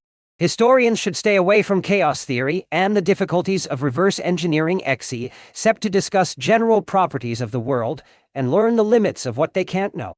This brings me to a greater problem with the historian's craft. I will state the fundamental problem of practice as follows. While in theory, randomness is an intrinsic property, in practice, randomness is incomplete in the formation, what I called opacity in Chapter 1. Non-practitioners of randomness do not understand the subtlety. Often in conferences when they hear me talk about uncertainty and randomness, philosophers, and sometimes mathematicians, bug me about the least relevant point, namely, whether the randomness I address is true, randomness, or deterministic chaos, that masquerades as randomness. A true random system is in fact random, and does not have predictable properties. A chaotic system has entirely predictable properties, but they are hard to know. So my answer to them is dual. A. There is no functional difference in practice between the two since we will never get to make the distinction. The difference is mathematical, not practical. If I see a pregnant woman, the sex of her child is a purely random matter to me. A 50% chance for either sex, but not to her doctor, who might have done an ultrasound. In practice, randomness is fundamentally incomplete information. B. The mere fact that a person is talking about the difference implies that he has never made a meaningful decision under uncertainty, which is why he does not realize that they are indistinguishable in practice. Randomness in the end is just unknowledge. The world is opaque and appearances fool us. What they call knowledge. One final word on history. History is like a museum where one can go to see the repository of the past and taste the charm of olden days. It is a wonderful mirror in which we can see our own narratives. You can even track the past using DNA analyses. I am fond of literary history. Ancient history satisfies my desire to build my own self-narrative, my identity, to connect with my complicated Eastern Mediterranean roots. I even prefer the accounts of older, patently less accurate books to modern ones. Among the authors I've reread, the ultimate test of whether you like an author is if you've reread him. The following come to mind: Plutarch, Livy, Suetonius, Diodorus Siculus, Gibbon, Carlyle, Renan, and Michelet. These accounts are patently substandard. Compared to today's works, they are largely anecdotal and full of myths. But I know this. History is useful for the thrill of knowing the past, and for the narrative indeed, provided it remains a harmless narrative. One should learn under severe caution. History is certainly not a place to theorize or derive general knowledge, nor is it meant to help in the future without some caution. We can get negative confirmation from history, which is invaluable, but we get plenty of illusions of knowledge along with it. This brings me back once again to Menodotus, and the treatment of the turkey problem, and how to not be a sucker for the past. The empirical doctor's approach to the problem of induction was to know history without theorizing from it. Learn to read history, get all the knowledge you can, do not frown on the anecdote, but do not draw any causal links. Do not try to reverse engineer too much. But if you do not make big scientific claims. Remember that the empirical skeptics had respect for custom. They used it as a default, a basis for action, but not for more than that. This clean approach to the past they called epilogism. But most historians have another opinion. Consider the representative introspection, What is History? By Edward Hallett Carr Dr. You will catch him explicitly pursuing causation as a central aspect of his job. You can even go higher up. Herodotus, deemed to be the father of the subject, defined his purpose in the opening of his work, to preserve a memory of the deeds of the Greeks and barbarians, and in particular, beyond everything else, to give a cause emphasis minor to their fighting one another. You see the same with all theoreticians of history, whether Ibn Khaldun, Marx, or Hegel. The more we try to turn history into anything other than an enumeration of accounts, to be enjoyed with minimal theorizing, the more we get into trouble. Are we so plagued with the narrative fallacy? We may have to wait for a generation of skeptical empiricist historians capable of understanding the difference between a forward process and a reverse one. Just as Popper attacked the historicists in their making claims about the future, I have just presented the weakness of the historical approach in knowing the past itself. After this discussion about future and past blindness, let us see what to do about it. Remarkably, there are extremely practical measures we can take. We will explore this next. Chapter 13. Appels the painter, or what do you do if you cannot predict? You should charge people for advice. My 2 cents here. Nobody knows anything, but at least he knows it. Go to parties. Advice is cheap, very cheap. It is not a good habit to stuff one's text with quotations from prominent thinkers, except to make fun of them or provide a historical reference. They make sense, but well-sounding maxims force themselves on our gullibility, and do not always stand up to empirical tests. So I chose the IOU-lowing statement by the uber-philosopher Bertrand Russell precisely because I disagree with it. The demand for certainty is one which is natural to man, but is nevertheless an intellectual vice. If you take your children for a picnic on a doubtful day, they will demand a dogmatic answer as to whether it will be fine or wet, and be disappointed in you when you cannot be sure. The reader may be surprised that I disagree. It is hard to disagree that the demand for certainty is an intellectual vice. It is hard to disagree that we can be led astray by some cocksure prophet. Where I beg to differ with the great man is that I do not believe in the track record of advice-giving philosophy in helping us deal with the problem, nor do I believe that virtues can be easily taught, nor do I urge people to strain in order to avoid making a judgment. Why? Because we have to deal with humans as humans. We cannot teach people to withhold judgment. Judgments are embedded in the way we view objects. I do not see a tree. I see a pleasant or an ugly tree. It is not possible without great paralyzing effort to strip these small values we attach to matter. Likewise, it is not possible to hold a situation in one's head without some element of bias. Something in our dear human nature makes us want to believe. So what? Philosophers since Aristotle have taught us that we are deep-thinking animals, and that we can learn by reasoning. It took a while to discover that we do effectively think, but that we more readily narrate backward in order to give ourselves the illusion of understanding, and give a cover to our past action. The minute we forgot about this point, the Enlightenment came to drill it into our heads for a second time. I'd rather degrade us humans to a level, certainly above other known animals, but not quite on a par with the ideal Olympian man who can absorb philosophical statements and act accordingly. Indeed, if philosophy were that effective, the self-help section of the local bookstore would be of some use in consoling souls experiencing pain, but it isn't. We forget to philosophize when under strain. I'll end this section on prediction with the following 2 lessons. One very brief, for the small matters. One rather lengthy, for the large, important decisions. Being a fool in the right places. The lesson for the small is, be human.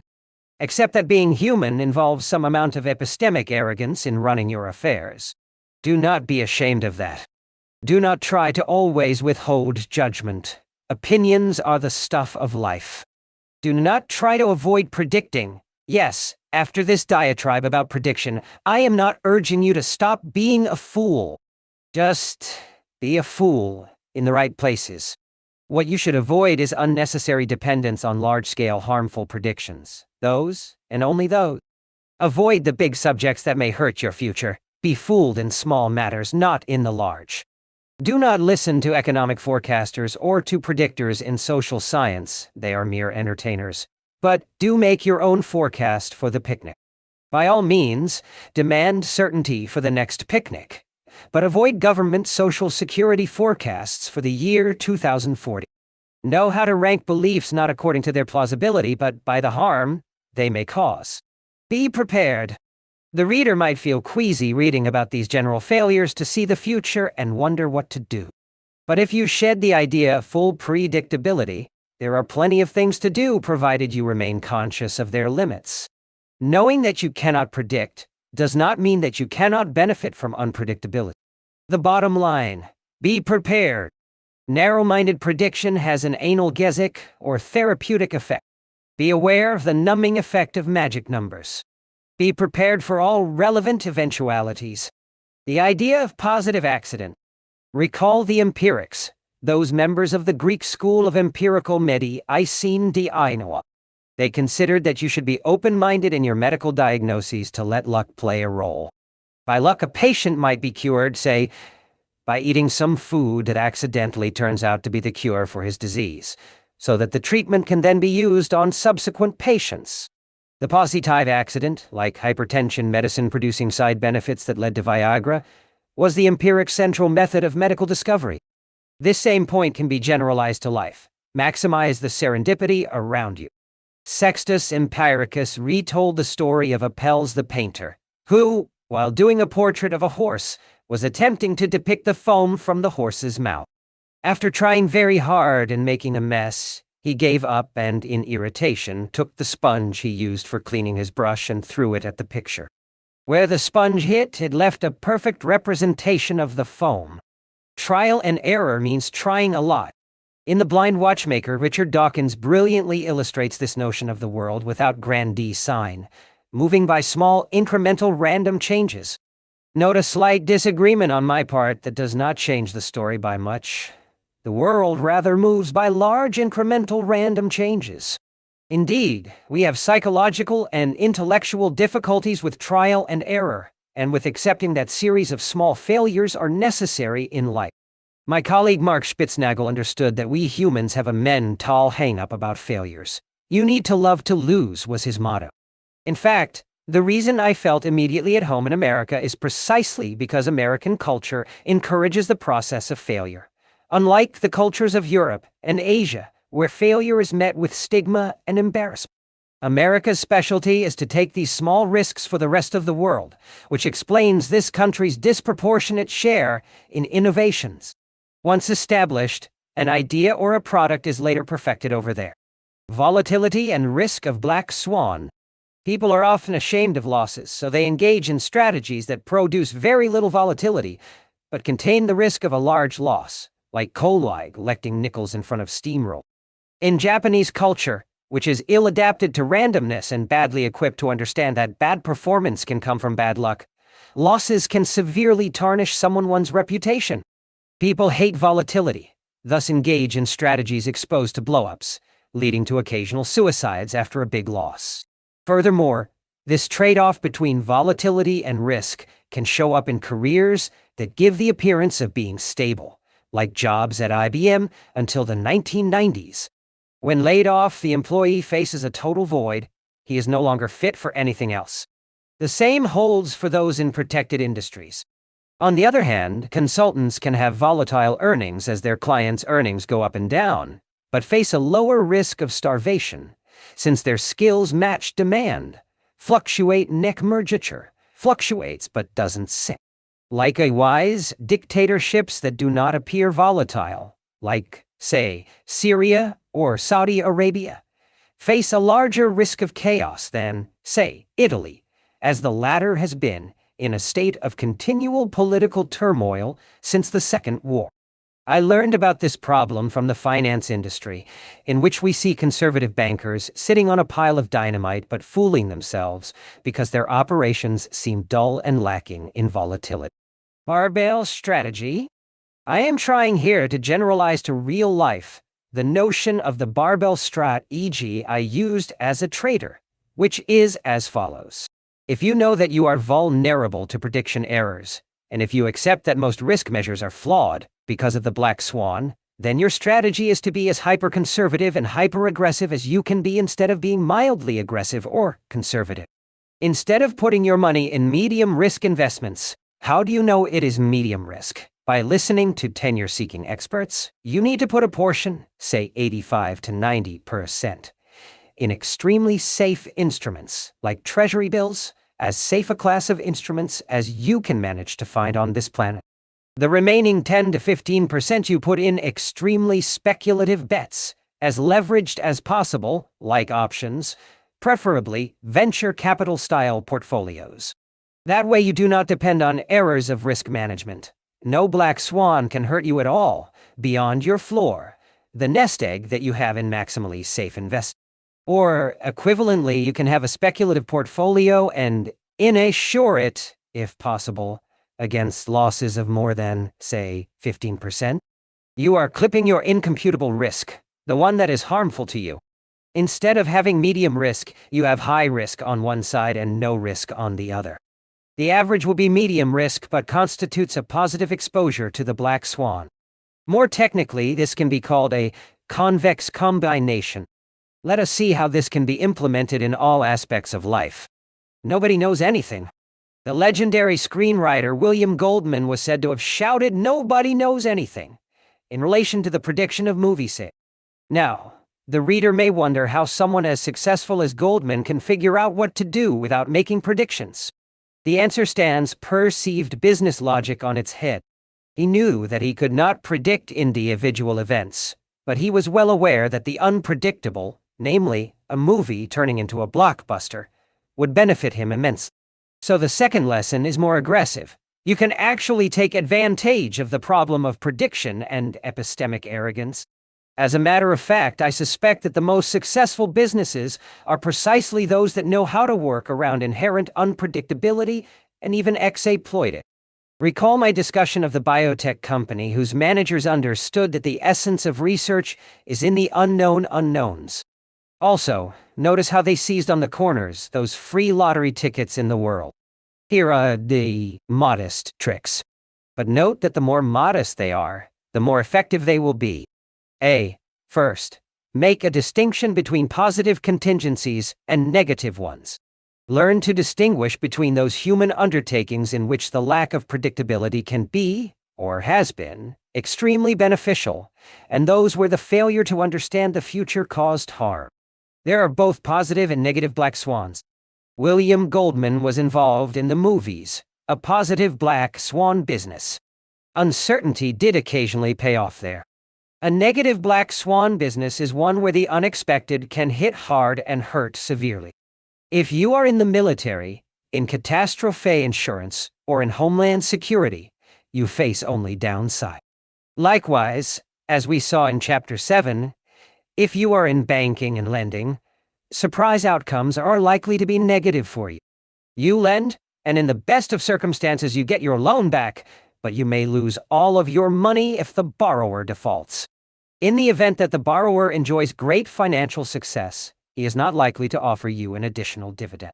Aside from the movies, examples of positive black swan businesses are some segments of publishing, scientific research, and venture capital. In these businesses, you lose small to make big. You have little to lose per book and, for completely unexpected reasons, any given book might take off. The downside is small and easily controlled. The problem with publishers, of course, is that they regularly pay up for books, thus making their upside rather limited and their downside monstrous. If you pay $10 million for a book, your black swan is it not being a bestseller. Likewise, while technology can carry a great payoff, paying for the hyped-up story, as people did with the dot-com bubble, can make any upside limited and any downside huge. It is the venture capitalist who invested in a speculative company and sold his stake to unimaginative investors who is the beneficiary of the black swan, not the Me Too investors. In these businesses, you are lucky if you don't know anything, particularly if others don't know anything either but aren't aware of it. And you fare best if you know where your ignorance lies, if you are the only one looking at the unread books, so to speak. This dovetails into the barbell strategy of taking maximum exposure to the positive black swans while remaining paranoid about the negative ones. For your exposure to the positive black swan, you do not need to have any precise understanding of the structure of uncertainty. I find it hard to explain that when you have a very limited loss, you need to get as aggressive, as speculative, and sometimes as unreasonable as you can be. Middlebrow thinkers sometimes make the analogy of such strategy with that of collecting lottery tickets. It is plain wrong. First, lottery tickets do not have a scalable payoff. There is a known upper limit to what they can deliver. The ludic fallacy applies here. The scalability of real-life payoffs compared to lottery ones makes the payoff unlimited, or of unknown limit. Secondly, the lottery tickets have known rules and laboratory-style well-presented possibilities. Here we do not know the rules and can benefit from this additional uncertainty, since it cannot hurt you and can only benefit you. B. Don't look for the precise and the local. Simply, do not be narrow-minded. The great discoverer Pasteur, who came up with the notion that chance favors the prepared, understood that you do not look for something particular every morning but work hard to let contingency enter your working life. As Yogi Berra, another great thinker, said, you got to be very careful if you don't know where you're going, because you might not get there. Likewise, do not try to predict precise black swans. It tends to make you more vulnerable to the ones you did not predict. My friends Andy Marshall and Andrew Mays at the Department of Defense face the same problem. The impulse on the part of the military is to devote resources to predicting the next problems. These thinkers advocate the opposite. Invest in preparedness, not in prediction. Remember that infinite vigilance is just not possible. Seize any opportunity, or anything that looks like opportunity. They are rare, much rarer than you think. Remember that positive black swans have a necessary first step. You need to be exposed to them. Many people do not realize that they are getting a lucky break in life when they get it. If a big publisher, or a big art dealer, or a movie executive, or a hotshot banker, or a big thinker suggests an appointment, cancel anything you have planned. You may never see such a window open up again.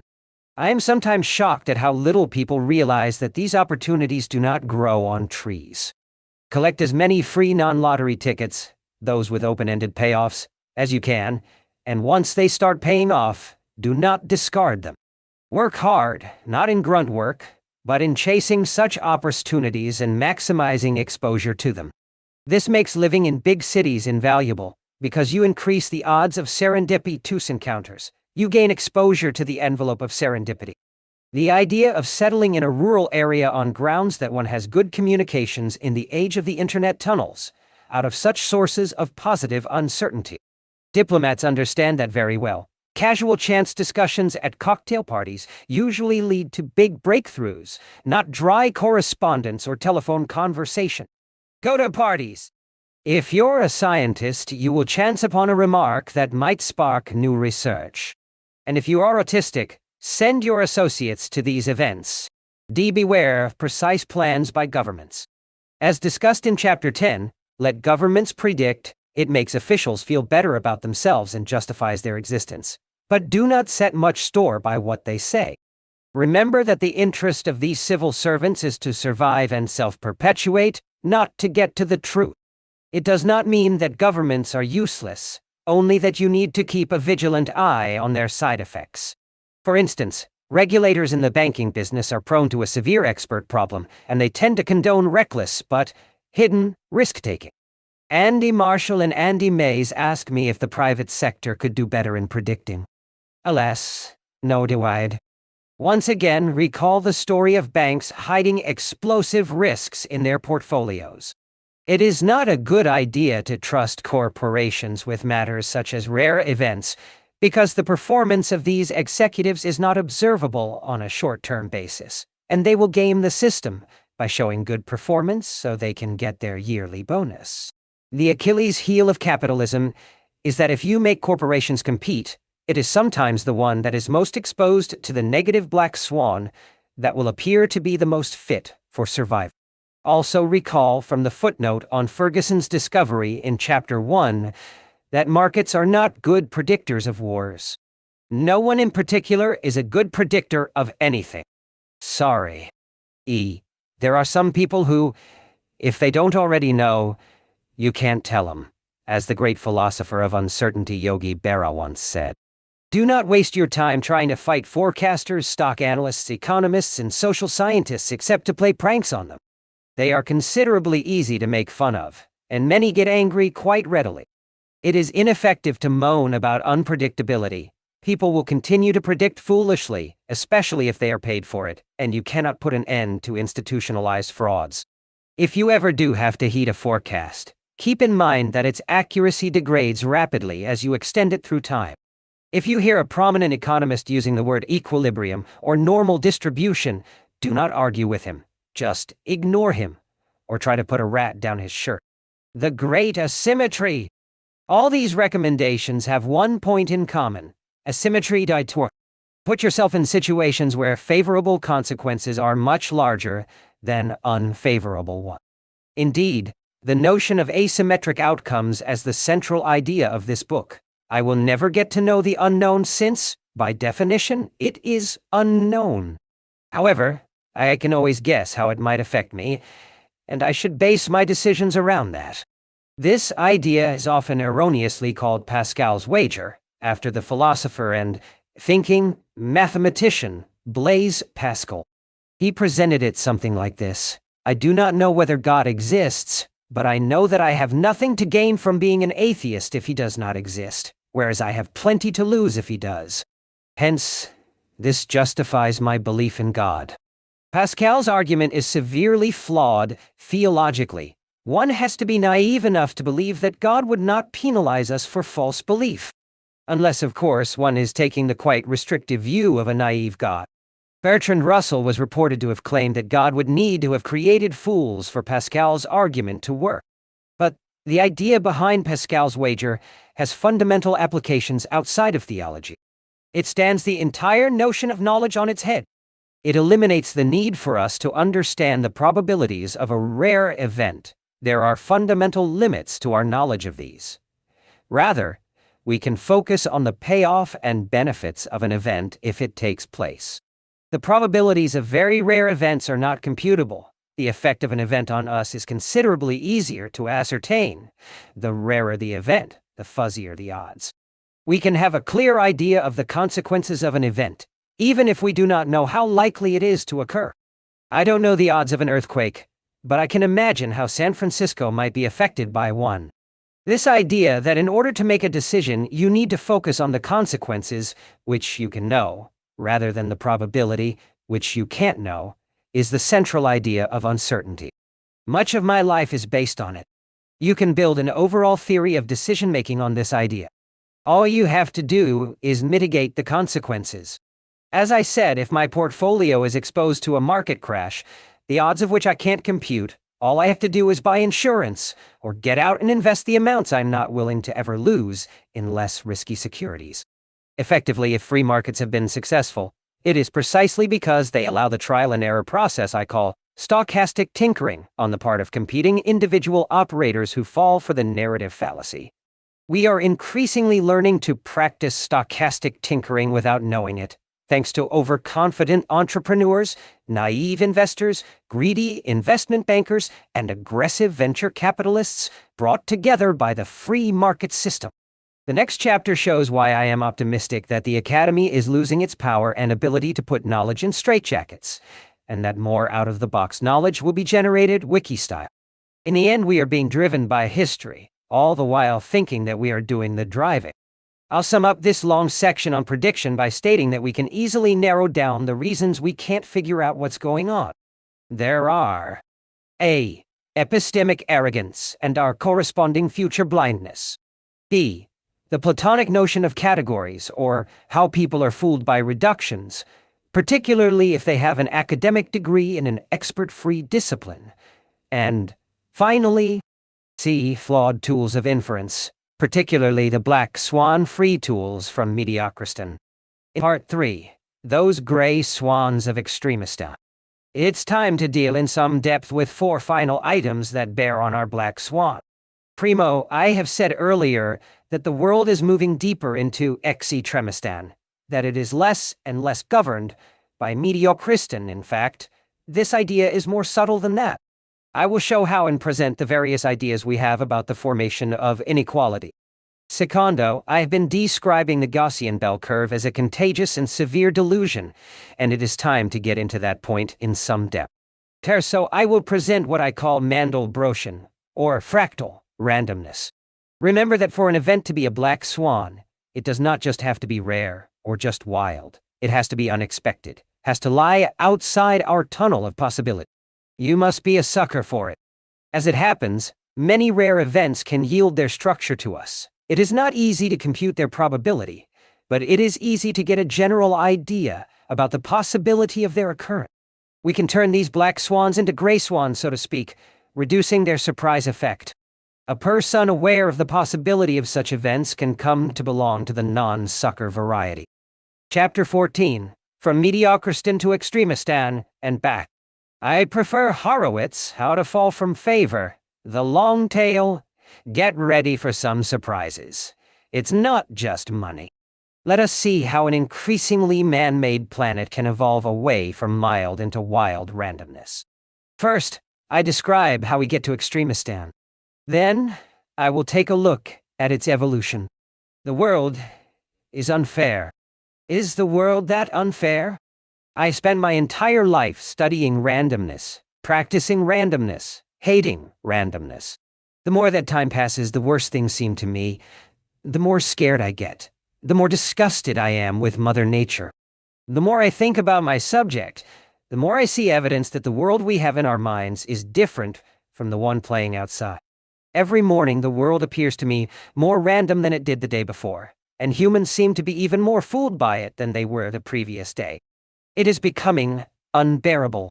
I find written these lines painful. I find the world revolting.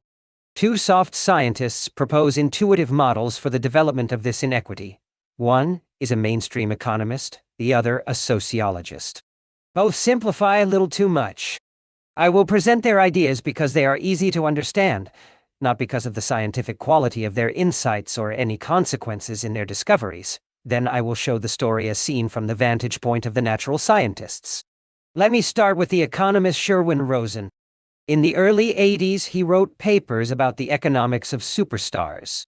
In one of the papers, he conveyed his sense of outrage that a basketball player could earn $1.20 million a year, or a television celebrity could make $2 million. To get an idea of how this concentration is increasing, of how we are moving away from mediocristan, consider that television celebrities and sports stars, even in Europe, get contracts today only 2 decades later, worth in the hundreds of millions of dollars.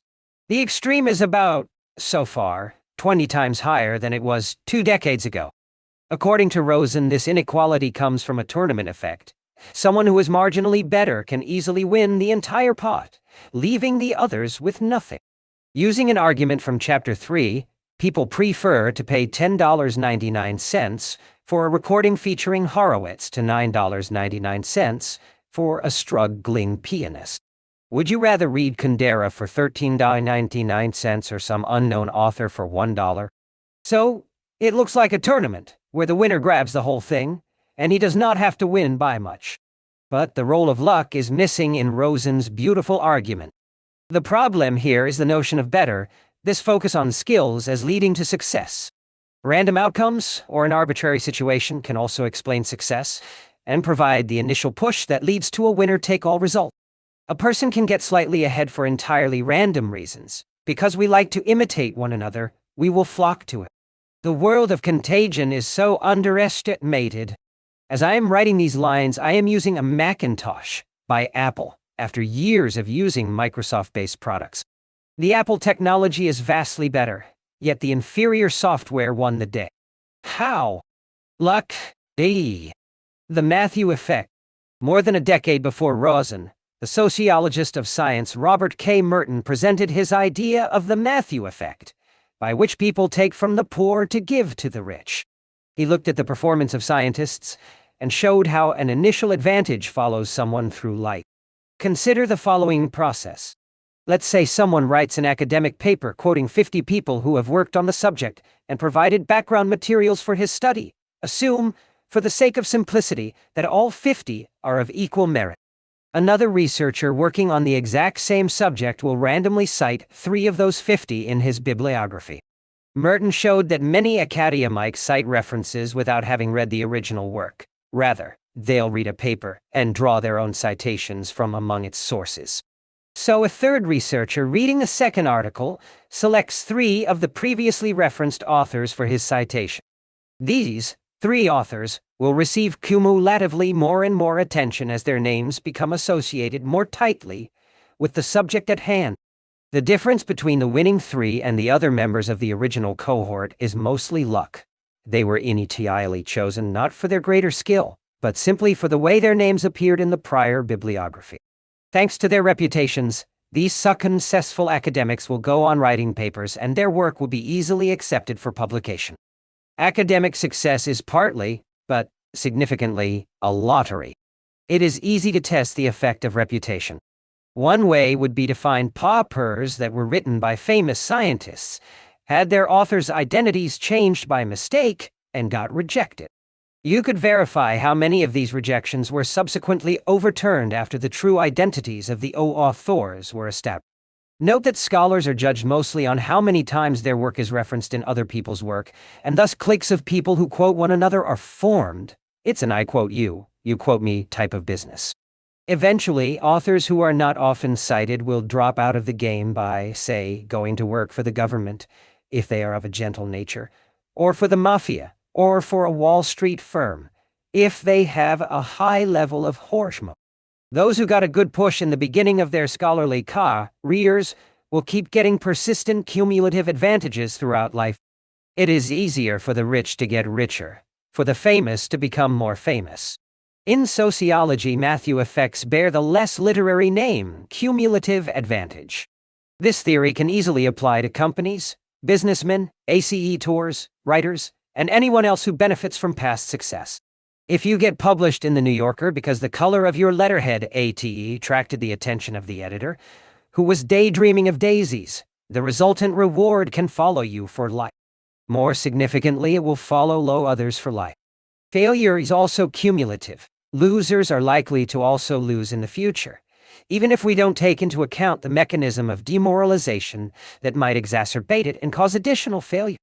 Note that art, because of its dependence on word of mouth, is extremely prone to these cumulative advantage effects. I mentioned clustering in Chapter 1, and how journalism helps perpetuate these clusters. Our opinions about artistic merit are the result of arbitrary contagion, even more than our political ideas are. One person writes a book review. Another person reads it and writes a commentary that uses the same arguments. Soon you have several hundred reviews that actually sum up in their contents to no more than 2 or 3 because there is so much overlap. For an anecdotal example, read Fire the Bastards, whose author, Jack Green, goes systematically through the reviews of William Gaddis's novel, The Recognitions. Green shows clearly how book reviewers anchor on other reviews and reveals powerful mutual influence, even in their word, ing. This phenomenon is reminiscent of the herding of financial analysts I discussed in Chapter 10. The advent of the modern media has accelerated these cumulative advantages. The sociologist Pierre Bourdieu noted a link between the increased concentration of success and the globalization of culture and economic life. But I am not trying to play sociologist here, only show that unpredictable elements can play a role in social outcomes. Merton's cumulative advantage idea has a more general precursor, preferential attachment, which, reversing the chronology though not the logic, I will present next. Merton was interested in the social aspect of knowledge, not in the dynamics of social randomness, so his studies were derived separately from research on the dynamics of randomness in more mathematical sciences. Lingua franca. The theory of preferential attachment is ubiquitous in its applications. It can explain why city size is from extremistan, why vocabulary is concentrated among a small number of words, or why bacteria populations can vary hugely in size. The scientists J.C. Willis and G.U. Ewell published a landmark paper in Nature in 1922 called Some Statistics of Evolution and Geographical Distribution in Plants and Animals and Their Significance. Willis and Ewell noted the presence in biology of the so-called power laws, attractable versions of the scalable randomness that I discussed in Chapter 3. These power laws, on which more technical information in the following chapters, had been noticed earlier by Vilfredo Pareto, who found that they applied to the distribution of income. Later, Ewell presented a simple model showing how power laws can be generated. His point was as follows. Let's say species split in two at some constant rate so that new species arise. The richer in species a genus is, the richer it will tend to get, with the same logic as the Matthew effect. Note the following caveat. In Ewell's model, the species never die out. During the 1940s, a Harvard linguist, George Zipf, examined the properties of language, and came up with an empirical regularity now known as Zipf's law, which of course is not a law, and if it were, it would not be Zipf's. It is just another way to think about the process of inequality. The mechanisms he described were as follows. The more you use a word, the less effortful you will find it to use that word again. So you borrow words from your private dictionary in proportion to their past use. This explains why out of the 60,000 main words in English, only a few hundred constitute the bulk of what is used in writings, and even fewer appear regularly in conversation. Likewise, the more people aggregate in a particular city, the more likely a stranger will be to pick that city as his destination. The big get bigger and the small stay small, or get relatively smaller. A great illustration of preferential attachment can be seen in the mushrooming use of English as a lingua franca, though not for its intrinsic qualities, but because people need to use one single language, or stick to one as much as possible, when they are having a conversation. So whatever language appears to have the upper hand will suddenly draw people in droves. Its usage will spread like an epidemic, and other languages will be rapidly dislodged. I am often amazed to listen to conversations between people from two neighboring countries, say, between a Turk and an Iranian, or a Lebanese and a Cypriot, communicating in bad English, moving their hands for emphasis, searching for these words that come out of their throats at the cost of great physical effort. Even members of the Swiss Army use English, not French. As a lingua franca, it would be fun to listen. Consider that a very small minority of Americans of Northern European descent is from England. Traditionally, the preponderant ethnic groups are of German, Irish, Dutch, French, and other Northern European extraction. Yet, because all these groups now use English as their main tongue, they have to study the roots of their adoptive tongue and develop a cultural association with parts of a particular wet island, along with its history, its traditions, and its customs. Ideas and contagions. The same model can be used for the contagions and concentration of ideas. But there are some restrictions on the nature of epidemics I must discuss here. Ideas do not spread without some form of structure. Recall the discussion in Chapter 4 about how we come prepared to make inferences. Just as we tend to generalize some matters but not others, so there seem to be basins of attraction directing us to certain beliefs. Some ideas will prove contagious, but not others. Some forms of superstitions will spread, but not others. Some types of religious beliefs will dominate, but not others. The anthropologist, cognitive scientist, and philosopher Dan Sperber has proposed the following idea on the epidemiology of representations. What people call memes, ideas that spread and that compete with one another using people as carriers, are not truly like genes. Ideas spread because, alas, they have for carriers self-serving agents who are interested in them, and interested in distorting them in the replication process. You do not make a cake for the sake of merely replicating a recipe. You try to make your own cake, using ideas from others to improve it. We humans are not photocopiers.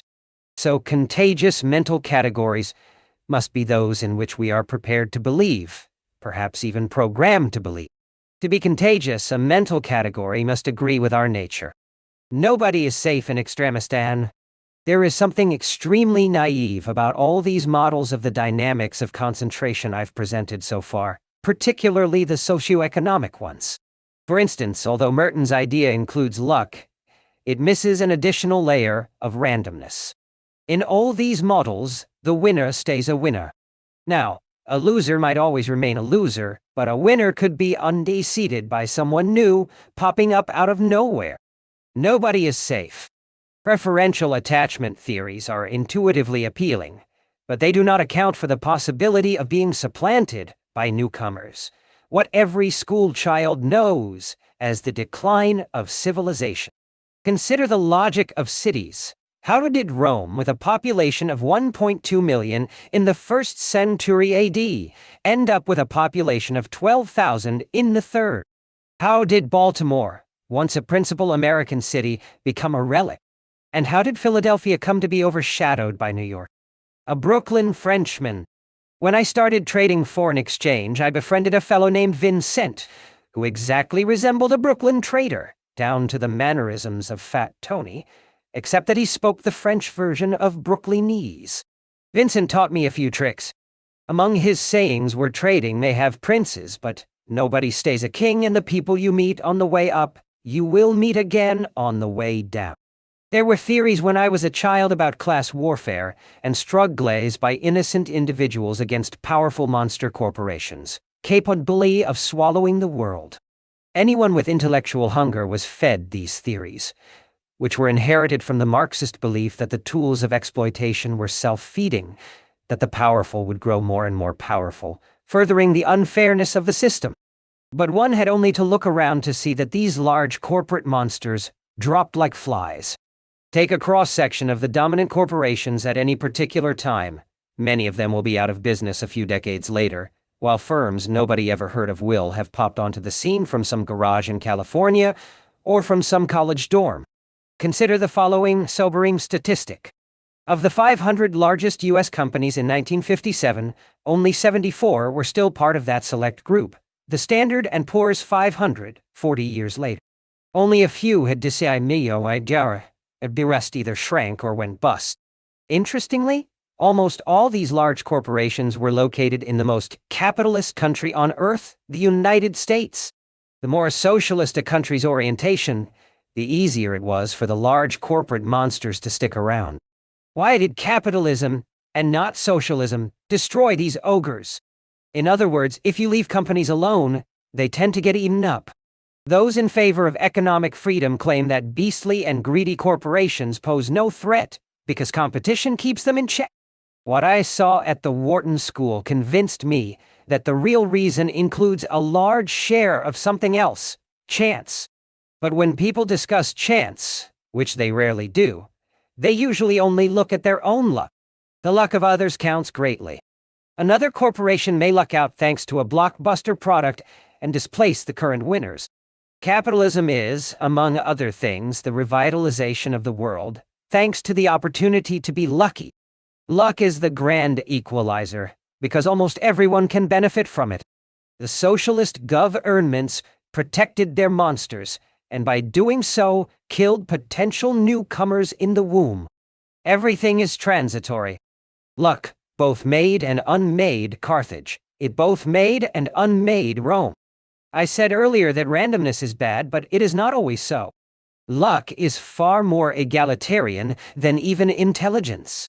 If people were rewarded strictly according to their abilities, things would still be unfair. People don't choose their abilities. Randomness has the beneficial effect of reshuffling society's cards, knocking down the big guy. In the arts, fads do the same job. A newcomer may benefit from a fad, as followers multiply thanks to a preferential attachment style epidemic. Then, guess what? He too becomes history. It is quite interesting to look at the acclaimed authors of a particular era and see how many have dropped out of consciousness. It even happens in countries such as France, where the government supports established reputations, just as it supports ailing large companies. When I visit Beirut, I often spot in relatives' homes the remnants of a series of distinctively white leather-bound Nobel books. Some hyperactive salesman once managed to populate private libraries with these beautifully made volumes. Many people buy books for decorative purposes and want a simple selection criteria. The criterion this series of feared was one book by a Nobel winner in literature every year, a simple way to build the ultimate library. The series was supposed to be updated every year, but I presume the company went out of business in the 80s. I feel a pang every time I look at these volumes. Do you hear much today about Sully Prudhomme, the first recipient, Pearl Buck, an American woman, Romain Rolland, Anatole France? The last two were the most famous French authors of their generations.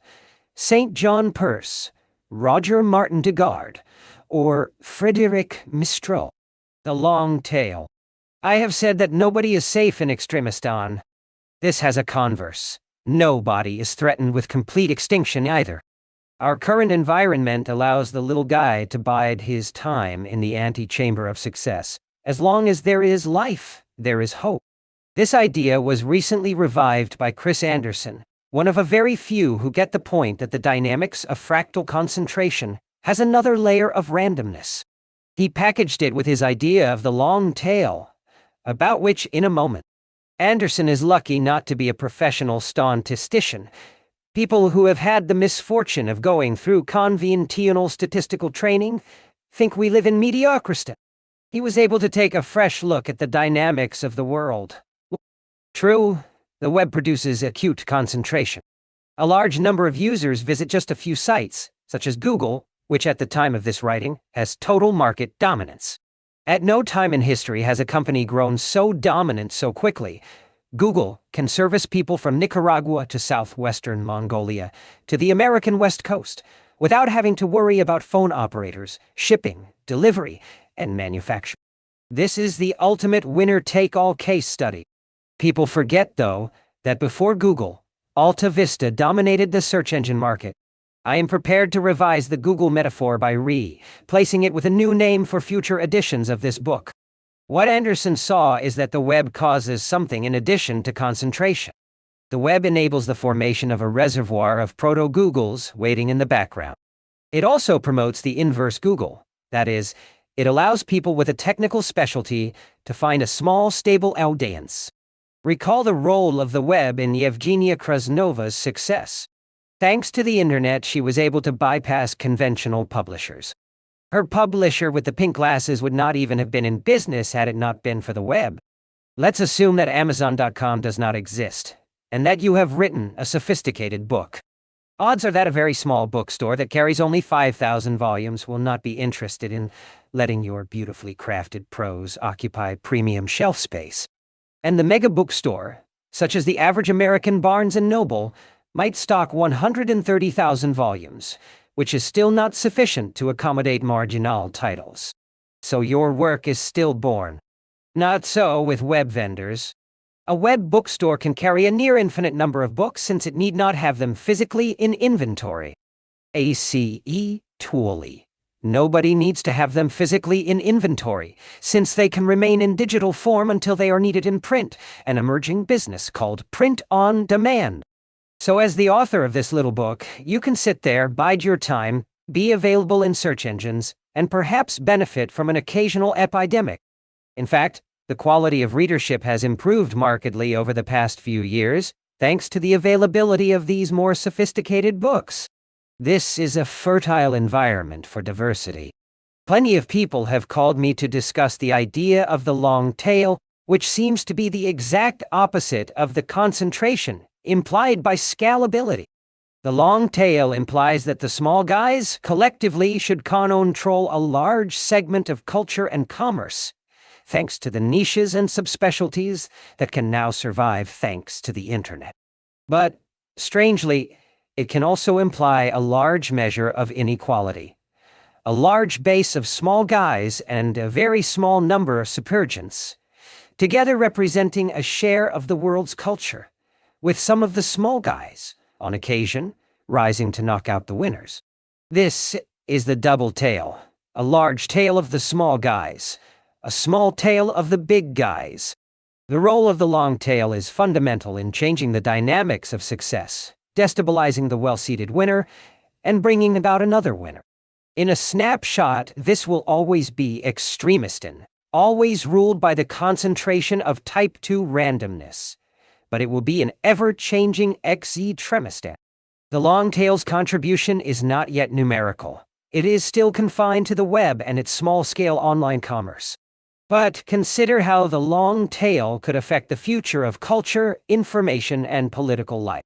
It could free us from the dominant political parties, from the academic size, from the clusters of the press, anything that is currently in the hands of ossified, conceited, and self-serving authority. The long tail will help foster cognitive diversity. One highlight of the year 2006 was to find in my mailbox a draft manuscript of a book called Cognitive Diversity: How Our Individual Differences Produce Collective Benefits by Scott Page. Page examines the effects of cognitive diversity on problem solving and shows how variability in views and methods acts like an engine for tinkering. It works like evolution. By subverting the big structures, we also get rid of the platonified one way of doing things. In the end, the bottom-up theory-free empiricist should prevail. In sum, the long tail is a byproduct of extremistan that makes it somewhat less unfair. The world is made no less unfair for the little guy, but it now becomes extremely unfair for the big man. Nobody is truly established. The little guy is very subversive, naive, globalization. We are gliding into disorder, but not necessarily bad disorder. This implies that we will see more periods of calm and stability, with most problems concentrated into a small number of black swans. Consider the nature of past wars. The 20th century was not the deadliest in percentage of the total population, but it brought something new, the beginning of the extremistan warfare, a small probability of a conflict degenerating into total decimation of the human race, a conflict from which nobody is safe anywhere. A similar effect is taking place in economic life. I spoke about globalization in Chapter 3. It is here, but it is not all for the good. It creates interlocking fragility, while reducing volatility and giving the appearance of stability. In other words, it creates devastating black swans. We have never lived before under the threat of global collapse. Financial institutions have been merging into a smaller number of very large banks. Almost all banks are now interrelated. So the financial ecology is swelling into gigantic, incestuous, bureaucratic banks, often Gaussianized in their risk measurement. When one falls, they all fall. The increased concentration's slightest hiccup. But not to worry. Their large staff of scientists deemed these events unlikely. Among banks seems to have the effect of making financial crisis less likely, but when they happen, they are more global in scale and hit us very hard. We have moved from a diversified ecology of small banks, with varied lending policies, to a more homogeneous framework of firms that all resemble one another. True, we now have fewer failures, but when they occur, I shiver at the thought. I rephrase here, we will have fewer but more severe crises. The rarer the event, the less we know about its odds.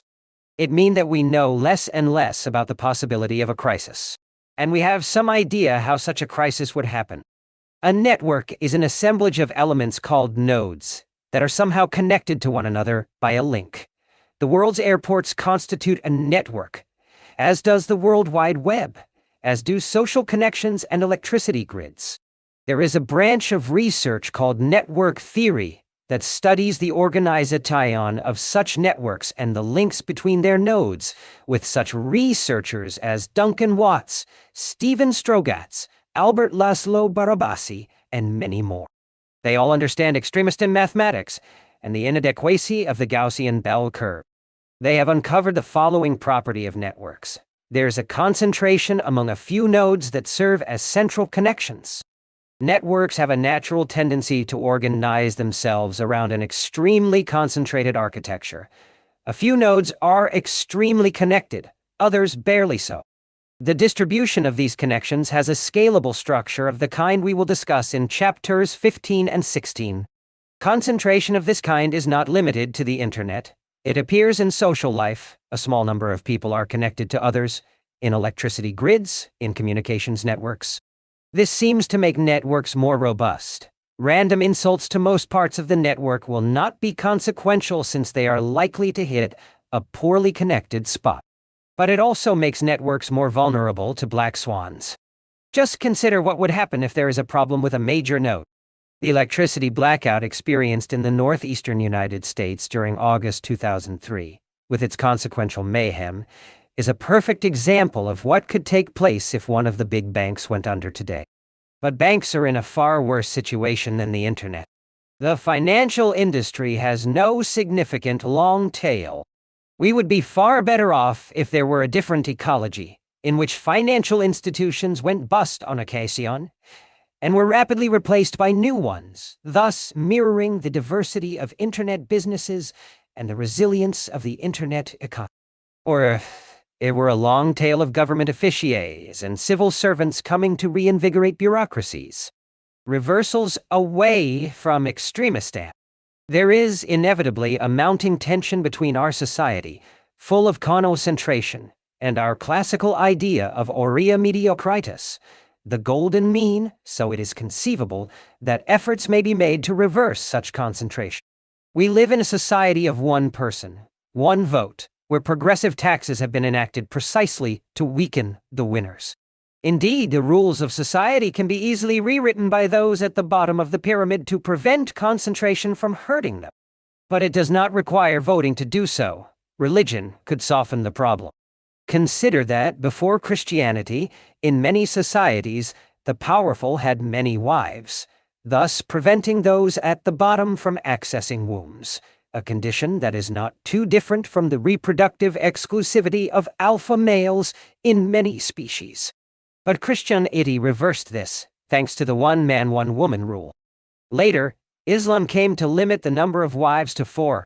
Judaism, which had been polyogenic, became monogamous in the Middle Ages. One can say that such a strategy has been successful. The institution of tightly monogamous marriage, with no official concubine, as in the Greco-Roman days, even when practiced the French way, provides social stability since there is no pool of angry, sexually deprived men at the bottom, fomenting a revolution just so they can have the chance to make. But I find the emphasis on economic inequality, at the expense of other types of inequality, extremely bothersome. Fairness is not exclusively an economic matter. It becomes less and less so when we are satisfying our basic material needs. It is pecking order that matters. The superstars will always be there. The Soviets may have flattened the economic structure, but they encourage their own brand of Übermensch.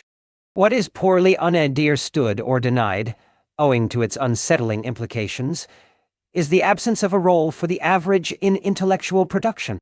The disproportionate share of the very few in intellectual influence is even more unsettling than the unequal distribution of wealth. Unsettling because, unlike the income gap, no social policy can eliminate it. Communism could conceal or compress income discrepancies, but it could not eliminate the superstar system in intellectual life. It has even been shown by Michael Marmot of the Whitehall Studies that those at the top of the pecking order live longer, even when adjusting for disease. Marmot's impressive project shows how social rank alone can affect longevity. It was calculated that actors who win an Oscar tend to live on average about 5 years longer than their peers who don't. People live longer in societies that have flatter social gradients. Winners kill their peers as those in a steep social gradient live shorter lives, regardless of their economic condition. I do not know how to remedy this, except through religious beliefs. Is insurance against your peers' demoralizing success possible? Should the Nobel Prize be banned? Granted, the Nobel medal in economics has not been good for society or knowledge, but even those rewarded for real contributions in medicine and physics too rapidly displace others from our consciousness and steal longevity away from them. Extremistan is here to stay, so we have to live with it and find the tricks that make it more palatable. Chapter 15. The Bell Curve. That great intellectual fraud. Not worth a pastis. Ketlet's error. The average man is a monster. Let's deify it, yes or no. Not so literary an experiment. Forget everything you heard in college statistics or probability theory. If you never took such a class, even better. Let us start from the very beginning. The Gaussian and the Mandelbrottian. I was transiting through the Frankfurt airport in December 21, on my way from Oslo to Zurich. I had time to kill at the airport, and it was a great opportunity for me to buy dark European chocolate, especially since I have managed to successfully convince myself that airport calories don't count. The cashier handed me, among other things, a 10 Deutschmark bill, an illegal scan of which can be seen on the next page. The Deutschmark banknotes were going to be put out of circulation in a matter of days, since Europe was switching to the euro. I kept it as a valedictory. Before the arrival of the euro, Europe had plenty of national currencies, which was good for printers, money changers, and of course currency traders like this, more or less, humble author. As I was eating my dark European chocolate and wistfully looking at the bill, I almost choked. I suddenly noticed, for the first time, that there was something curious about it. The bill bore the portrait of Carl Friedrich Gauss and a picture of his Gaussian bell curve. The striking irony here is that the last possible object that can be linked to the German currency is precisely such a curve. The Reichsmark, as the currency was previously called, went from 4 per dollar to 4 trillion per dollar in the space of a few years during the 1920s, an outcome that tells you that the bell curve is meaningless as a description of the randomness in currency fluctuations. All you need to reject the bell curve is for such a movement to occur once, and only once. Just consider the consequences.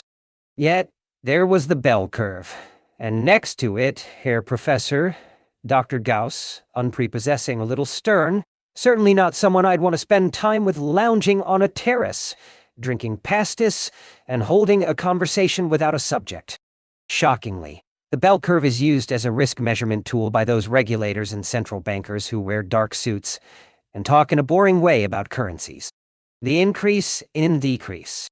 The main point of the Gaussian, as I've said, is that most observations hover around the mediocre, the average. The odds of a deviation decline faster and faster, exponentially, as you move away from the average. If you must have only one single piece of information, this is the one.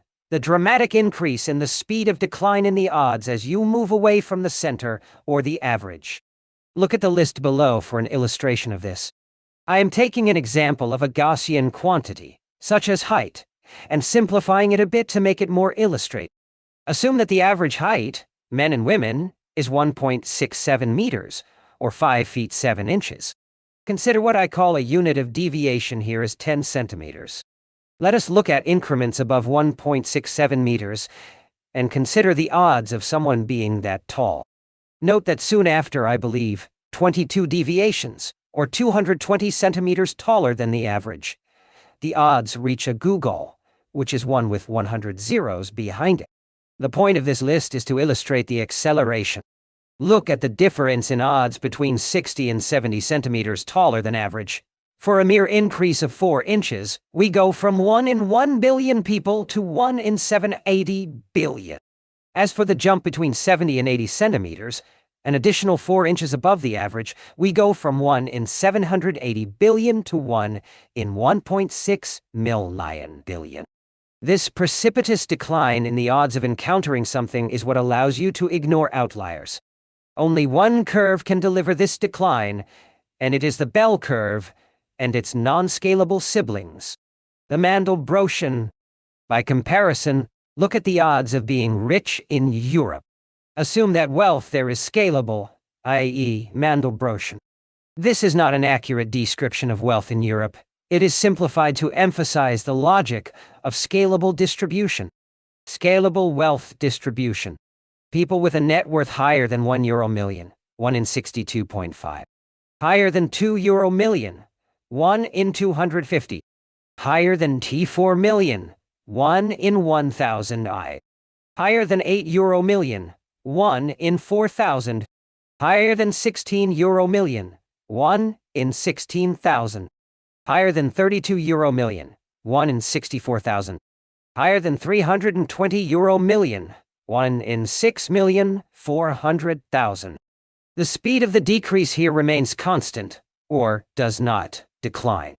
When you double the amount of money, you cut the incidence by a factor of 4, no matter the level, whether you are at €8 million or €16 million. This, in a nutshell, illustrates the difference between mediocrity and extremistan.io. Recall the comparison between the scalable and the non-scalable in Chapter 3. Scalability means that there is no headwind to slow you down. Of course, Mandelbrottian extremistan can take many shapes.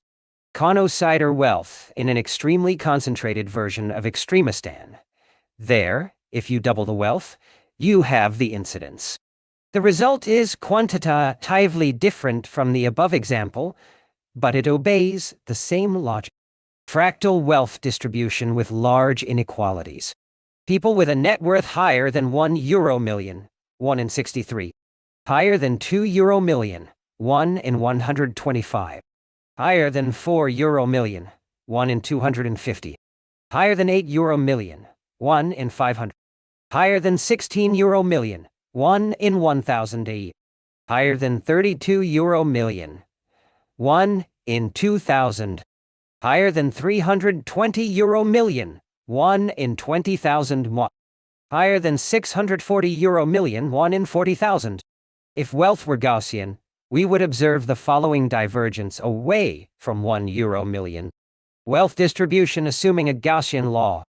People with a net worth higher than 1 euro million. 1 in 63. Higher than 2 euro million. 1 in 127,000. Higher than 3 euro million. 1 in 14 billion. Higher than 4 euro million. 1 in 886 quadrillion. Higher than 8 euro million. 1 in 16 decillion. Higher than 16 euro million. 1 in none of my computers is capable of handling the computation. What I want to show with these lists is the qualitative difference in the paradigms. As I have said, the second paradigm is scalable. It has no headwind. Note that another term for the scalable is power laws. Just knowing that we are in a power law environment does not tell us much. Why? Because we have to measure the coefficients in real life, which is much harder than with a Gaussian framework. Only the Gaussian yields its properties rather rapidly. The method I propose is a general way of viewing the world rather than a precise solution. What to remember? Remember this: the Gaussian bell curve variations face a headwind that makes probabilities drop at a faster and faster rate as you move away from the mean, while scalables or Mandelbrottian variations do not have such a restriction. That's pretty much most of what you need to know. Inequality. Let us look more closely at the nature of inequality. In the Gaussian framework, inequality decreases as the deviations get larger, caused by the increase in the rate of decrease. Not so with the scalable. Inequality stays the same throughout. The inequality among the super-rich is the same as the inequality among the simply rich. It does not slow down. Consider this effect. Take a random sample of any two people from the U.S. population who jointly earn $1 million per annum. What is the most likely breakdown of their respective incomes? In Mediocristan, the most likely combination is $500,000 each. In Extremistan, it would be $50,000 and $950,000. The situation is even more lopsided with book sales. If I told you that two authors sold a total of 1 million copies of their books, the most likely combination is 993,000 copies sold for one and 7,000 for the other. This is far more likely than that the books each sold 500,000 copies. For any large total, the breakdown will be more and more asymmetric. Why is this so? The height problem provides a comparison. If I told you that the total height of two people is 14 feet, you would identify the most likely breakdown as 7 feet each, not 2 feet and 12 feet, not even 8 feet and 6 feet. Persons taller than 8 feet are so rare that such a combination would be impossible. Extremistan and the 80-20 rule. Have you ever heard the 80-20 rule? It is the common signature of a power law. Actually, it is how it all started. When Vilfredo Pareto made the observation that 80% of the land in Italy was owned by 20% of the people. Some use the rule to imply that 80% of the work is done by 20% of the people, or that 80% worth of effort contributes to only 20% of results, and vice versa. As far as axioms go, this one wasn't phrased to impress you the most. It could easily be called the 51 rule. That is, 50% of the work comes from 1% of the workers. This formulation makes the world look even more unfair, yet the two formulae are exactly the same. How? Well, if there is inequality, then those who constitute the 20% in the 80-20 rule also contribute unequally. Only a few of them deliver the lion's share of the results. This trickles down to about 1 in 100 contributing a little more than half the total. The 80-20 rule is only metaphorical. It is not a rule, even less a rigid law. In the U.S. book business, the proportions are more like 97-20, i.e. 97% of book sales are made by 20% of the authors. It's even worse if you focus on literary non-fiction. 20 books of close to 8,000 represent half the sales. Note here that it is not all uncertainty. In some situations, you may have a concentration of the 80-20 type, with very predictable and tractable properties, which enables clear decision-making, because you can identify beforehand where the meaningful 20% are. These situations are very easy to control. For instance, Malcolm Gladwell wrote in an article in The New Yorker that most abuse of prisoners is attributable to a very small number of vicious guards. Filter those guards out and your rate of prisoner abuse drops dramatically. In publishing, on the other hand, you do not know beforehand which book will bring home the bacon. The same with wars, as you do not know beforehand which conflict will kill a portion of the planet's residents. Grass and trees. I'll summarize here and repeat the arguments previously made throughout the book. Measures of uncertainty that are based on the bell curve simply disregard the possibility and the impact of sharp jumps or discontinuities and are, therefore, inapplicable in extremism. Using them is like focusing on the grass and missing out on the gigantic trees. Although unpredictable large deviations are rare, they cannot be dismissed as outliers because, cumulatively, their impact is so dramatic. The traditional Gaussian way of looking at the world begins by focusing on the ordinary, and then deals with exceptions or so-called outliers as ancillaries. But there is a second way, which takes the exceptional as a starting point and treats the ordinary as subordinate. I have emphasized that there are two varieties of randomness, qualitatively different, like air and water. One does not care about extremes, the other is severely impacted by them. One does not generate black swans, the other does. We cannot use the same techniques to discuss a gas as we would use with a liquid. And if we could, we wouldn't call the approach an approximation. A gas does not approximate a liquid. We can make good use of the Gaussian approach in variables for which there is a rational reason for the largest not to be too far away from the average. If there is gravity pulling numbers down, or if there are physical limitations preventing very large observations, we end up in mediocrity. If there are strong forces of equilibrium bringing things back rather rapidly after conditions diverge from equilibrium, then again you can use the Gaussian approach. Otherwise, forget about it. This is why much of economics is based on the notion of equilibrium. Among other benefits, it allows you to treat economic phenomena as Gaussian. Note that I am not telling you that the mediocristian type of randomness does not allow for some extremes. But it tells you that they are so rare that they do not play a significant role in the total. The effect of such extremes is pitifully small and decreases as your population gets larger. To be a little bit more technical here, if you have an assortment of giants and dwarfs, that is, observations several orders of magnitude apart, you could still be in mediocristian. How? Assume you have a sample of 1,000 people, with a large spectrum running from the dwarf to the giant. You are likely to see many giants in your sample, not a rare occasional one. Your average will not be impacted by the occasional additional giant because some of these giants are expected to be part of your sample, and your average is likely to be high. In other words, the largest observation cannot be too far away from the average.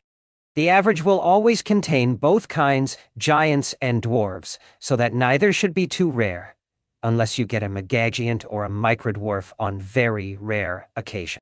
This would be mediocristian with a large unit of deviation.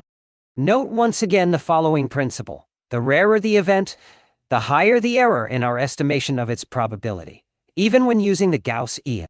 Let me show you how the Gaussian bell curve sucks randomness out of life, which is why it is popular. We like it because it allows certainties. How?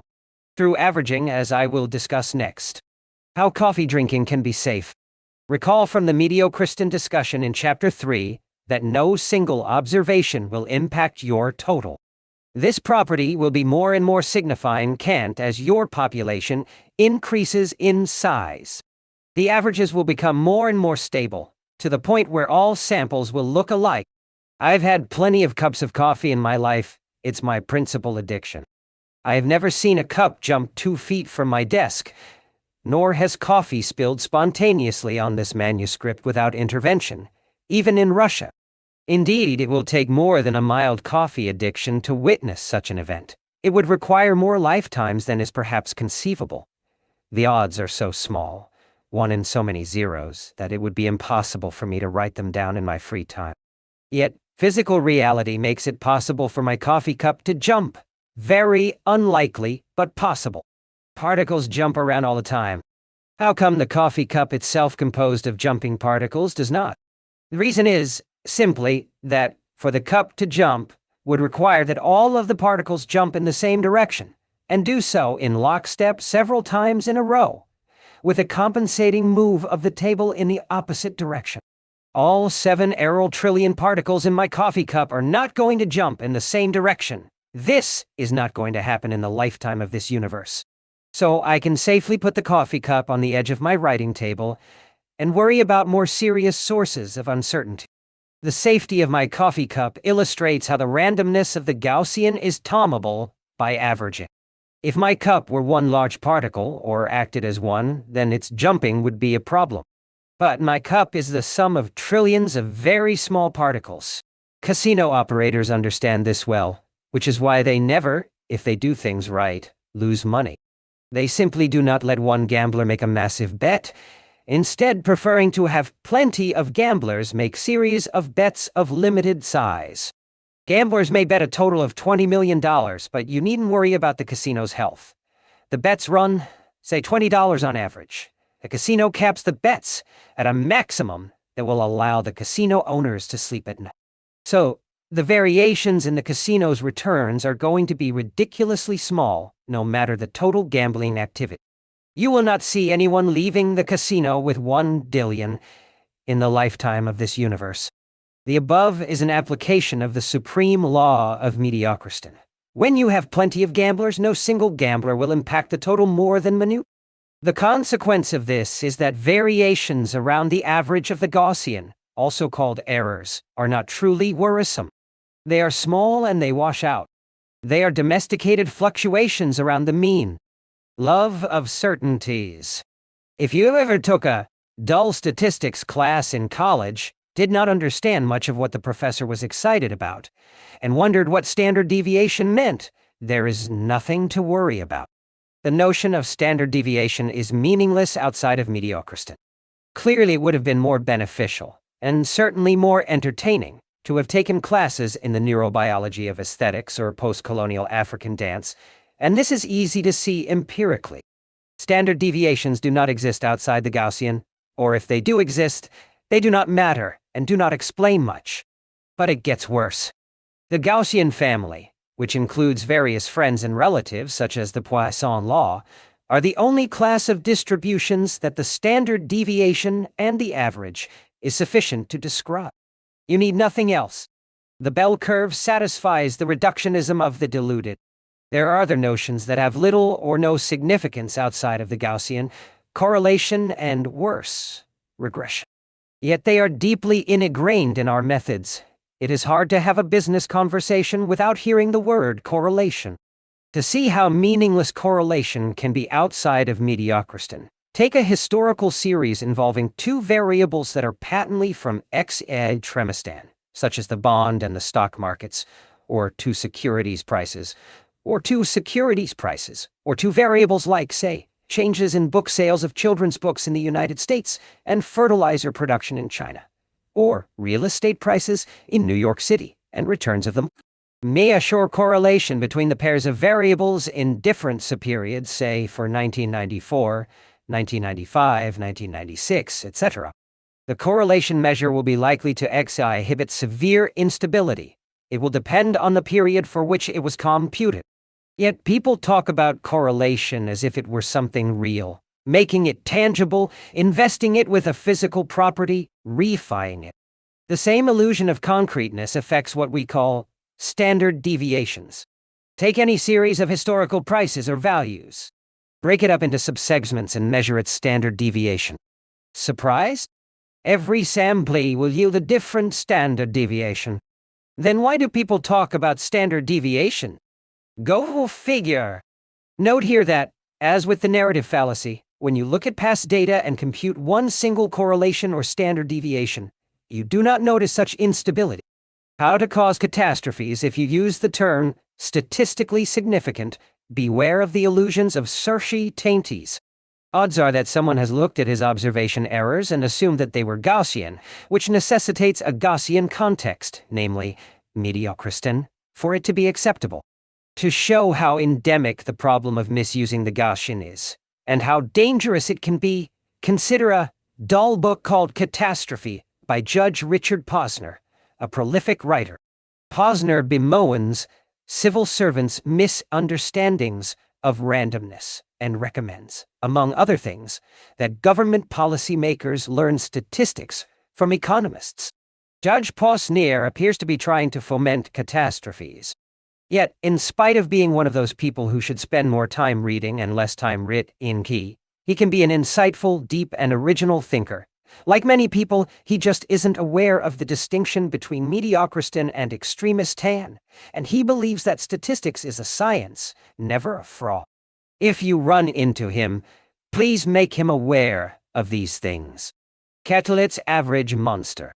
This monstrosity called the Gaussian bell curve is not Gauss's doing. Although he worked on it, he was a mathematician dealing with a theoretical point, not making claims about the structure of reality like statistical-minded scientists. G.H. Hardy wrote in A Mathematician's Apology, "The real mathematics of the real mathematicians, the mathematics of Fermat and Euler and Gauss and Abel and Riemann, is almost wholly useless, and this is as true of applied as of pure mathematics." As I mentioned earlier, the bell curve was mainly the concoction of a gambler, Abraham de Moivre, 1667 to 1754, a French Calvinist refugee who spent much of his life in London, though speaking heavily accented English. But it is Quetelet, not Gauss, who counts as one of the most destructive fellows in the history of thought, as we will see next. Adolphe Quetelet, 1796 to 1874, came up with the notion of a physically average human, l'homme moyen. There was nothing moyen about Quetelet, a man of great creative passions, a creative man full of energy. He wrote poetry and even co-authored an opera. The basic problem with Quetelet was that he was a mathematician, not an empirical scientist, but he did not know it. He found harmony in the bell curve. The problem exists at two levels. Primo, Quetelet had a normative idea, to make the world fit his average, in the sense that the average to him was the normal. It would be wonderful to be able to ignore the contribution of the unusual, the non-normal, the black swan, to the total. But let us leave that dream for utopia. Secondo, there was a serious associated empirical problem. Quetelet saw bell curves everywhere. He was blinded by bell curves, and I have learned again, once you get a bell curve in your head, it is hard to get it out. Later, Frank Isidro Edgeworth would refer to Quetelismus as the grave mistake of seeing bell curves everywhere. Golden mediocrity. Quetelet provided a much-needed product for the ideological appetites of his day.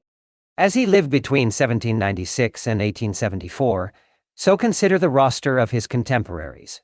Saint Simon, 1761,000 to 1825, Pierre-Joseph Proudhon, 1809 to 1865, and Karl Marx, 1818 to 83. Everyone in this post-Enlightenment moment was longing for the aurea mediocritas, the golden mean, in wealth, height, weight, and so on. This longing contains some element of wishful thinking, mixed with a great deal of harmony and platonicity. I always remember my father's injunction that in mediostat virtus, virtue lies in moderation. Well, for a long time that was the ideal. Mediocrity, in that sense, was even deemed golden. All-embracing mediocrity. But Quetelet took the idea to a different level. Collecting statistics, he started creating standards of means. Chest size, height, the weight of babies at birth. Very little escaped his standards. Deviations from the norm, he found, became exponentially more rare as the magnitude of the deviation increased. Then, having conceived of this idea of the physical characteristics of l'homme moyen, Monsieur Quetelet switched to social matters. L'homme moyen had his habits, his consumption, his methods. Through his construct of l'homme moyen physique and l'homme moyen moral, the physically and morally average man, Quetelet created a range of deviance from the average that positions all people either to the left or right of center and truly punishes those who find themselves a cut being the extreme left or right of the statistical bell curve. They became abnormal. How this inspired Marx, who cites Quetelet regarding this concept of an average or normal man, is obvious. Societal deviations in terms of the distribution of wealth, for example, must be minimized, he wrote in Das Kapital. One has to give some credit to the scientific establishment of Quetelet's day. They did not buy his arguments at once. The philosopher, mathematician, economist, Augustin Cournot, for starters, did not believe that one could establish a standard human on purely quantitative ground. Such a standard would be dependent on the attribute under consideration. A measurement in one province may differ from that in another province. Which one should be the standard? L'homme moyen would be a monster, said Cournot. I will explain his point as follows. Assuming there is something desirable in being an average man, he must have an unspecified specialty in which he would be more gifted than other people. He cannot be average in everything. A pianist would be better on average at playing the piano, but worse than the norm at, say, horseback riding. A draftsman would have better drafting skills and so on. The notion of a man deemed average is different from that of a man who is average in everything he does. In fact, an exactly average human would have to be half male and half female. Quetelet completely missed that point. God's error. A much more worrisome aspect of the discussion is that in Quetelet's day, the name of the Gaussian distribution was la loi des erreurs, the law of errors, since one of its earliest applications was the distribution of errors in astronomic measurement. Are you as worried as I am? Divergence from the mean, here the median as well, was treated precisely as an error. No wonder Marx fell for Quetelet's ideas. This concept took off very quickly. The ought was confused with the eyes, and this with the imprimatur of science. The notion of the average man is steeped in the culture attending the birth of the European middle class, the nascent post-Napoleonic shopkeeper's culture, carry of excessive wealth and intellectual brilliance. In fact, the dream of a society with oppressed outcomes is assumed to correspond to the aspirations of a rational human being facing a genetic lottery. If you had to pick a society to be born into for your next life but could not know which outcome awaited you, it is assumed you would probably take no gamble. You would like to belong to a society without divergent outcomes. One entertaining effect of the glorification of mediocrity was the creation of a political party in France called Poujadism, composed initially of a grocery store movement. It was the warm huddling together of the semi-favored, hoping to see the rest of the universe compress itself into their rank, a case of non-proletarian revolution. It had a grocery store owner mentality, down to the employment of the mathematical tools. Did Gauss provide the mathematics for the shopkeepers? Poincaré to the rescue. Poincaré himself was quite suspicious of the Gaussian.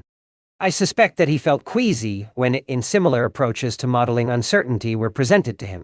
Just consider that the Gaussian was initially meant to measure astronomic errors, and that Poincaré's ideas of modeling celestial mechanics were fraught with a sense of deeper uncertainty.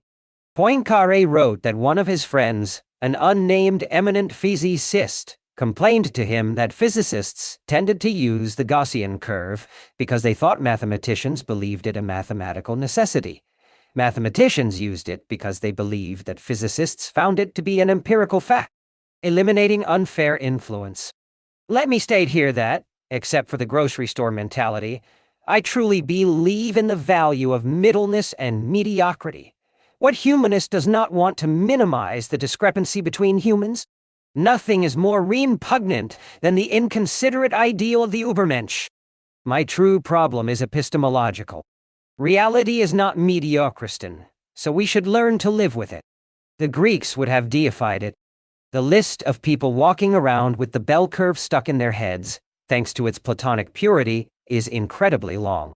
Sir Francis Galton, Charles Darwin's first cousin and Erasmus Darwin's grandson, was perhaps, along with his cousin, one of the last independent gentleman scientists, a category that also included Lord Cavendish, Lord Kelvin, Ludwig Wittgenstein in his own way, and to some extent our Uber philosopher, Bertrand Russell.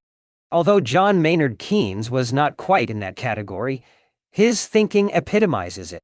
Galton lived in the Victorian era when heirs and persons of leisure could, among other choices, such as horseback riding or hunting, become thinkers, scientists, or, for those less gifted, politicians.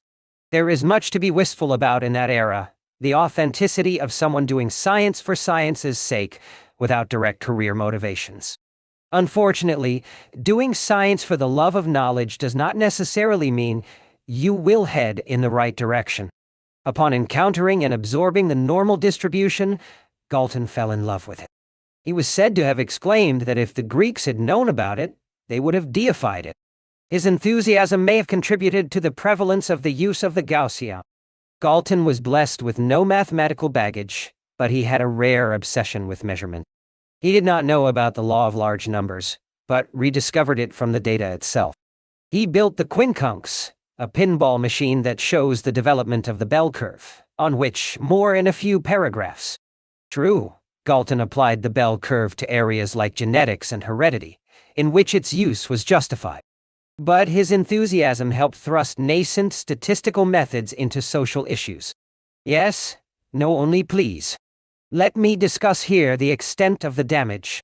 If you're dealing with qualitative inference, such as in psychology or medicine, looking for yes/no answers to which magnitudes don't apply, then you can assume you're in mediocristan without serious problem. The impact of the improbable cannot be too large. You have cancer or you don't. You are pregnant or you are not, etc. Degrees of deadness or pregnancy are not relevant, unless you are dealing with epidemics.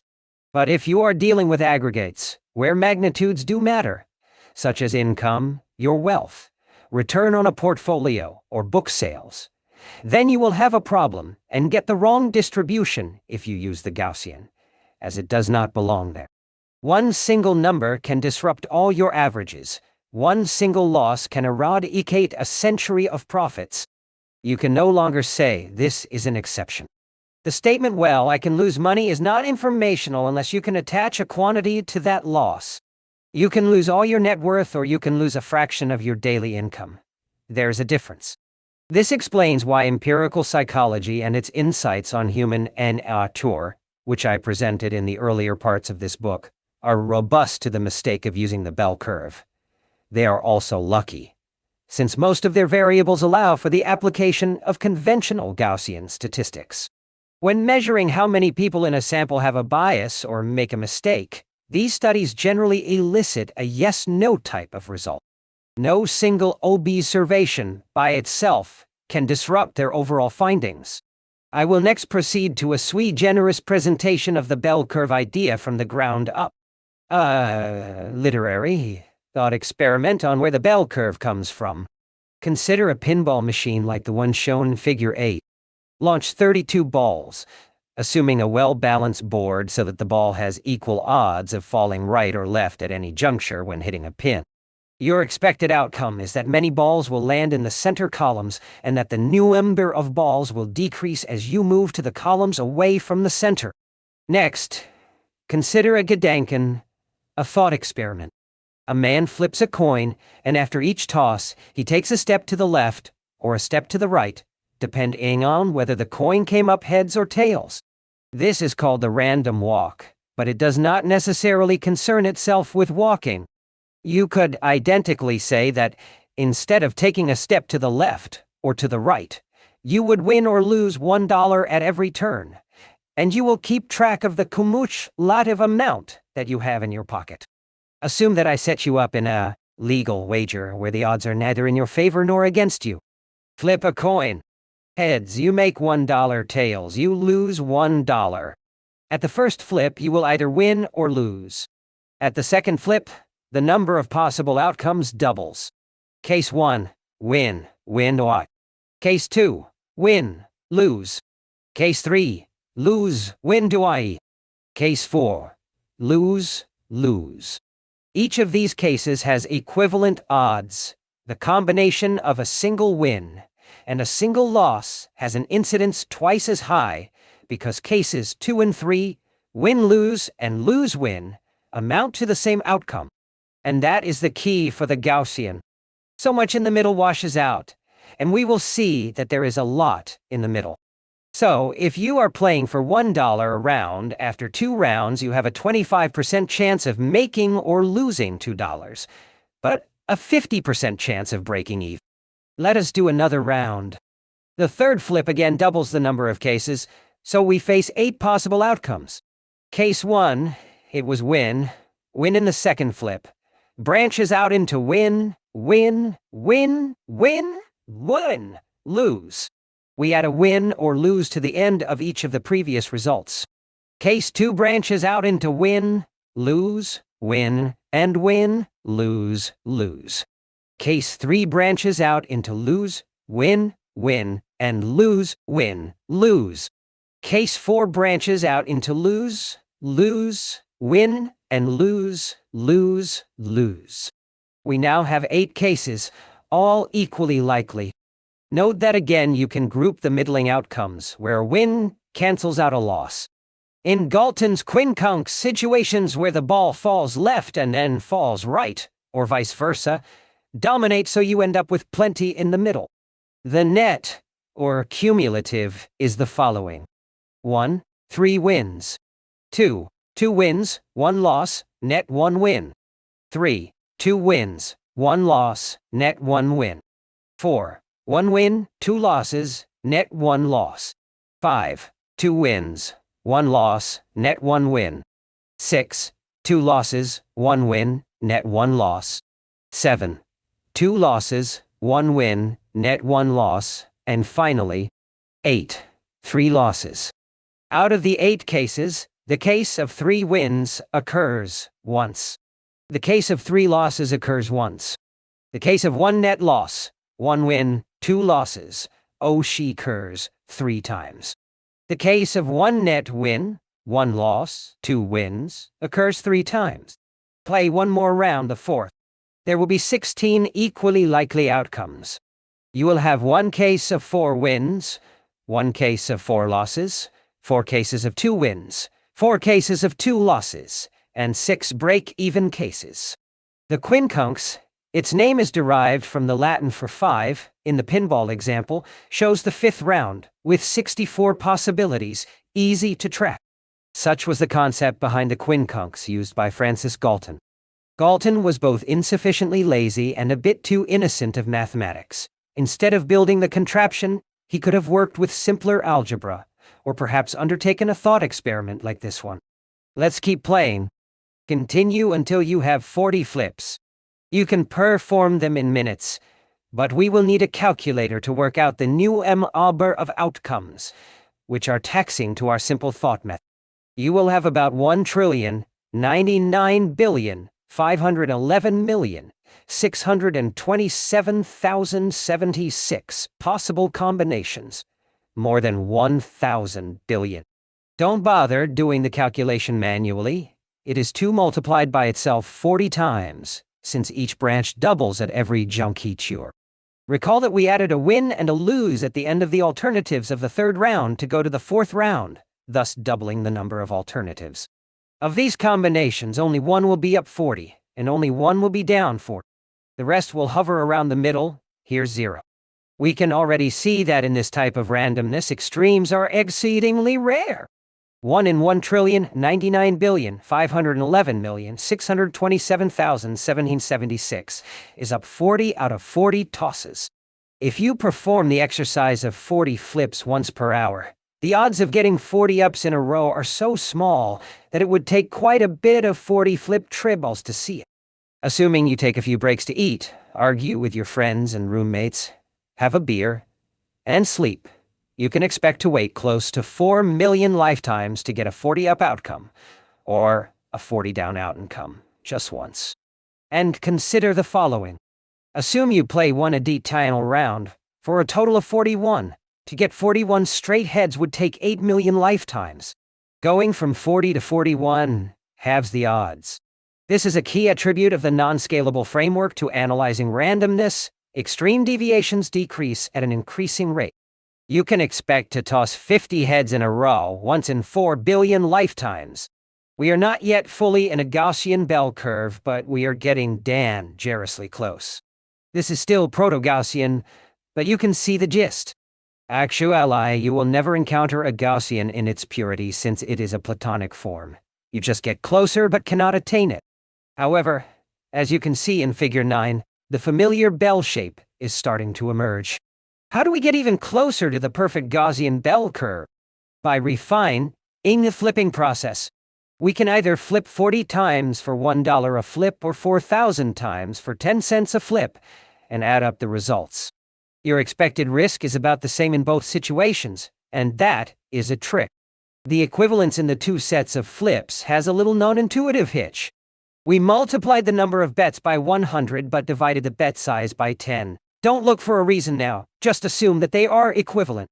The overall risk is equivalent, but now we have opened up the possibility of winning or loss in chi 400 times in a row.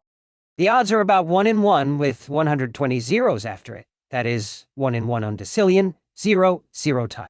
Continue the process for a while. We go from 40 tosses for $1 each to 4,000 tosses for 10 cents, to 400,000 tosses for 1 cent, getting close and closer to a Gaussian. Figure 10 shows results spread between 40 and 40, namely 80 plot points.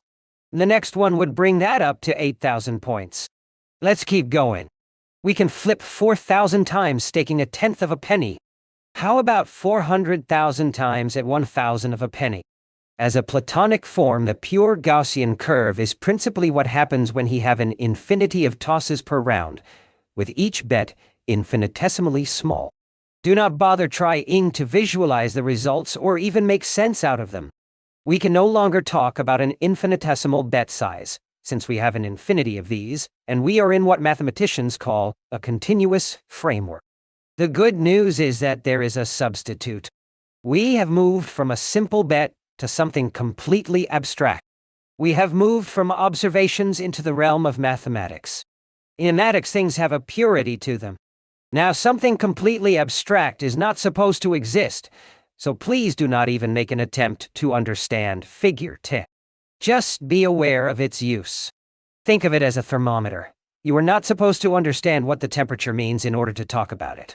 You just need to know the correspondence between temperature and comfort, or some other empirical consideration. 60 degrees corresponds to pleasant weather. 10 below is not something to look forward to. You don't necessarily care about the actual speed of the collisions among particles that more technically explains temperature. Degrees are, in a way, a means for your mind to translate some external phenomena into a number. Likewise, the Gaussian bell curve is set so that 68.2% of the observations fall between -1 and +1 standard deviations away from the average. I repeat, do not even try to understand whether standard deviation is average deviation. It is not, and a large, too large, number of people using the word standard deviation do not understand this point. Standard deviation is just a number that you scale things to, a matter of mere correspondence if phenomena were Gaussian. These standard deviations are often nicknamed sigma. People also talk about variance. Same thing, variance is the square of the sigma, i.e., of the standard deviation. Note the symmetry in the curve. You get the same results whether the sigma is positive or negative. The odds of falling below 4 sigmas are the same as those of exceeding 4 sigmas, here 1 in 32,000 times.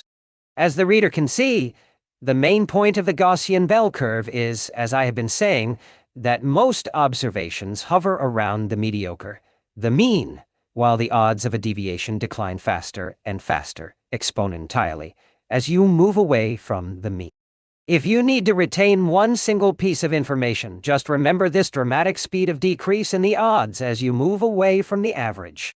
Outliers are increasingly unlikely. You can safely ignore them. This property also generates the supreme law of mediocrity. Given the paucity of large deviations, their contribution to the total will be vanishingly small. In the height example earlier in this chapter, I used units of deviations of 10 centimeters, showing how the incidence declined as the height increased. These were 1 sigma deviations. The height table also provides an example of the operation of scaling to a sigma by using the sigma as a unit of measurement. Those comforting assumptions. Note the central assumptions we made in the coin flip game that led to the proto-Gaussian, or mild randomness. First central assumption. The flips are independent of one another. The coin has no memory. The fact that you got heads or tails on the previous flip does not change the odds of your getting heads or tails on the next one. You do not become a better coin flipper over time. If you introduce memory or skills in flipping, the entire Gaussian business becomes shaky. Recall our discussions in Chapter 14 on preferential attachment and cumulative advantage. Both theories assert that winning today makes you more likely to win in the future. Therefore, probabilities are dependent on history, and the first central assumption leading to the Gaussian bell curve fails in reality. In games, of course, past winnings are not supposed to translate into an increased probability of future gains, but not so in real life, which is why I worry about teaching probability from games. But when winning leads to more winning, you are far more likely to see 40 wins in a row than with a proto-Gaussian. Second central assumption, no wild jump.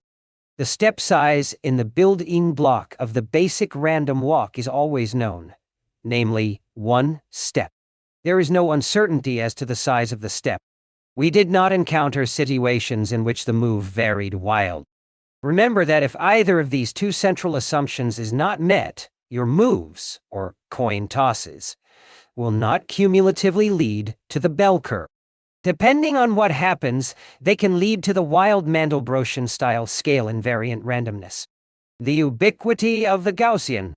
One of the problems I face in life is that whenever I tell people that the Gaussian bell curve is not ubiquitous in real life, only in the minds of statisticians, they require me to prove it, which is easy to do, as we will see in the next 2 chapters, yet nobody has managed to prove the opposite. Whenever I suggest a process that is not Gaussian, I am asked to justify my suggestion and to, beyond the phenomena, give them the theory behind it. We saw in Chapter 14 the rich get richer models that were proposed in order to justify not using a Gaussian. Modelers were forced to spend their time writing theories on possible Jane models that generate the scalable, as if they needed to be apologetic about it. Theory schmery. I have an epistemological problem with that, with the need to justify the world's failure to resemble an idealized model that someone blind to real itty has managed to promote. My technique, instead of studying the possible models generating non-bell curve randomness, hence making the same errors of blind theorizing, is to do the opposite, to know the bell curve as intimately as I can and identify where it can and cannot hold. I know where mediocriston is. To me it is frequently, nay, almost always, the users of the bell curve who do not understand it well and have to justify it, and not the opposite. This ubiquity of the Gaussian is not a property of the world, but a problem in our minds, stemming from the way we look at it.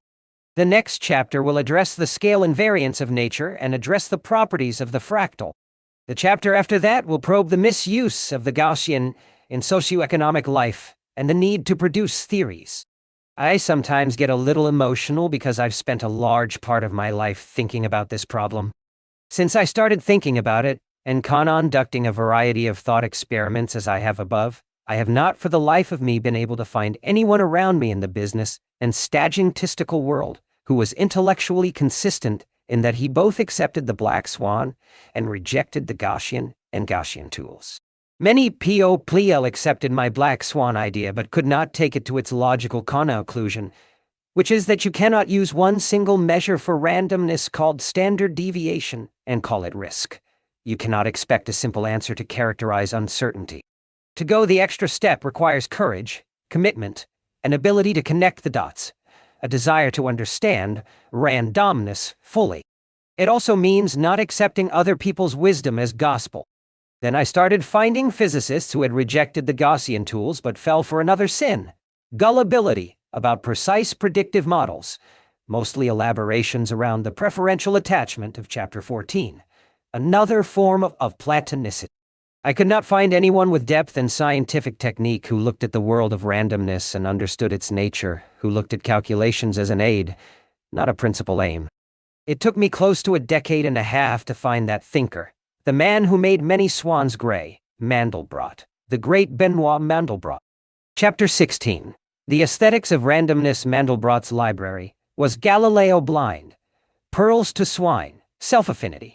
How the world can be complicated in a simple way, or perhaps simple in a very complicated way, the poet of randomness. It was a melancholic afternoon when I smelled the old books in Benoit Mandelbrot's library. This was on a hot day in August 2005, and the heat exacerbated the musty odor of the glue of old French books, bringing on powerful olfactory nostalgia. I usually succeed in repressing such nostalgic excursions, but not when they sneak up on me as music or smell. The odor of Mandelbrot's books was that of French literature, of my parents' library, of the hours spent in bookstores and libraries when I was a teenager, when many books around me were, alas, in French, when I thought that literature was above anything and everything. I haven't been in contact with many French books since my teenage days. However abstract I wanted it to be, literature had a physical embodiment, it had a smell, and this was it. The afternoon was also gloomy because Mandelbrot was moving away, exactly when I had become entitled to call him at crazy hours just because I had a question, such as why people didn't realize that the 80-20 could be 51. Mandelbrot had decided to move to the Boston area, not to retire, but to work for a research center sponsored by a national laboratory. Since he was moving to an apartment in Cambridge and leaving his oversized house in the Westchester suburbs of New York, he had invited me to come take my pick of his books. Even the titles of the books had a nostalgic ring. I filled up a box with French titles, such as a 1949 copy of Henri Bergson's Métier et Mémoire, which it seemed Mandelbrot bought when he was a student. The smell. After having mentioned his name left and right throughout this book, I will finally introduce Mandelbrot, principally as the first person with an academic title with whom I ever spoke about randomness without feeling defrauded. Other mathematicians of probability would throw at me theorems with Russian names such as Sobolev, Kolmogorov, Wiener measure, without which they were lost. They had a hard time getting to the heart of the subject or exiting their little box long enough to consider its empirical flaws. With Mandelbrot it was different. It was as if we both originated from the same country, meeting after years of frustrating exile, and were finally able to speak in our mother tongue without straining. He's the only flesh and bones teacher I ever had. My teachers are usually books in my library. I had way too little respect for mathematicians dealing with uncertainty and statistics to consider any of them my teachers. In my mind, mathematicians, trained for certainties, had no business dealing with randomness. Mandelbrot proved me wrong. He speaks an unusually precise and formal French, much like that spoken by Levantines of my parents' generation, or old world aristocrats. This made it odd to hear, on occasion, his accented, but very standard, colloquial American English. He is tall, overweight, which makes him look baby-faced, although I've never seen him eat a large meal, and has a strong physical presence. From the outside, one would think that what Mandelbrot and I have in common is wild uncertainty, black swans, and dull, and sometimes less dull, statistical notion. But, although we are collaborators, this is not what our major conversations revolve around. It is mostly matters literary and aesthetic, or historical gossip about people of extraordinary intellectual refinement. I mean refinement, not achievement. Mandelbrot could tell stories about the phenomenal array of hotshots he has worked with over the past century, but somehow I am programmed to consider scientists' personae far less interesting than those of colorful erudites. Like me, Mandelbrot takes an interest in urbane individuals who combine traits generally thought not to coexist together. One person he often mentions is Baron Pierre-Jean de Menace, whom he met at Princeton in the 1950s, where de Menace was the roommate of the physicist Oppenheimer. De Menace was exactly the kind of person I am interested in, the embodiment of a black swan. He came from an opulent Alexandrian Jewish merchant family, French and Italian speaking, like all sophisticated Levantine.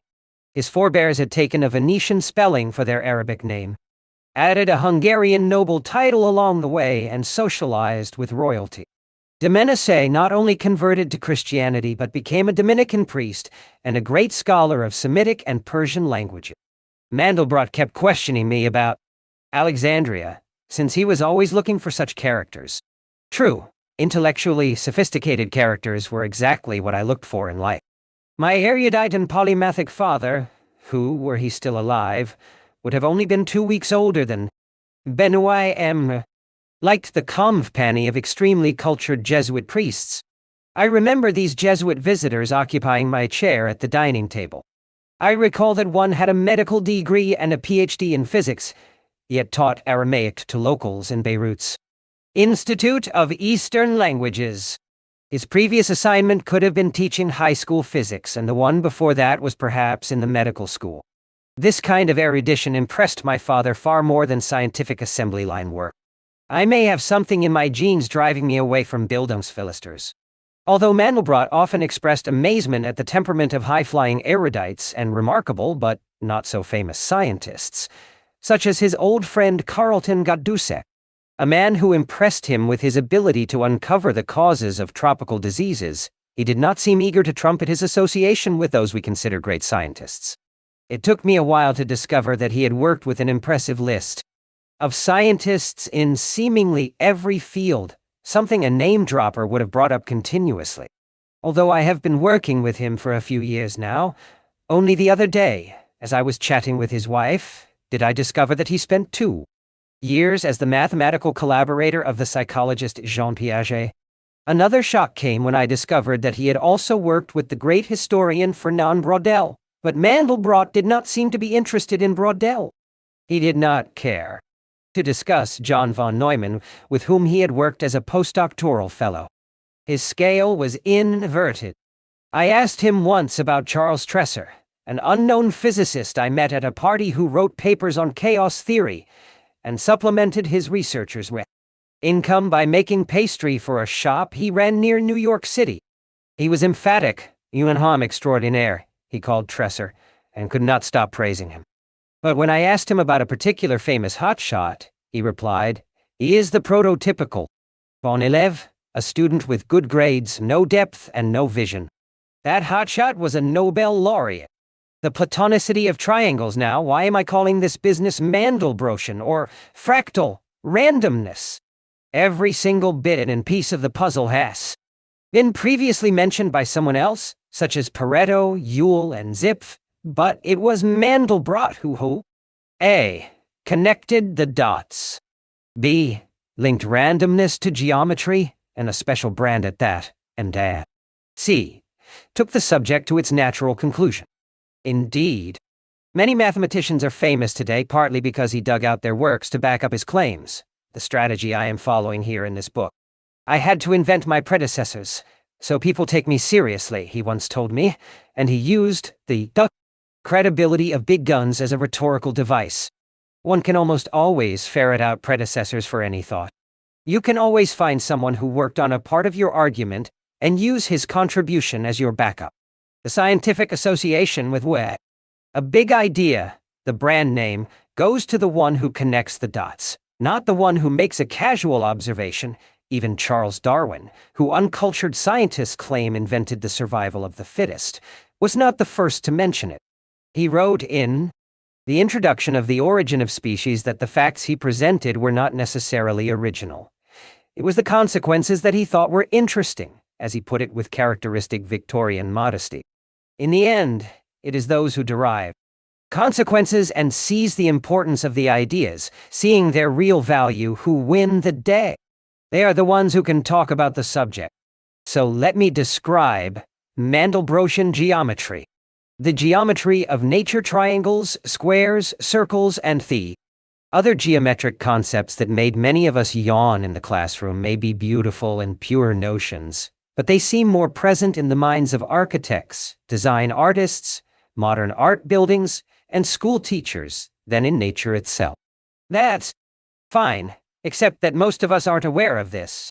Mountains are not triangles or pyramids, trees are not circles, straight lines are almost never seen anywhere. Mother Nature did not attend high school geometry courses or read the books of Euclid, of Alexandria. Her geometry is jagged but with a logic of its own and one that is easy to understand.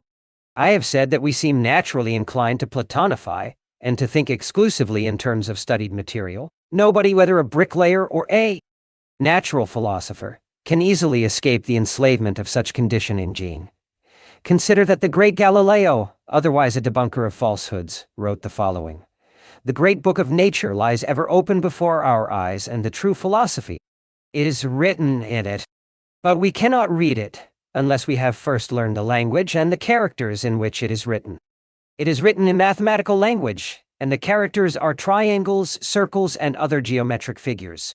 Was Galileo legally blind? Even the great Galileo, with all his alleged independence of mind, was not capable of taking a clean look at Mother Nature. I'm confident that he had windows in his house, and that he ventured outside from time to time. He should have known that triangles are not easily found in nature. We are so easily brainwashed. We are either blind or illiterate or both. That nature's geometry is not Euclid's was so obvious, and nobody, almost nobody, saw it. This physical blindness is identical to the ludic fallacy that makes us think casinos represent randomness. Fractality, but first, a description of fractals. Then we will show how they link to what we call power laws, or scalable laws. Fractal is a word Mandelbrot coined to describe the geometry of the rough and broken, from the Latin fractus, the origin of fracture.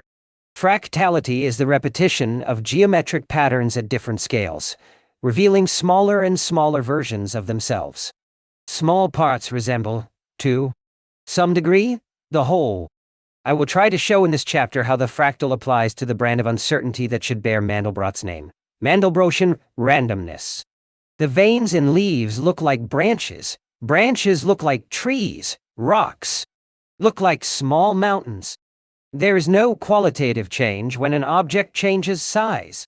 If you look at the coast of Britain from an airplane, it resembles what you see when you look at it with a magnifying glass. This Charui, actor of self-affinity, implies that one deceptively short and simple rule of iteration can be used, either by a computer or more randomly, by Mother Nature, to build shapes of seemingly great complexity. This can come in handy for computer graphics, but, more important, it is how nature works. Mandelbrot designed the mathematical object now known as the Mandelbrot set, the most famous object in the history of mathematics. It became popular with followers of chaos theory because it generates picatures of ever-increasing complexity by using a deceptively minuscule recursive rule. Recursive means that something can be reapplied to itself infinitely.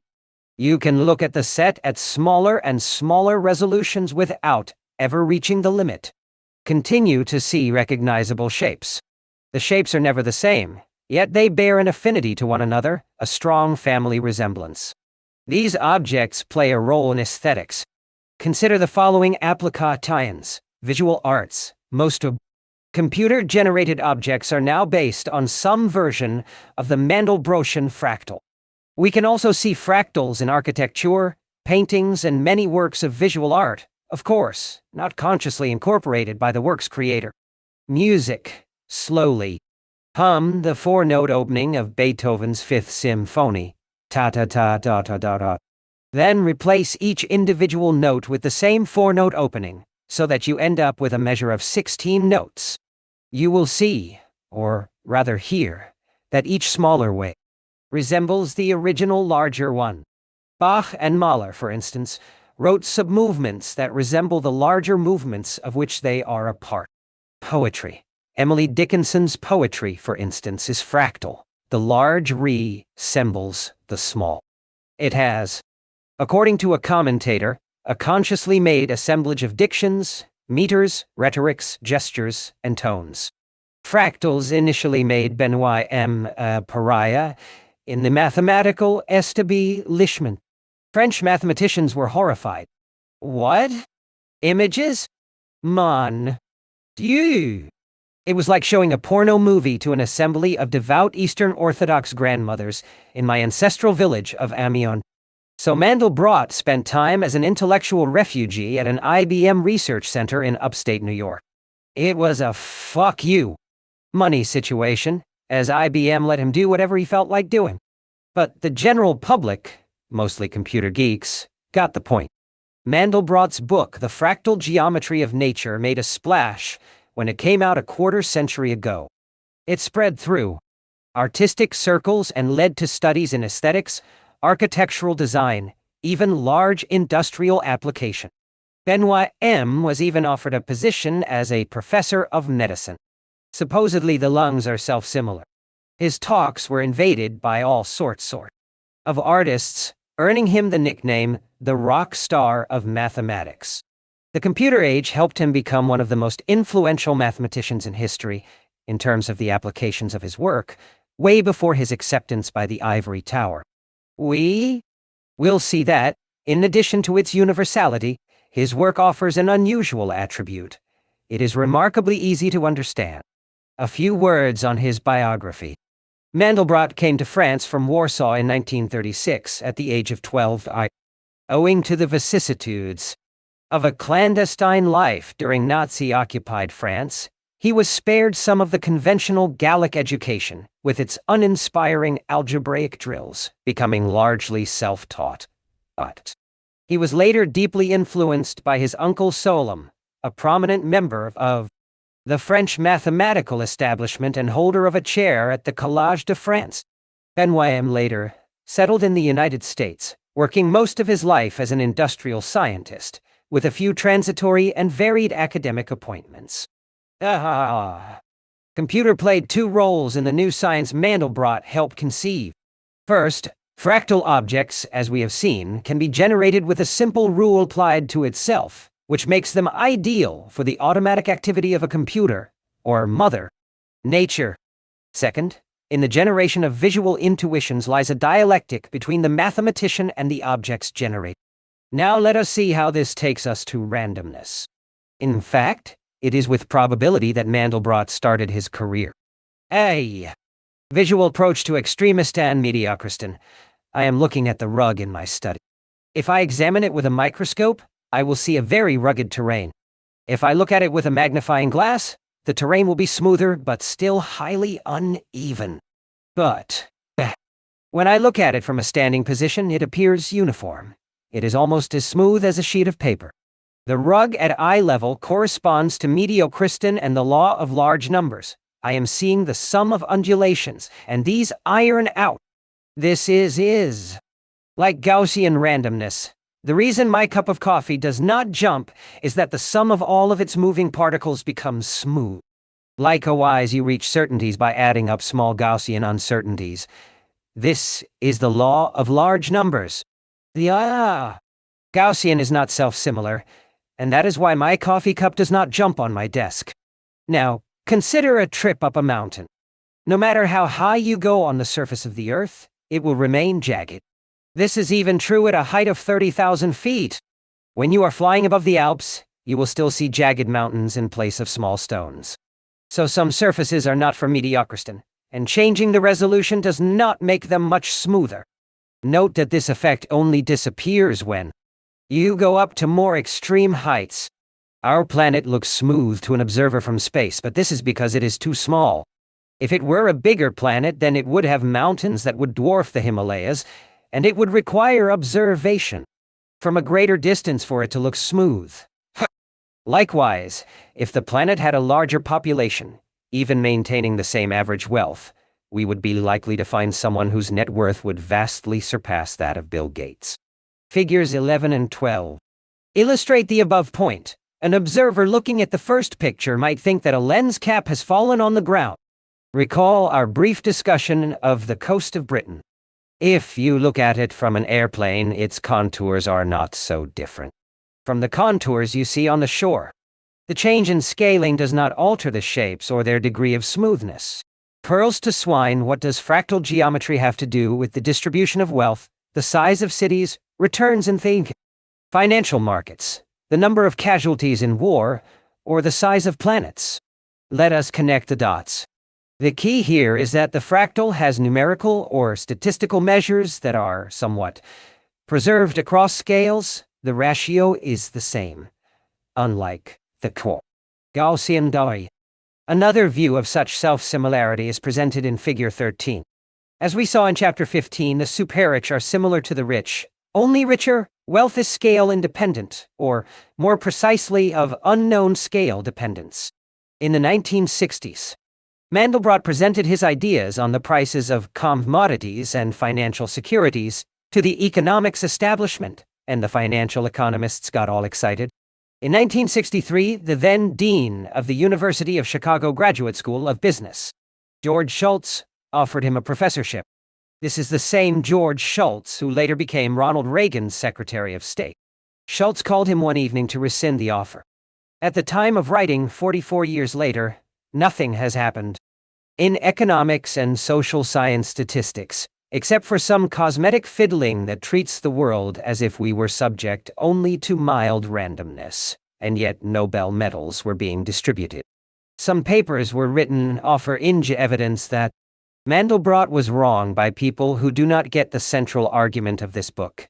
You can always produce data corroborating that the underlying process is Gaussian by finding periods that do not have rare events, just like you can find an afternoon during which no one killed anyone and use it as evidence of honest behavior.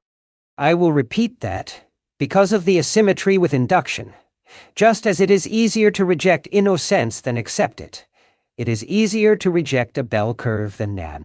Accept it. Conversely, it is more difficult to reject a fractal than to accept it. Why? Because a single event can destroy the argument that we face a Gaussian bell curve. In sum, 4 decades ago, Mandelbrot gave pearls to economists and resume building Philistines, which they rejected because the ideas were too good for them. It was, as the saying goes, margaritas ante porcos, pearls before swine. In the rest of this chapter, I will explain how I can endorse Mandelbrot in fractals as a representation of much of randomness without necessar, illy accepting their precise use. Fractals should be the default, the approximation, the framework. They do not solve the black swan problem, and do not turn all black swans into predictable events, but they significantly mitigate the black swan problem by making such large events conceivable. It makes them gray. Why gray? Because only the Gaussian give you certainties. More on that later. The logic of fractal randomness, with a warning. I have shown in the wealth lists in Chapter 15 the logic of a fractal distribution. If wealth doubles from 1 million to 2 million, the incidence of people with at least that much money is cut in 4, which is an exponent of 2. If the exponent were 1, then the incidence of that wealth or more would be cut in 2. The exponent is called the power, which is why some people use the term power law. Let us call the number of OC key currencies higher than a certain level in exceedance. An exceedance of 2 million is the number of persons with wealth more than 2 million. One main property of these fractals, or another way to express their main property, scalability, is that the ratio of 2 exceedances is going to be the ratio of the 2 numbers to the negative power of the power exponent. Figure 13. The pure fractal statistical mountain, the degree of inequality, will be the same in all 16 subsections of the graph. In the Gaussian world, disparities in wealth, or any other quantity, decrease when you look at the upper end. So billionaires should be more equal in relation to one an other than millionaires are, and millionaires more equal in relation to one another than the middle class. This lack of equality at all wealth levels, in a nutshell, is statistical self-similarity. Table 2. Assumed exponents for various phenomena, page 264, Table 3. The meaning of the exponent, page 265. Let us illustrate this. Say that you think that only 96 books a year will sell more than 250,000 copies, which is what happened last year, and that you think that the exponent is around 1.5. You can extrapolate to estimate that around 34 books will sell more than 500,000 copies. Simply 96 times 500,000, 250,000, 1, 5. We can continue, and note that around 8 books should sell more than 1 million copies. Let me show the different measured exponents for a variety of phenomena. Let me tell you up front that these exponents mean very little in terms of numerical precision. We will see why in a minute. But just note for now that we do not observe these parameters. We simply guess them, or infer them for statistical information, which makes it hard at times to know the true parameters if it in fact exists. Let us first examine the practical Conon sequences of an exponent. Table 2 illustrates the impact of the highly improbable. It shows the contributions of the top 1% and 20% to the total. The lower the exponent, the higher those contributions. But look how sensitive the process is. Between 1.1 and 1.3, you go from 66% of the total to 34%. Just a 0.2 difference in the exponent changes the result dramatically, and such a difference can come from a simple measurement error. This difference is not trivial. Just consider that we have no precise idea what the exponent is because we cannot measure it directly. All we do is estimate from past data, or rely on theories that allow for the building of some model that would give us some idea. But these models may have hidden weaknesses that prevent us from blindly applying them to reality. So keep in mind that the 1.5 exponent is an approximation, that it is hard to compute, that you do not get it from the gods, at least not easily, and that you will have a monstrous sampling error. You will observe that the number of books selling above 1 million copies is not always going to be 8. It could be as high as 20 or as low as 2. More significantly, this exponent begins to apply at some number called crossover and addresses numbers larger than this crossover. It may start at 200,000 books, or perhaps only 400,000 books. Likewise, wealth has different properties before, say $600 million when inequality grows, than it does below such a number. How do you know where the crossover point is? This is a problem. My colleagues and I worked with around 20 million pieces of financial data.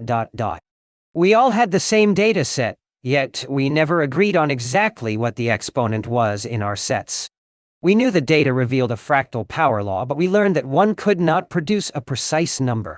But what we did know, that the distribution is scalable and fractal, was sufficient for us to operate and make decisions. The problem of the upper bound, some people have researched and accepted the fractal up to a point. They argue that wealth, book sales, and market returns all have a certain level when things stop being fractal. Truncation is what they propose. I agree that there is a level where fractality might stop, but where? Saying that there is an upper limit, but I don't know how high it is, and saying there is no limit, carry the same consequences in practice. Proposing an upper limit is highly unsafe. You may say, let us cap wealth at $150 billion in our analyses. Then someone else might say, why not $151 billion? Or why not $152 billion? We might as well consider that the variable is unlimited. Beware the precision. I have learned a few tricks from experience. Whichever exponent I try to measure will be likely to be overestimated. Recall that a higher exponent implies a smaller role for large deviations. What you see is likely to be less black swanish than what you do not see. I call this the masquerade problem. Let's say I generate a process that has an exponent of 1.7. You do not see what is inside the engine, only the data coming out. If I ask you what the exponent is, odds are that you will compute something like 2.4. You would do so even if you had 1 million data points. The reason is that it takes a long time for some fractal processes to reveal their properties, and you underestimate the severity of the shock. Sometimes a fractal can make you believe that it is Gaussian, particularly when the cut point starts at a high number. With fractal distributions, extreme deviations of that kind are rare enough to smoke. You don't recognize the distribution as fractal. The water puddle revisited, as you have seen. We have trouble knowing the parameters of whichever model we assume runs the world. So with extremistan, the problem of induction pops up again, this time even more significantly than at any previous time in this book. Simply, if a mechanism is fractal, it can deliver large values. Therefore, the incidence of large deviations is possible. But how possible, how often they should occur, will be hard to know with any precision. This is similar to the water puddle problem. Plenty of ice cubes could have generated it. As someone who goes from reality to possible exoplanetary models, I face a completely different spate of problems from those who do the opposite. I've just read 3 popular science books that summarize the research in complex systems. Mark Buchanan's Ubiquity, Philip Ball's Critical Mass, and Paul Ormerod's Why Most Things Fail. These 3 authors present the world of social science as full of power laws, a view with which I most certainly agree. They also claim that there is universality of many of these phenomena, that there is a wonderful similarity between various processes in nature and the behavior of social groups, which I agree with. They back their studies with the various theories on networks and show the wonderful correspondence between the so-called critical phenomena in natural science and the self-organization of social groups. They bring together processes that generate avalanches, social contagions, and what they call informational cascades, which I agree with. Universality is one of the reasons physicists find power laws associated with critical points particularly interesting. There are many situations, both in dynamical systems theory and statistical mechanics, where many of the properties of the dynamics around critical points are independent of the details of the underlying dynamical system.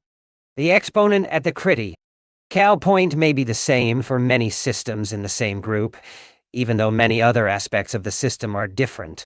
I almost agree with this notion of universality. Finally, all 3 authors encourage us to apply techniques from statistical physics, avoiding econometrics and Gaussian-style non-scalable distributions like the plague, and I couldn't agree more. But all 3 authors, by producing or promoting precision, fall into the trap of not differentiating between the forward and the backward processes, between the problem and the inverse problem, to me, the greatest scientific and epistemological sin. They are not alone. Nearly everyone who works with data but doesn't make decisions on the basis of these data tends to be guilty of the same sin, a variation of the narrative fallacy. In the absence of a feedback process, you look at models and think that they confirm reality. I believe in the ideas of these 3 books, but not in the way they are being used, and certainly not with the precision the authors ascribe to them. As a matter of fact, complexity theory should make us more suspicious of scientific claims of precise models of reality. It does not make all the swans white. That is predictable. It makes them gray. And only gray. As I have said earlier, the world, epistemologically, is literally a different place to a bottom-up empiricist. We don't have the luxury of sitting down to read the equation that governs the universe. We just observe data and make an assumption about what the real process might be, and calibrate by adjusting our equation in accordance with additional information. As events present themselves to us, we compare what we see to what we expected to see. It is usually a humbling process, particularly for someone aware of the narrative fallacy, to discover that history runs forward, not backward. As much as one thinks that businessmen have big egos, these people are often humbled by reminders of the differences between decision and results, between precise models and reality. What I am talking about is opacity, incompleteness of information, the invisibility of the generator of the world. History does not reveal its mind to us. We need to guess what's inside of it. From representation to reality, the above idea links all the parts of this book. While many study psychology, mathematics, or evolutionary theory and look for ways to take it to the bank by applying their ideas to business, I suggest the exact opposite. Study the intense, uncharted, humbling uncertainty in the markets as a means to get insights about the nature of randomness that is applicable to psychology, probability, mathematics, decision theory, and even statistical physics. You will see the sneaky manifestations of the narrative fallacy, the ludic fallacy, and the great errors of Platonicity, of going from representation to reality. When I first met Mandelbrot, I asked him why an established scientist like him, who should have more valuable things to do with his life, would take an interest in such a vulgar topic as finance. I thought that finance and economics were just a place where one learned from various empirical phenomena, and filled up one's bank account with fuck you cash before leaving for bigger and better things. Mandelbrot's answer was 11 data, a gold mine of data. Indeed, everyone forgets that he started in economics before moving on to physics and the geometry of nature. Working with such abundant data humbles us. It provides the intuition of the following error: traveling the road between representation and reality in the wrong direction. The problem of the circularity of statistics, which we can also call the statistical regress argument, is as follows. Say you need past data to discover whether a probability distribution is Gaussian, fractal, or something else. You will need to establish whether you have enough data to back up your claim. How do we know if we have enough data? From the probability distribution. A distribution does tell you whether you have enough data to build confidence about what you are inferring. If it is a Gaussian bell curve, then a few points will suffice. Of large numbers once again. And how do you know if the distribution is Gaussian? Well, from the data. So we need the data to tell us what the probability distribution is, and a probability distribution to tell us how much data we need. This causes a severe regress argument. This regress does not occur if you assume beforehand that the distribution is Gaussian. It happens that, for some reason, the Gaussian yields its properties rather easily. Extremistan distributions do not do so. So, select ng in the Gaussian, while invoking some general law appears to be convenient. The Gaussian is used as a default distribution for that very reason. As I keep repeating, assuming its application beforehand may work with a small number of fields, such as crime statistics, mortality rates, matters from mediocristan.y, but not for historical data of unknown attributes and not for matters from extremistan. Now, why aren't statisticians who work with historical data aware of this problem? First, they do not like to hear that their entire business has been cancelled by the problem of induction. Second, they are not confronted with the results of their predictions in rigorous ways. As we saw with the Makrodakis competition, they are grounded in the narrative fallacy, and they do not want to hear it. Once again, beware the forecasters. Let me take the problem one step higher up. As I mentioned earlier, plenty of fashionable models attempt to explain the genesis of extremistan. In fact, they are grouped into two broad classes, but there are occasionally more approaches. The first class includes the simple rich get richer, or big get bigger, style model that is used to explain the lumping of people around cities, the market, domination of Microsoft and VHS instead of Apple and Betamax, the dynamics of academic reputations, etc. The second class concerns what are generally called percolation models, which address not the behavior of the individual, but rather the terrain in which he operates. When you pour water on a porous surface, the structure of that surface matters more than does the liquid. When a grain of sand hits a pile of other grains of sand, how the terrain is organized is what determines whether there would be an avalanche. Most models, of course, attempt to be precisely predictive, not just descriptive. I find this infuriating. They are nice tools for illustrating the genesis of extremistan, but I insist that the generator of reality does not appear to obey them closely enough to make them helpful in precise forecasting. At least to judge by anything you find in the current literature on the subject of extremistan. Once again, we face grave calibration problems, so it would be a great idea to avoid the common mistakes made while calibrating a nonlinear process. Recall that nonlinear processes have greater degrees of freedom than linear ones, as we saw in Chapter 11, with the implication that you run a great risk of using the wrong model. Yet, once in a while, you run into a book or articles advocating the application of models from statistical physics to reality. Beautiful books like Philip Ball's illustrate and inform, but they should not lead to precise quantitative models. Do not take them at face value. But let us see what we can take home from these models. Once again, a happy solution first. In assuming a scalable, I accept that an arbitrarily large number is possible. In other words, inequalities should not stop above some known maximum bound. Say that the book, The Da Vinci Code, sold around 60 million copies. The Bible sold about 1 billion copies. But let's ignore it and limit our analysis to lay books written by individual authors. Although we have never known a lay book to sell 200 million copies, we can consider that the possibility is not zero. It's small, but it's not zero. For every 3 Da Vinci Code-style bestsellers, there might be one super bestseller. Though one has not happened so far, we cannot rule it out. And for every 15 Da Vinci Codes, there will be one super bestseller selling, say, 500 million copies. Apply the same logic to wealth. Say the richest person on Earth is worth $50 billion. There is a non-negligible probability that next year someone with 100 billion or more will pop out of nowhere. For every 3 people with more than $50 billion, there could be one with $100 bill lion or more. There is a much smaller probability of there being someone with more than 200 billion, 1/3 of the previous probability, but nevertheless not zero. There is even a minute, but not zero probability of there being someone worth more than $500 billion. This tells me the following: I can make inferences about things that I do not see in my data, but these things should still belong to the realm of possibilities. There is an invisible bestseller out there, one that is absent from the past data but that you need to account for. Recall my point in Chapter 13.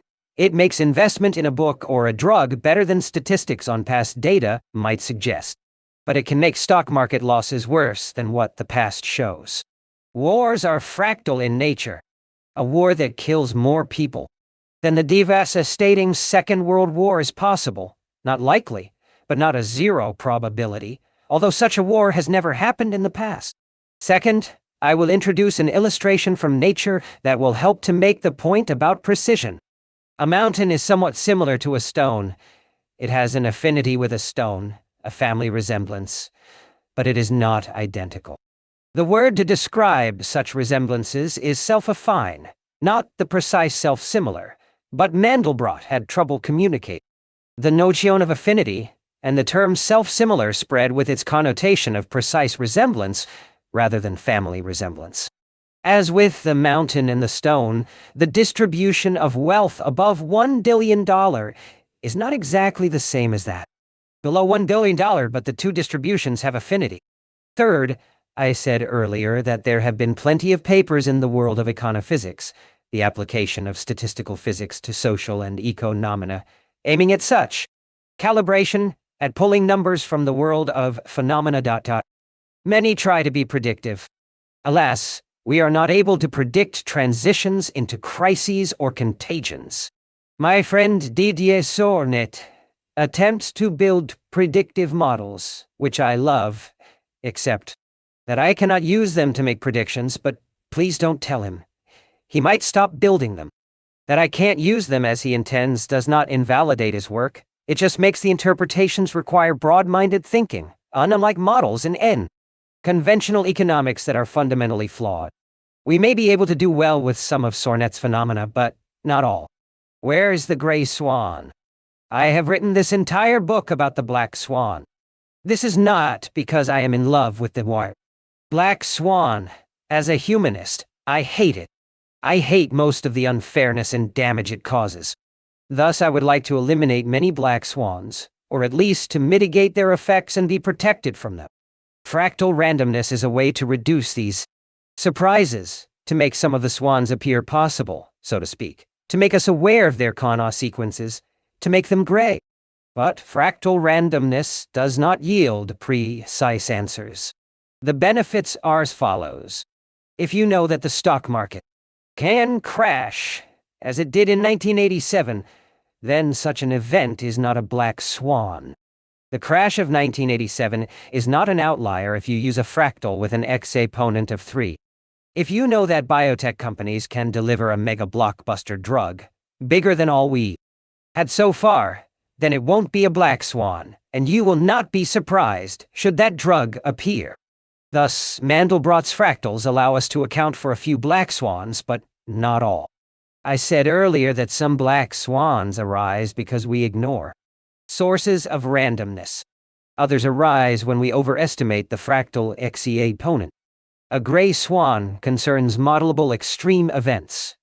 A black swan is about unknown unknowns. I sat down and discussed this with the great man, and it became, as usual, a linguistic game. In Chapter 9, I presented the distinction economists make between Knightian uncertainty, incomputable, and Knightian risk, computable. This distinction cannot be so original an idea to be a bell sent in our vocabulary, and so we looked for it in French.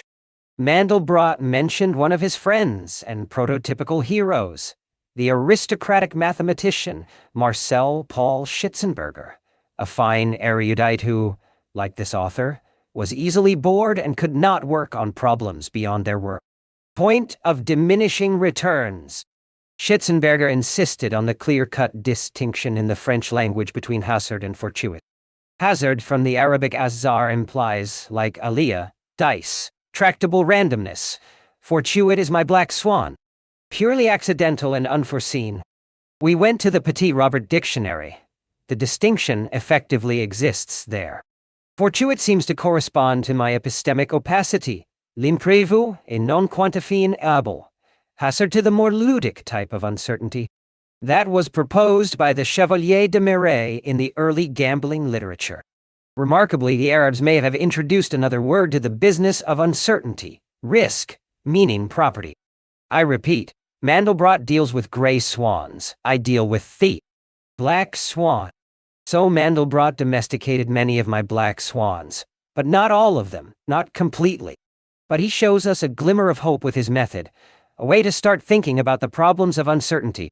You are indeed much safer if you know where the wild animals are. Chapter 17. Locke's Madmen, or Bell Curves in the Wrong Places. What? Anyone can become president? Alfred Nobel's legacy? Those medieval days? I have in my house 2 studies, one real, with interesting books and literary material, the other non-literary, where I do not enjoy working, where I relegate matters prosaic and narrowly focused. In the non-literary study is a wall full of books on statistics and the history of statistics, books I never had the fortitude to burn or throw away, though I find them largely useless outside of their academic applications. Carneades, Cicero, and Foucher know a lot more about probability than all these pseudo-sophisticated volumes. I cannot use them in class because I promised myself never to teach trash, even if dying of starvation. Why can't I use them? Not one of these books deals with extremism. Not one. The few books that do are not by statisticians, but by statistical physicists. We are teaching people methods from mediocrity and turning them loose in extremism. It is like developing a medicine for plants and applying it to humans. It is no wonder that we run the biggest risk of all. We handle matters that belong to extremism, but treat it as if they belong to mediocrity, as an approximation. Several 100,000 students in business schools and social science departments from Singapore to Urbana-Champaign, as well as play in the business world, continue to study scientific methods, all grounded in the Gaussian, all embedded in the ludic fallacy. This chapter examines disasters stemming from the application of phony mathematics to social science. The real topic might be the dangers to our society brought about by the Swedish Academy that awards the Nobel Prize. Only 50 years. Let us return to the story of my business life. Look at the graph in Figure 14. In the last 50 years, the 10 most extreme days in the financial markets represent half the returns. 10 days in 50 years. Meanwhile, we are mired in chit-chat. Clearly, anyone who wants more than the high number of 6 sigma as proof that markets are from extremist and needs to have his head exam in ed. Dozens of papers show the inadequacy of the Gaussian family of distributions and the scalable nature of markets. Recall that, over the years, I myself have run statistics backward and forward on 20 million pieces of data that made me despise anyone talking about markets in Gaussian terms. But people have a hard time making the leap to the consequences of this knowledge. The strangest thing is that people in business usually agree with me when they listen to me talk or hear me make my case. But when they go to the office the next day, they revert to the Gaussian tools so entrenched in their habits. Their minds are domain-dependent, so they can exercise critical thinking at a conference while not doing so in the office. Furthermore, the Gaussian tools give them numbers, which seem to be better than nothing. The resulting measure of future uncertainty satisfies our ingrained desire to simplify, even if that means squeezing into one single number matters that are too rich to be described that way. The clerk's betrayal. I ended Chapter 1 with the stock market crash of 1987, which allowed me to aggressively pursue my black swan idea. Right after the crash, when I stated that those using sigmas, i.e., standard deviations, as a measure of the degree of risk and randomness were charlatans, everyone agreed with me. If the world of finance were Gaussian, an episode such as the crash, more than 20 standard deviations, would take place every several BOG-lion lifetimes of the universe. Look at the height example in Chapter 15. According to the circumstances of 1987, people accepted that rare events take place and are the main source of uncertainty. They were just unwilling to give up on the Gaussian as a central measurement tool. Hey, we have nothing else. People want a number to anchor on. Yet the two methods are logically incompatible. Unbeknownst to me, 1987 was not the first time the idea of the Gaussian was shown to be lunacy. Mandelbrot proposed the scalable to the economics establishment around 1960 and showed them how the Gaussian curve did not fit prices then. But after they got over their excitement, they realized that they would have to relearn their trade. One of the influential economists of the day, the late Paul Kuttner, wrote, Mandelbrot, like Prime Minister Churchill before him, promised us not utopia but blood, sweat, toil, and tears. If he is right, almost all our statistical tools are obsolete or are meaningless. I propose two corrections to Kuttner's statement. First, I would replace almost all with all. Second, I disagree with the blood and sweat business. I find Mandelbrot's randomness considerably easier to understand than the conventional statistics. If you come fresh to the business, do not rely on the old theoretical tools, and do not have a high expectation of certainty. Anyone can become president. And now a brief history of the Nobel Prize in Economics, which was established by the Bank of Sweden in honor of Alfred Nobel, who may be, according to his family who wants the prize abolished, now rolling in his grave with disgust.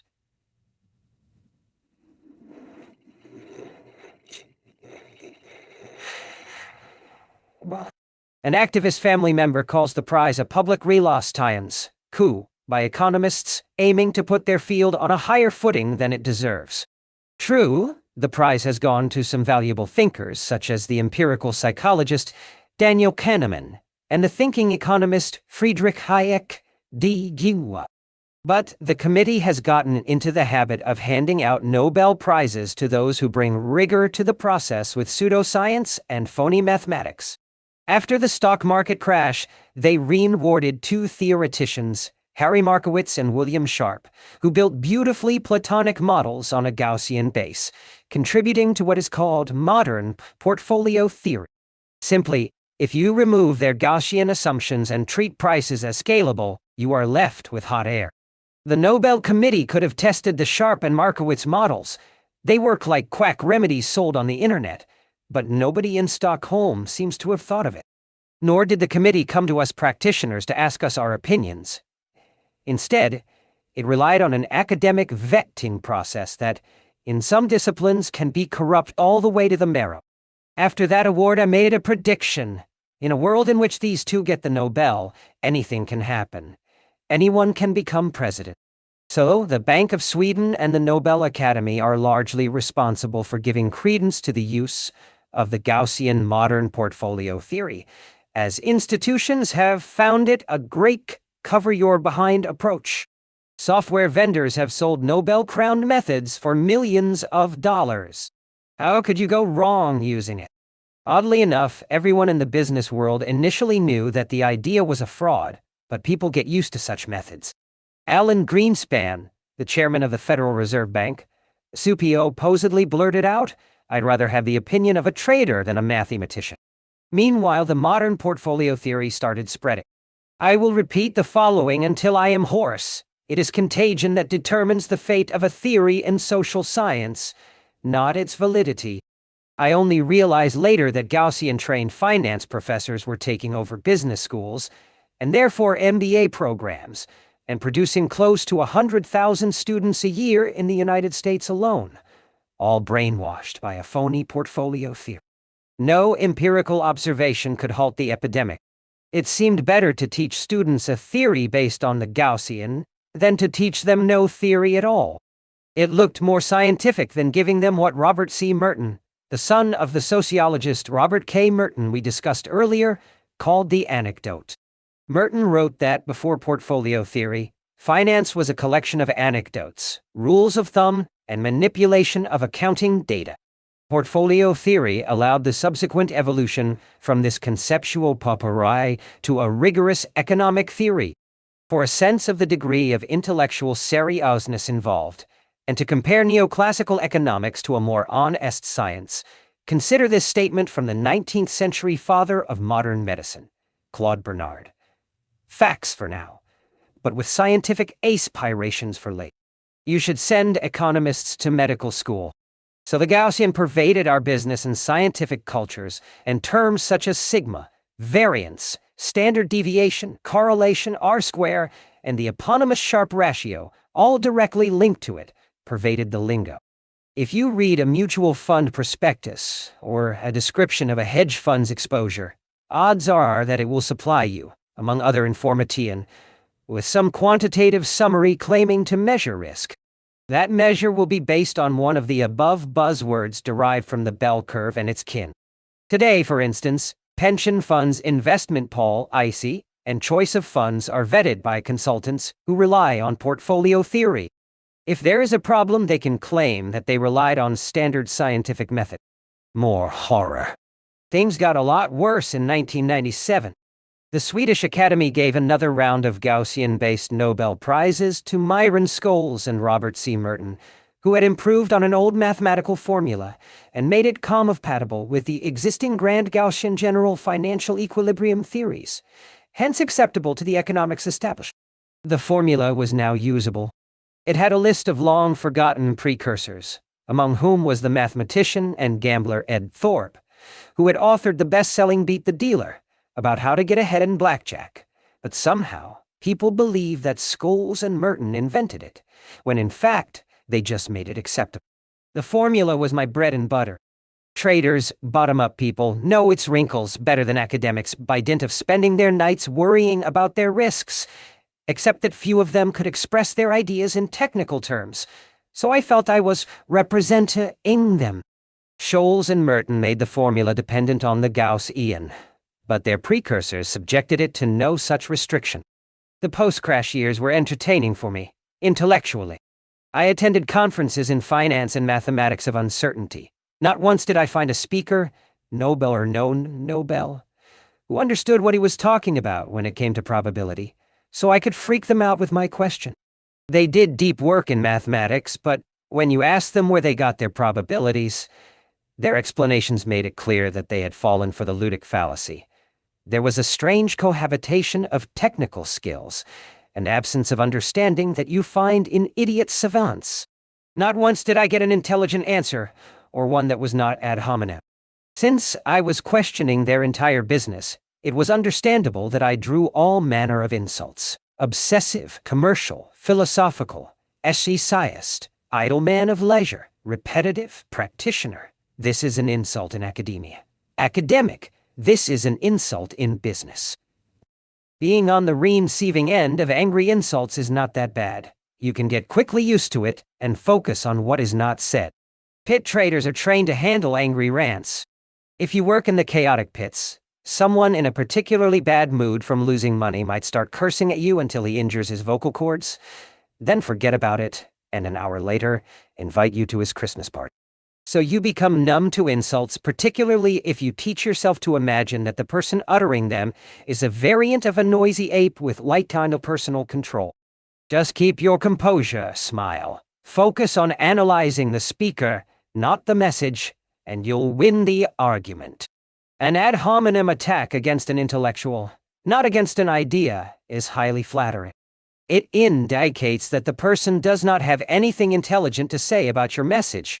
The psychologist Philip Tetlock, the expert buster in Chapter 10, after listening to one of my talks, reported that he was struck by the presence of an acute state of cognitive dissonance in the audience. But how people solve this cognitive tension, as it strikes at the core of everything they have been taught and at the methods they practice, and realize that they will continue to practice, can vary a lot. It was symptomatic that almost all people who attacked my thinking attacked a deformed version of it, like it is all random and unpredictable rather than it is largely random, or got mixed up by showing me how the bell curve works in some physical domains. Some even had to change my biography. At a panel in Lugano, Myron Scholes once got into a state of rage and went after a transformed version of my ideas. I could see pain in his face. Once in Paris, a prominent member of the mathematical establishment, who invested part of his life on some minute sub-property of the Gaussian, blew a fuse right when I showed empirical evidence of the role of black swans in markets. He turned red with anger, had difficulty breathing, and started hurling insults at me for having desecrated the institution.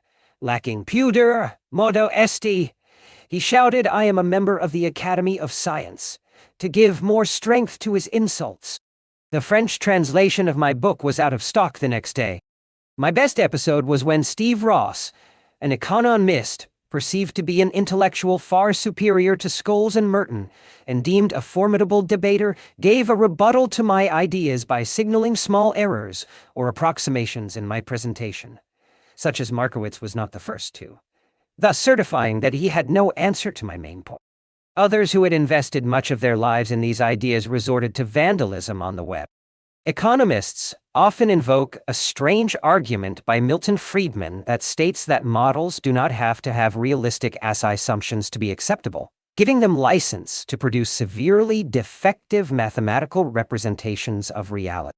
The problem, of course, is that these Gaussianizations do not have realistic assumptions and do not produce reliable results. They are neither realistic nor predictive. Also note a mental bias I encounter on the occasion. People mistake an event with a small probability, say 1 in 20 years, for a periodically occurring one. They think that they are safe if they are only exposed to it for 10 years.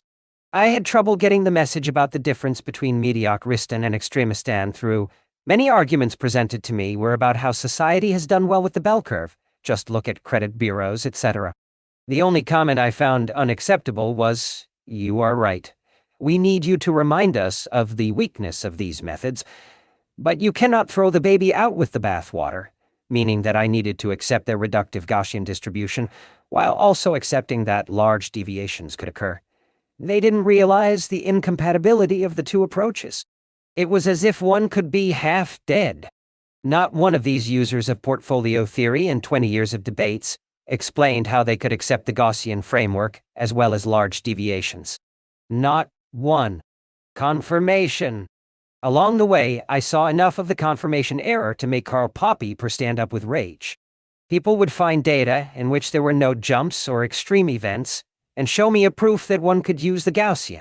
This was exactly like my example of the proof that O.J.J. Simpson is not a killer in Chapter 5. The entire statistical business fused absence of proof with proof of absence. Furthermore, people did not understand the elementary asymmetry involved. You need one single observation to reject the Gaussian, but millions of observations will not fully confirm the validity of its application. Why? Because the Gaussian bell curve disallows large deviations, but tools of extremistan, the alternative, do not disallow long quiet stretches. I did not know that Mandelbrot's work mattered outside aesthetics and geometry. Unlike him, I was not ostracized. I got a lot of approval from practitioners and decision-makers, though not from their research staffs. But suddenly, I got the most unexpected vindication. It was just a black swan. Robert Merton Jr. and Myron Scholes were founding partners in the large speculative trading firm called Long-Term Capital Management, or LTCM, which I mentioned in Chapter 4. It was a collection of people with top-notch resume from the highest ranks of academia. They were considered geniuses. The ideas of portfolio theory inspired their risk management of possible outcomes, thanks to their sophisticated calculations. They managed to enlarge the ludic fallacy to industrial proportions. Then, during the summer of 1998, a combination of large events, triggered by a Russian financial crisis, took place that lay outside their models. It was a black swan. LTCM went bust and almost took down the entire financial system with it, as the exposures were massive. Since their models ruled out the possibility of large deviations, they allowed themselves to take a monstrous amount of risk. The ideas of Merton and Scholes, as well as those of modern portfolio theory, were starting to go bust. The magnitude of the losses was spectacular, too spectacular to allow us to ignore the intellectual comedy. Many friends and I thought that the portfolio theorists would suffer the fate of tobacco companies. They were endangering people's savings and would soon be brought to ACE count for the consequences of their Gaussian-inspired methods. None of that happened. Instead, MBAs in business schools went on learning portfolio theory, and the option formula went on bearing the name Black-Scholes-Merton, instead of reverting to its true owners, Louis Bachelier, Ed Thorpe, and Arthur Ars. How to prove things. Merton the Younger is a representative of the school of neoclassical economics, which, as we have seen with LTCM, represents most powerfully the dangers of platonified knowledge. Looking at his methodology, I see the following pattern. He starts with rigidly Platonic assumptions, completely unrealistic, such as the Gaussian probabilities, along with many more equally disturbing ones. Then he generates theorems and proofs from these. The math is tight and elegant. The theorems are compatible with other theorems from modern portfolio theory, themselves compatible with still other theorems, building a grand theory of how people consume, save, face uncertainty, spend, and project the future. He assumes that we know the likelihood of events. The beastly word equilibrium is always present, but the whole edifice is like a game that is entirely closed, like Monopoly with all of its rules. A scholar who applies such methodology resembles Locke's definition of a madman, someone reasoning correctly from erroneous premises. Now, elegant mathematics has this property. It is perfectly right, not 99% so. This property appeals to mechanistic minds who do not want to deal with ambiguities. Unfortunately, you have to cheat someone where to make the world fit perfect mathematics, and you have to fudge your assumptions somewhere. We have seen with the hearty quote that professional pure mathematicians, however, are as honest as they come. So where matters get confusing is when someone like Merton tries to be mathematical and airtight rather than focus on fitness to reality.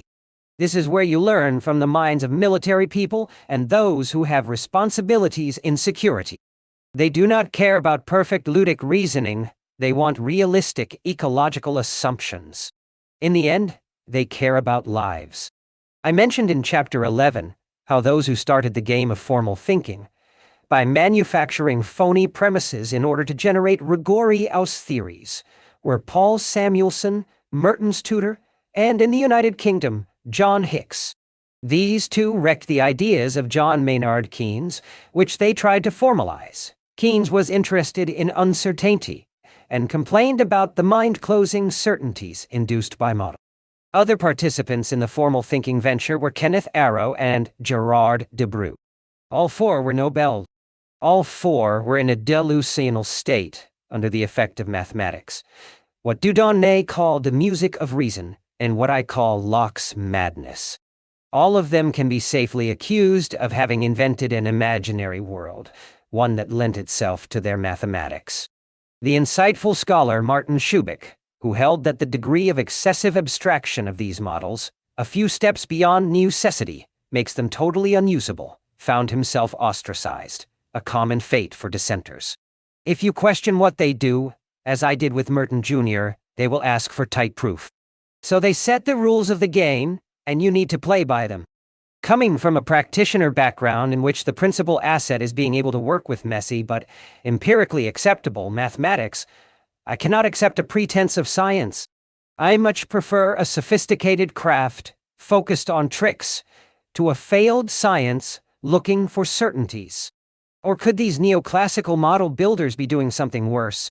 Could it be that they are involved in what Bishop Hewitt calls the manufacturing of certainty ties?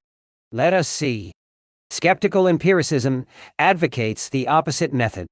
I care about the premises more than the theories, and I want to minimize reliance on theories, stay light on my feet, and reduce my surprises. I want to be broadly right rather than precisely wrong. Elegance in the theories is often indicative of platonicity and weakness. It invites you to seek elegance for elegance's sake. A theory is like medicine or government, often useless, sometimes necessary, always self-serving, and on occasion lethal.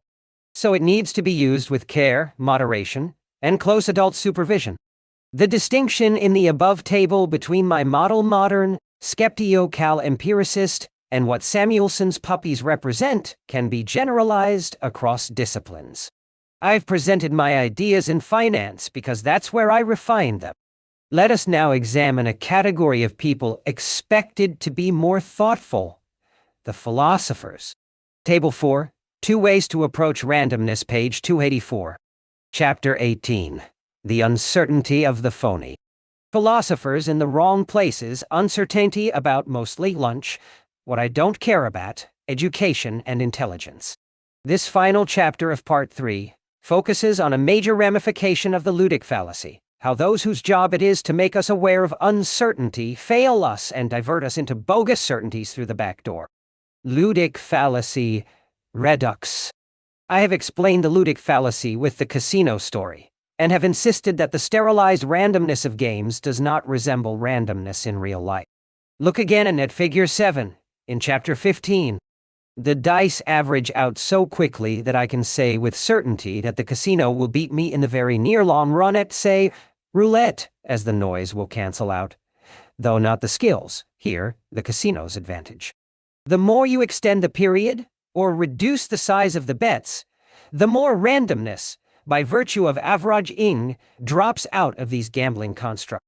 The ludic fallacy is present in the following chance setups: random walk, dice throwing, coin flipping, the infamous digital heads or tails expressed as 0 or 1, Brownian motion, which corresponds to the movement of pollen particles in water, and similar examples. These setups generate a quality of randomness that does not even qualify as randomness. Proto-randomness would be a more appropriate designation. At their core, all theories built around the ludic fallacy ignore a layer of uncertainty. Worse, their proponents do not know it. One severe application of such focus on small, as opposed to large, uncertainty concerns the hackneyed greater uncertainty principle. Find the phony. The greater uncertainty principle states that in quantum physics, one cannot measure certain pairs of values with arbitrary precision, such as the position and momentum of particles. You will hit a lower bound of measurement. What you gain in the precision of one, you lose in the other. So there is an incompressible uncertainty that, in theory, will defy science and forever remain an uncertainty. This minimum uncertainty was discovered by Werner Heisenberg in 1927. I find it ludicrous to present the uncertainty principle as having anything to do with uncertainty. Why? First, this uncertainty is Gaussian. On average, it will disappear. Recall that no one person's weight will significantly change the total weight of 1,000 people. We may always remain uncertain about the future positions of small particles, but these uncertainties are very small and very numerous, and they average out. For Pluto's sake, they average out. They obey the law of large numbers we discussed in Chapter 15. Most other types of randomness do not average out. If there is one thing on this planet that is not so uncertain, it is the behavior of a collection of subatomic particles. Why? Because, as I have said earlier, when you look at an object, composed of a collection of particles, the fluctuations of the particles tend to balance out. But political, social, and weather events do not have this handy property, and we patently cannot predict them. So when you hear experts presenting the problems of uncertainty in terms of subatomic particles, odds are that the expert is a phony. As a matter of fact, this may be the best way to spot a phony. I often hear people say, "Of course there are limits to our knowledge," then invoke the greater uncertainty principle as they try to explain that we cannot model everything. I have heard such types as the economist Myron Scholes say this at conferences. But I am sitting here in New York in August 2006 trying to go to my ancestral village of Amiyoun, Lebanon. Beirut's airport is closed, owing to the conflict between Israel and the Shiite militia Hezbollah. There is no published airline schedule that will inform me when the war will end, if it ends. I can't figure out if my house will be standing, if Amiyoun will still be on the map. Recall that the family house was destroyed once before. I can't figure out whether the war is going to degenerate into something even more severe. Looking into the outcome of the war, with all my relatives, friends, and property exposed to it, I face true limits of knowledge. Can someone explain to me why I should care about subatomic particles that, anyway, converge to a Gaussian?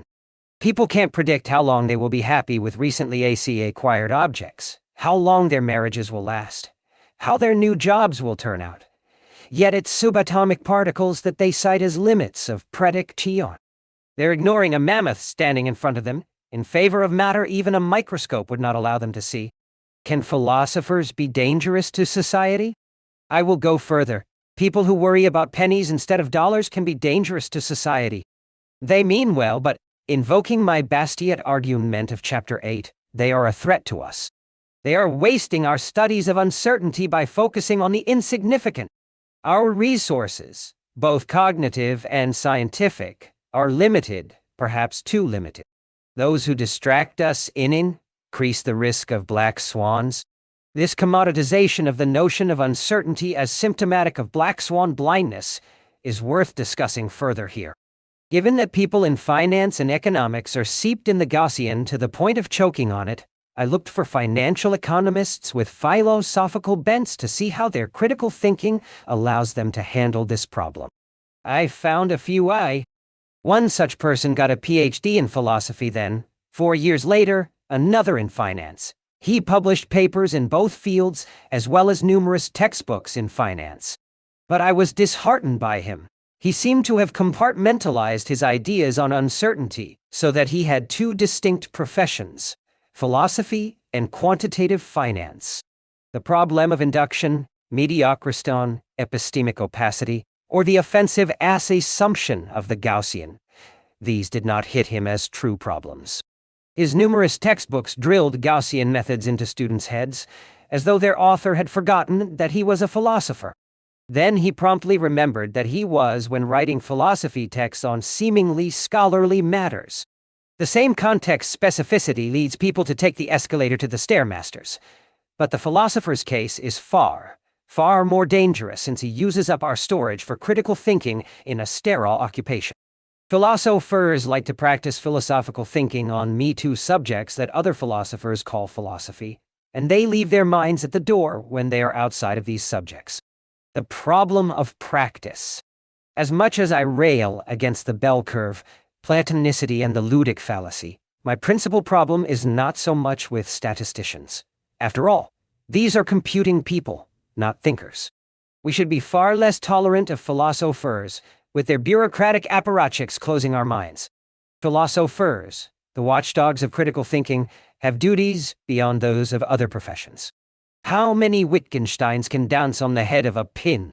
A number of semi-shabbily dressed, but thoughtful-looking, people gather in a room, silently looking at a guest speaker. They are all professional philosophers attending the prestigious weekly colloquium at a New York area university. The speaker sits with his nose drowned in a set of typewritten pages, from which he reads in a monotone voice. He is hard to follow, so I daydream a bit and lose his thread. I can vaguely tell that the discussion revolves around some philosophical debate about Martians invading your head and controlling your will, all the while preventing you from knowing it. There seem to be several theories concerning this idea, but the speaker's opinion differs from those of other writers on the subject. He spends some time showing where his research on these hijacking Martians is unique. After his monologue, 55 minutes of relentless reading of the typewritten material, there is a short break, then another 55 minutes of discussion about Martians planting chips and other outlandish conjectures. Wittgenstein is occasionally mentioned. You can always mention Wittgenstein since he is vague enough to always seem relevant. Every Friday, at 4 p.m., The paychecks of these philosophers will hit their respective bank accounts. A fixed proportion of their earnings, about 16% on average, will go into the stock market in the form of an automatic investment into the university's pension plan. These people are professionally employed in the business of questioning what we take for granted. They are trained to argue about the existence of God, Sas, the definition of truth, the redness of red, the meaning of meaning, the difference between the semantic theories of truth, conceptual and non-conceptual representations. Yet, they believe blindly in the stock market and in the abilities of their pension plan manager. Why do they do so? Because they accept that this is what people should do with their savings, because experts tell them so. They doubt their own senses, but not for a second do they doubt their automatic purchases in the stock market. This domain dependence of skepticism is no different from that of medical doctors, as we saw in Chapter 8. Beyond this, they may believe without question that we can predict societal events, that the gulag will toughen you a bit, that politicians know more about what is going on than their drivers, that the chairman of the Federal Reserve saved the economy, and so many such things. They may also believe that nationality matters. They always stick French, German, or American in front of a philosopher's name, as if this has something to do with anything he has to say. Spending time with these people whose curiosity is focused on regimented on-the-shelf topics feels stifling. Where's Popper when you need him?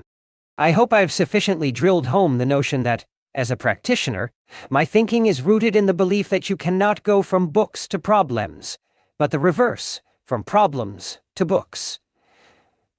This approach incapacitates much of that career-building verbiage. A scholar should not be a library's tool for making another library, as in the joke by Daniel Dennett. Of course, what I am saying here has been said by philosophers before, at least by the real ones. The following remark is one reason I have inordinate respect for Karl Popper. It is one of the few quotations in this book that I am not attacking. The degeneration of philosophical schools in its turn is the consequence of the mistaken belief that one can philosophize without having been compelled to philosophize by problems outside philosophy. Genuine philosophical problems are always rooted outside philosophy, and they die if these roots decay. Emphasis minene. These roots are easily forgotten by philosophers who study philosophy instead of being forced into philosophy by the pressure of non-philosophical problems. Such thinking may explain Popper's success outside philosophy, particularly with scientists, traders, and decision-makers, as well as his relative failure inside of it. He is rarely studied by his fellow philosophers. They prefer to write essays on Wittgenstein.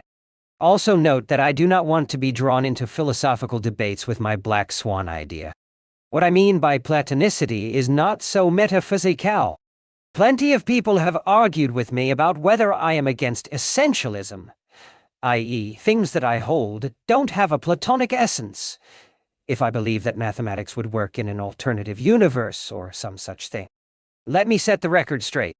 I am a no-nonsense practitioner. I am not saying that mathematics does not correspond to an objective structure of reality. My entire point is that we are, epistemologically speaking, putting the cart before the horse, and of the space of possible mathematics, risk using the wrong one and being blinded by it. I truly believe that there are some mathematics that work, but that these are not as easily within our reach as it seems to the confirmators, the bishop, and the analyst. I am most often irritated by those who attack the bishop, but somehow fall for the securities analyst. Those who exercise their skepticism against religion, but not against economists, social scientists, and phony statisticians. Using the confirmation bias, these people will tell you that religion was horrible for mankind by counting deaths from the Inquisition and various religious wars. But they will not show you how many people were killed by nationalism, social science, and political theory under Stalinism or Dur-in-Jia, the Vietnam War. Even priests don't go to bishops when they feel ill. Their first stop is the doctors. But we stop by the offices of many pseudoscientists and experts without alternative. We no longer believe in papal infallibility. We seem to believe in the infallibility of the Nobel, though, as we saw in Chapter 17. Easier than you think, the problem of decision under skepticism. I have said all along that there is a problem with induction and the black swan. In fact, matters are far worse. We may have no less of a problem with phony skepticism. A. I can't do anything to stop the sun from non-rising tomorrow, no matter how hard I try. B. I can't do anything about whether or not there is an afterlife. C. I can't do anything about Martians or demons taking hold of my brain. But I have plenty of ways to avoid being a sucker. It is not much more difficult than that. Part 4. The End. Chapter 19. Half and Half, or How to Get Even with the Black Swan. The other half, remember appels, when missing a train can be painful. It is now time for a few last words. Half the time I am a hyperskeptic.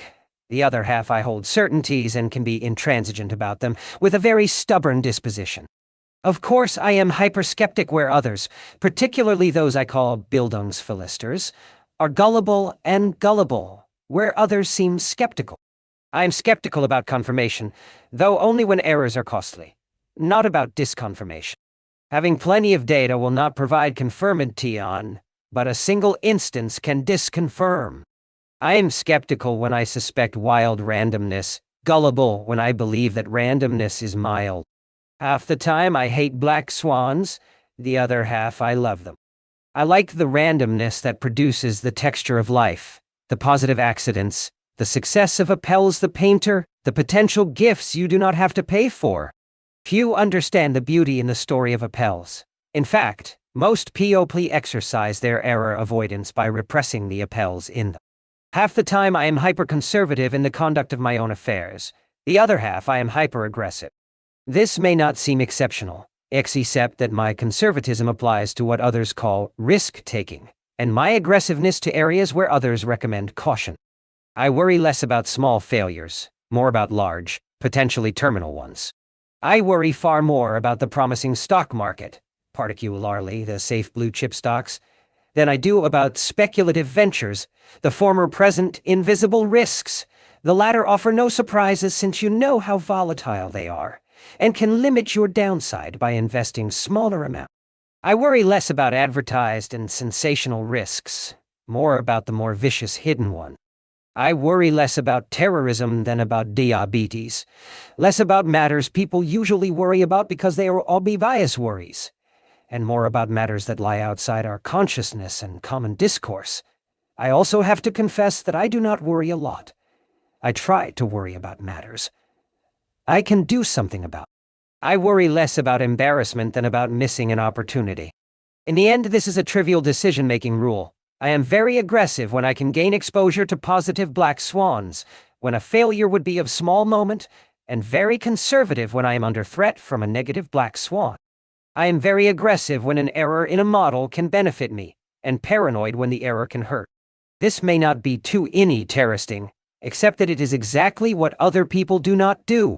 In finance, for instance, people use flimsy theories to manage their risks and put wild ideas under rational scrutiny.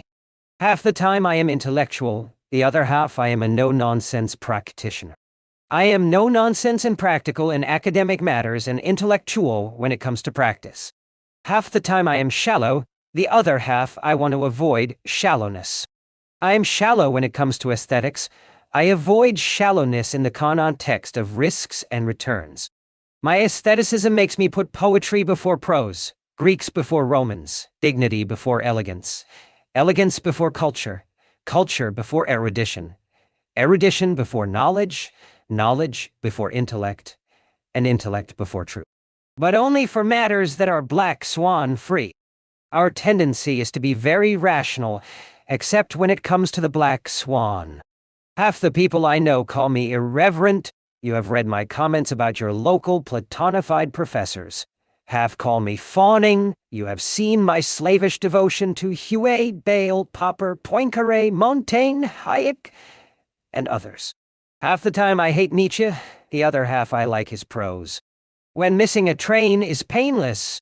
I once received another piece of life-changing advice, which, unlike the advice I got from a friend in Chapter 3.1, find applicable, wise, and empire Cali valid.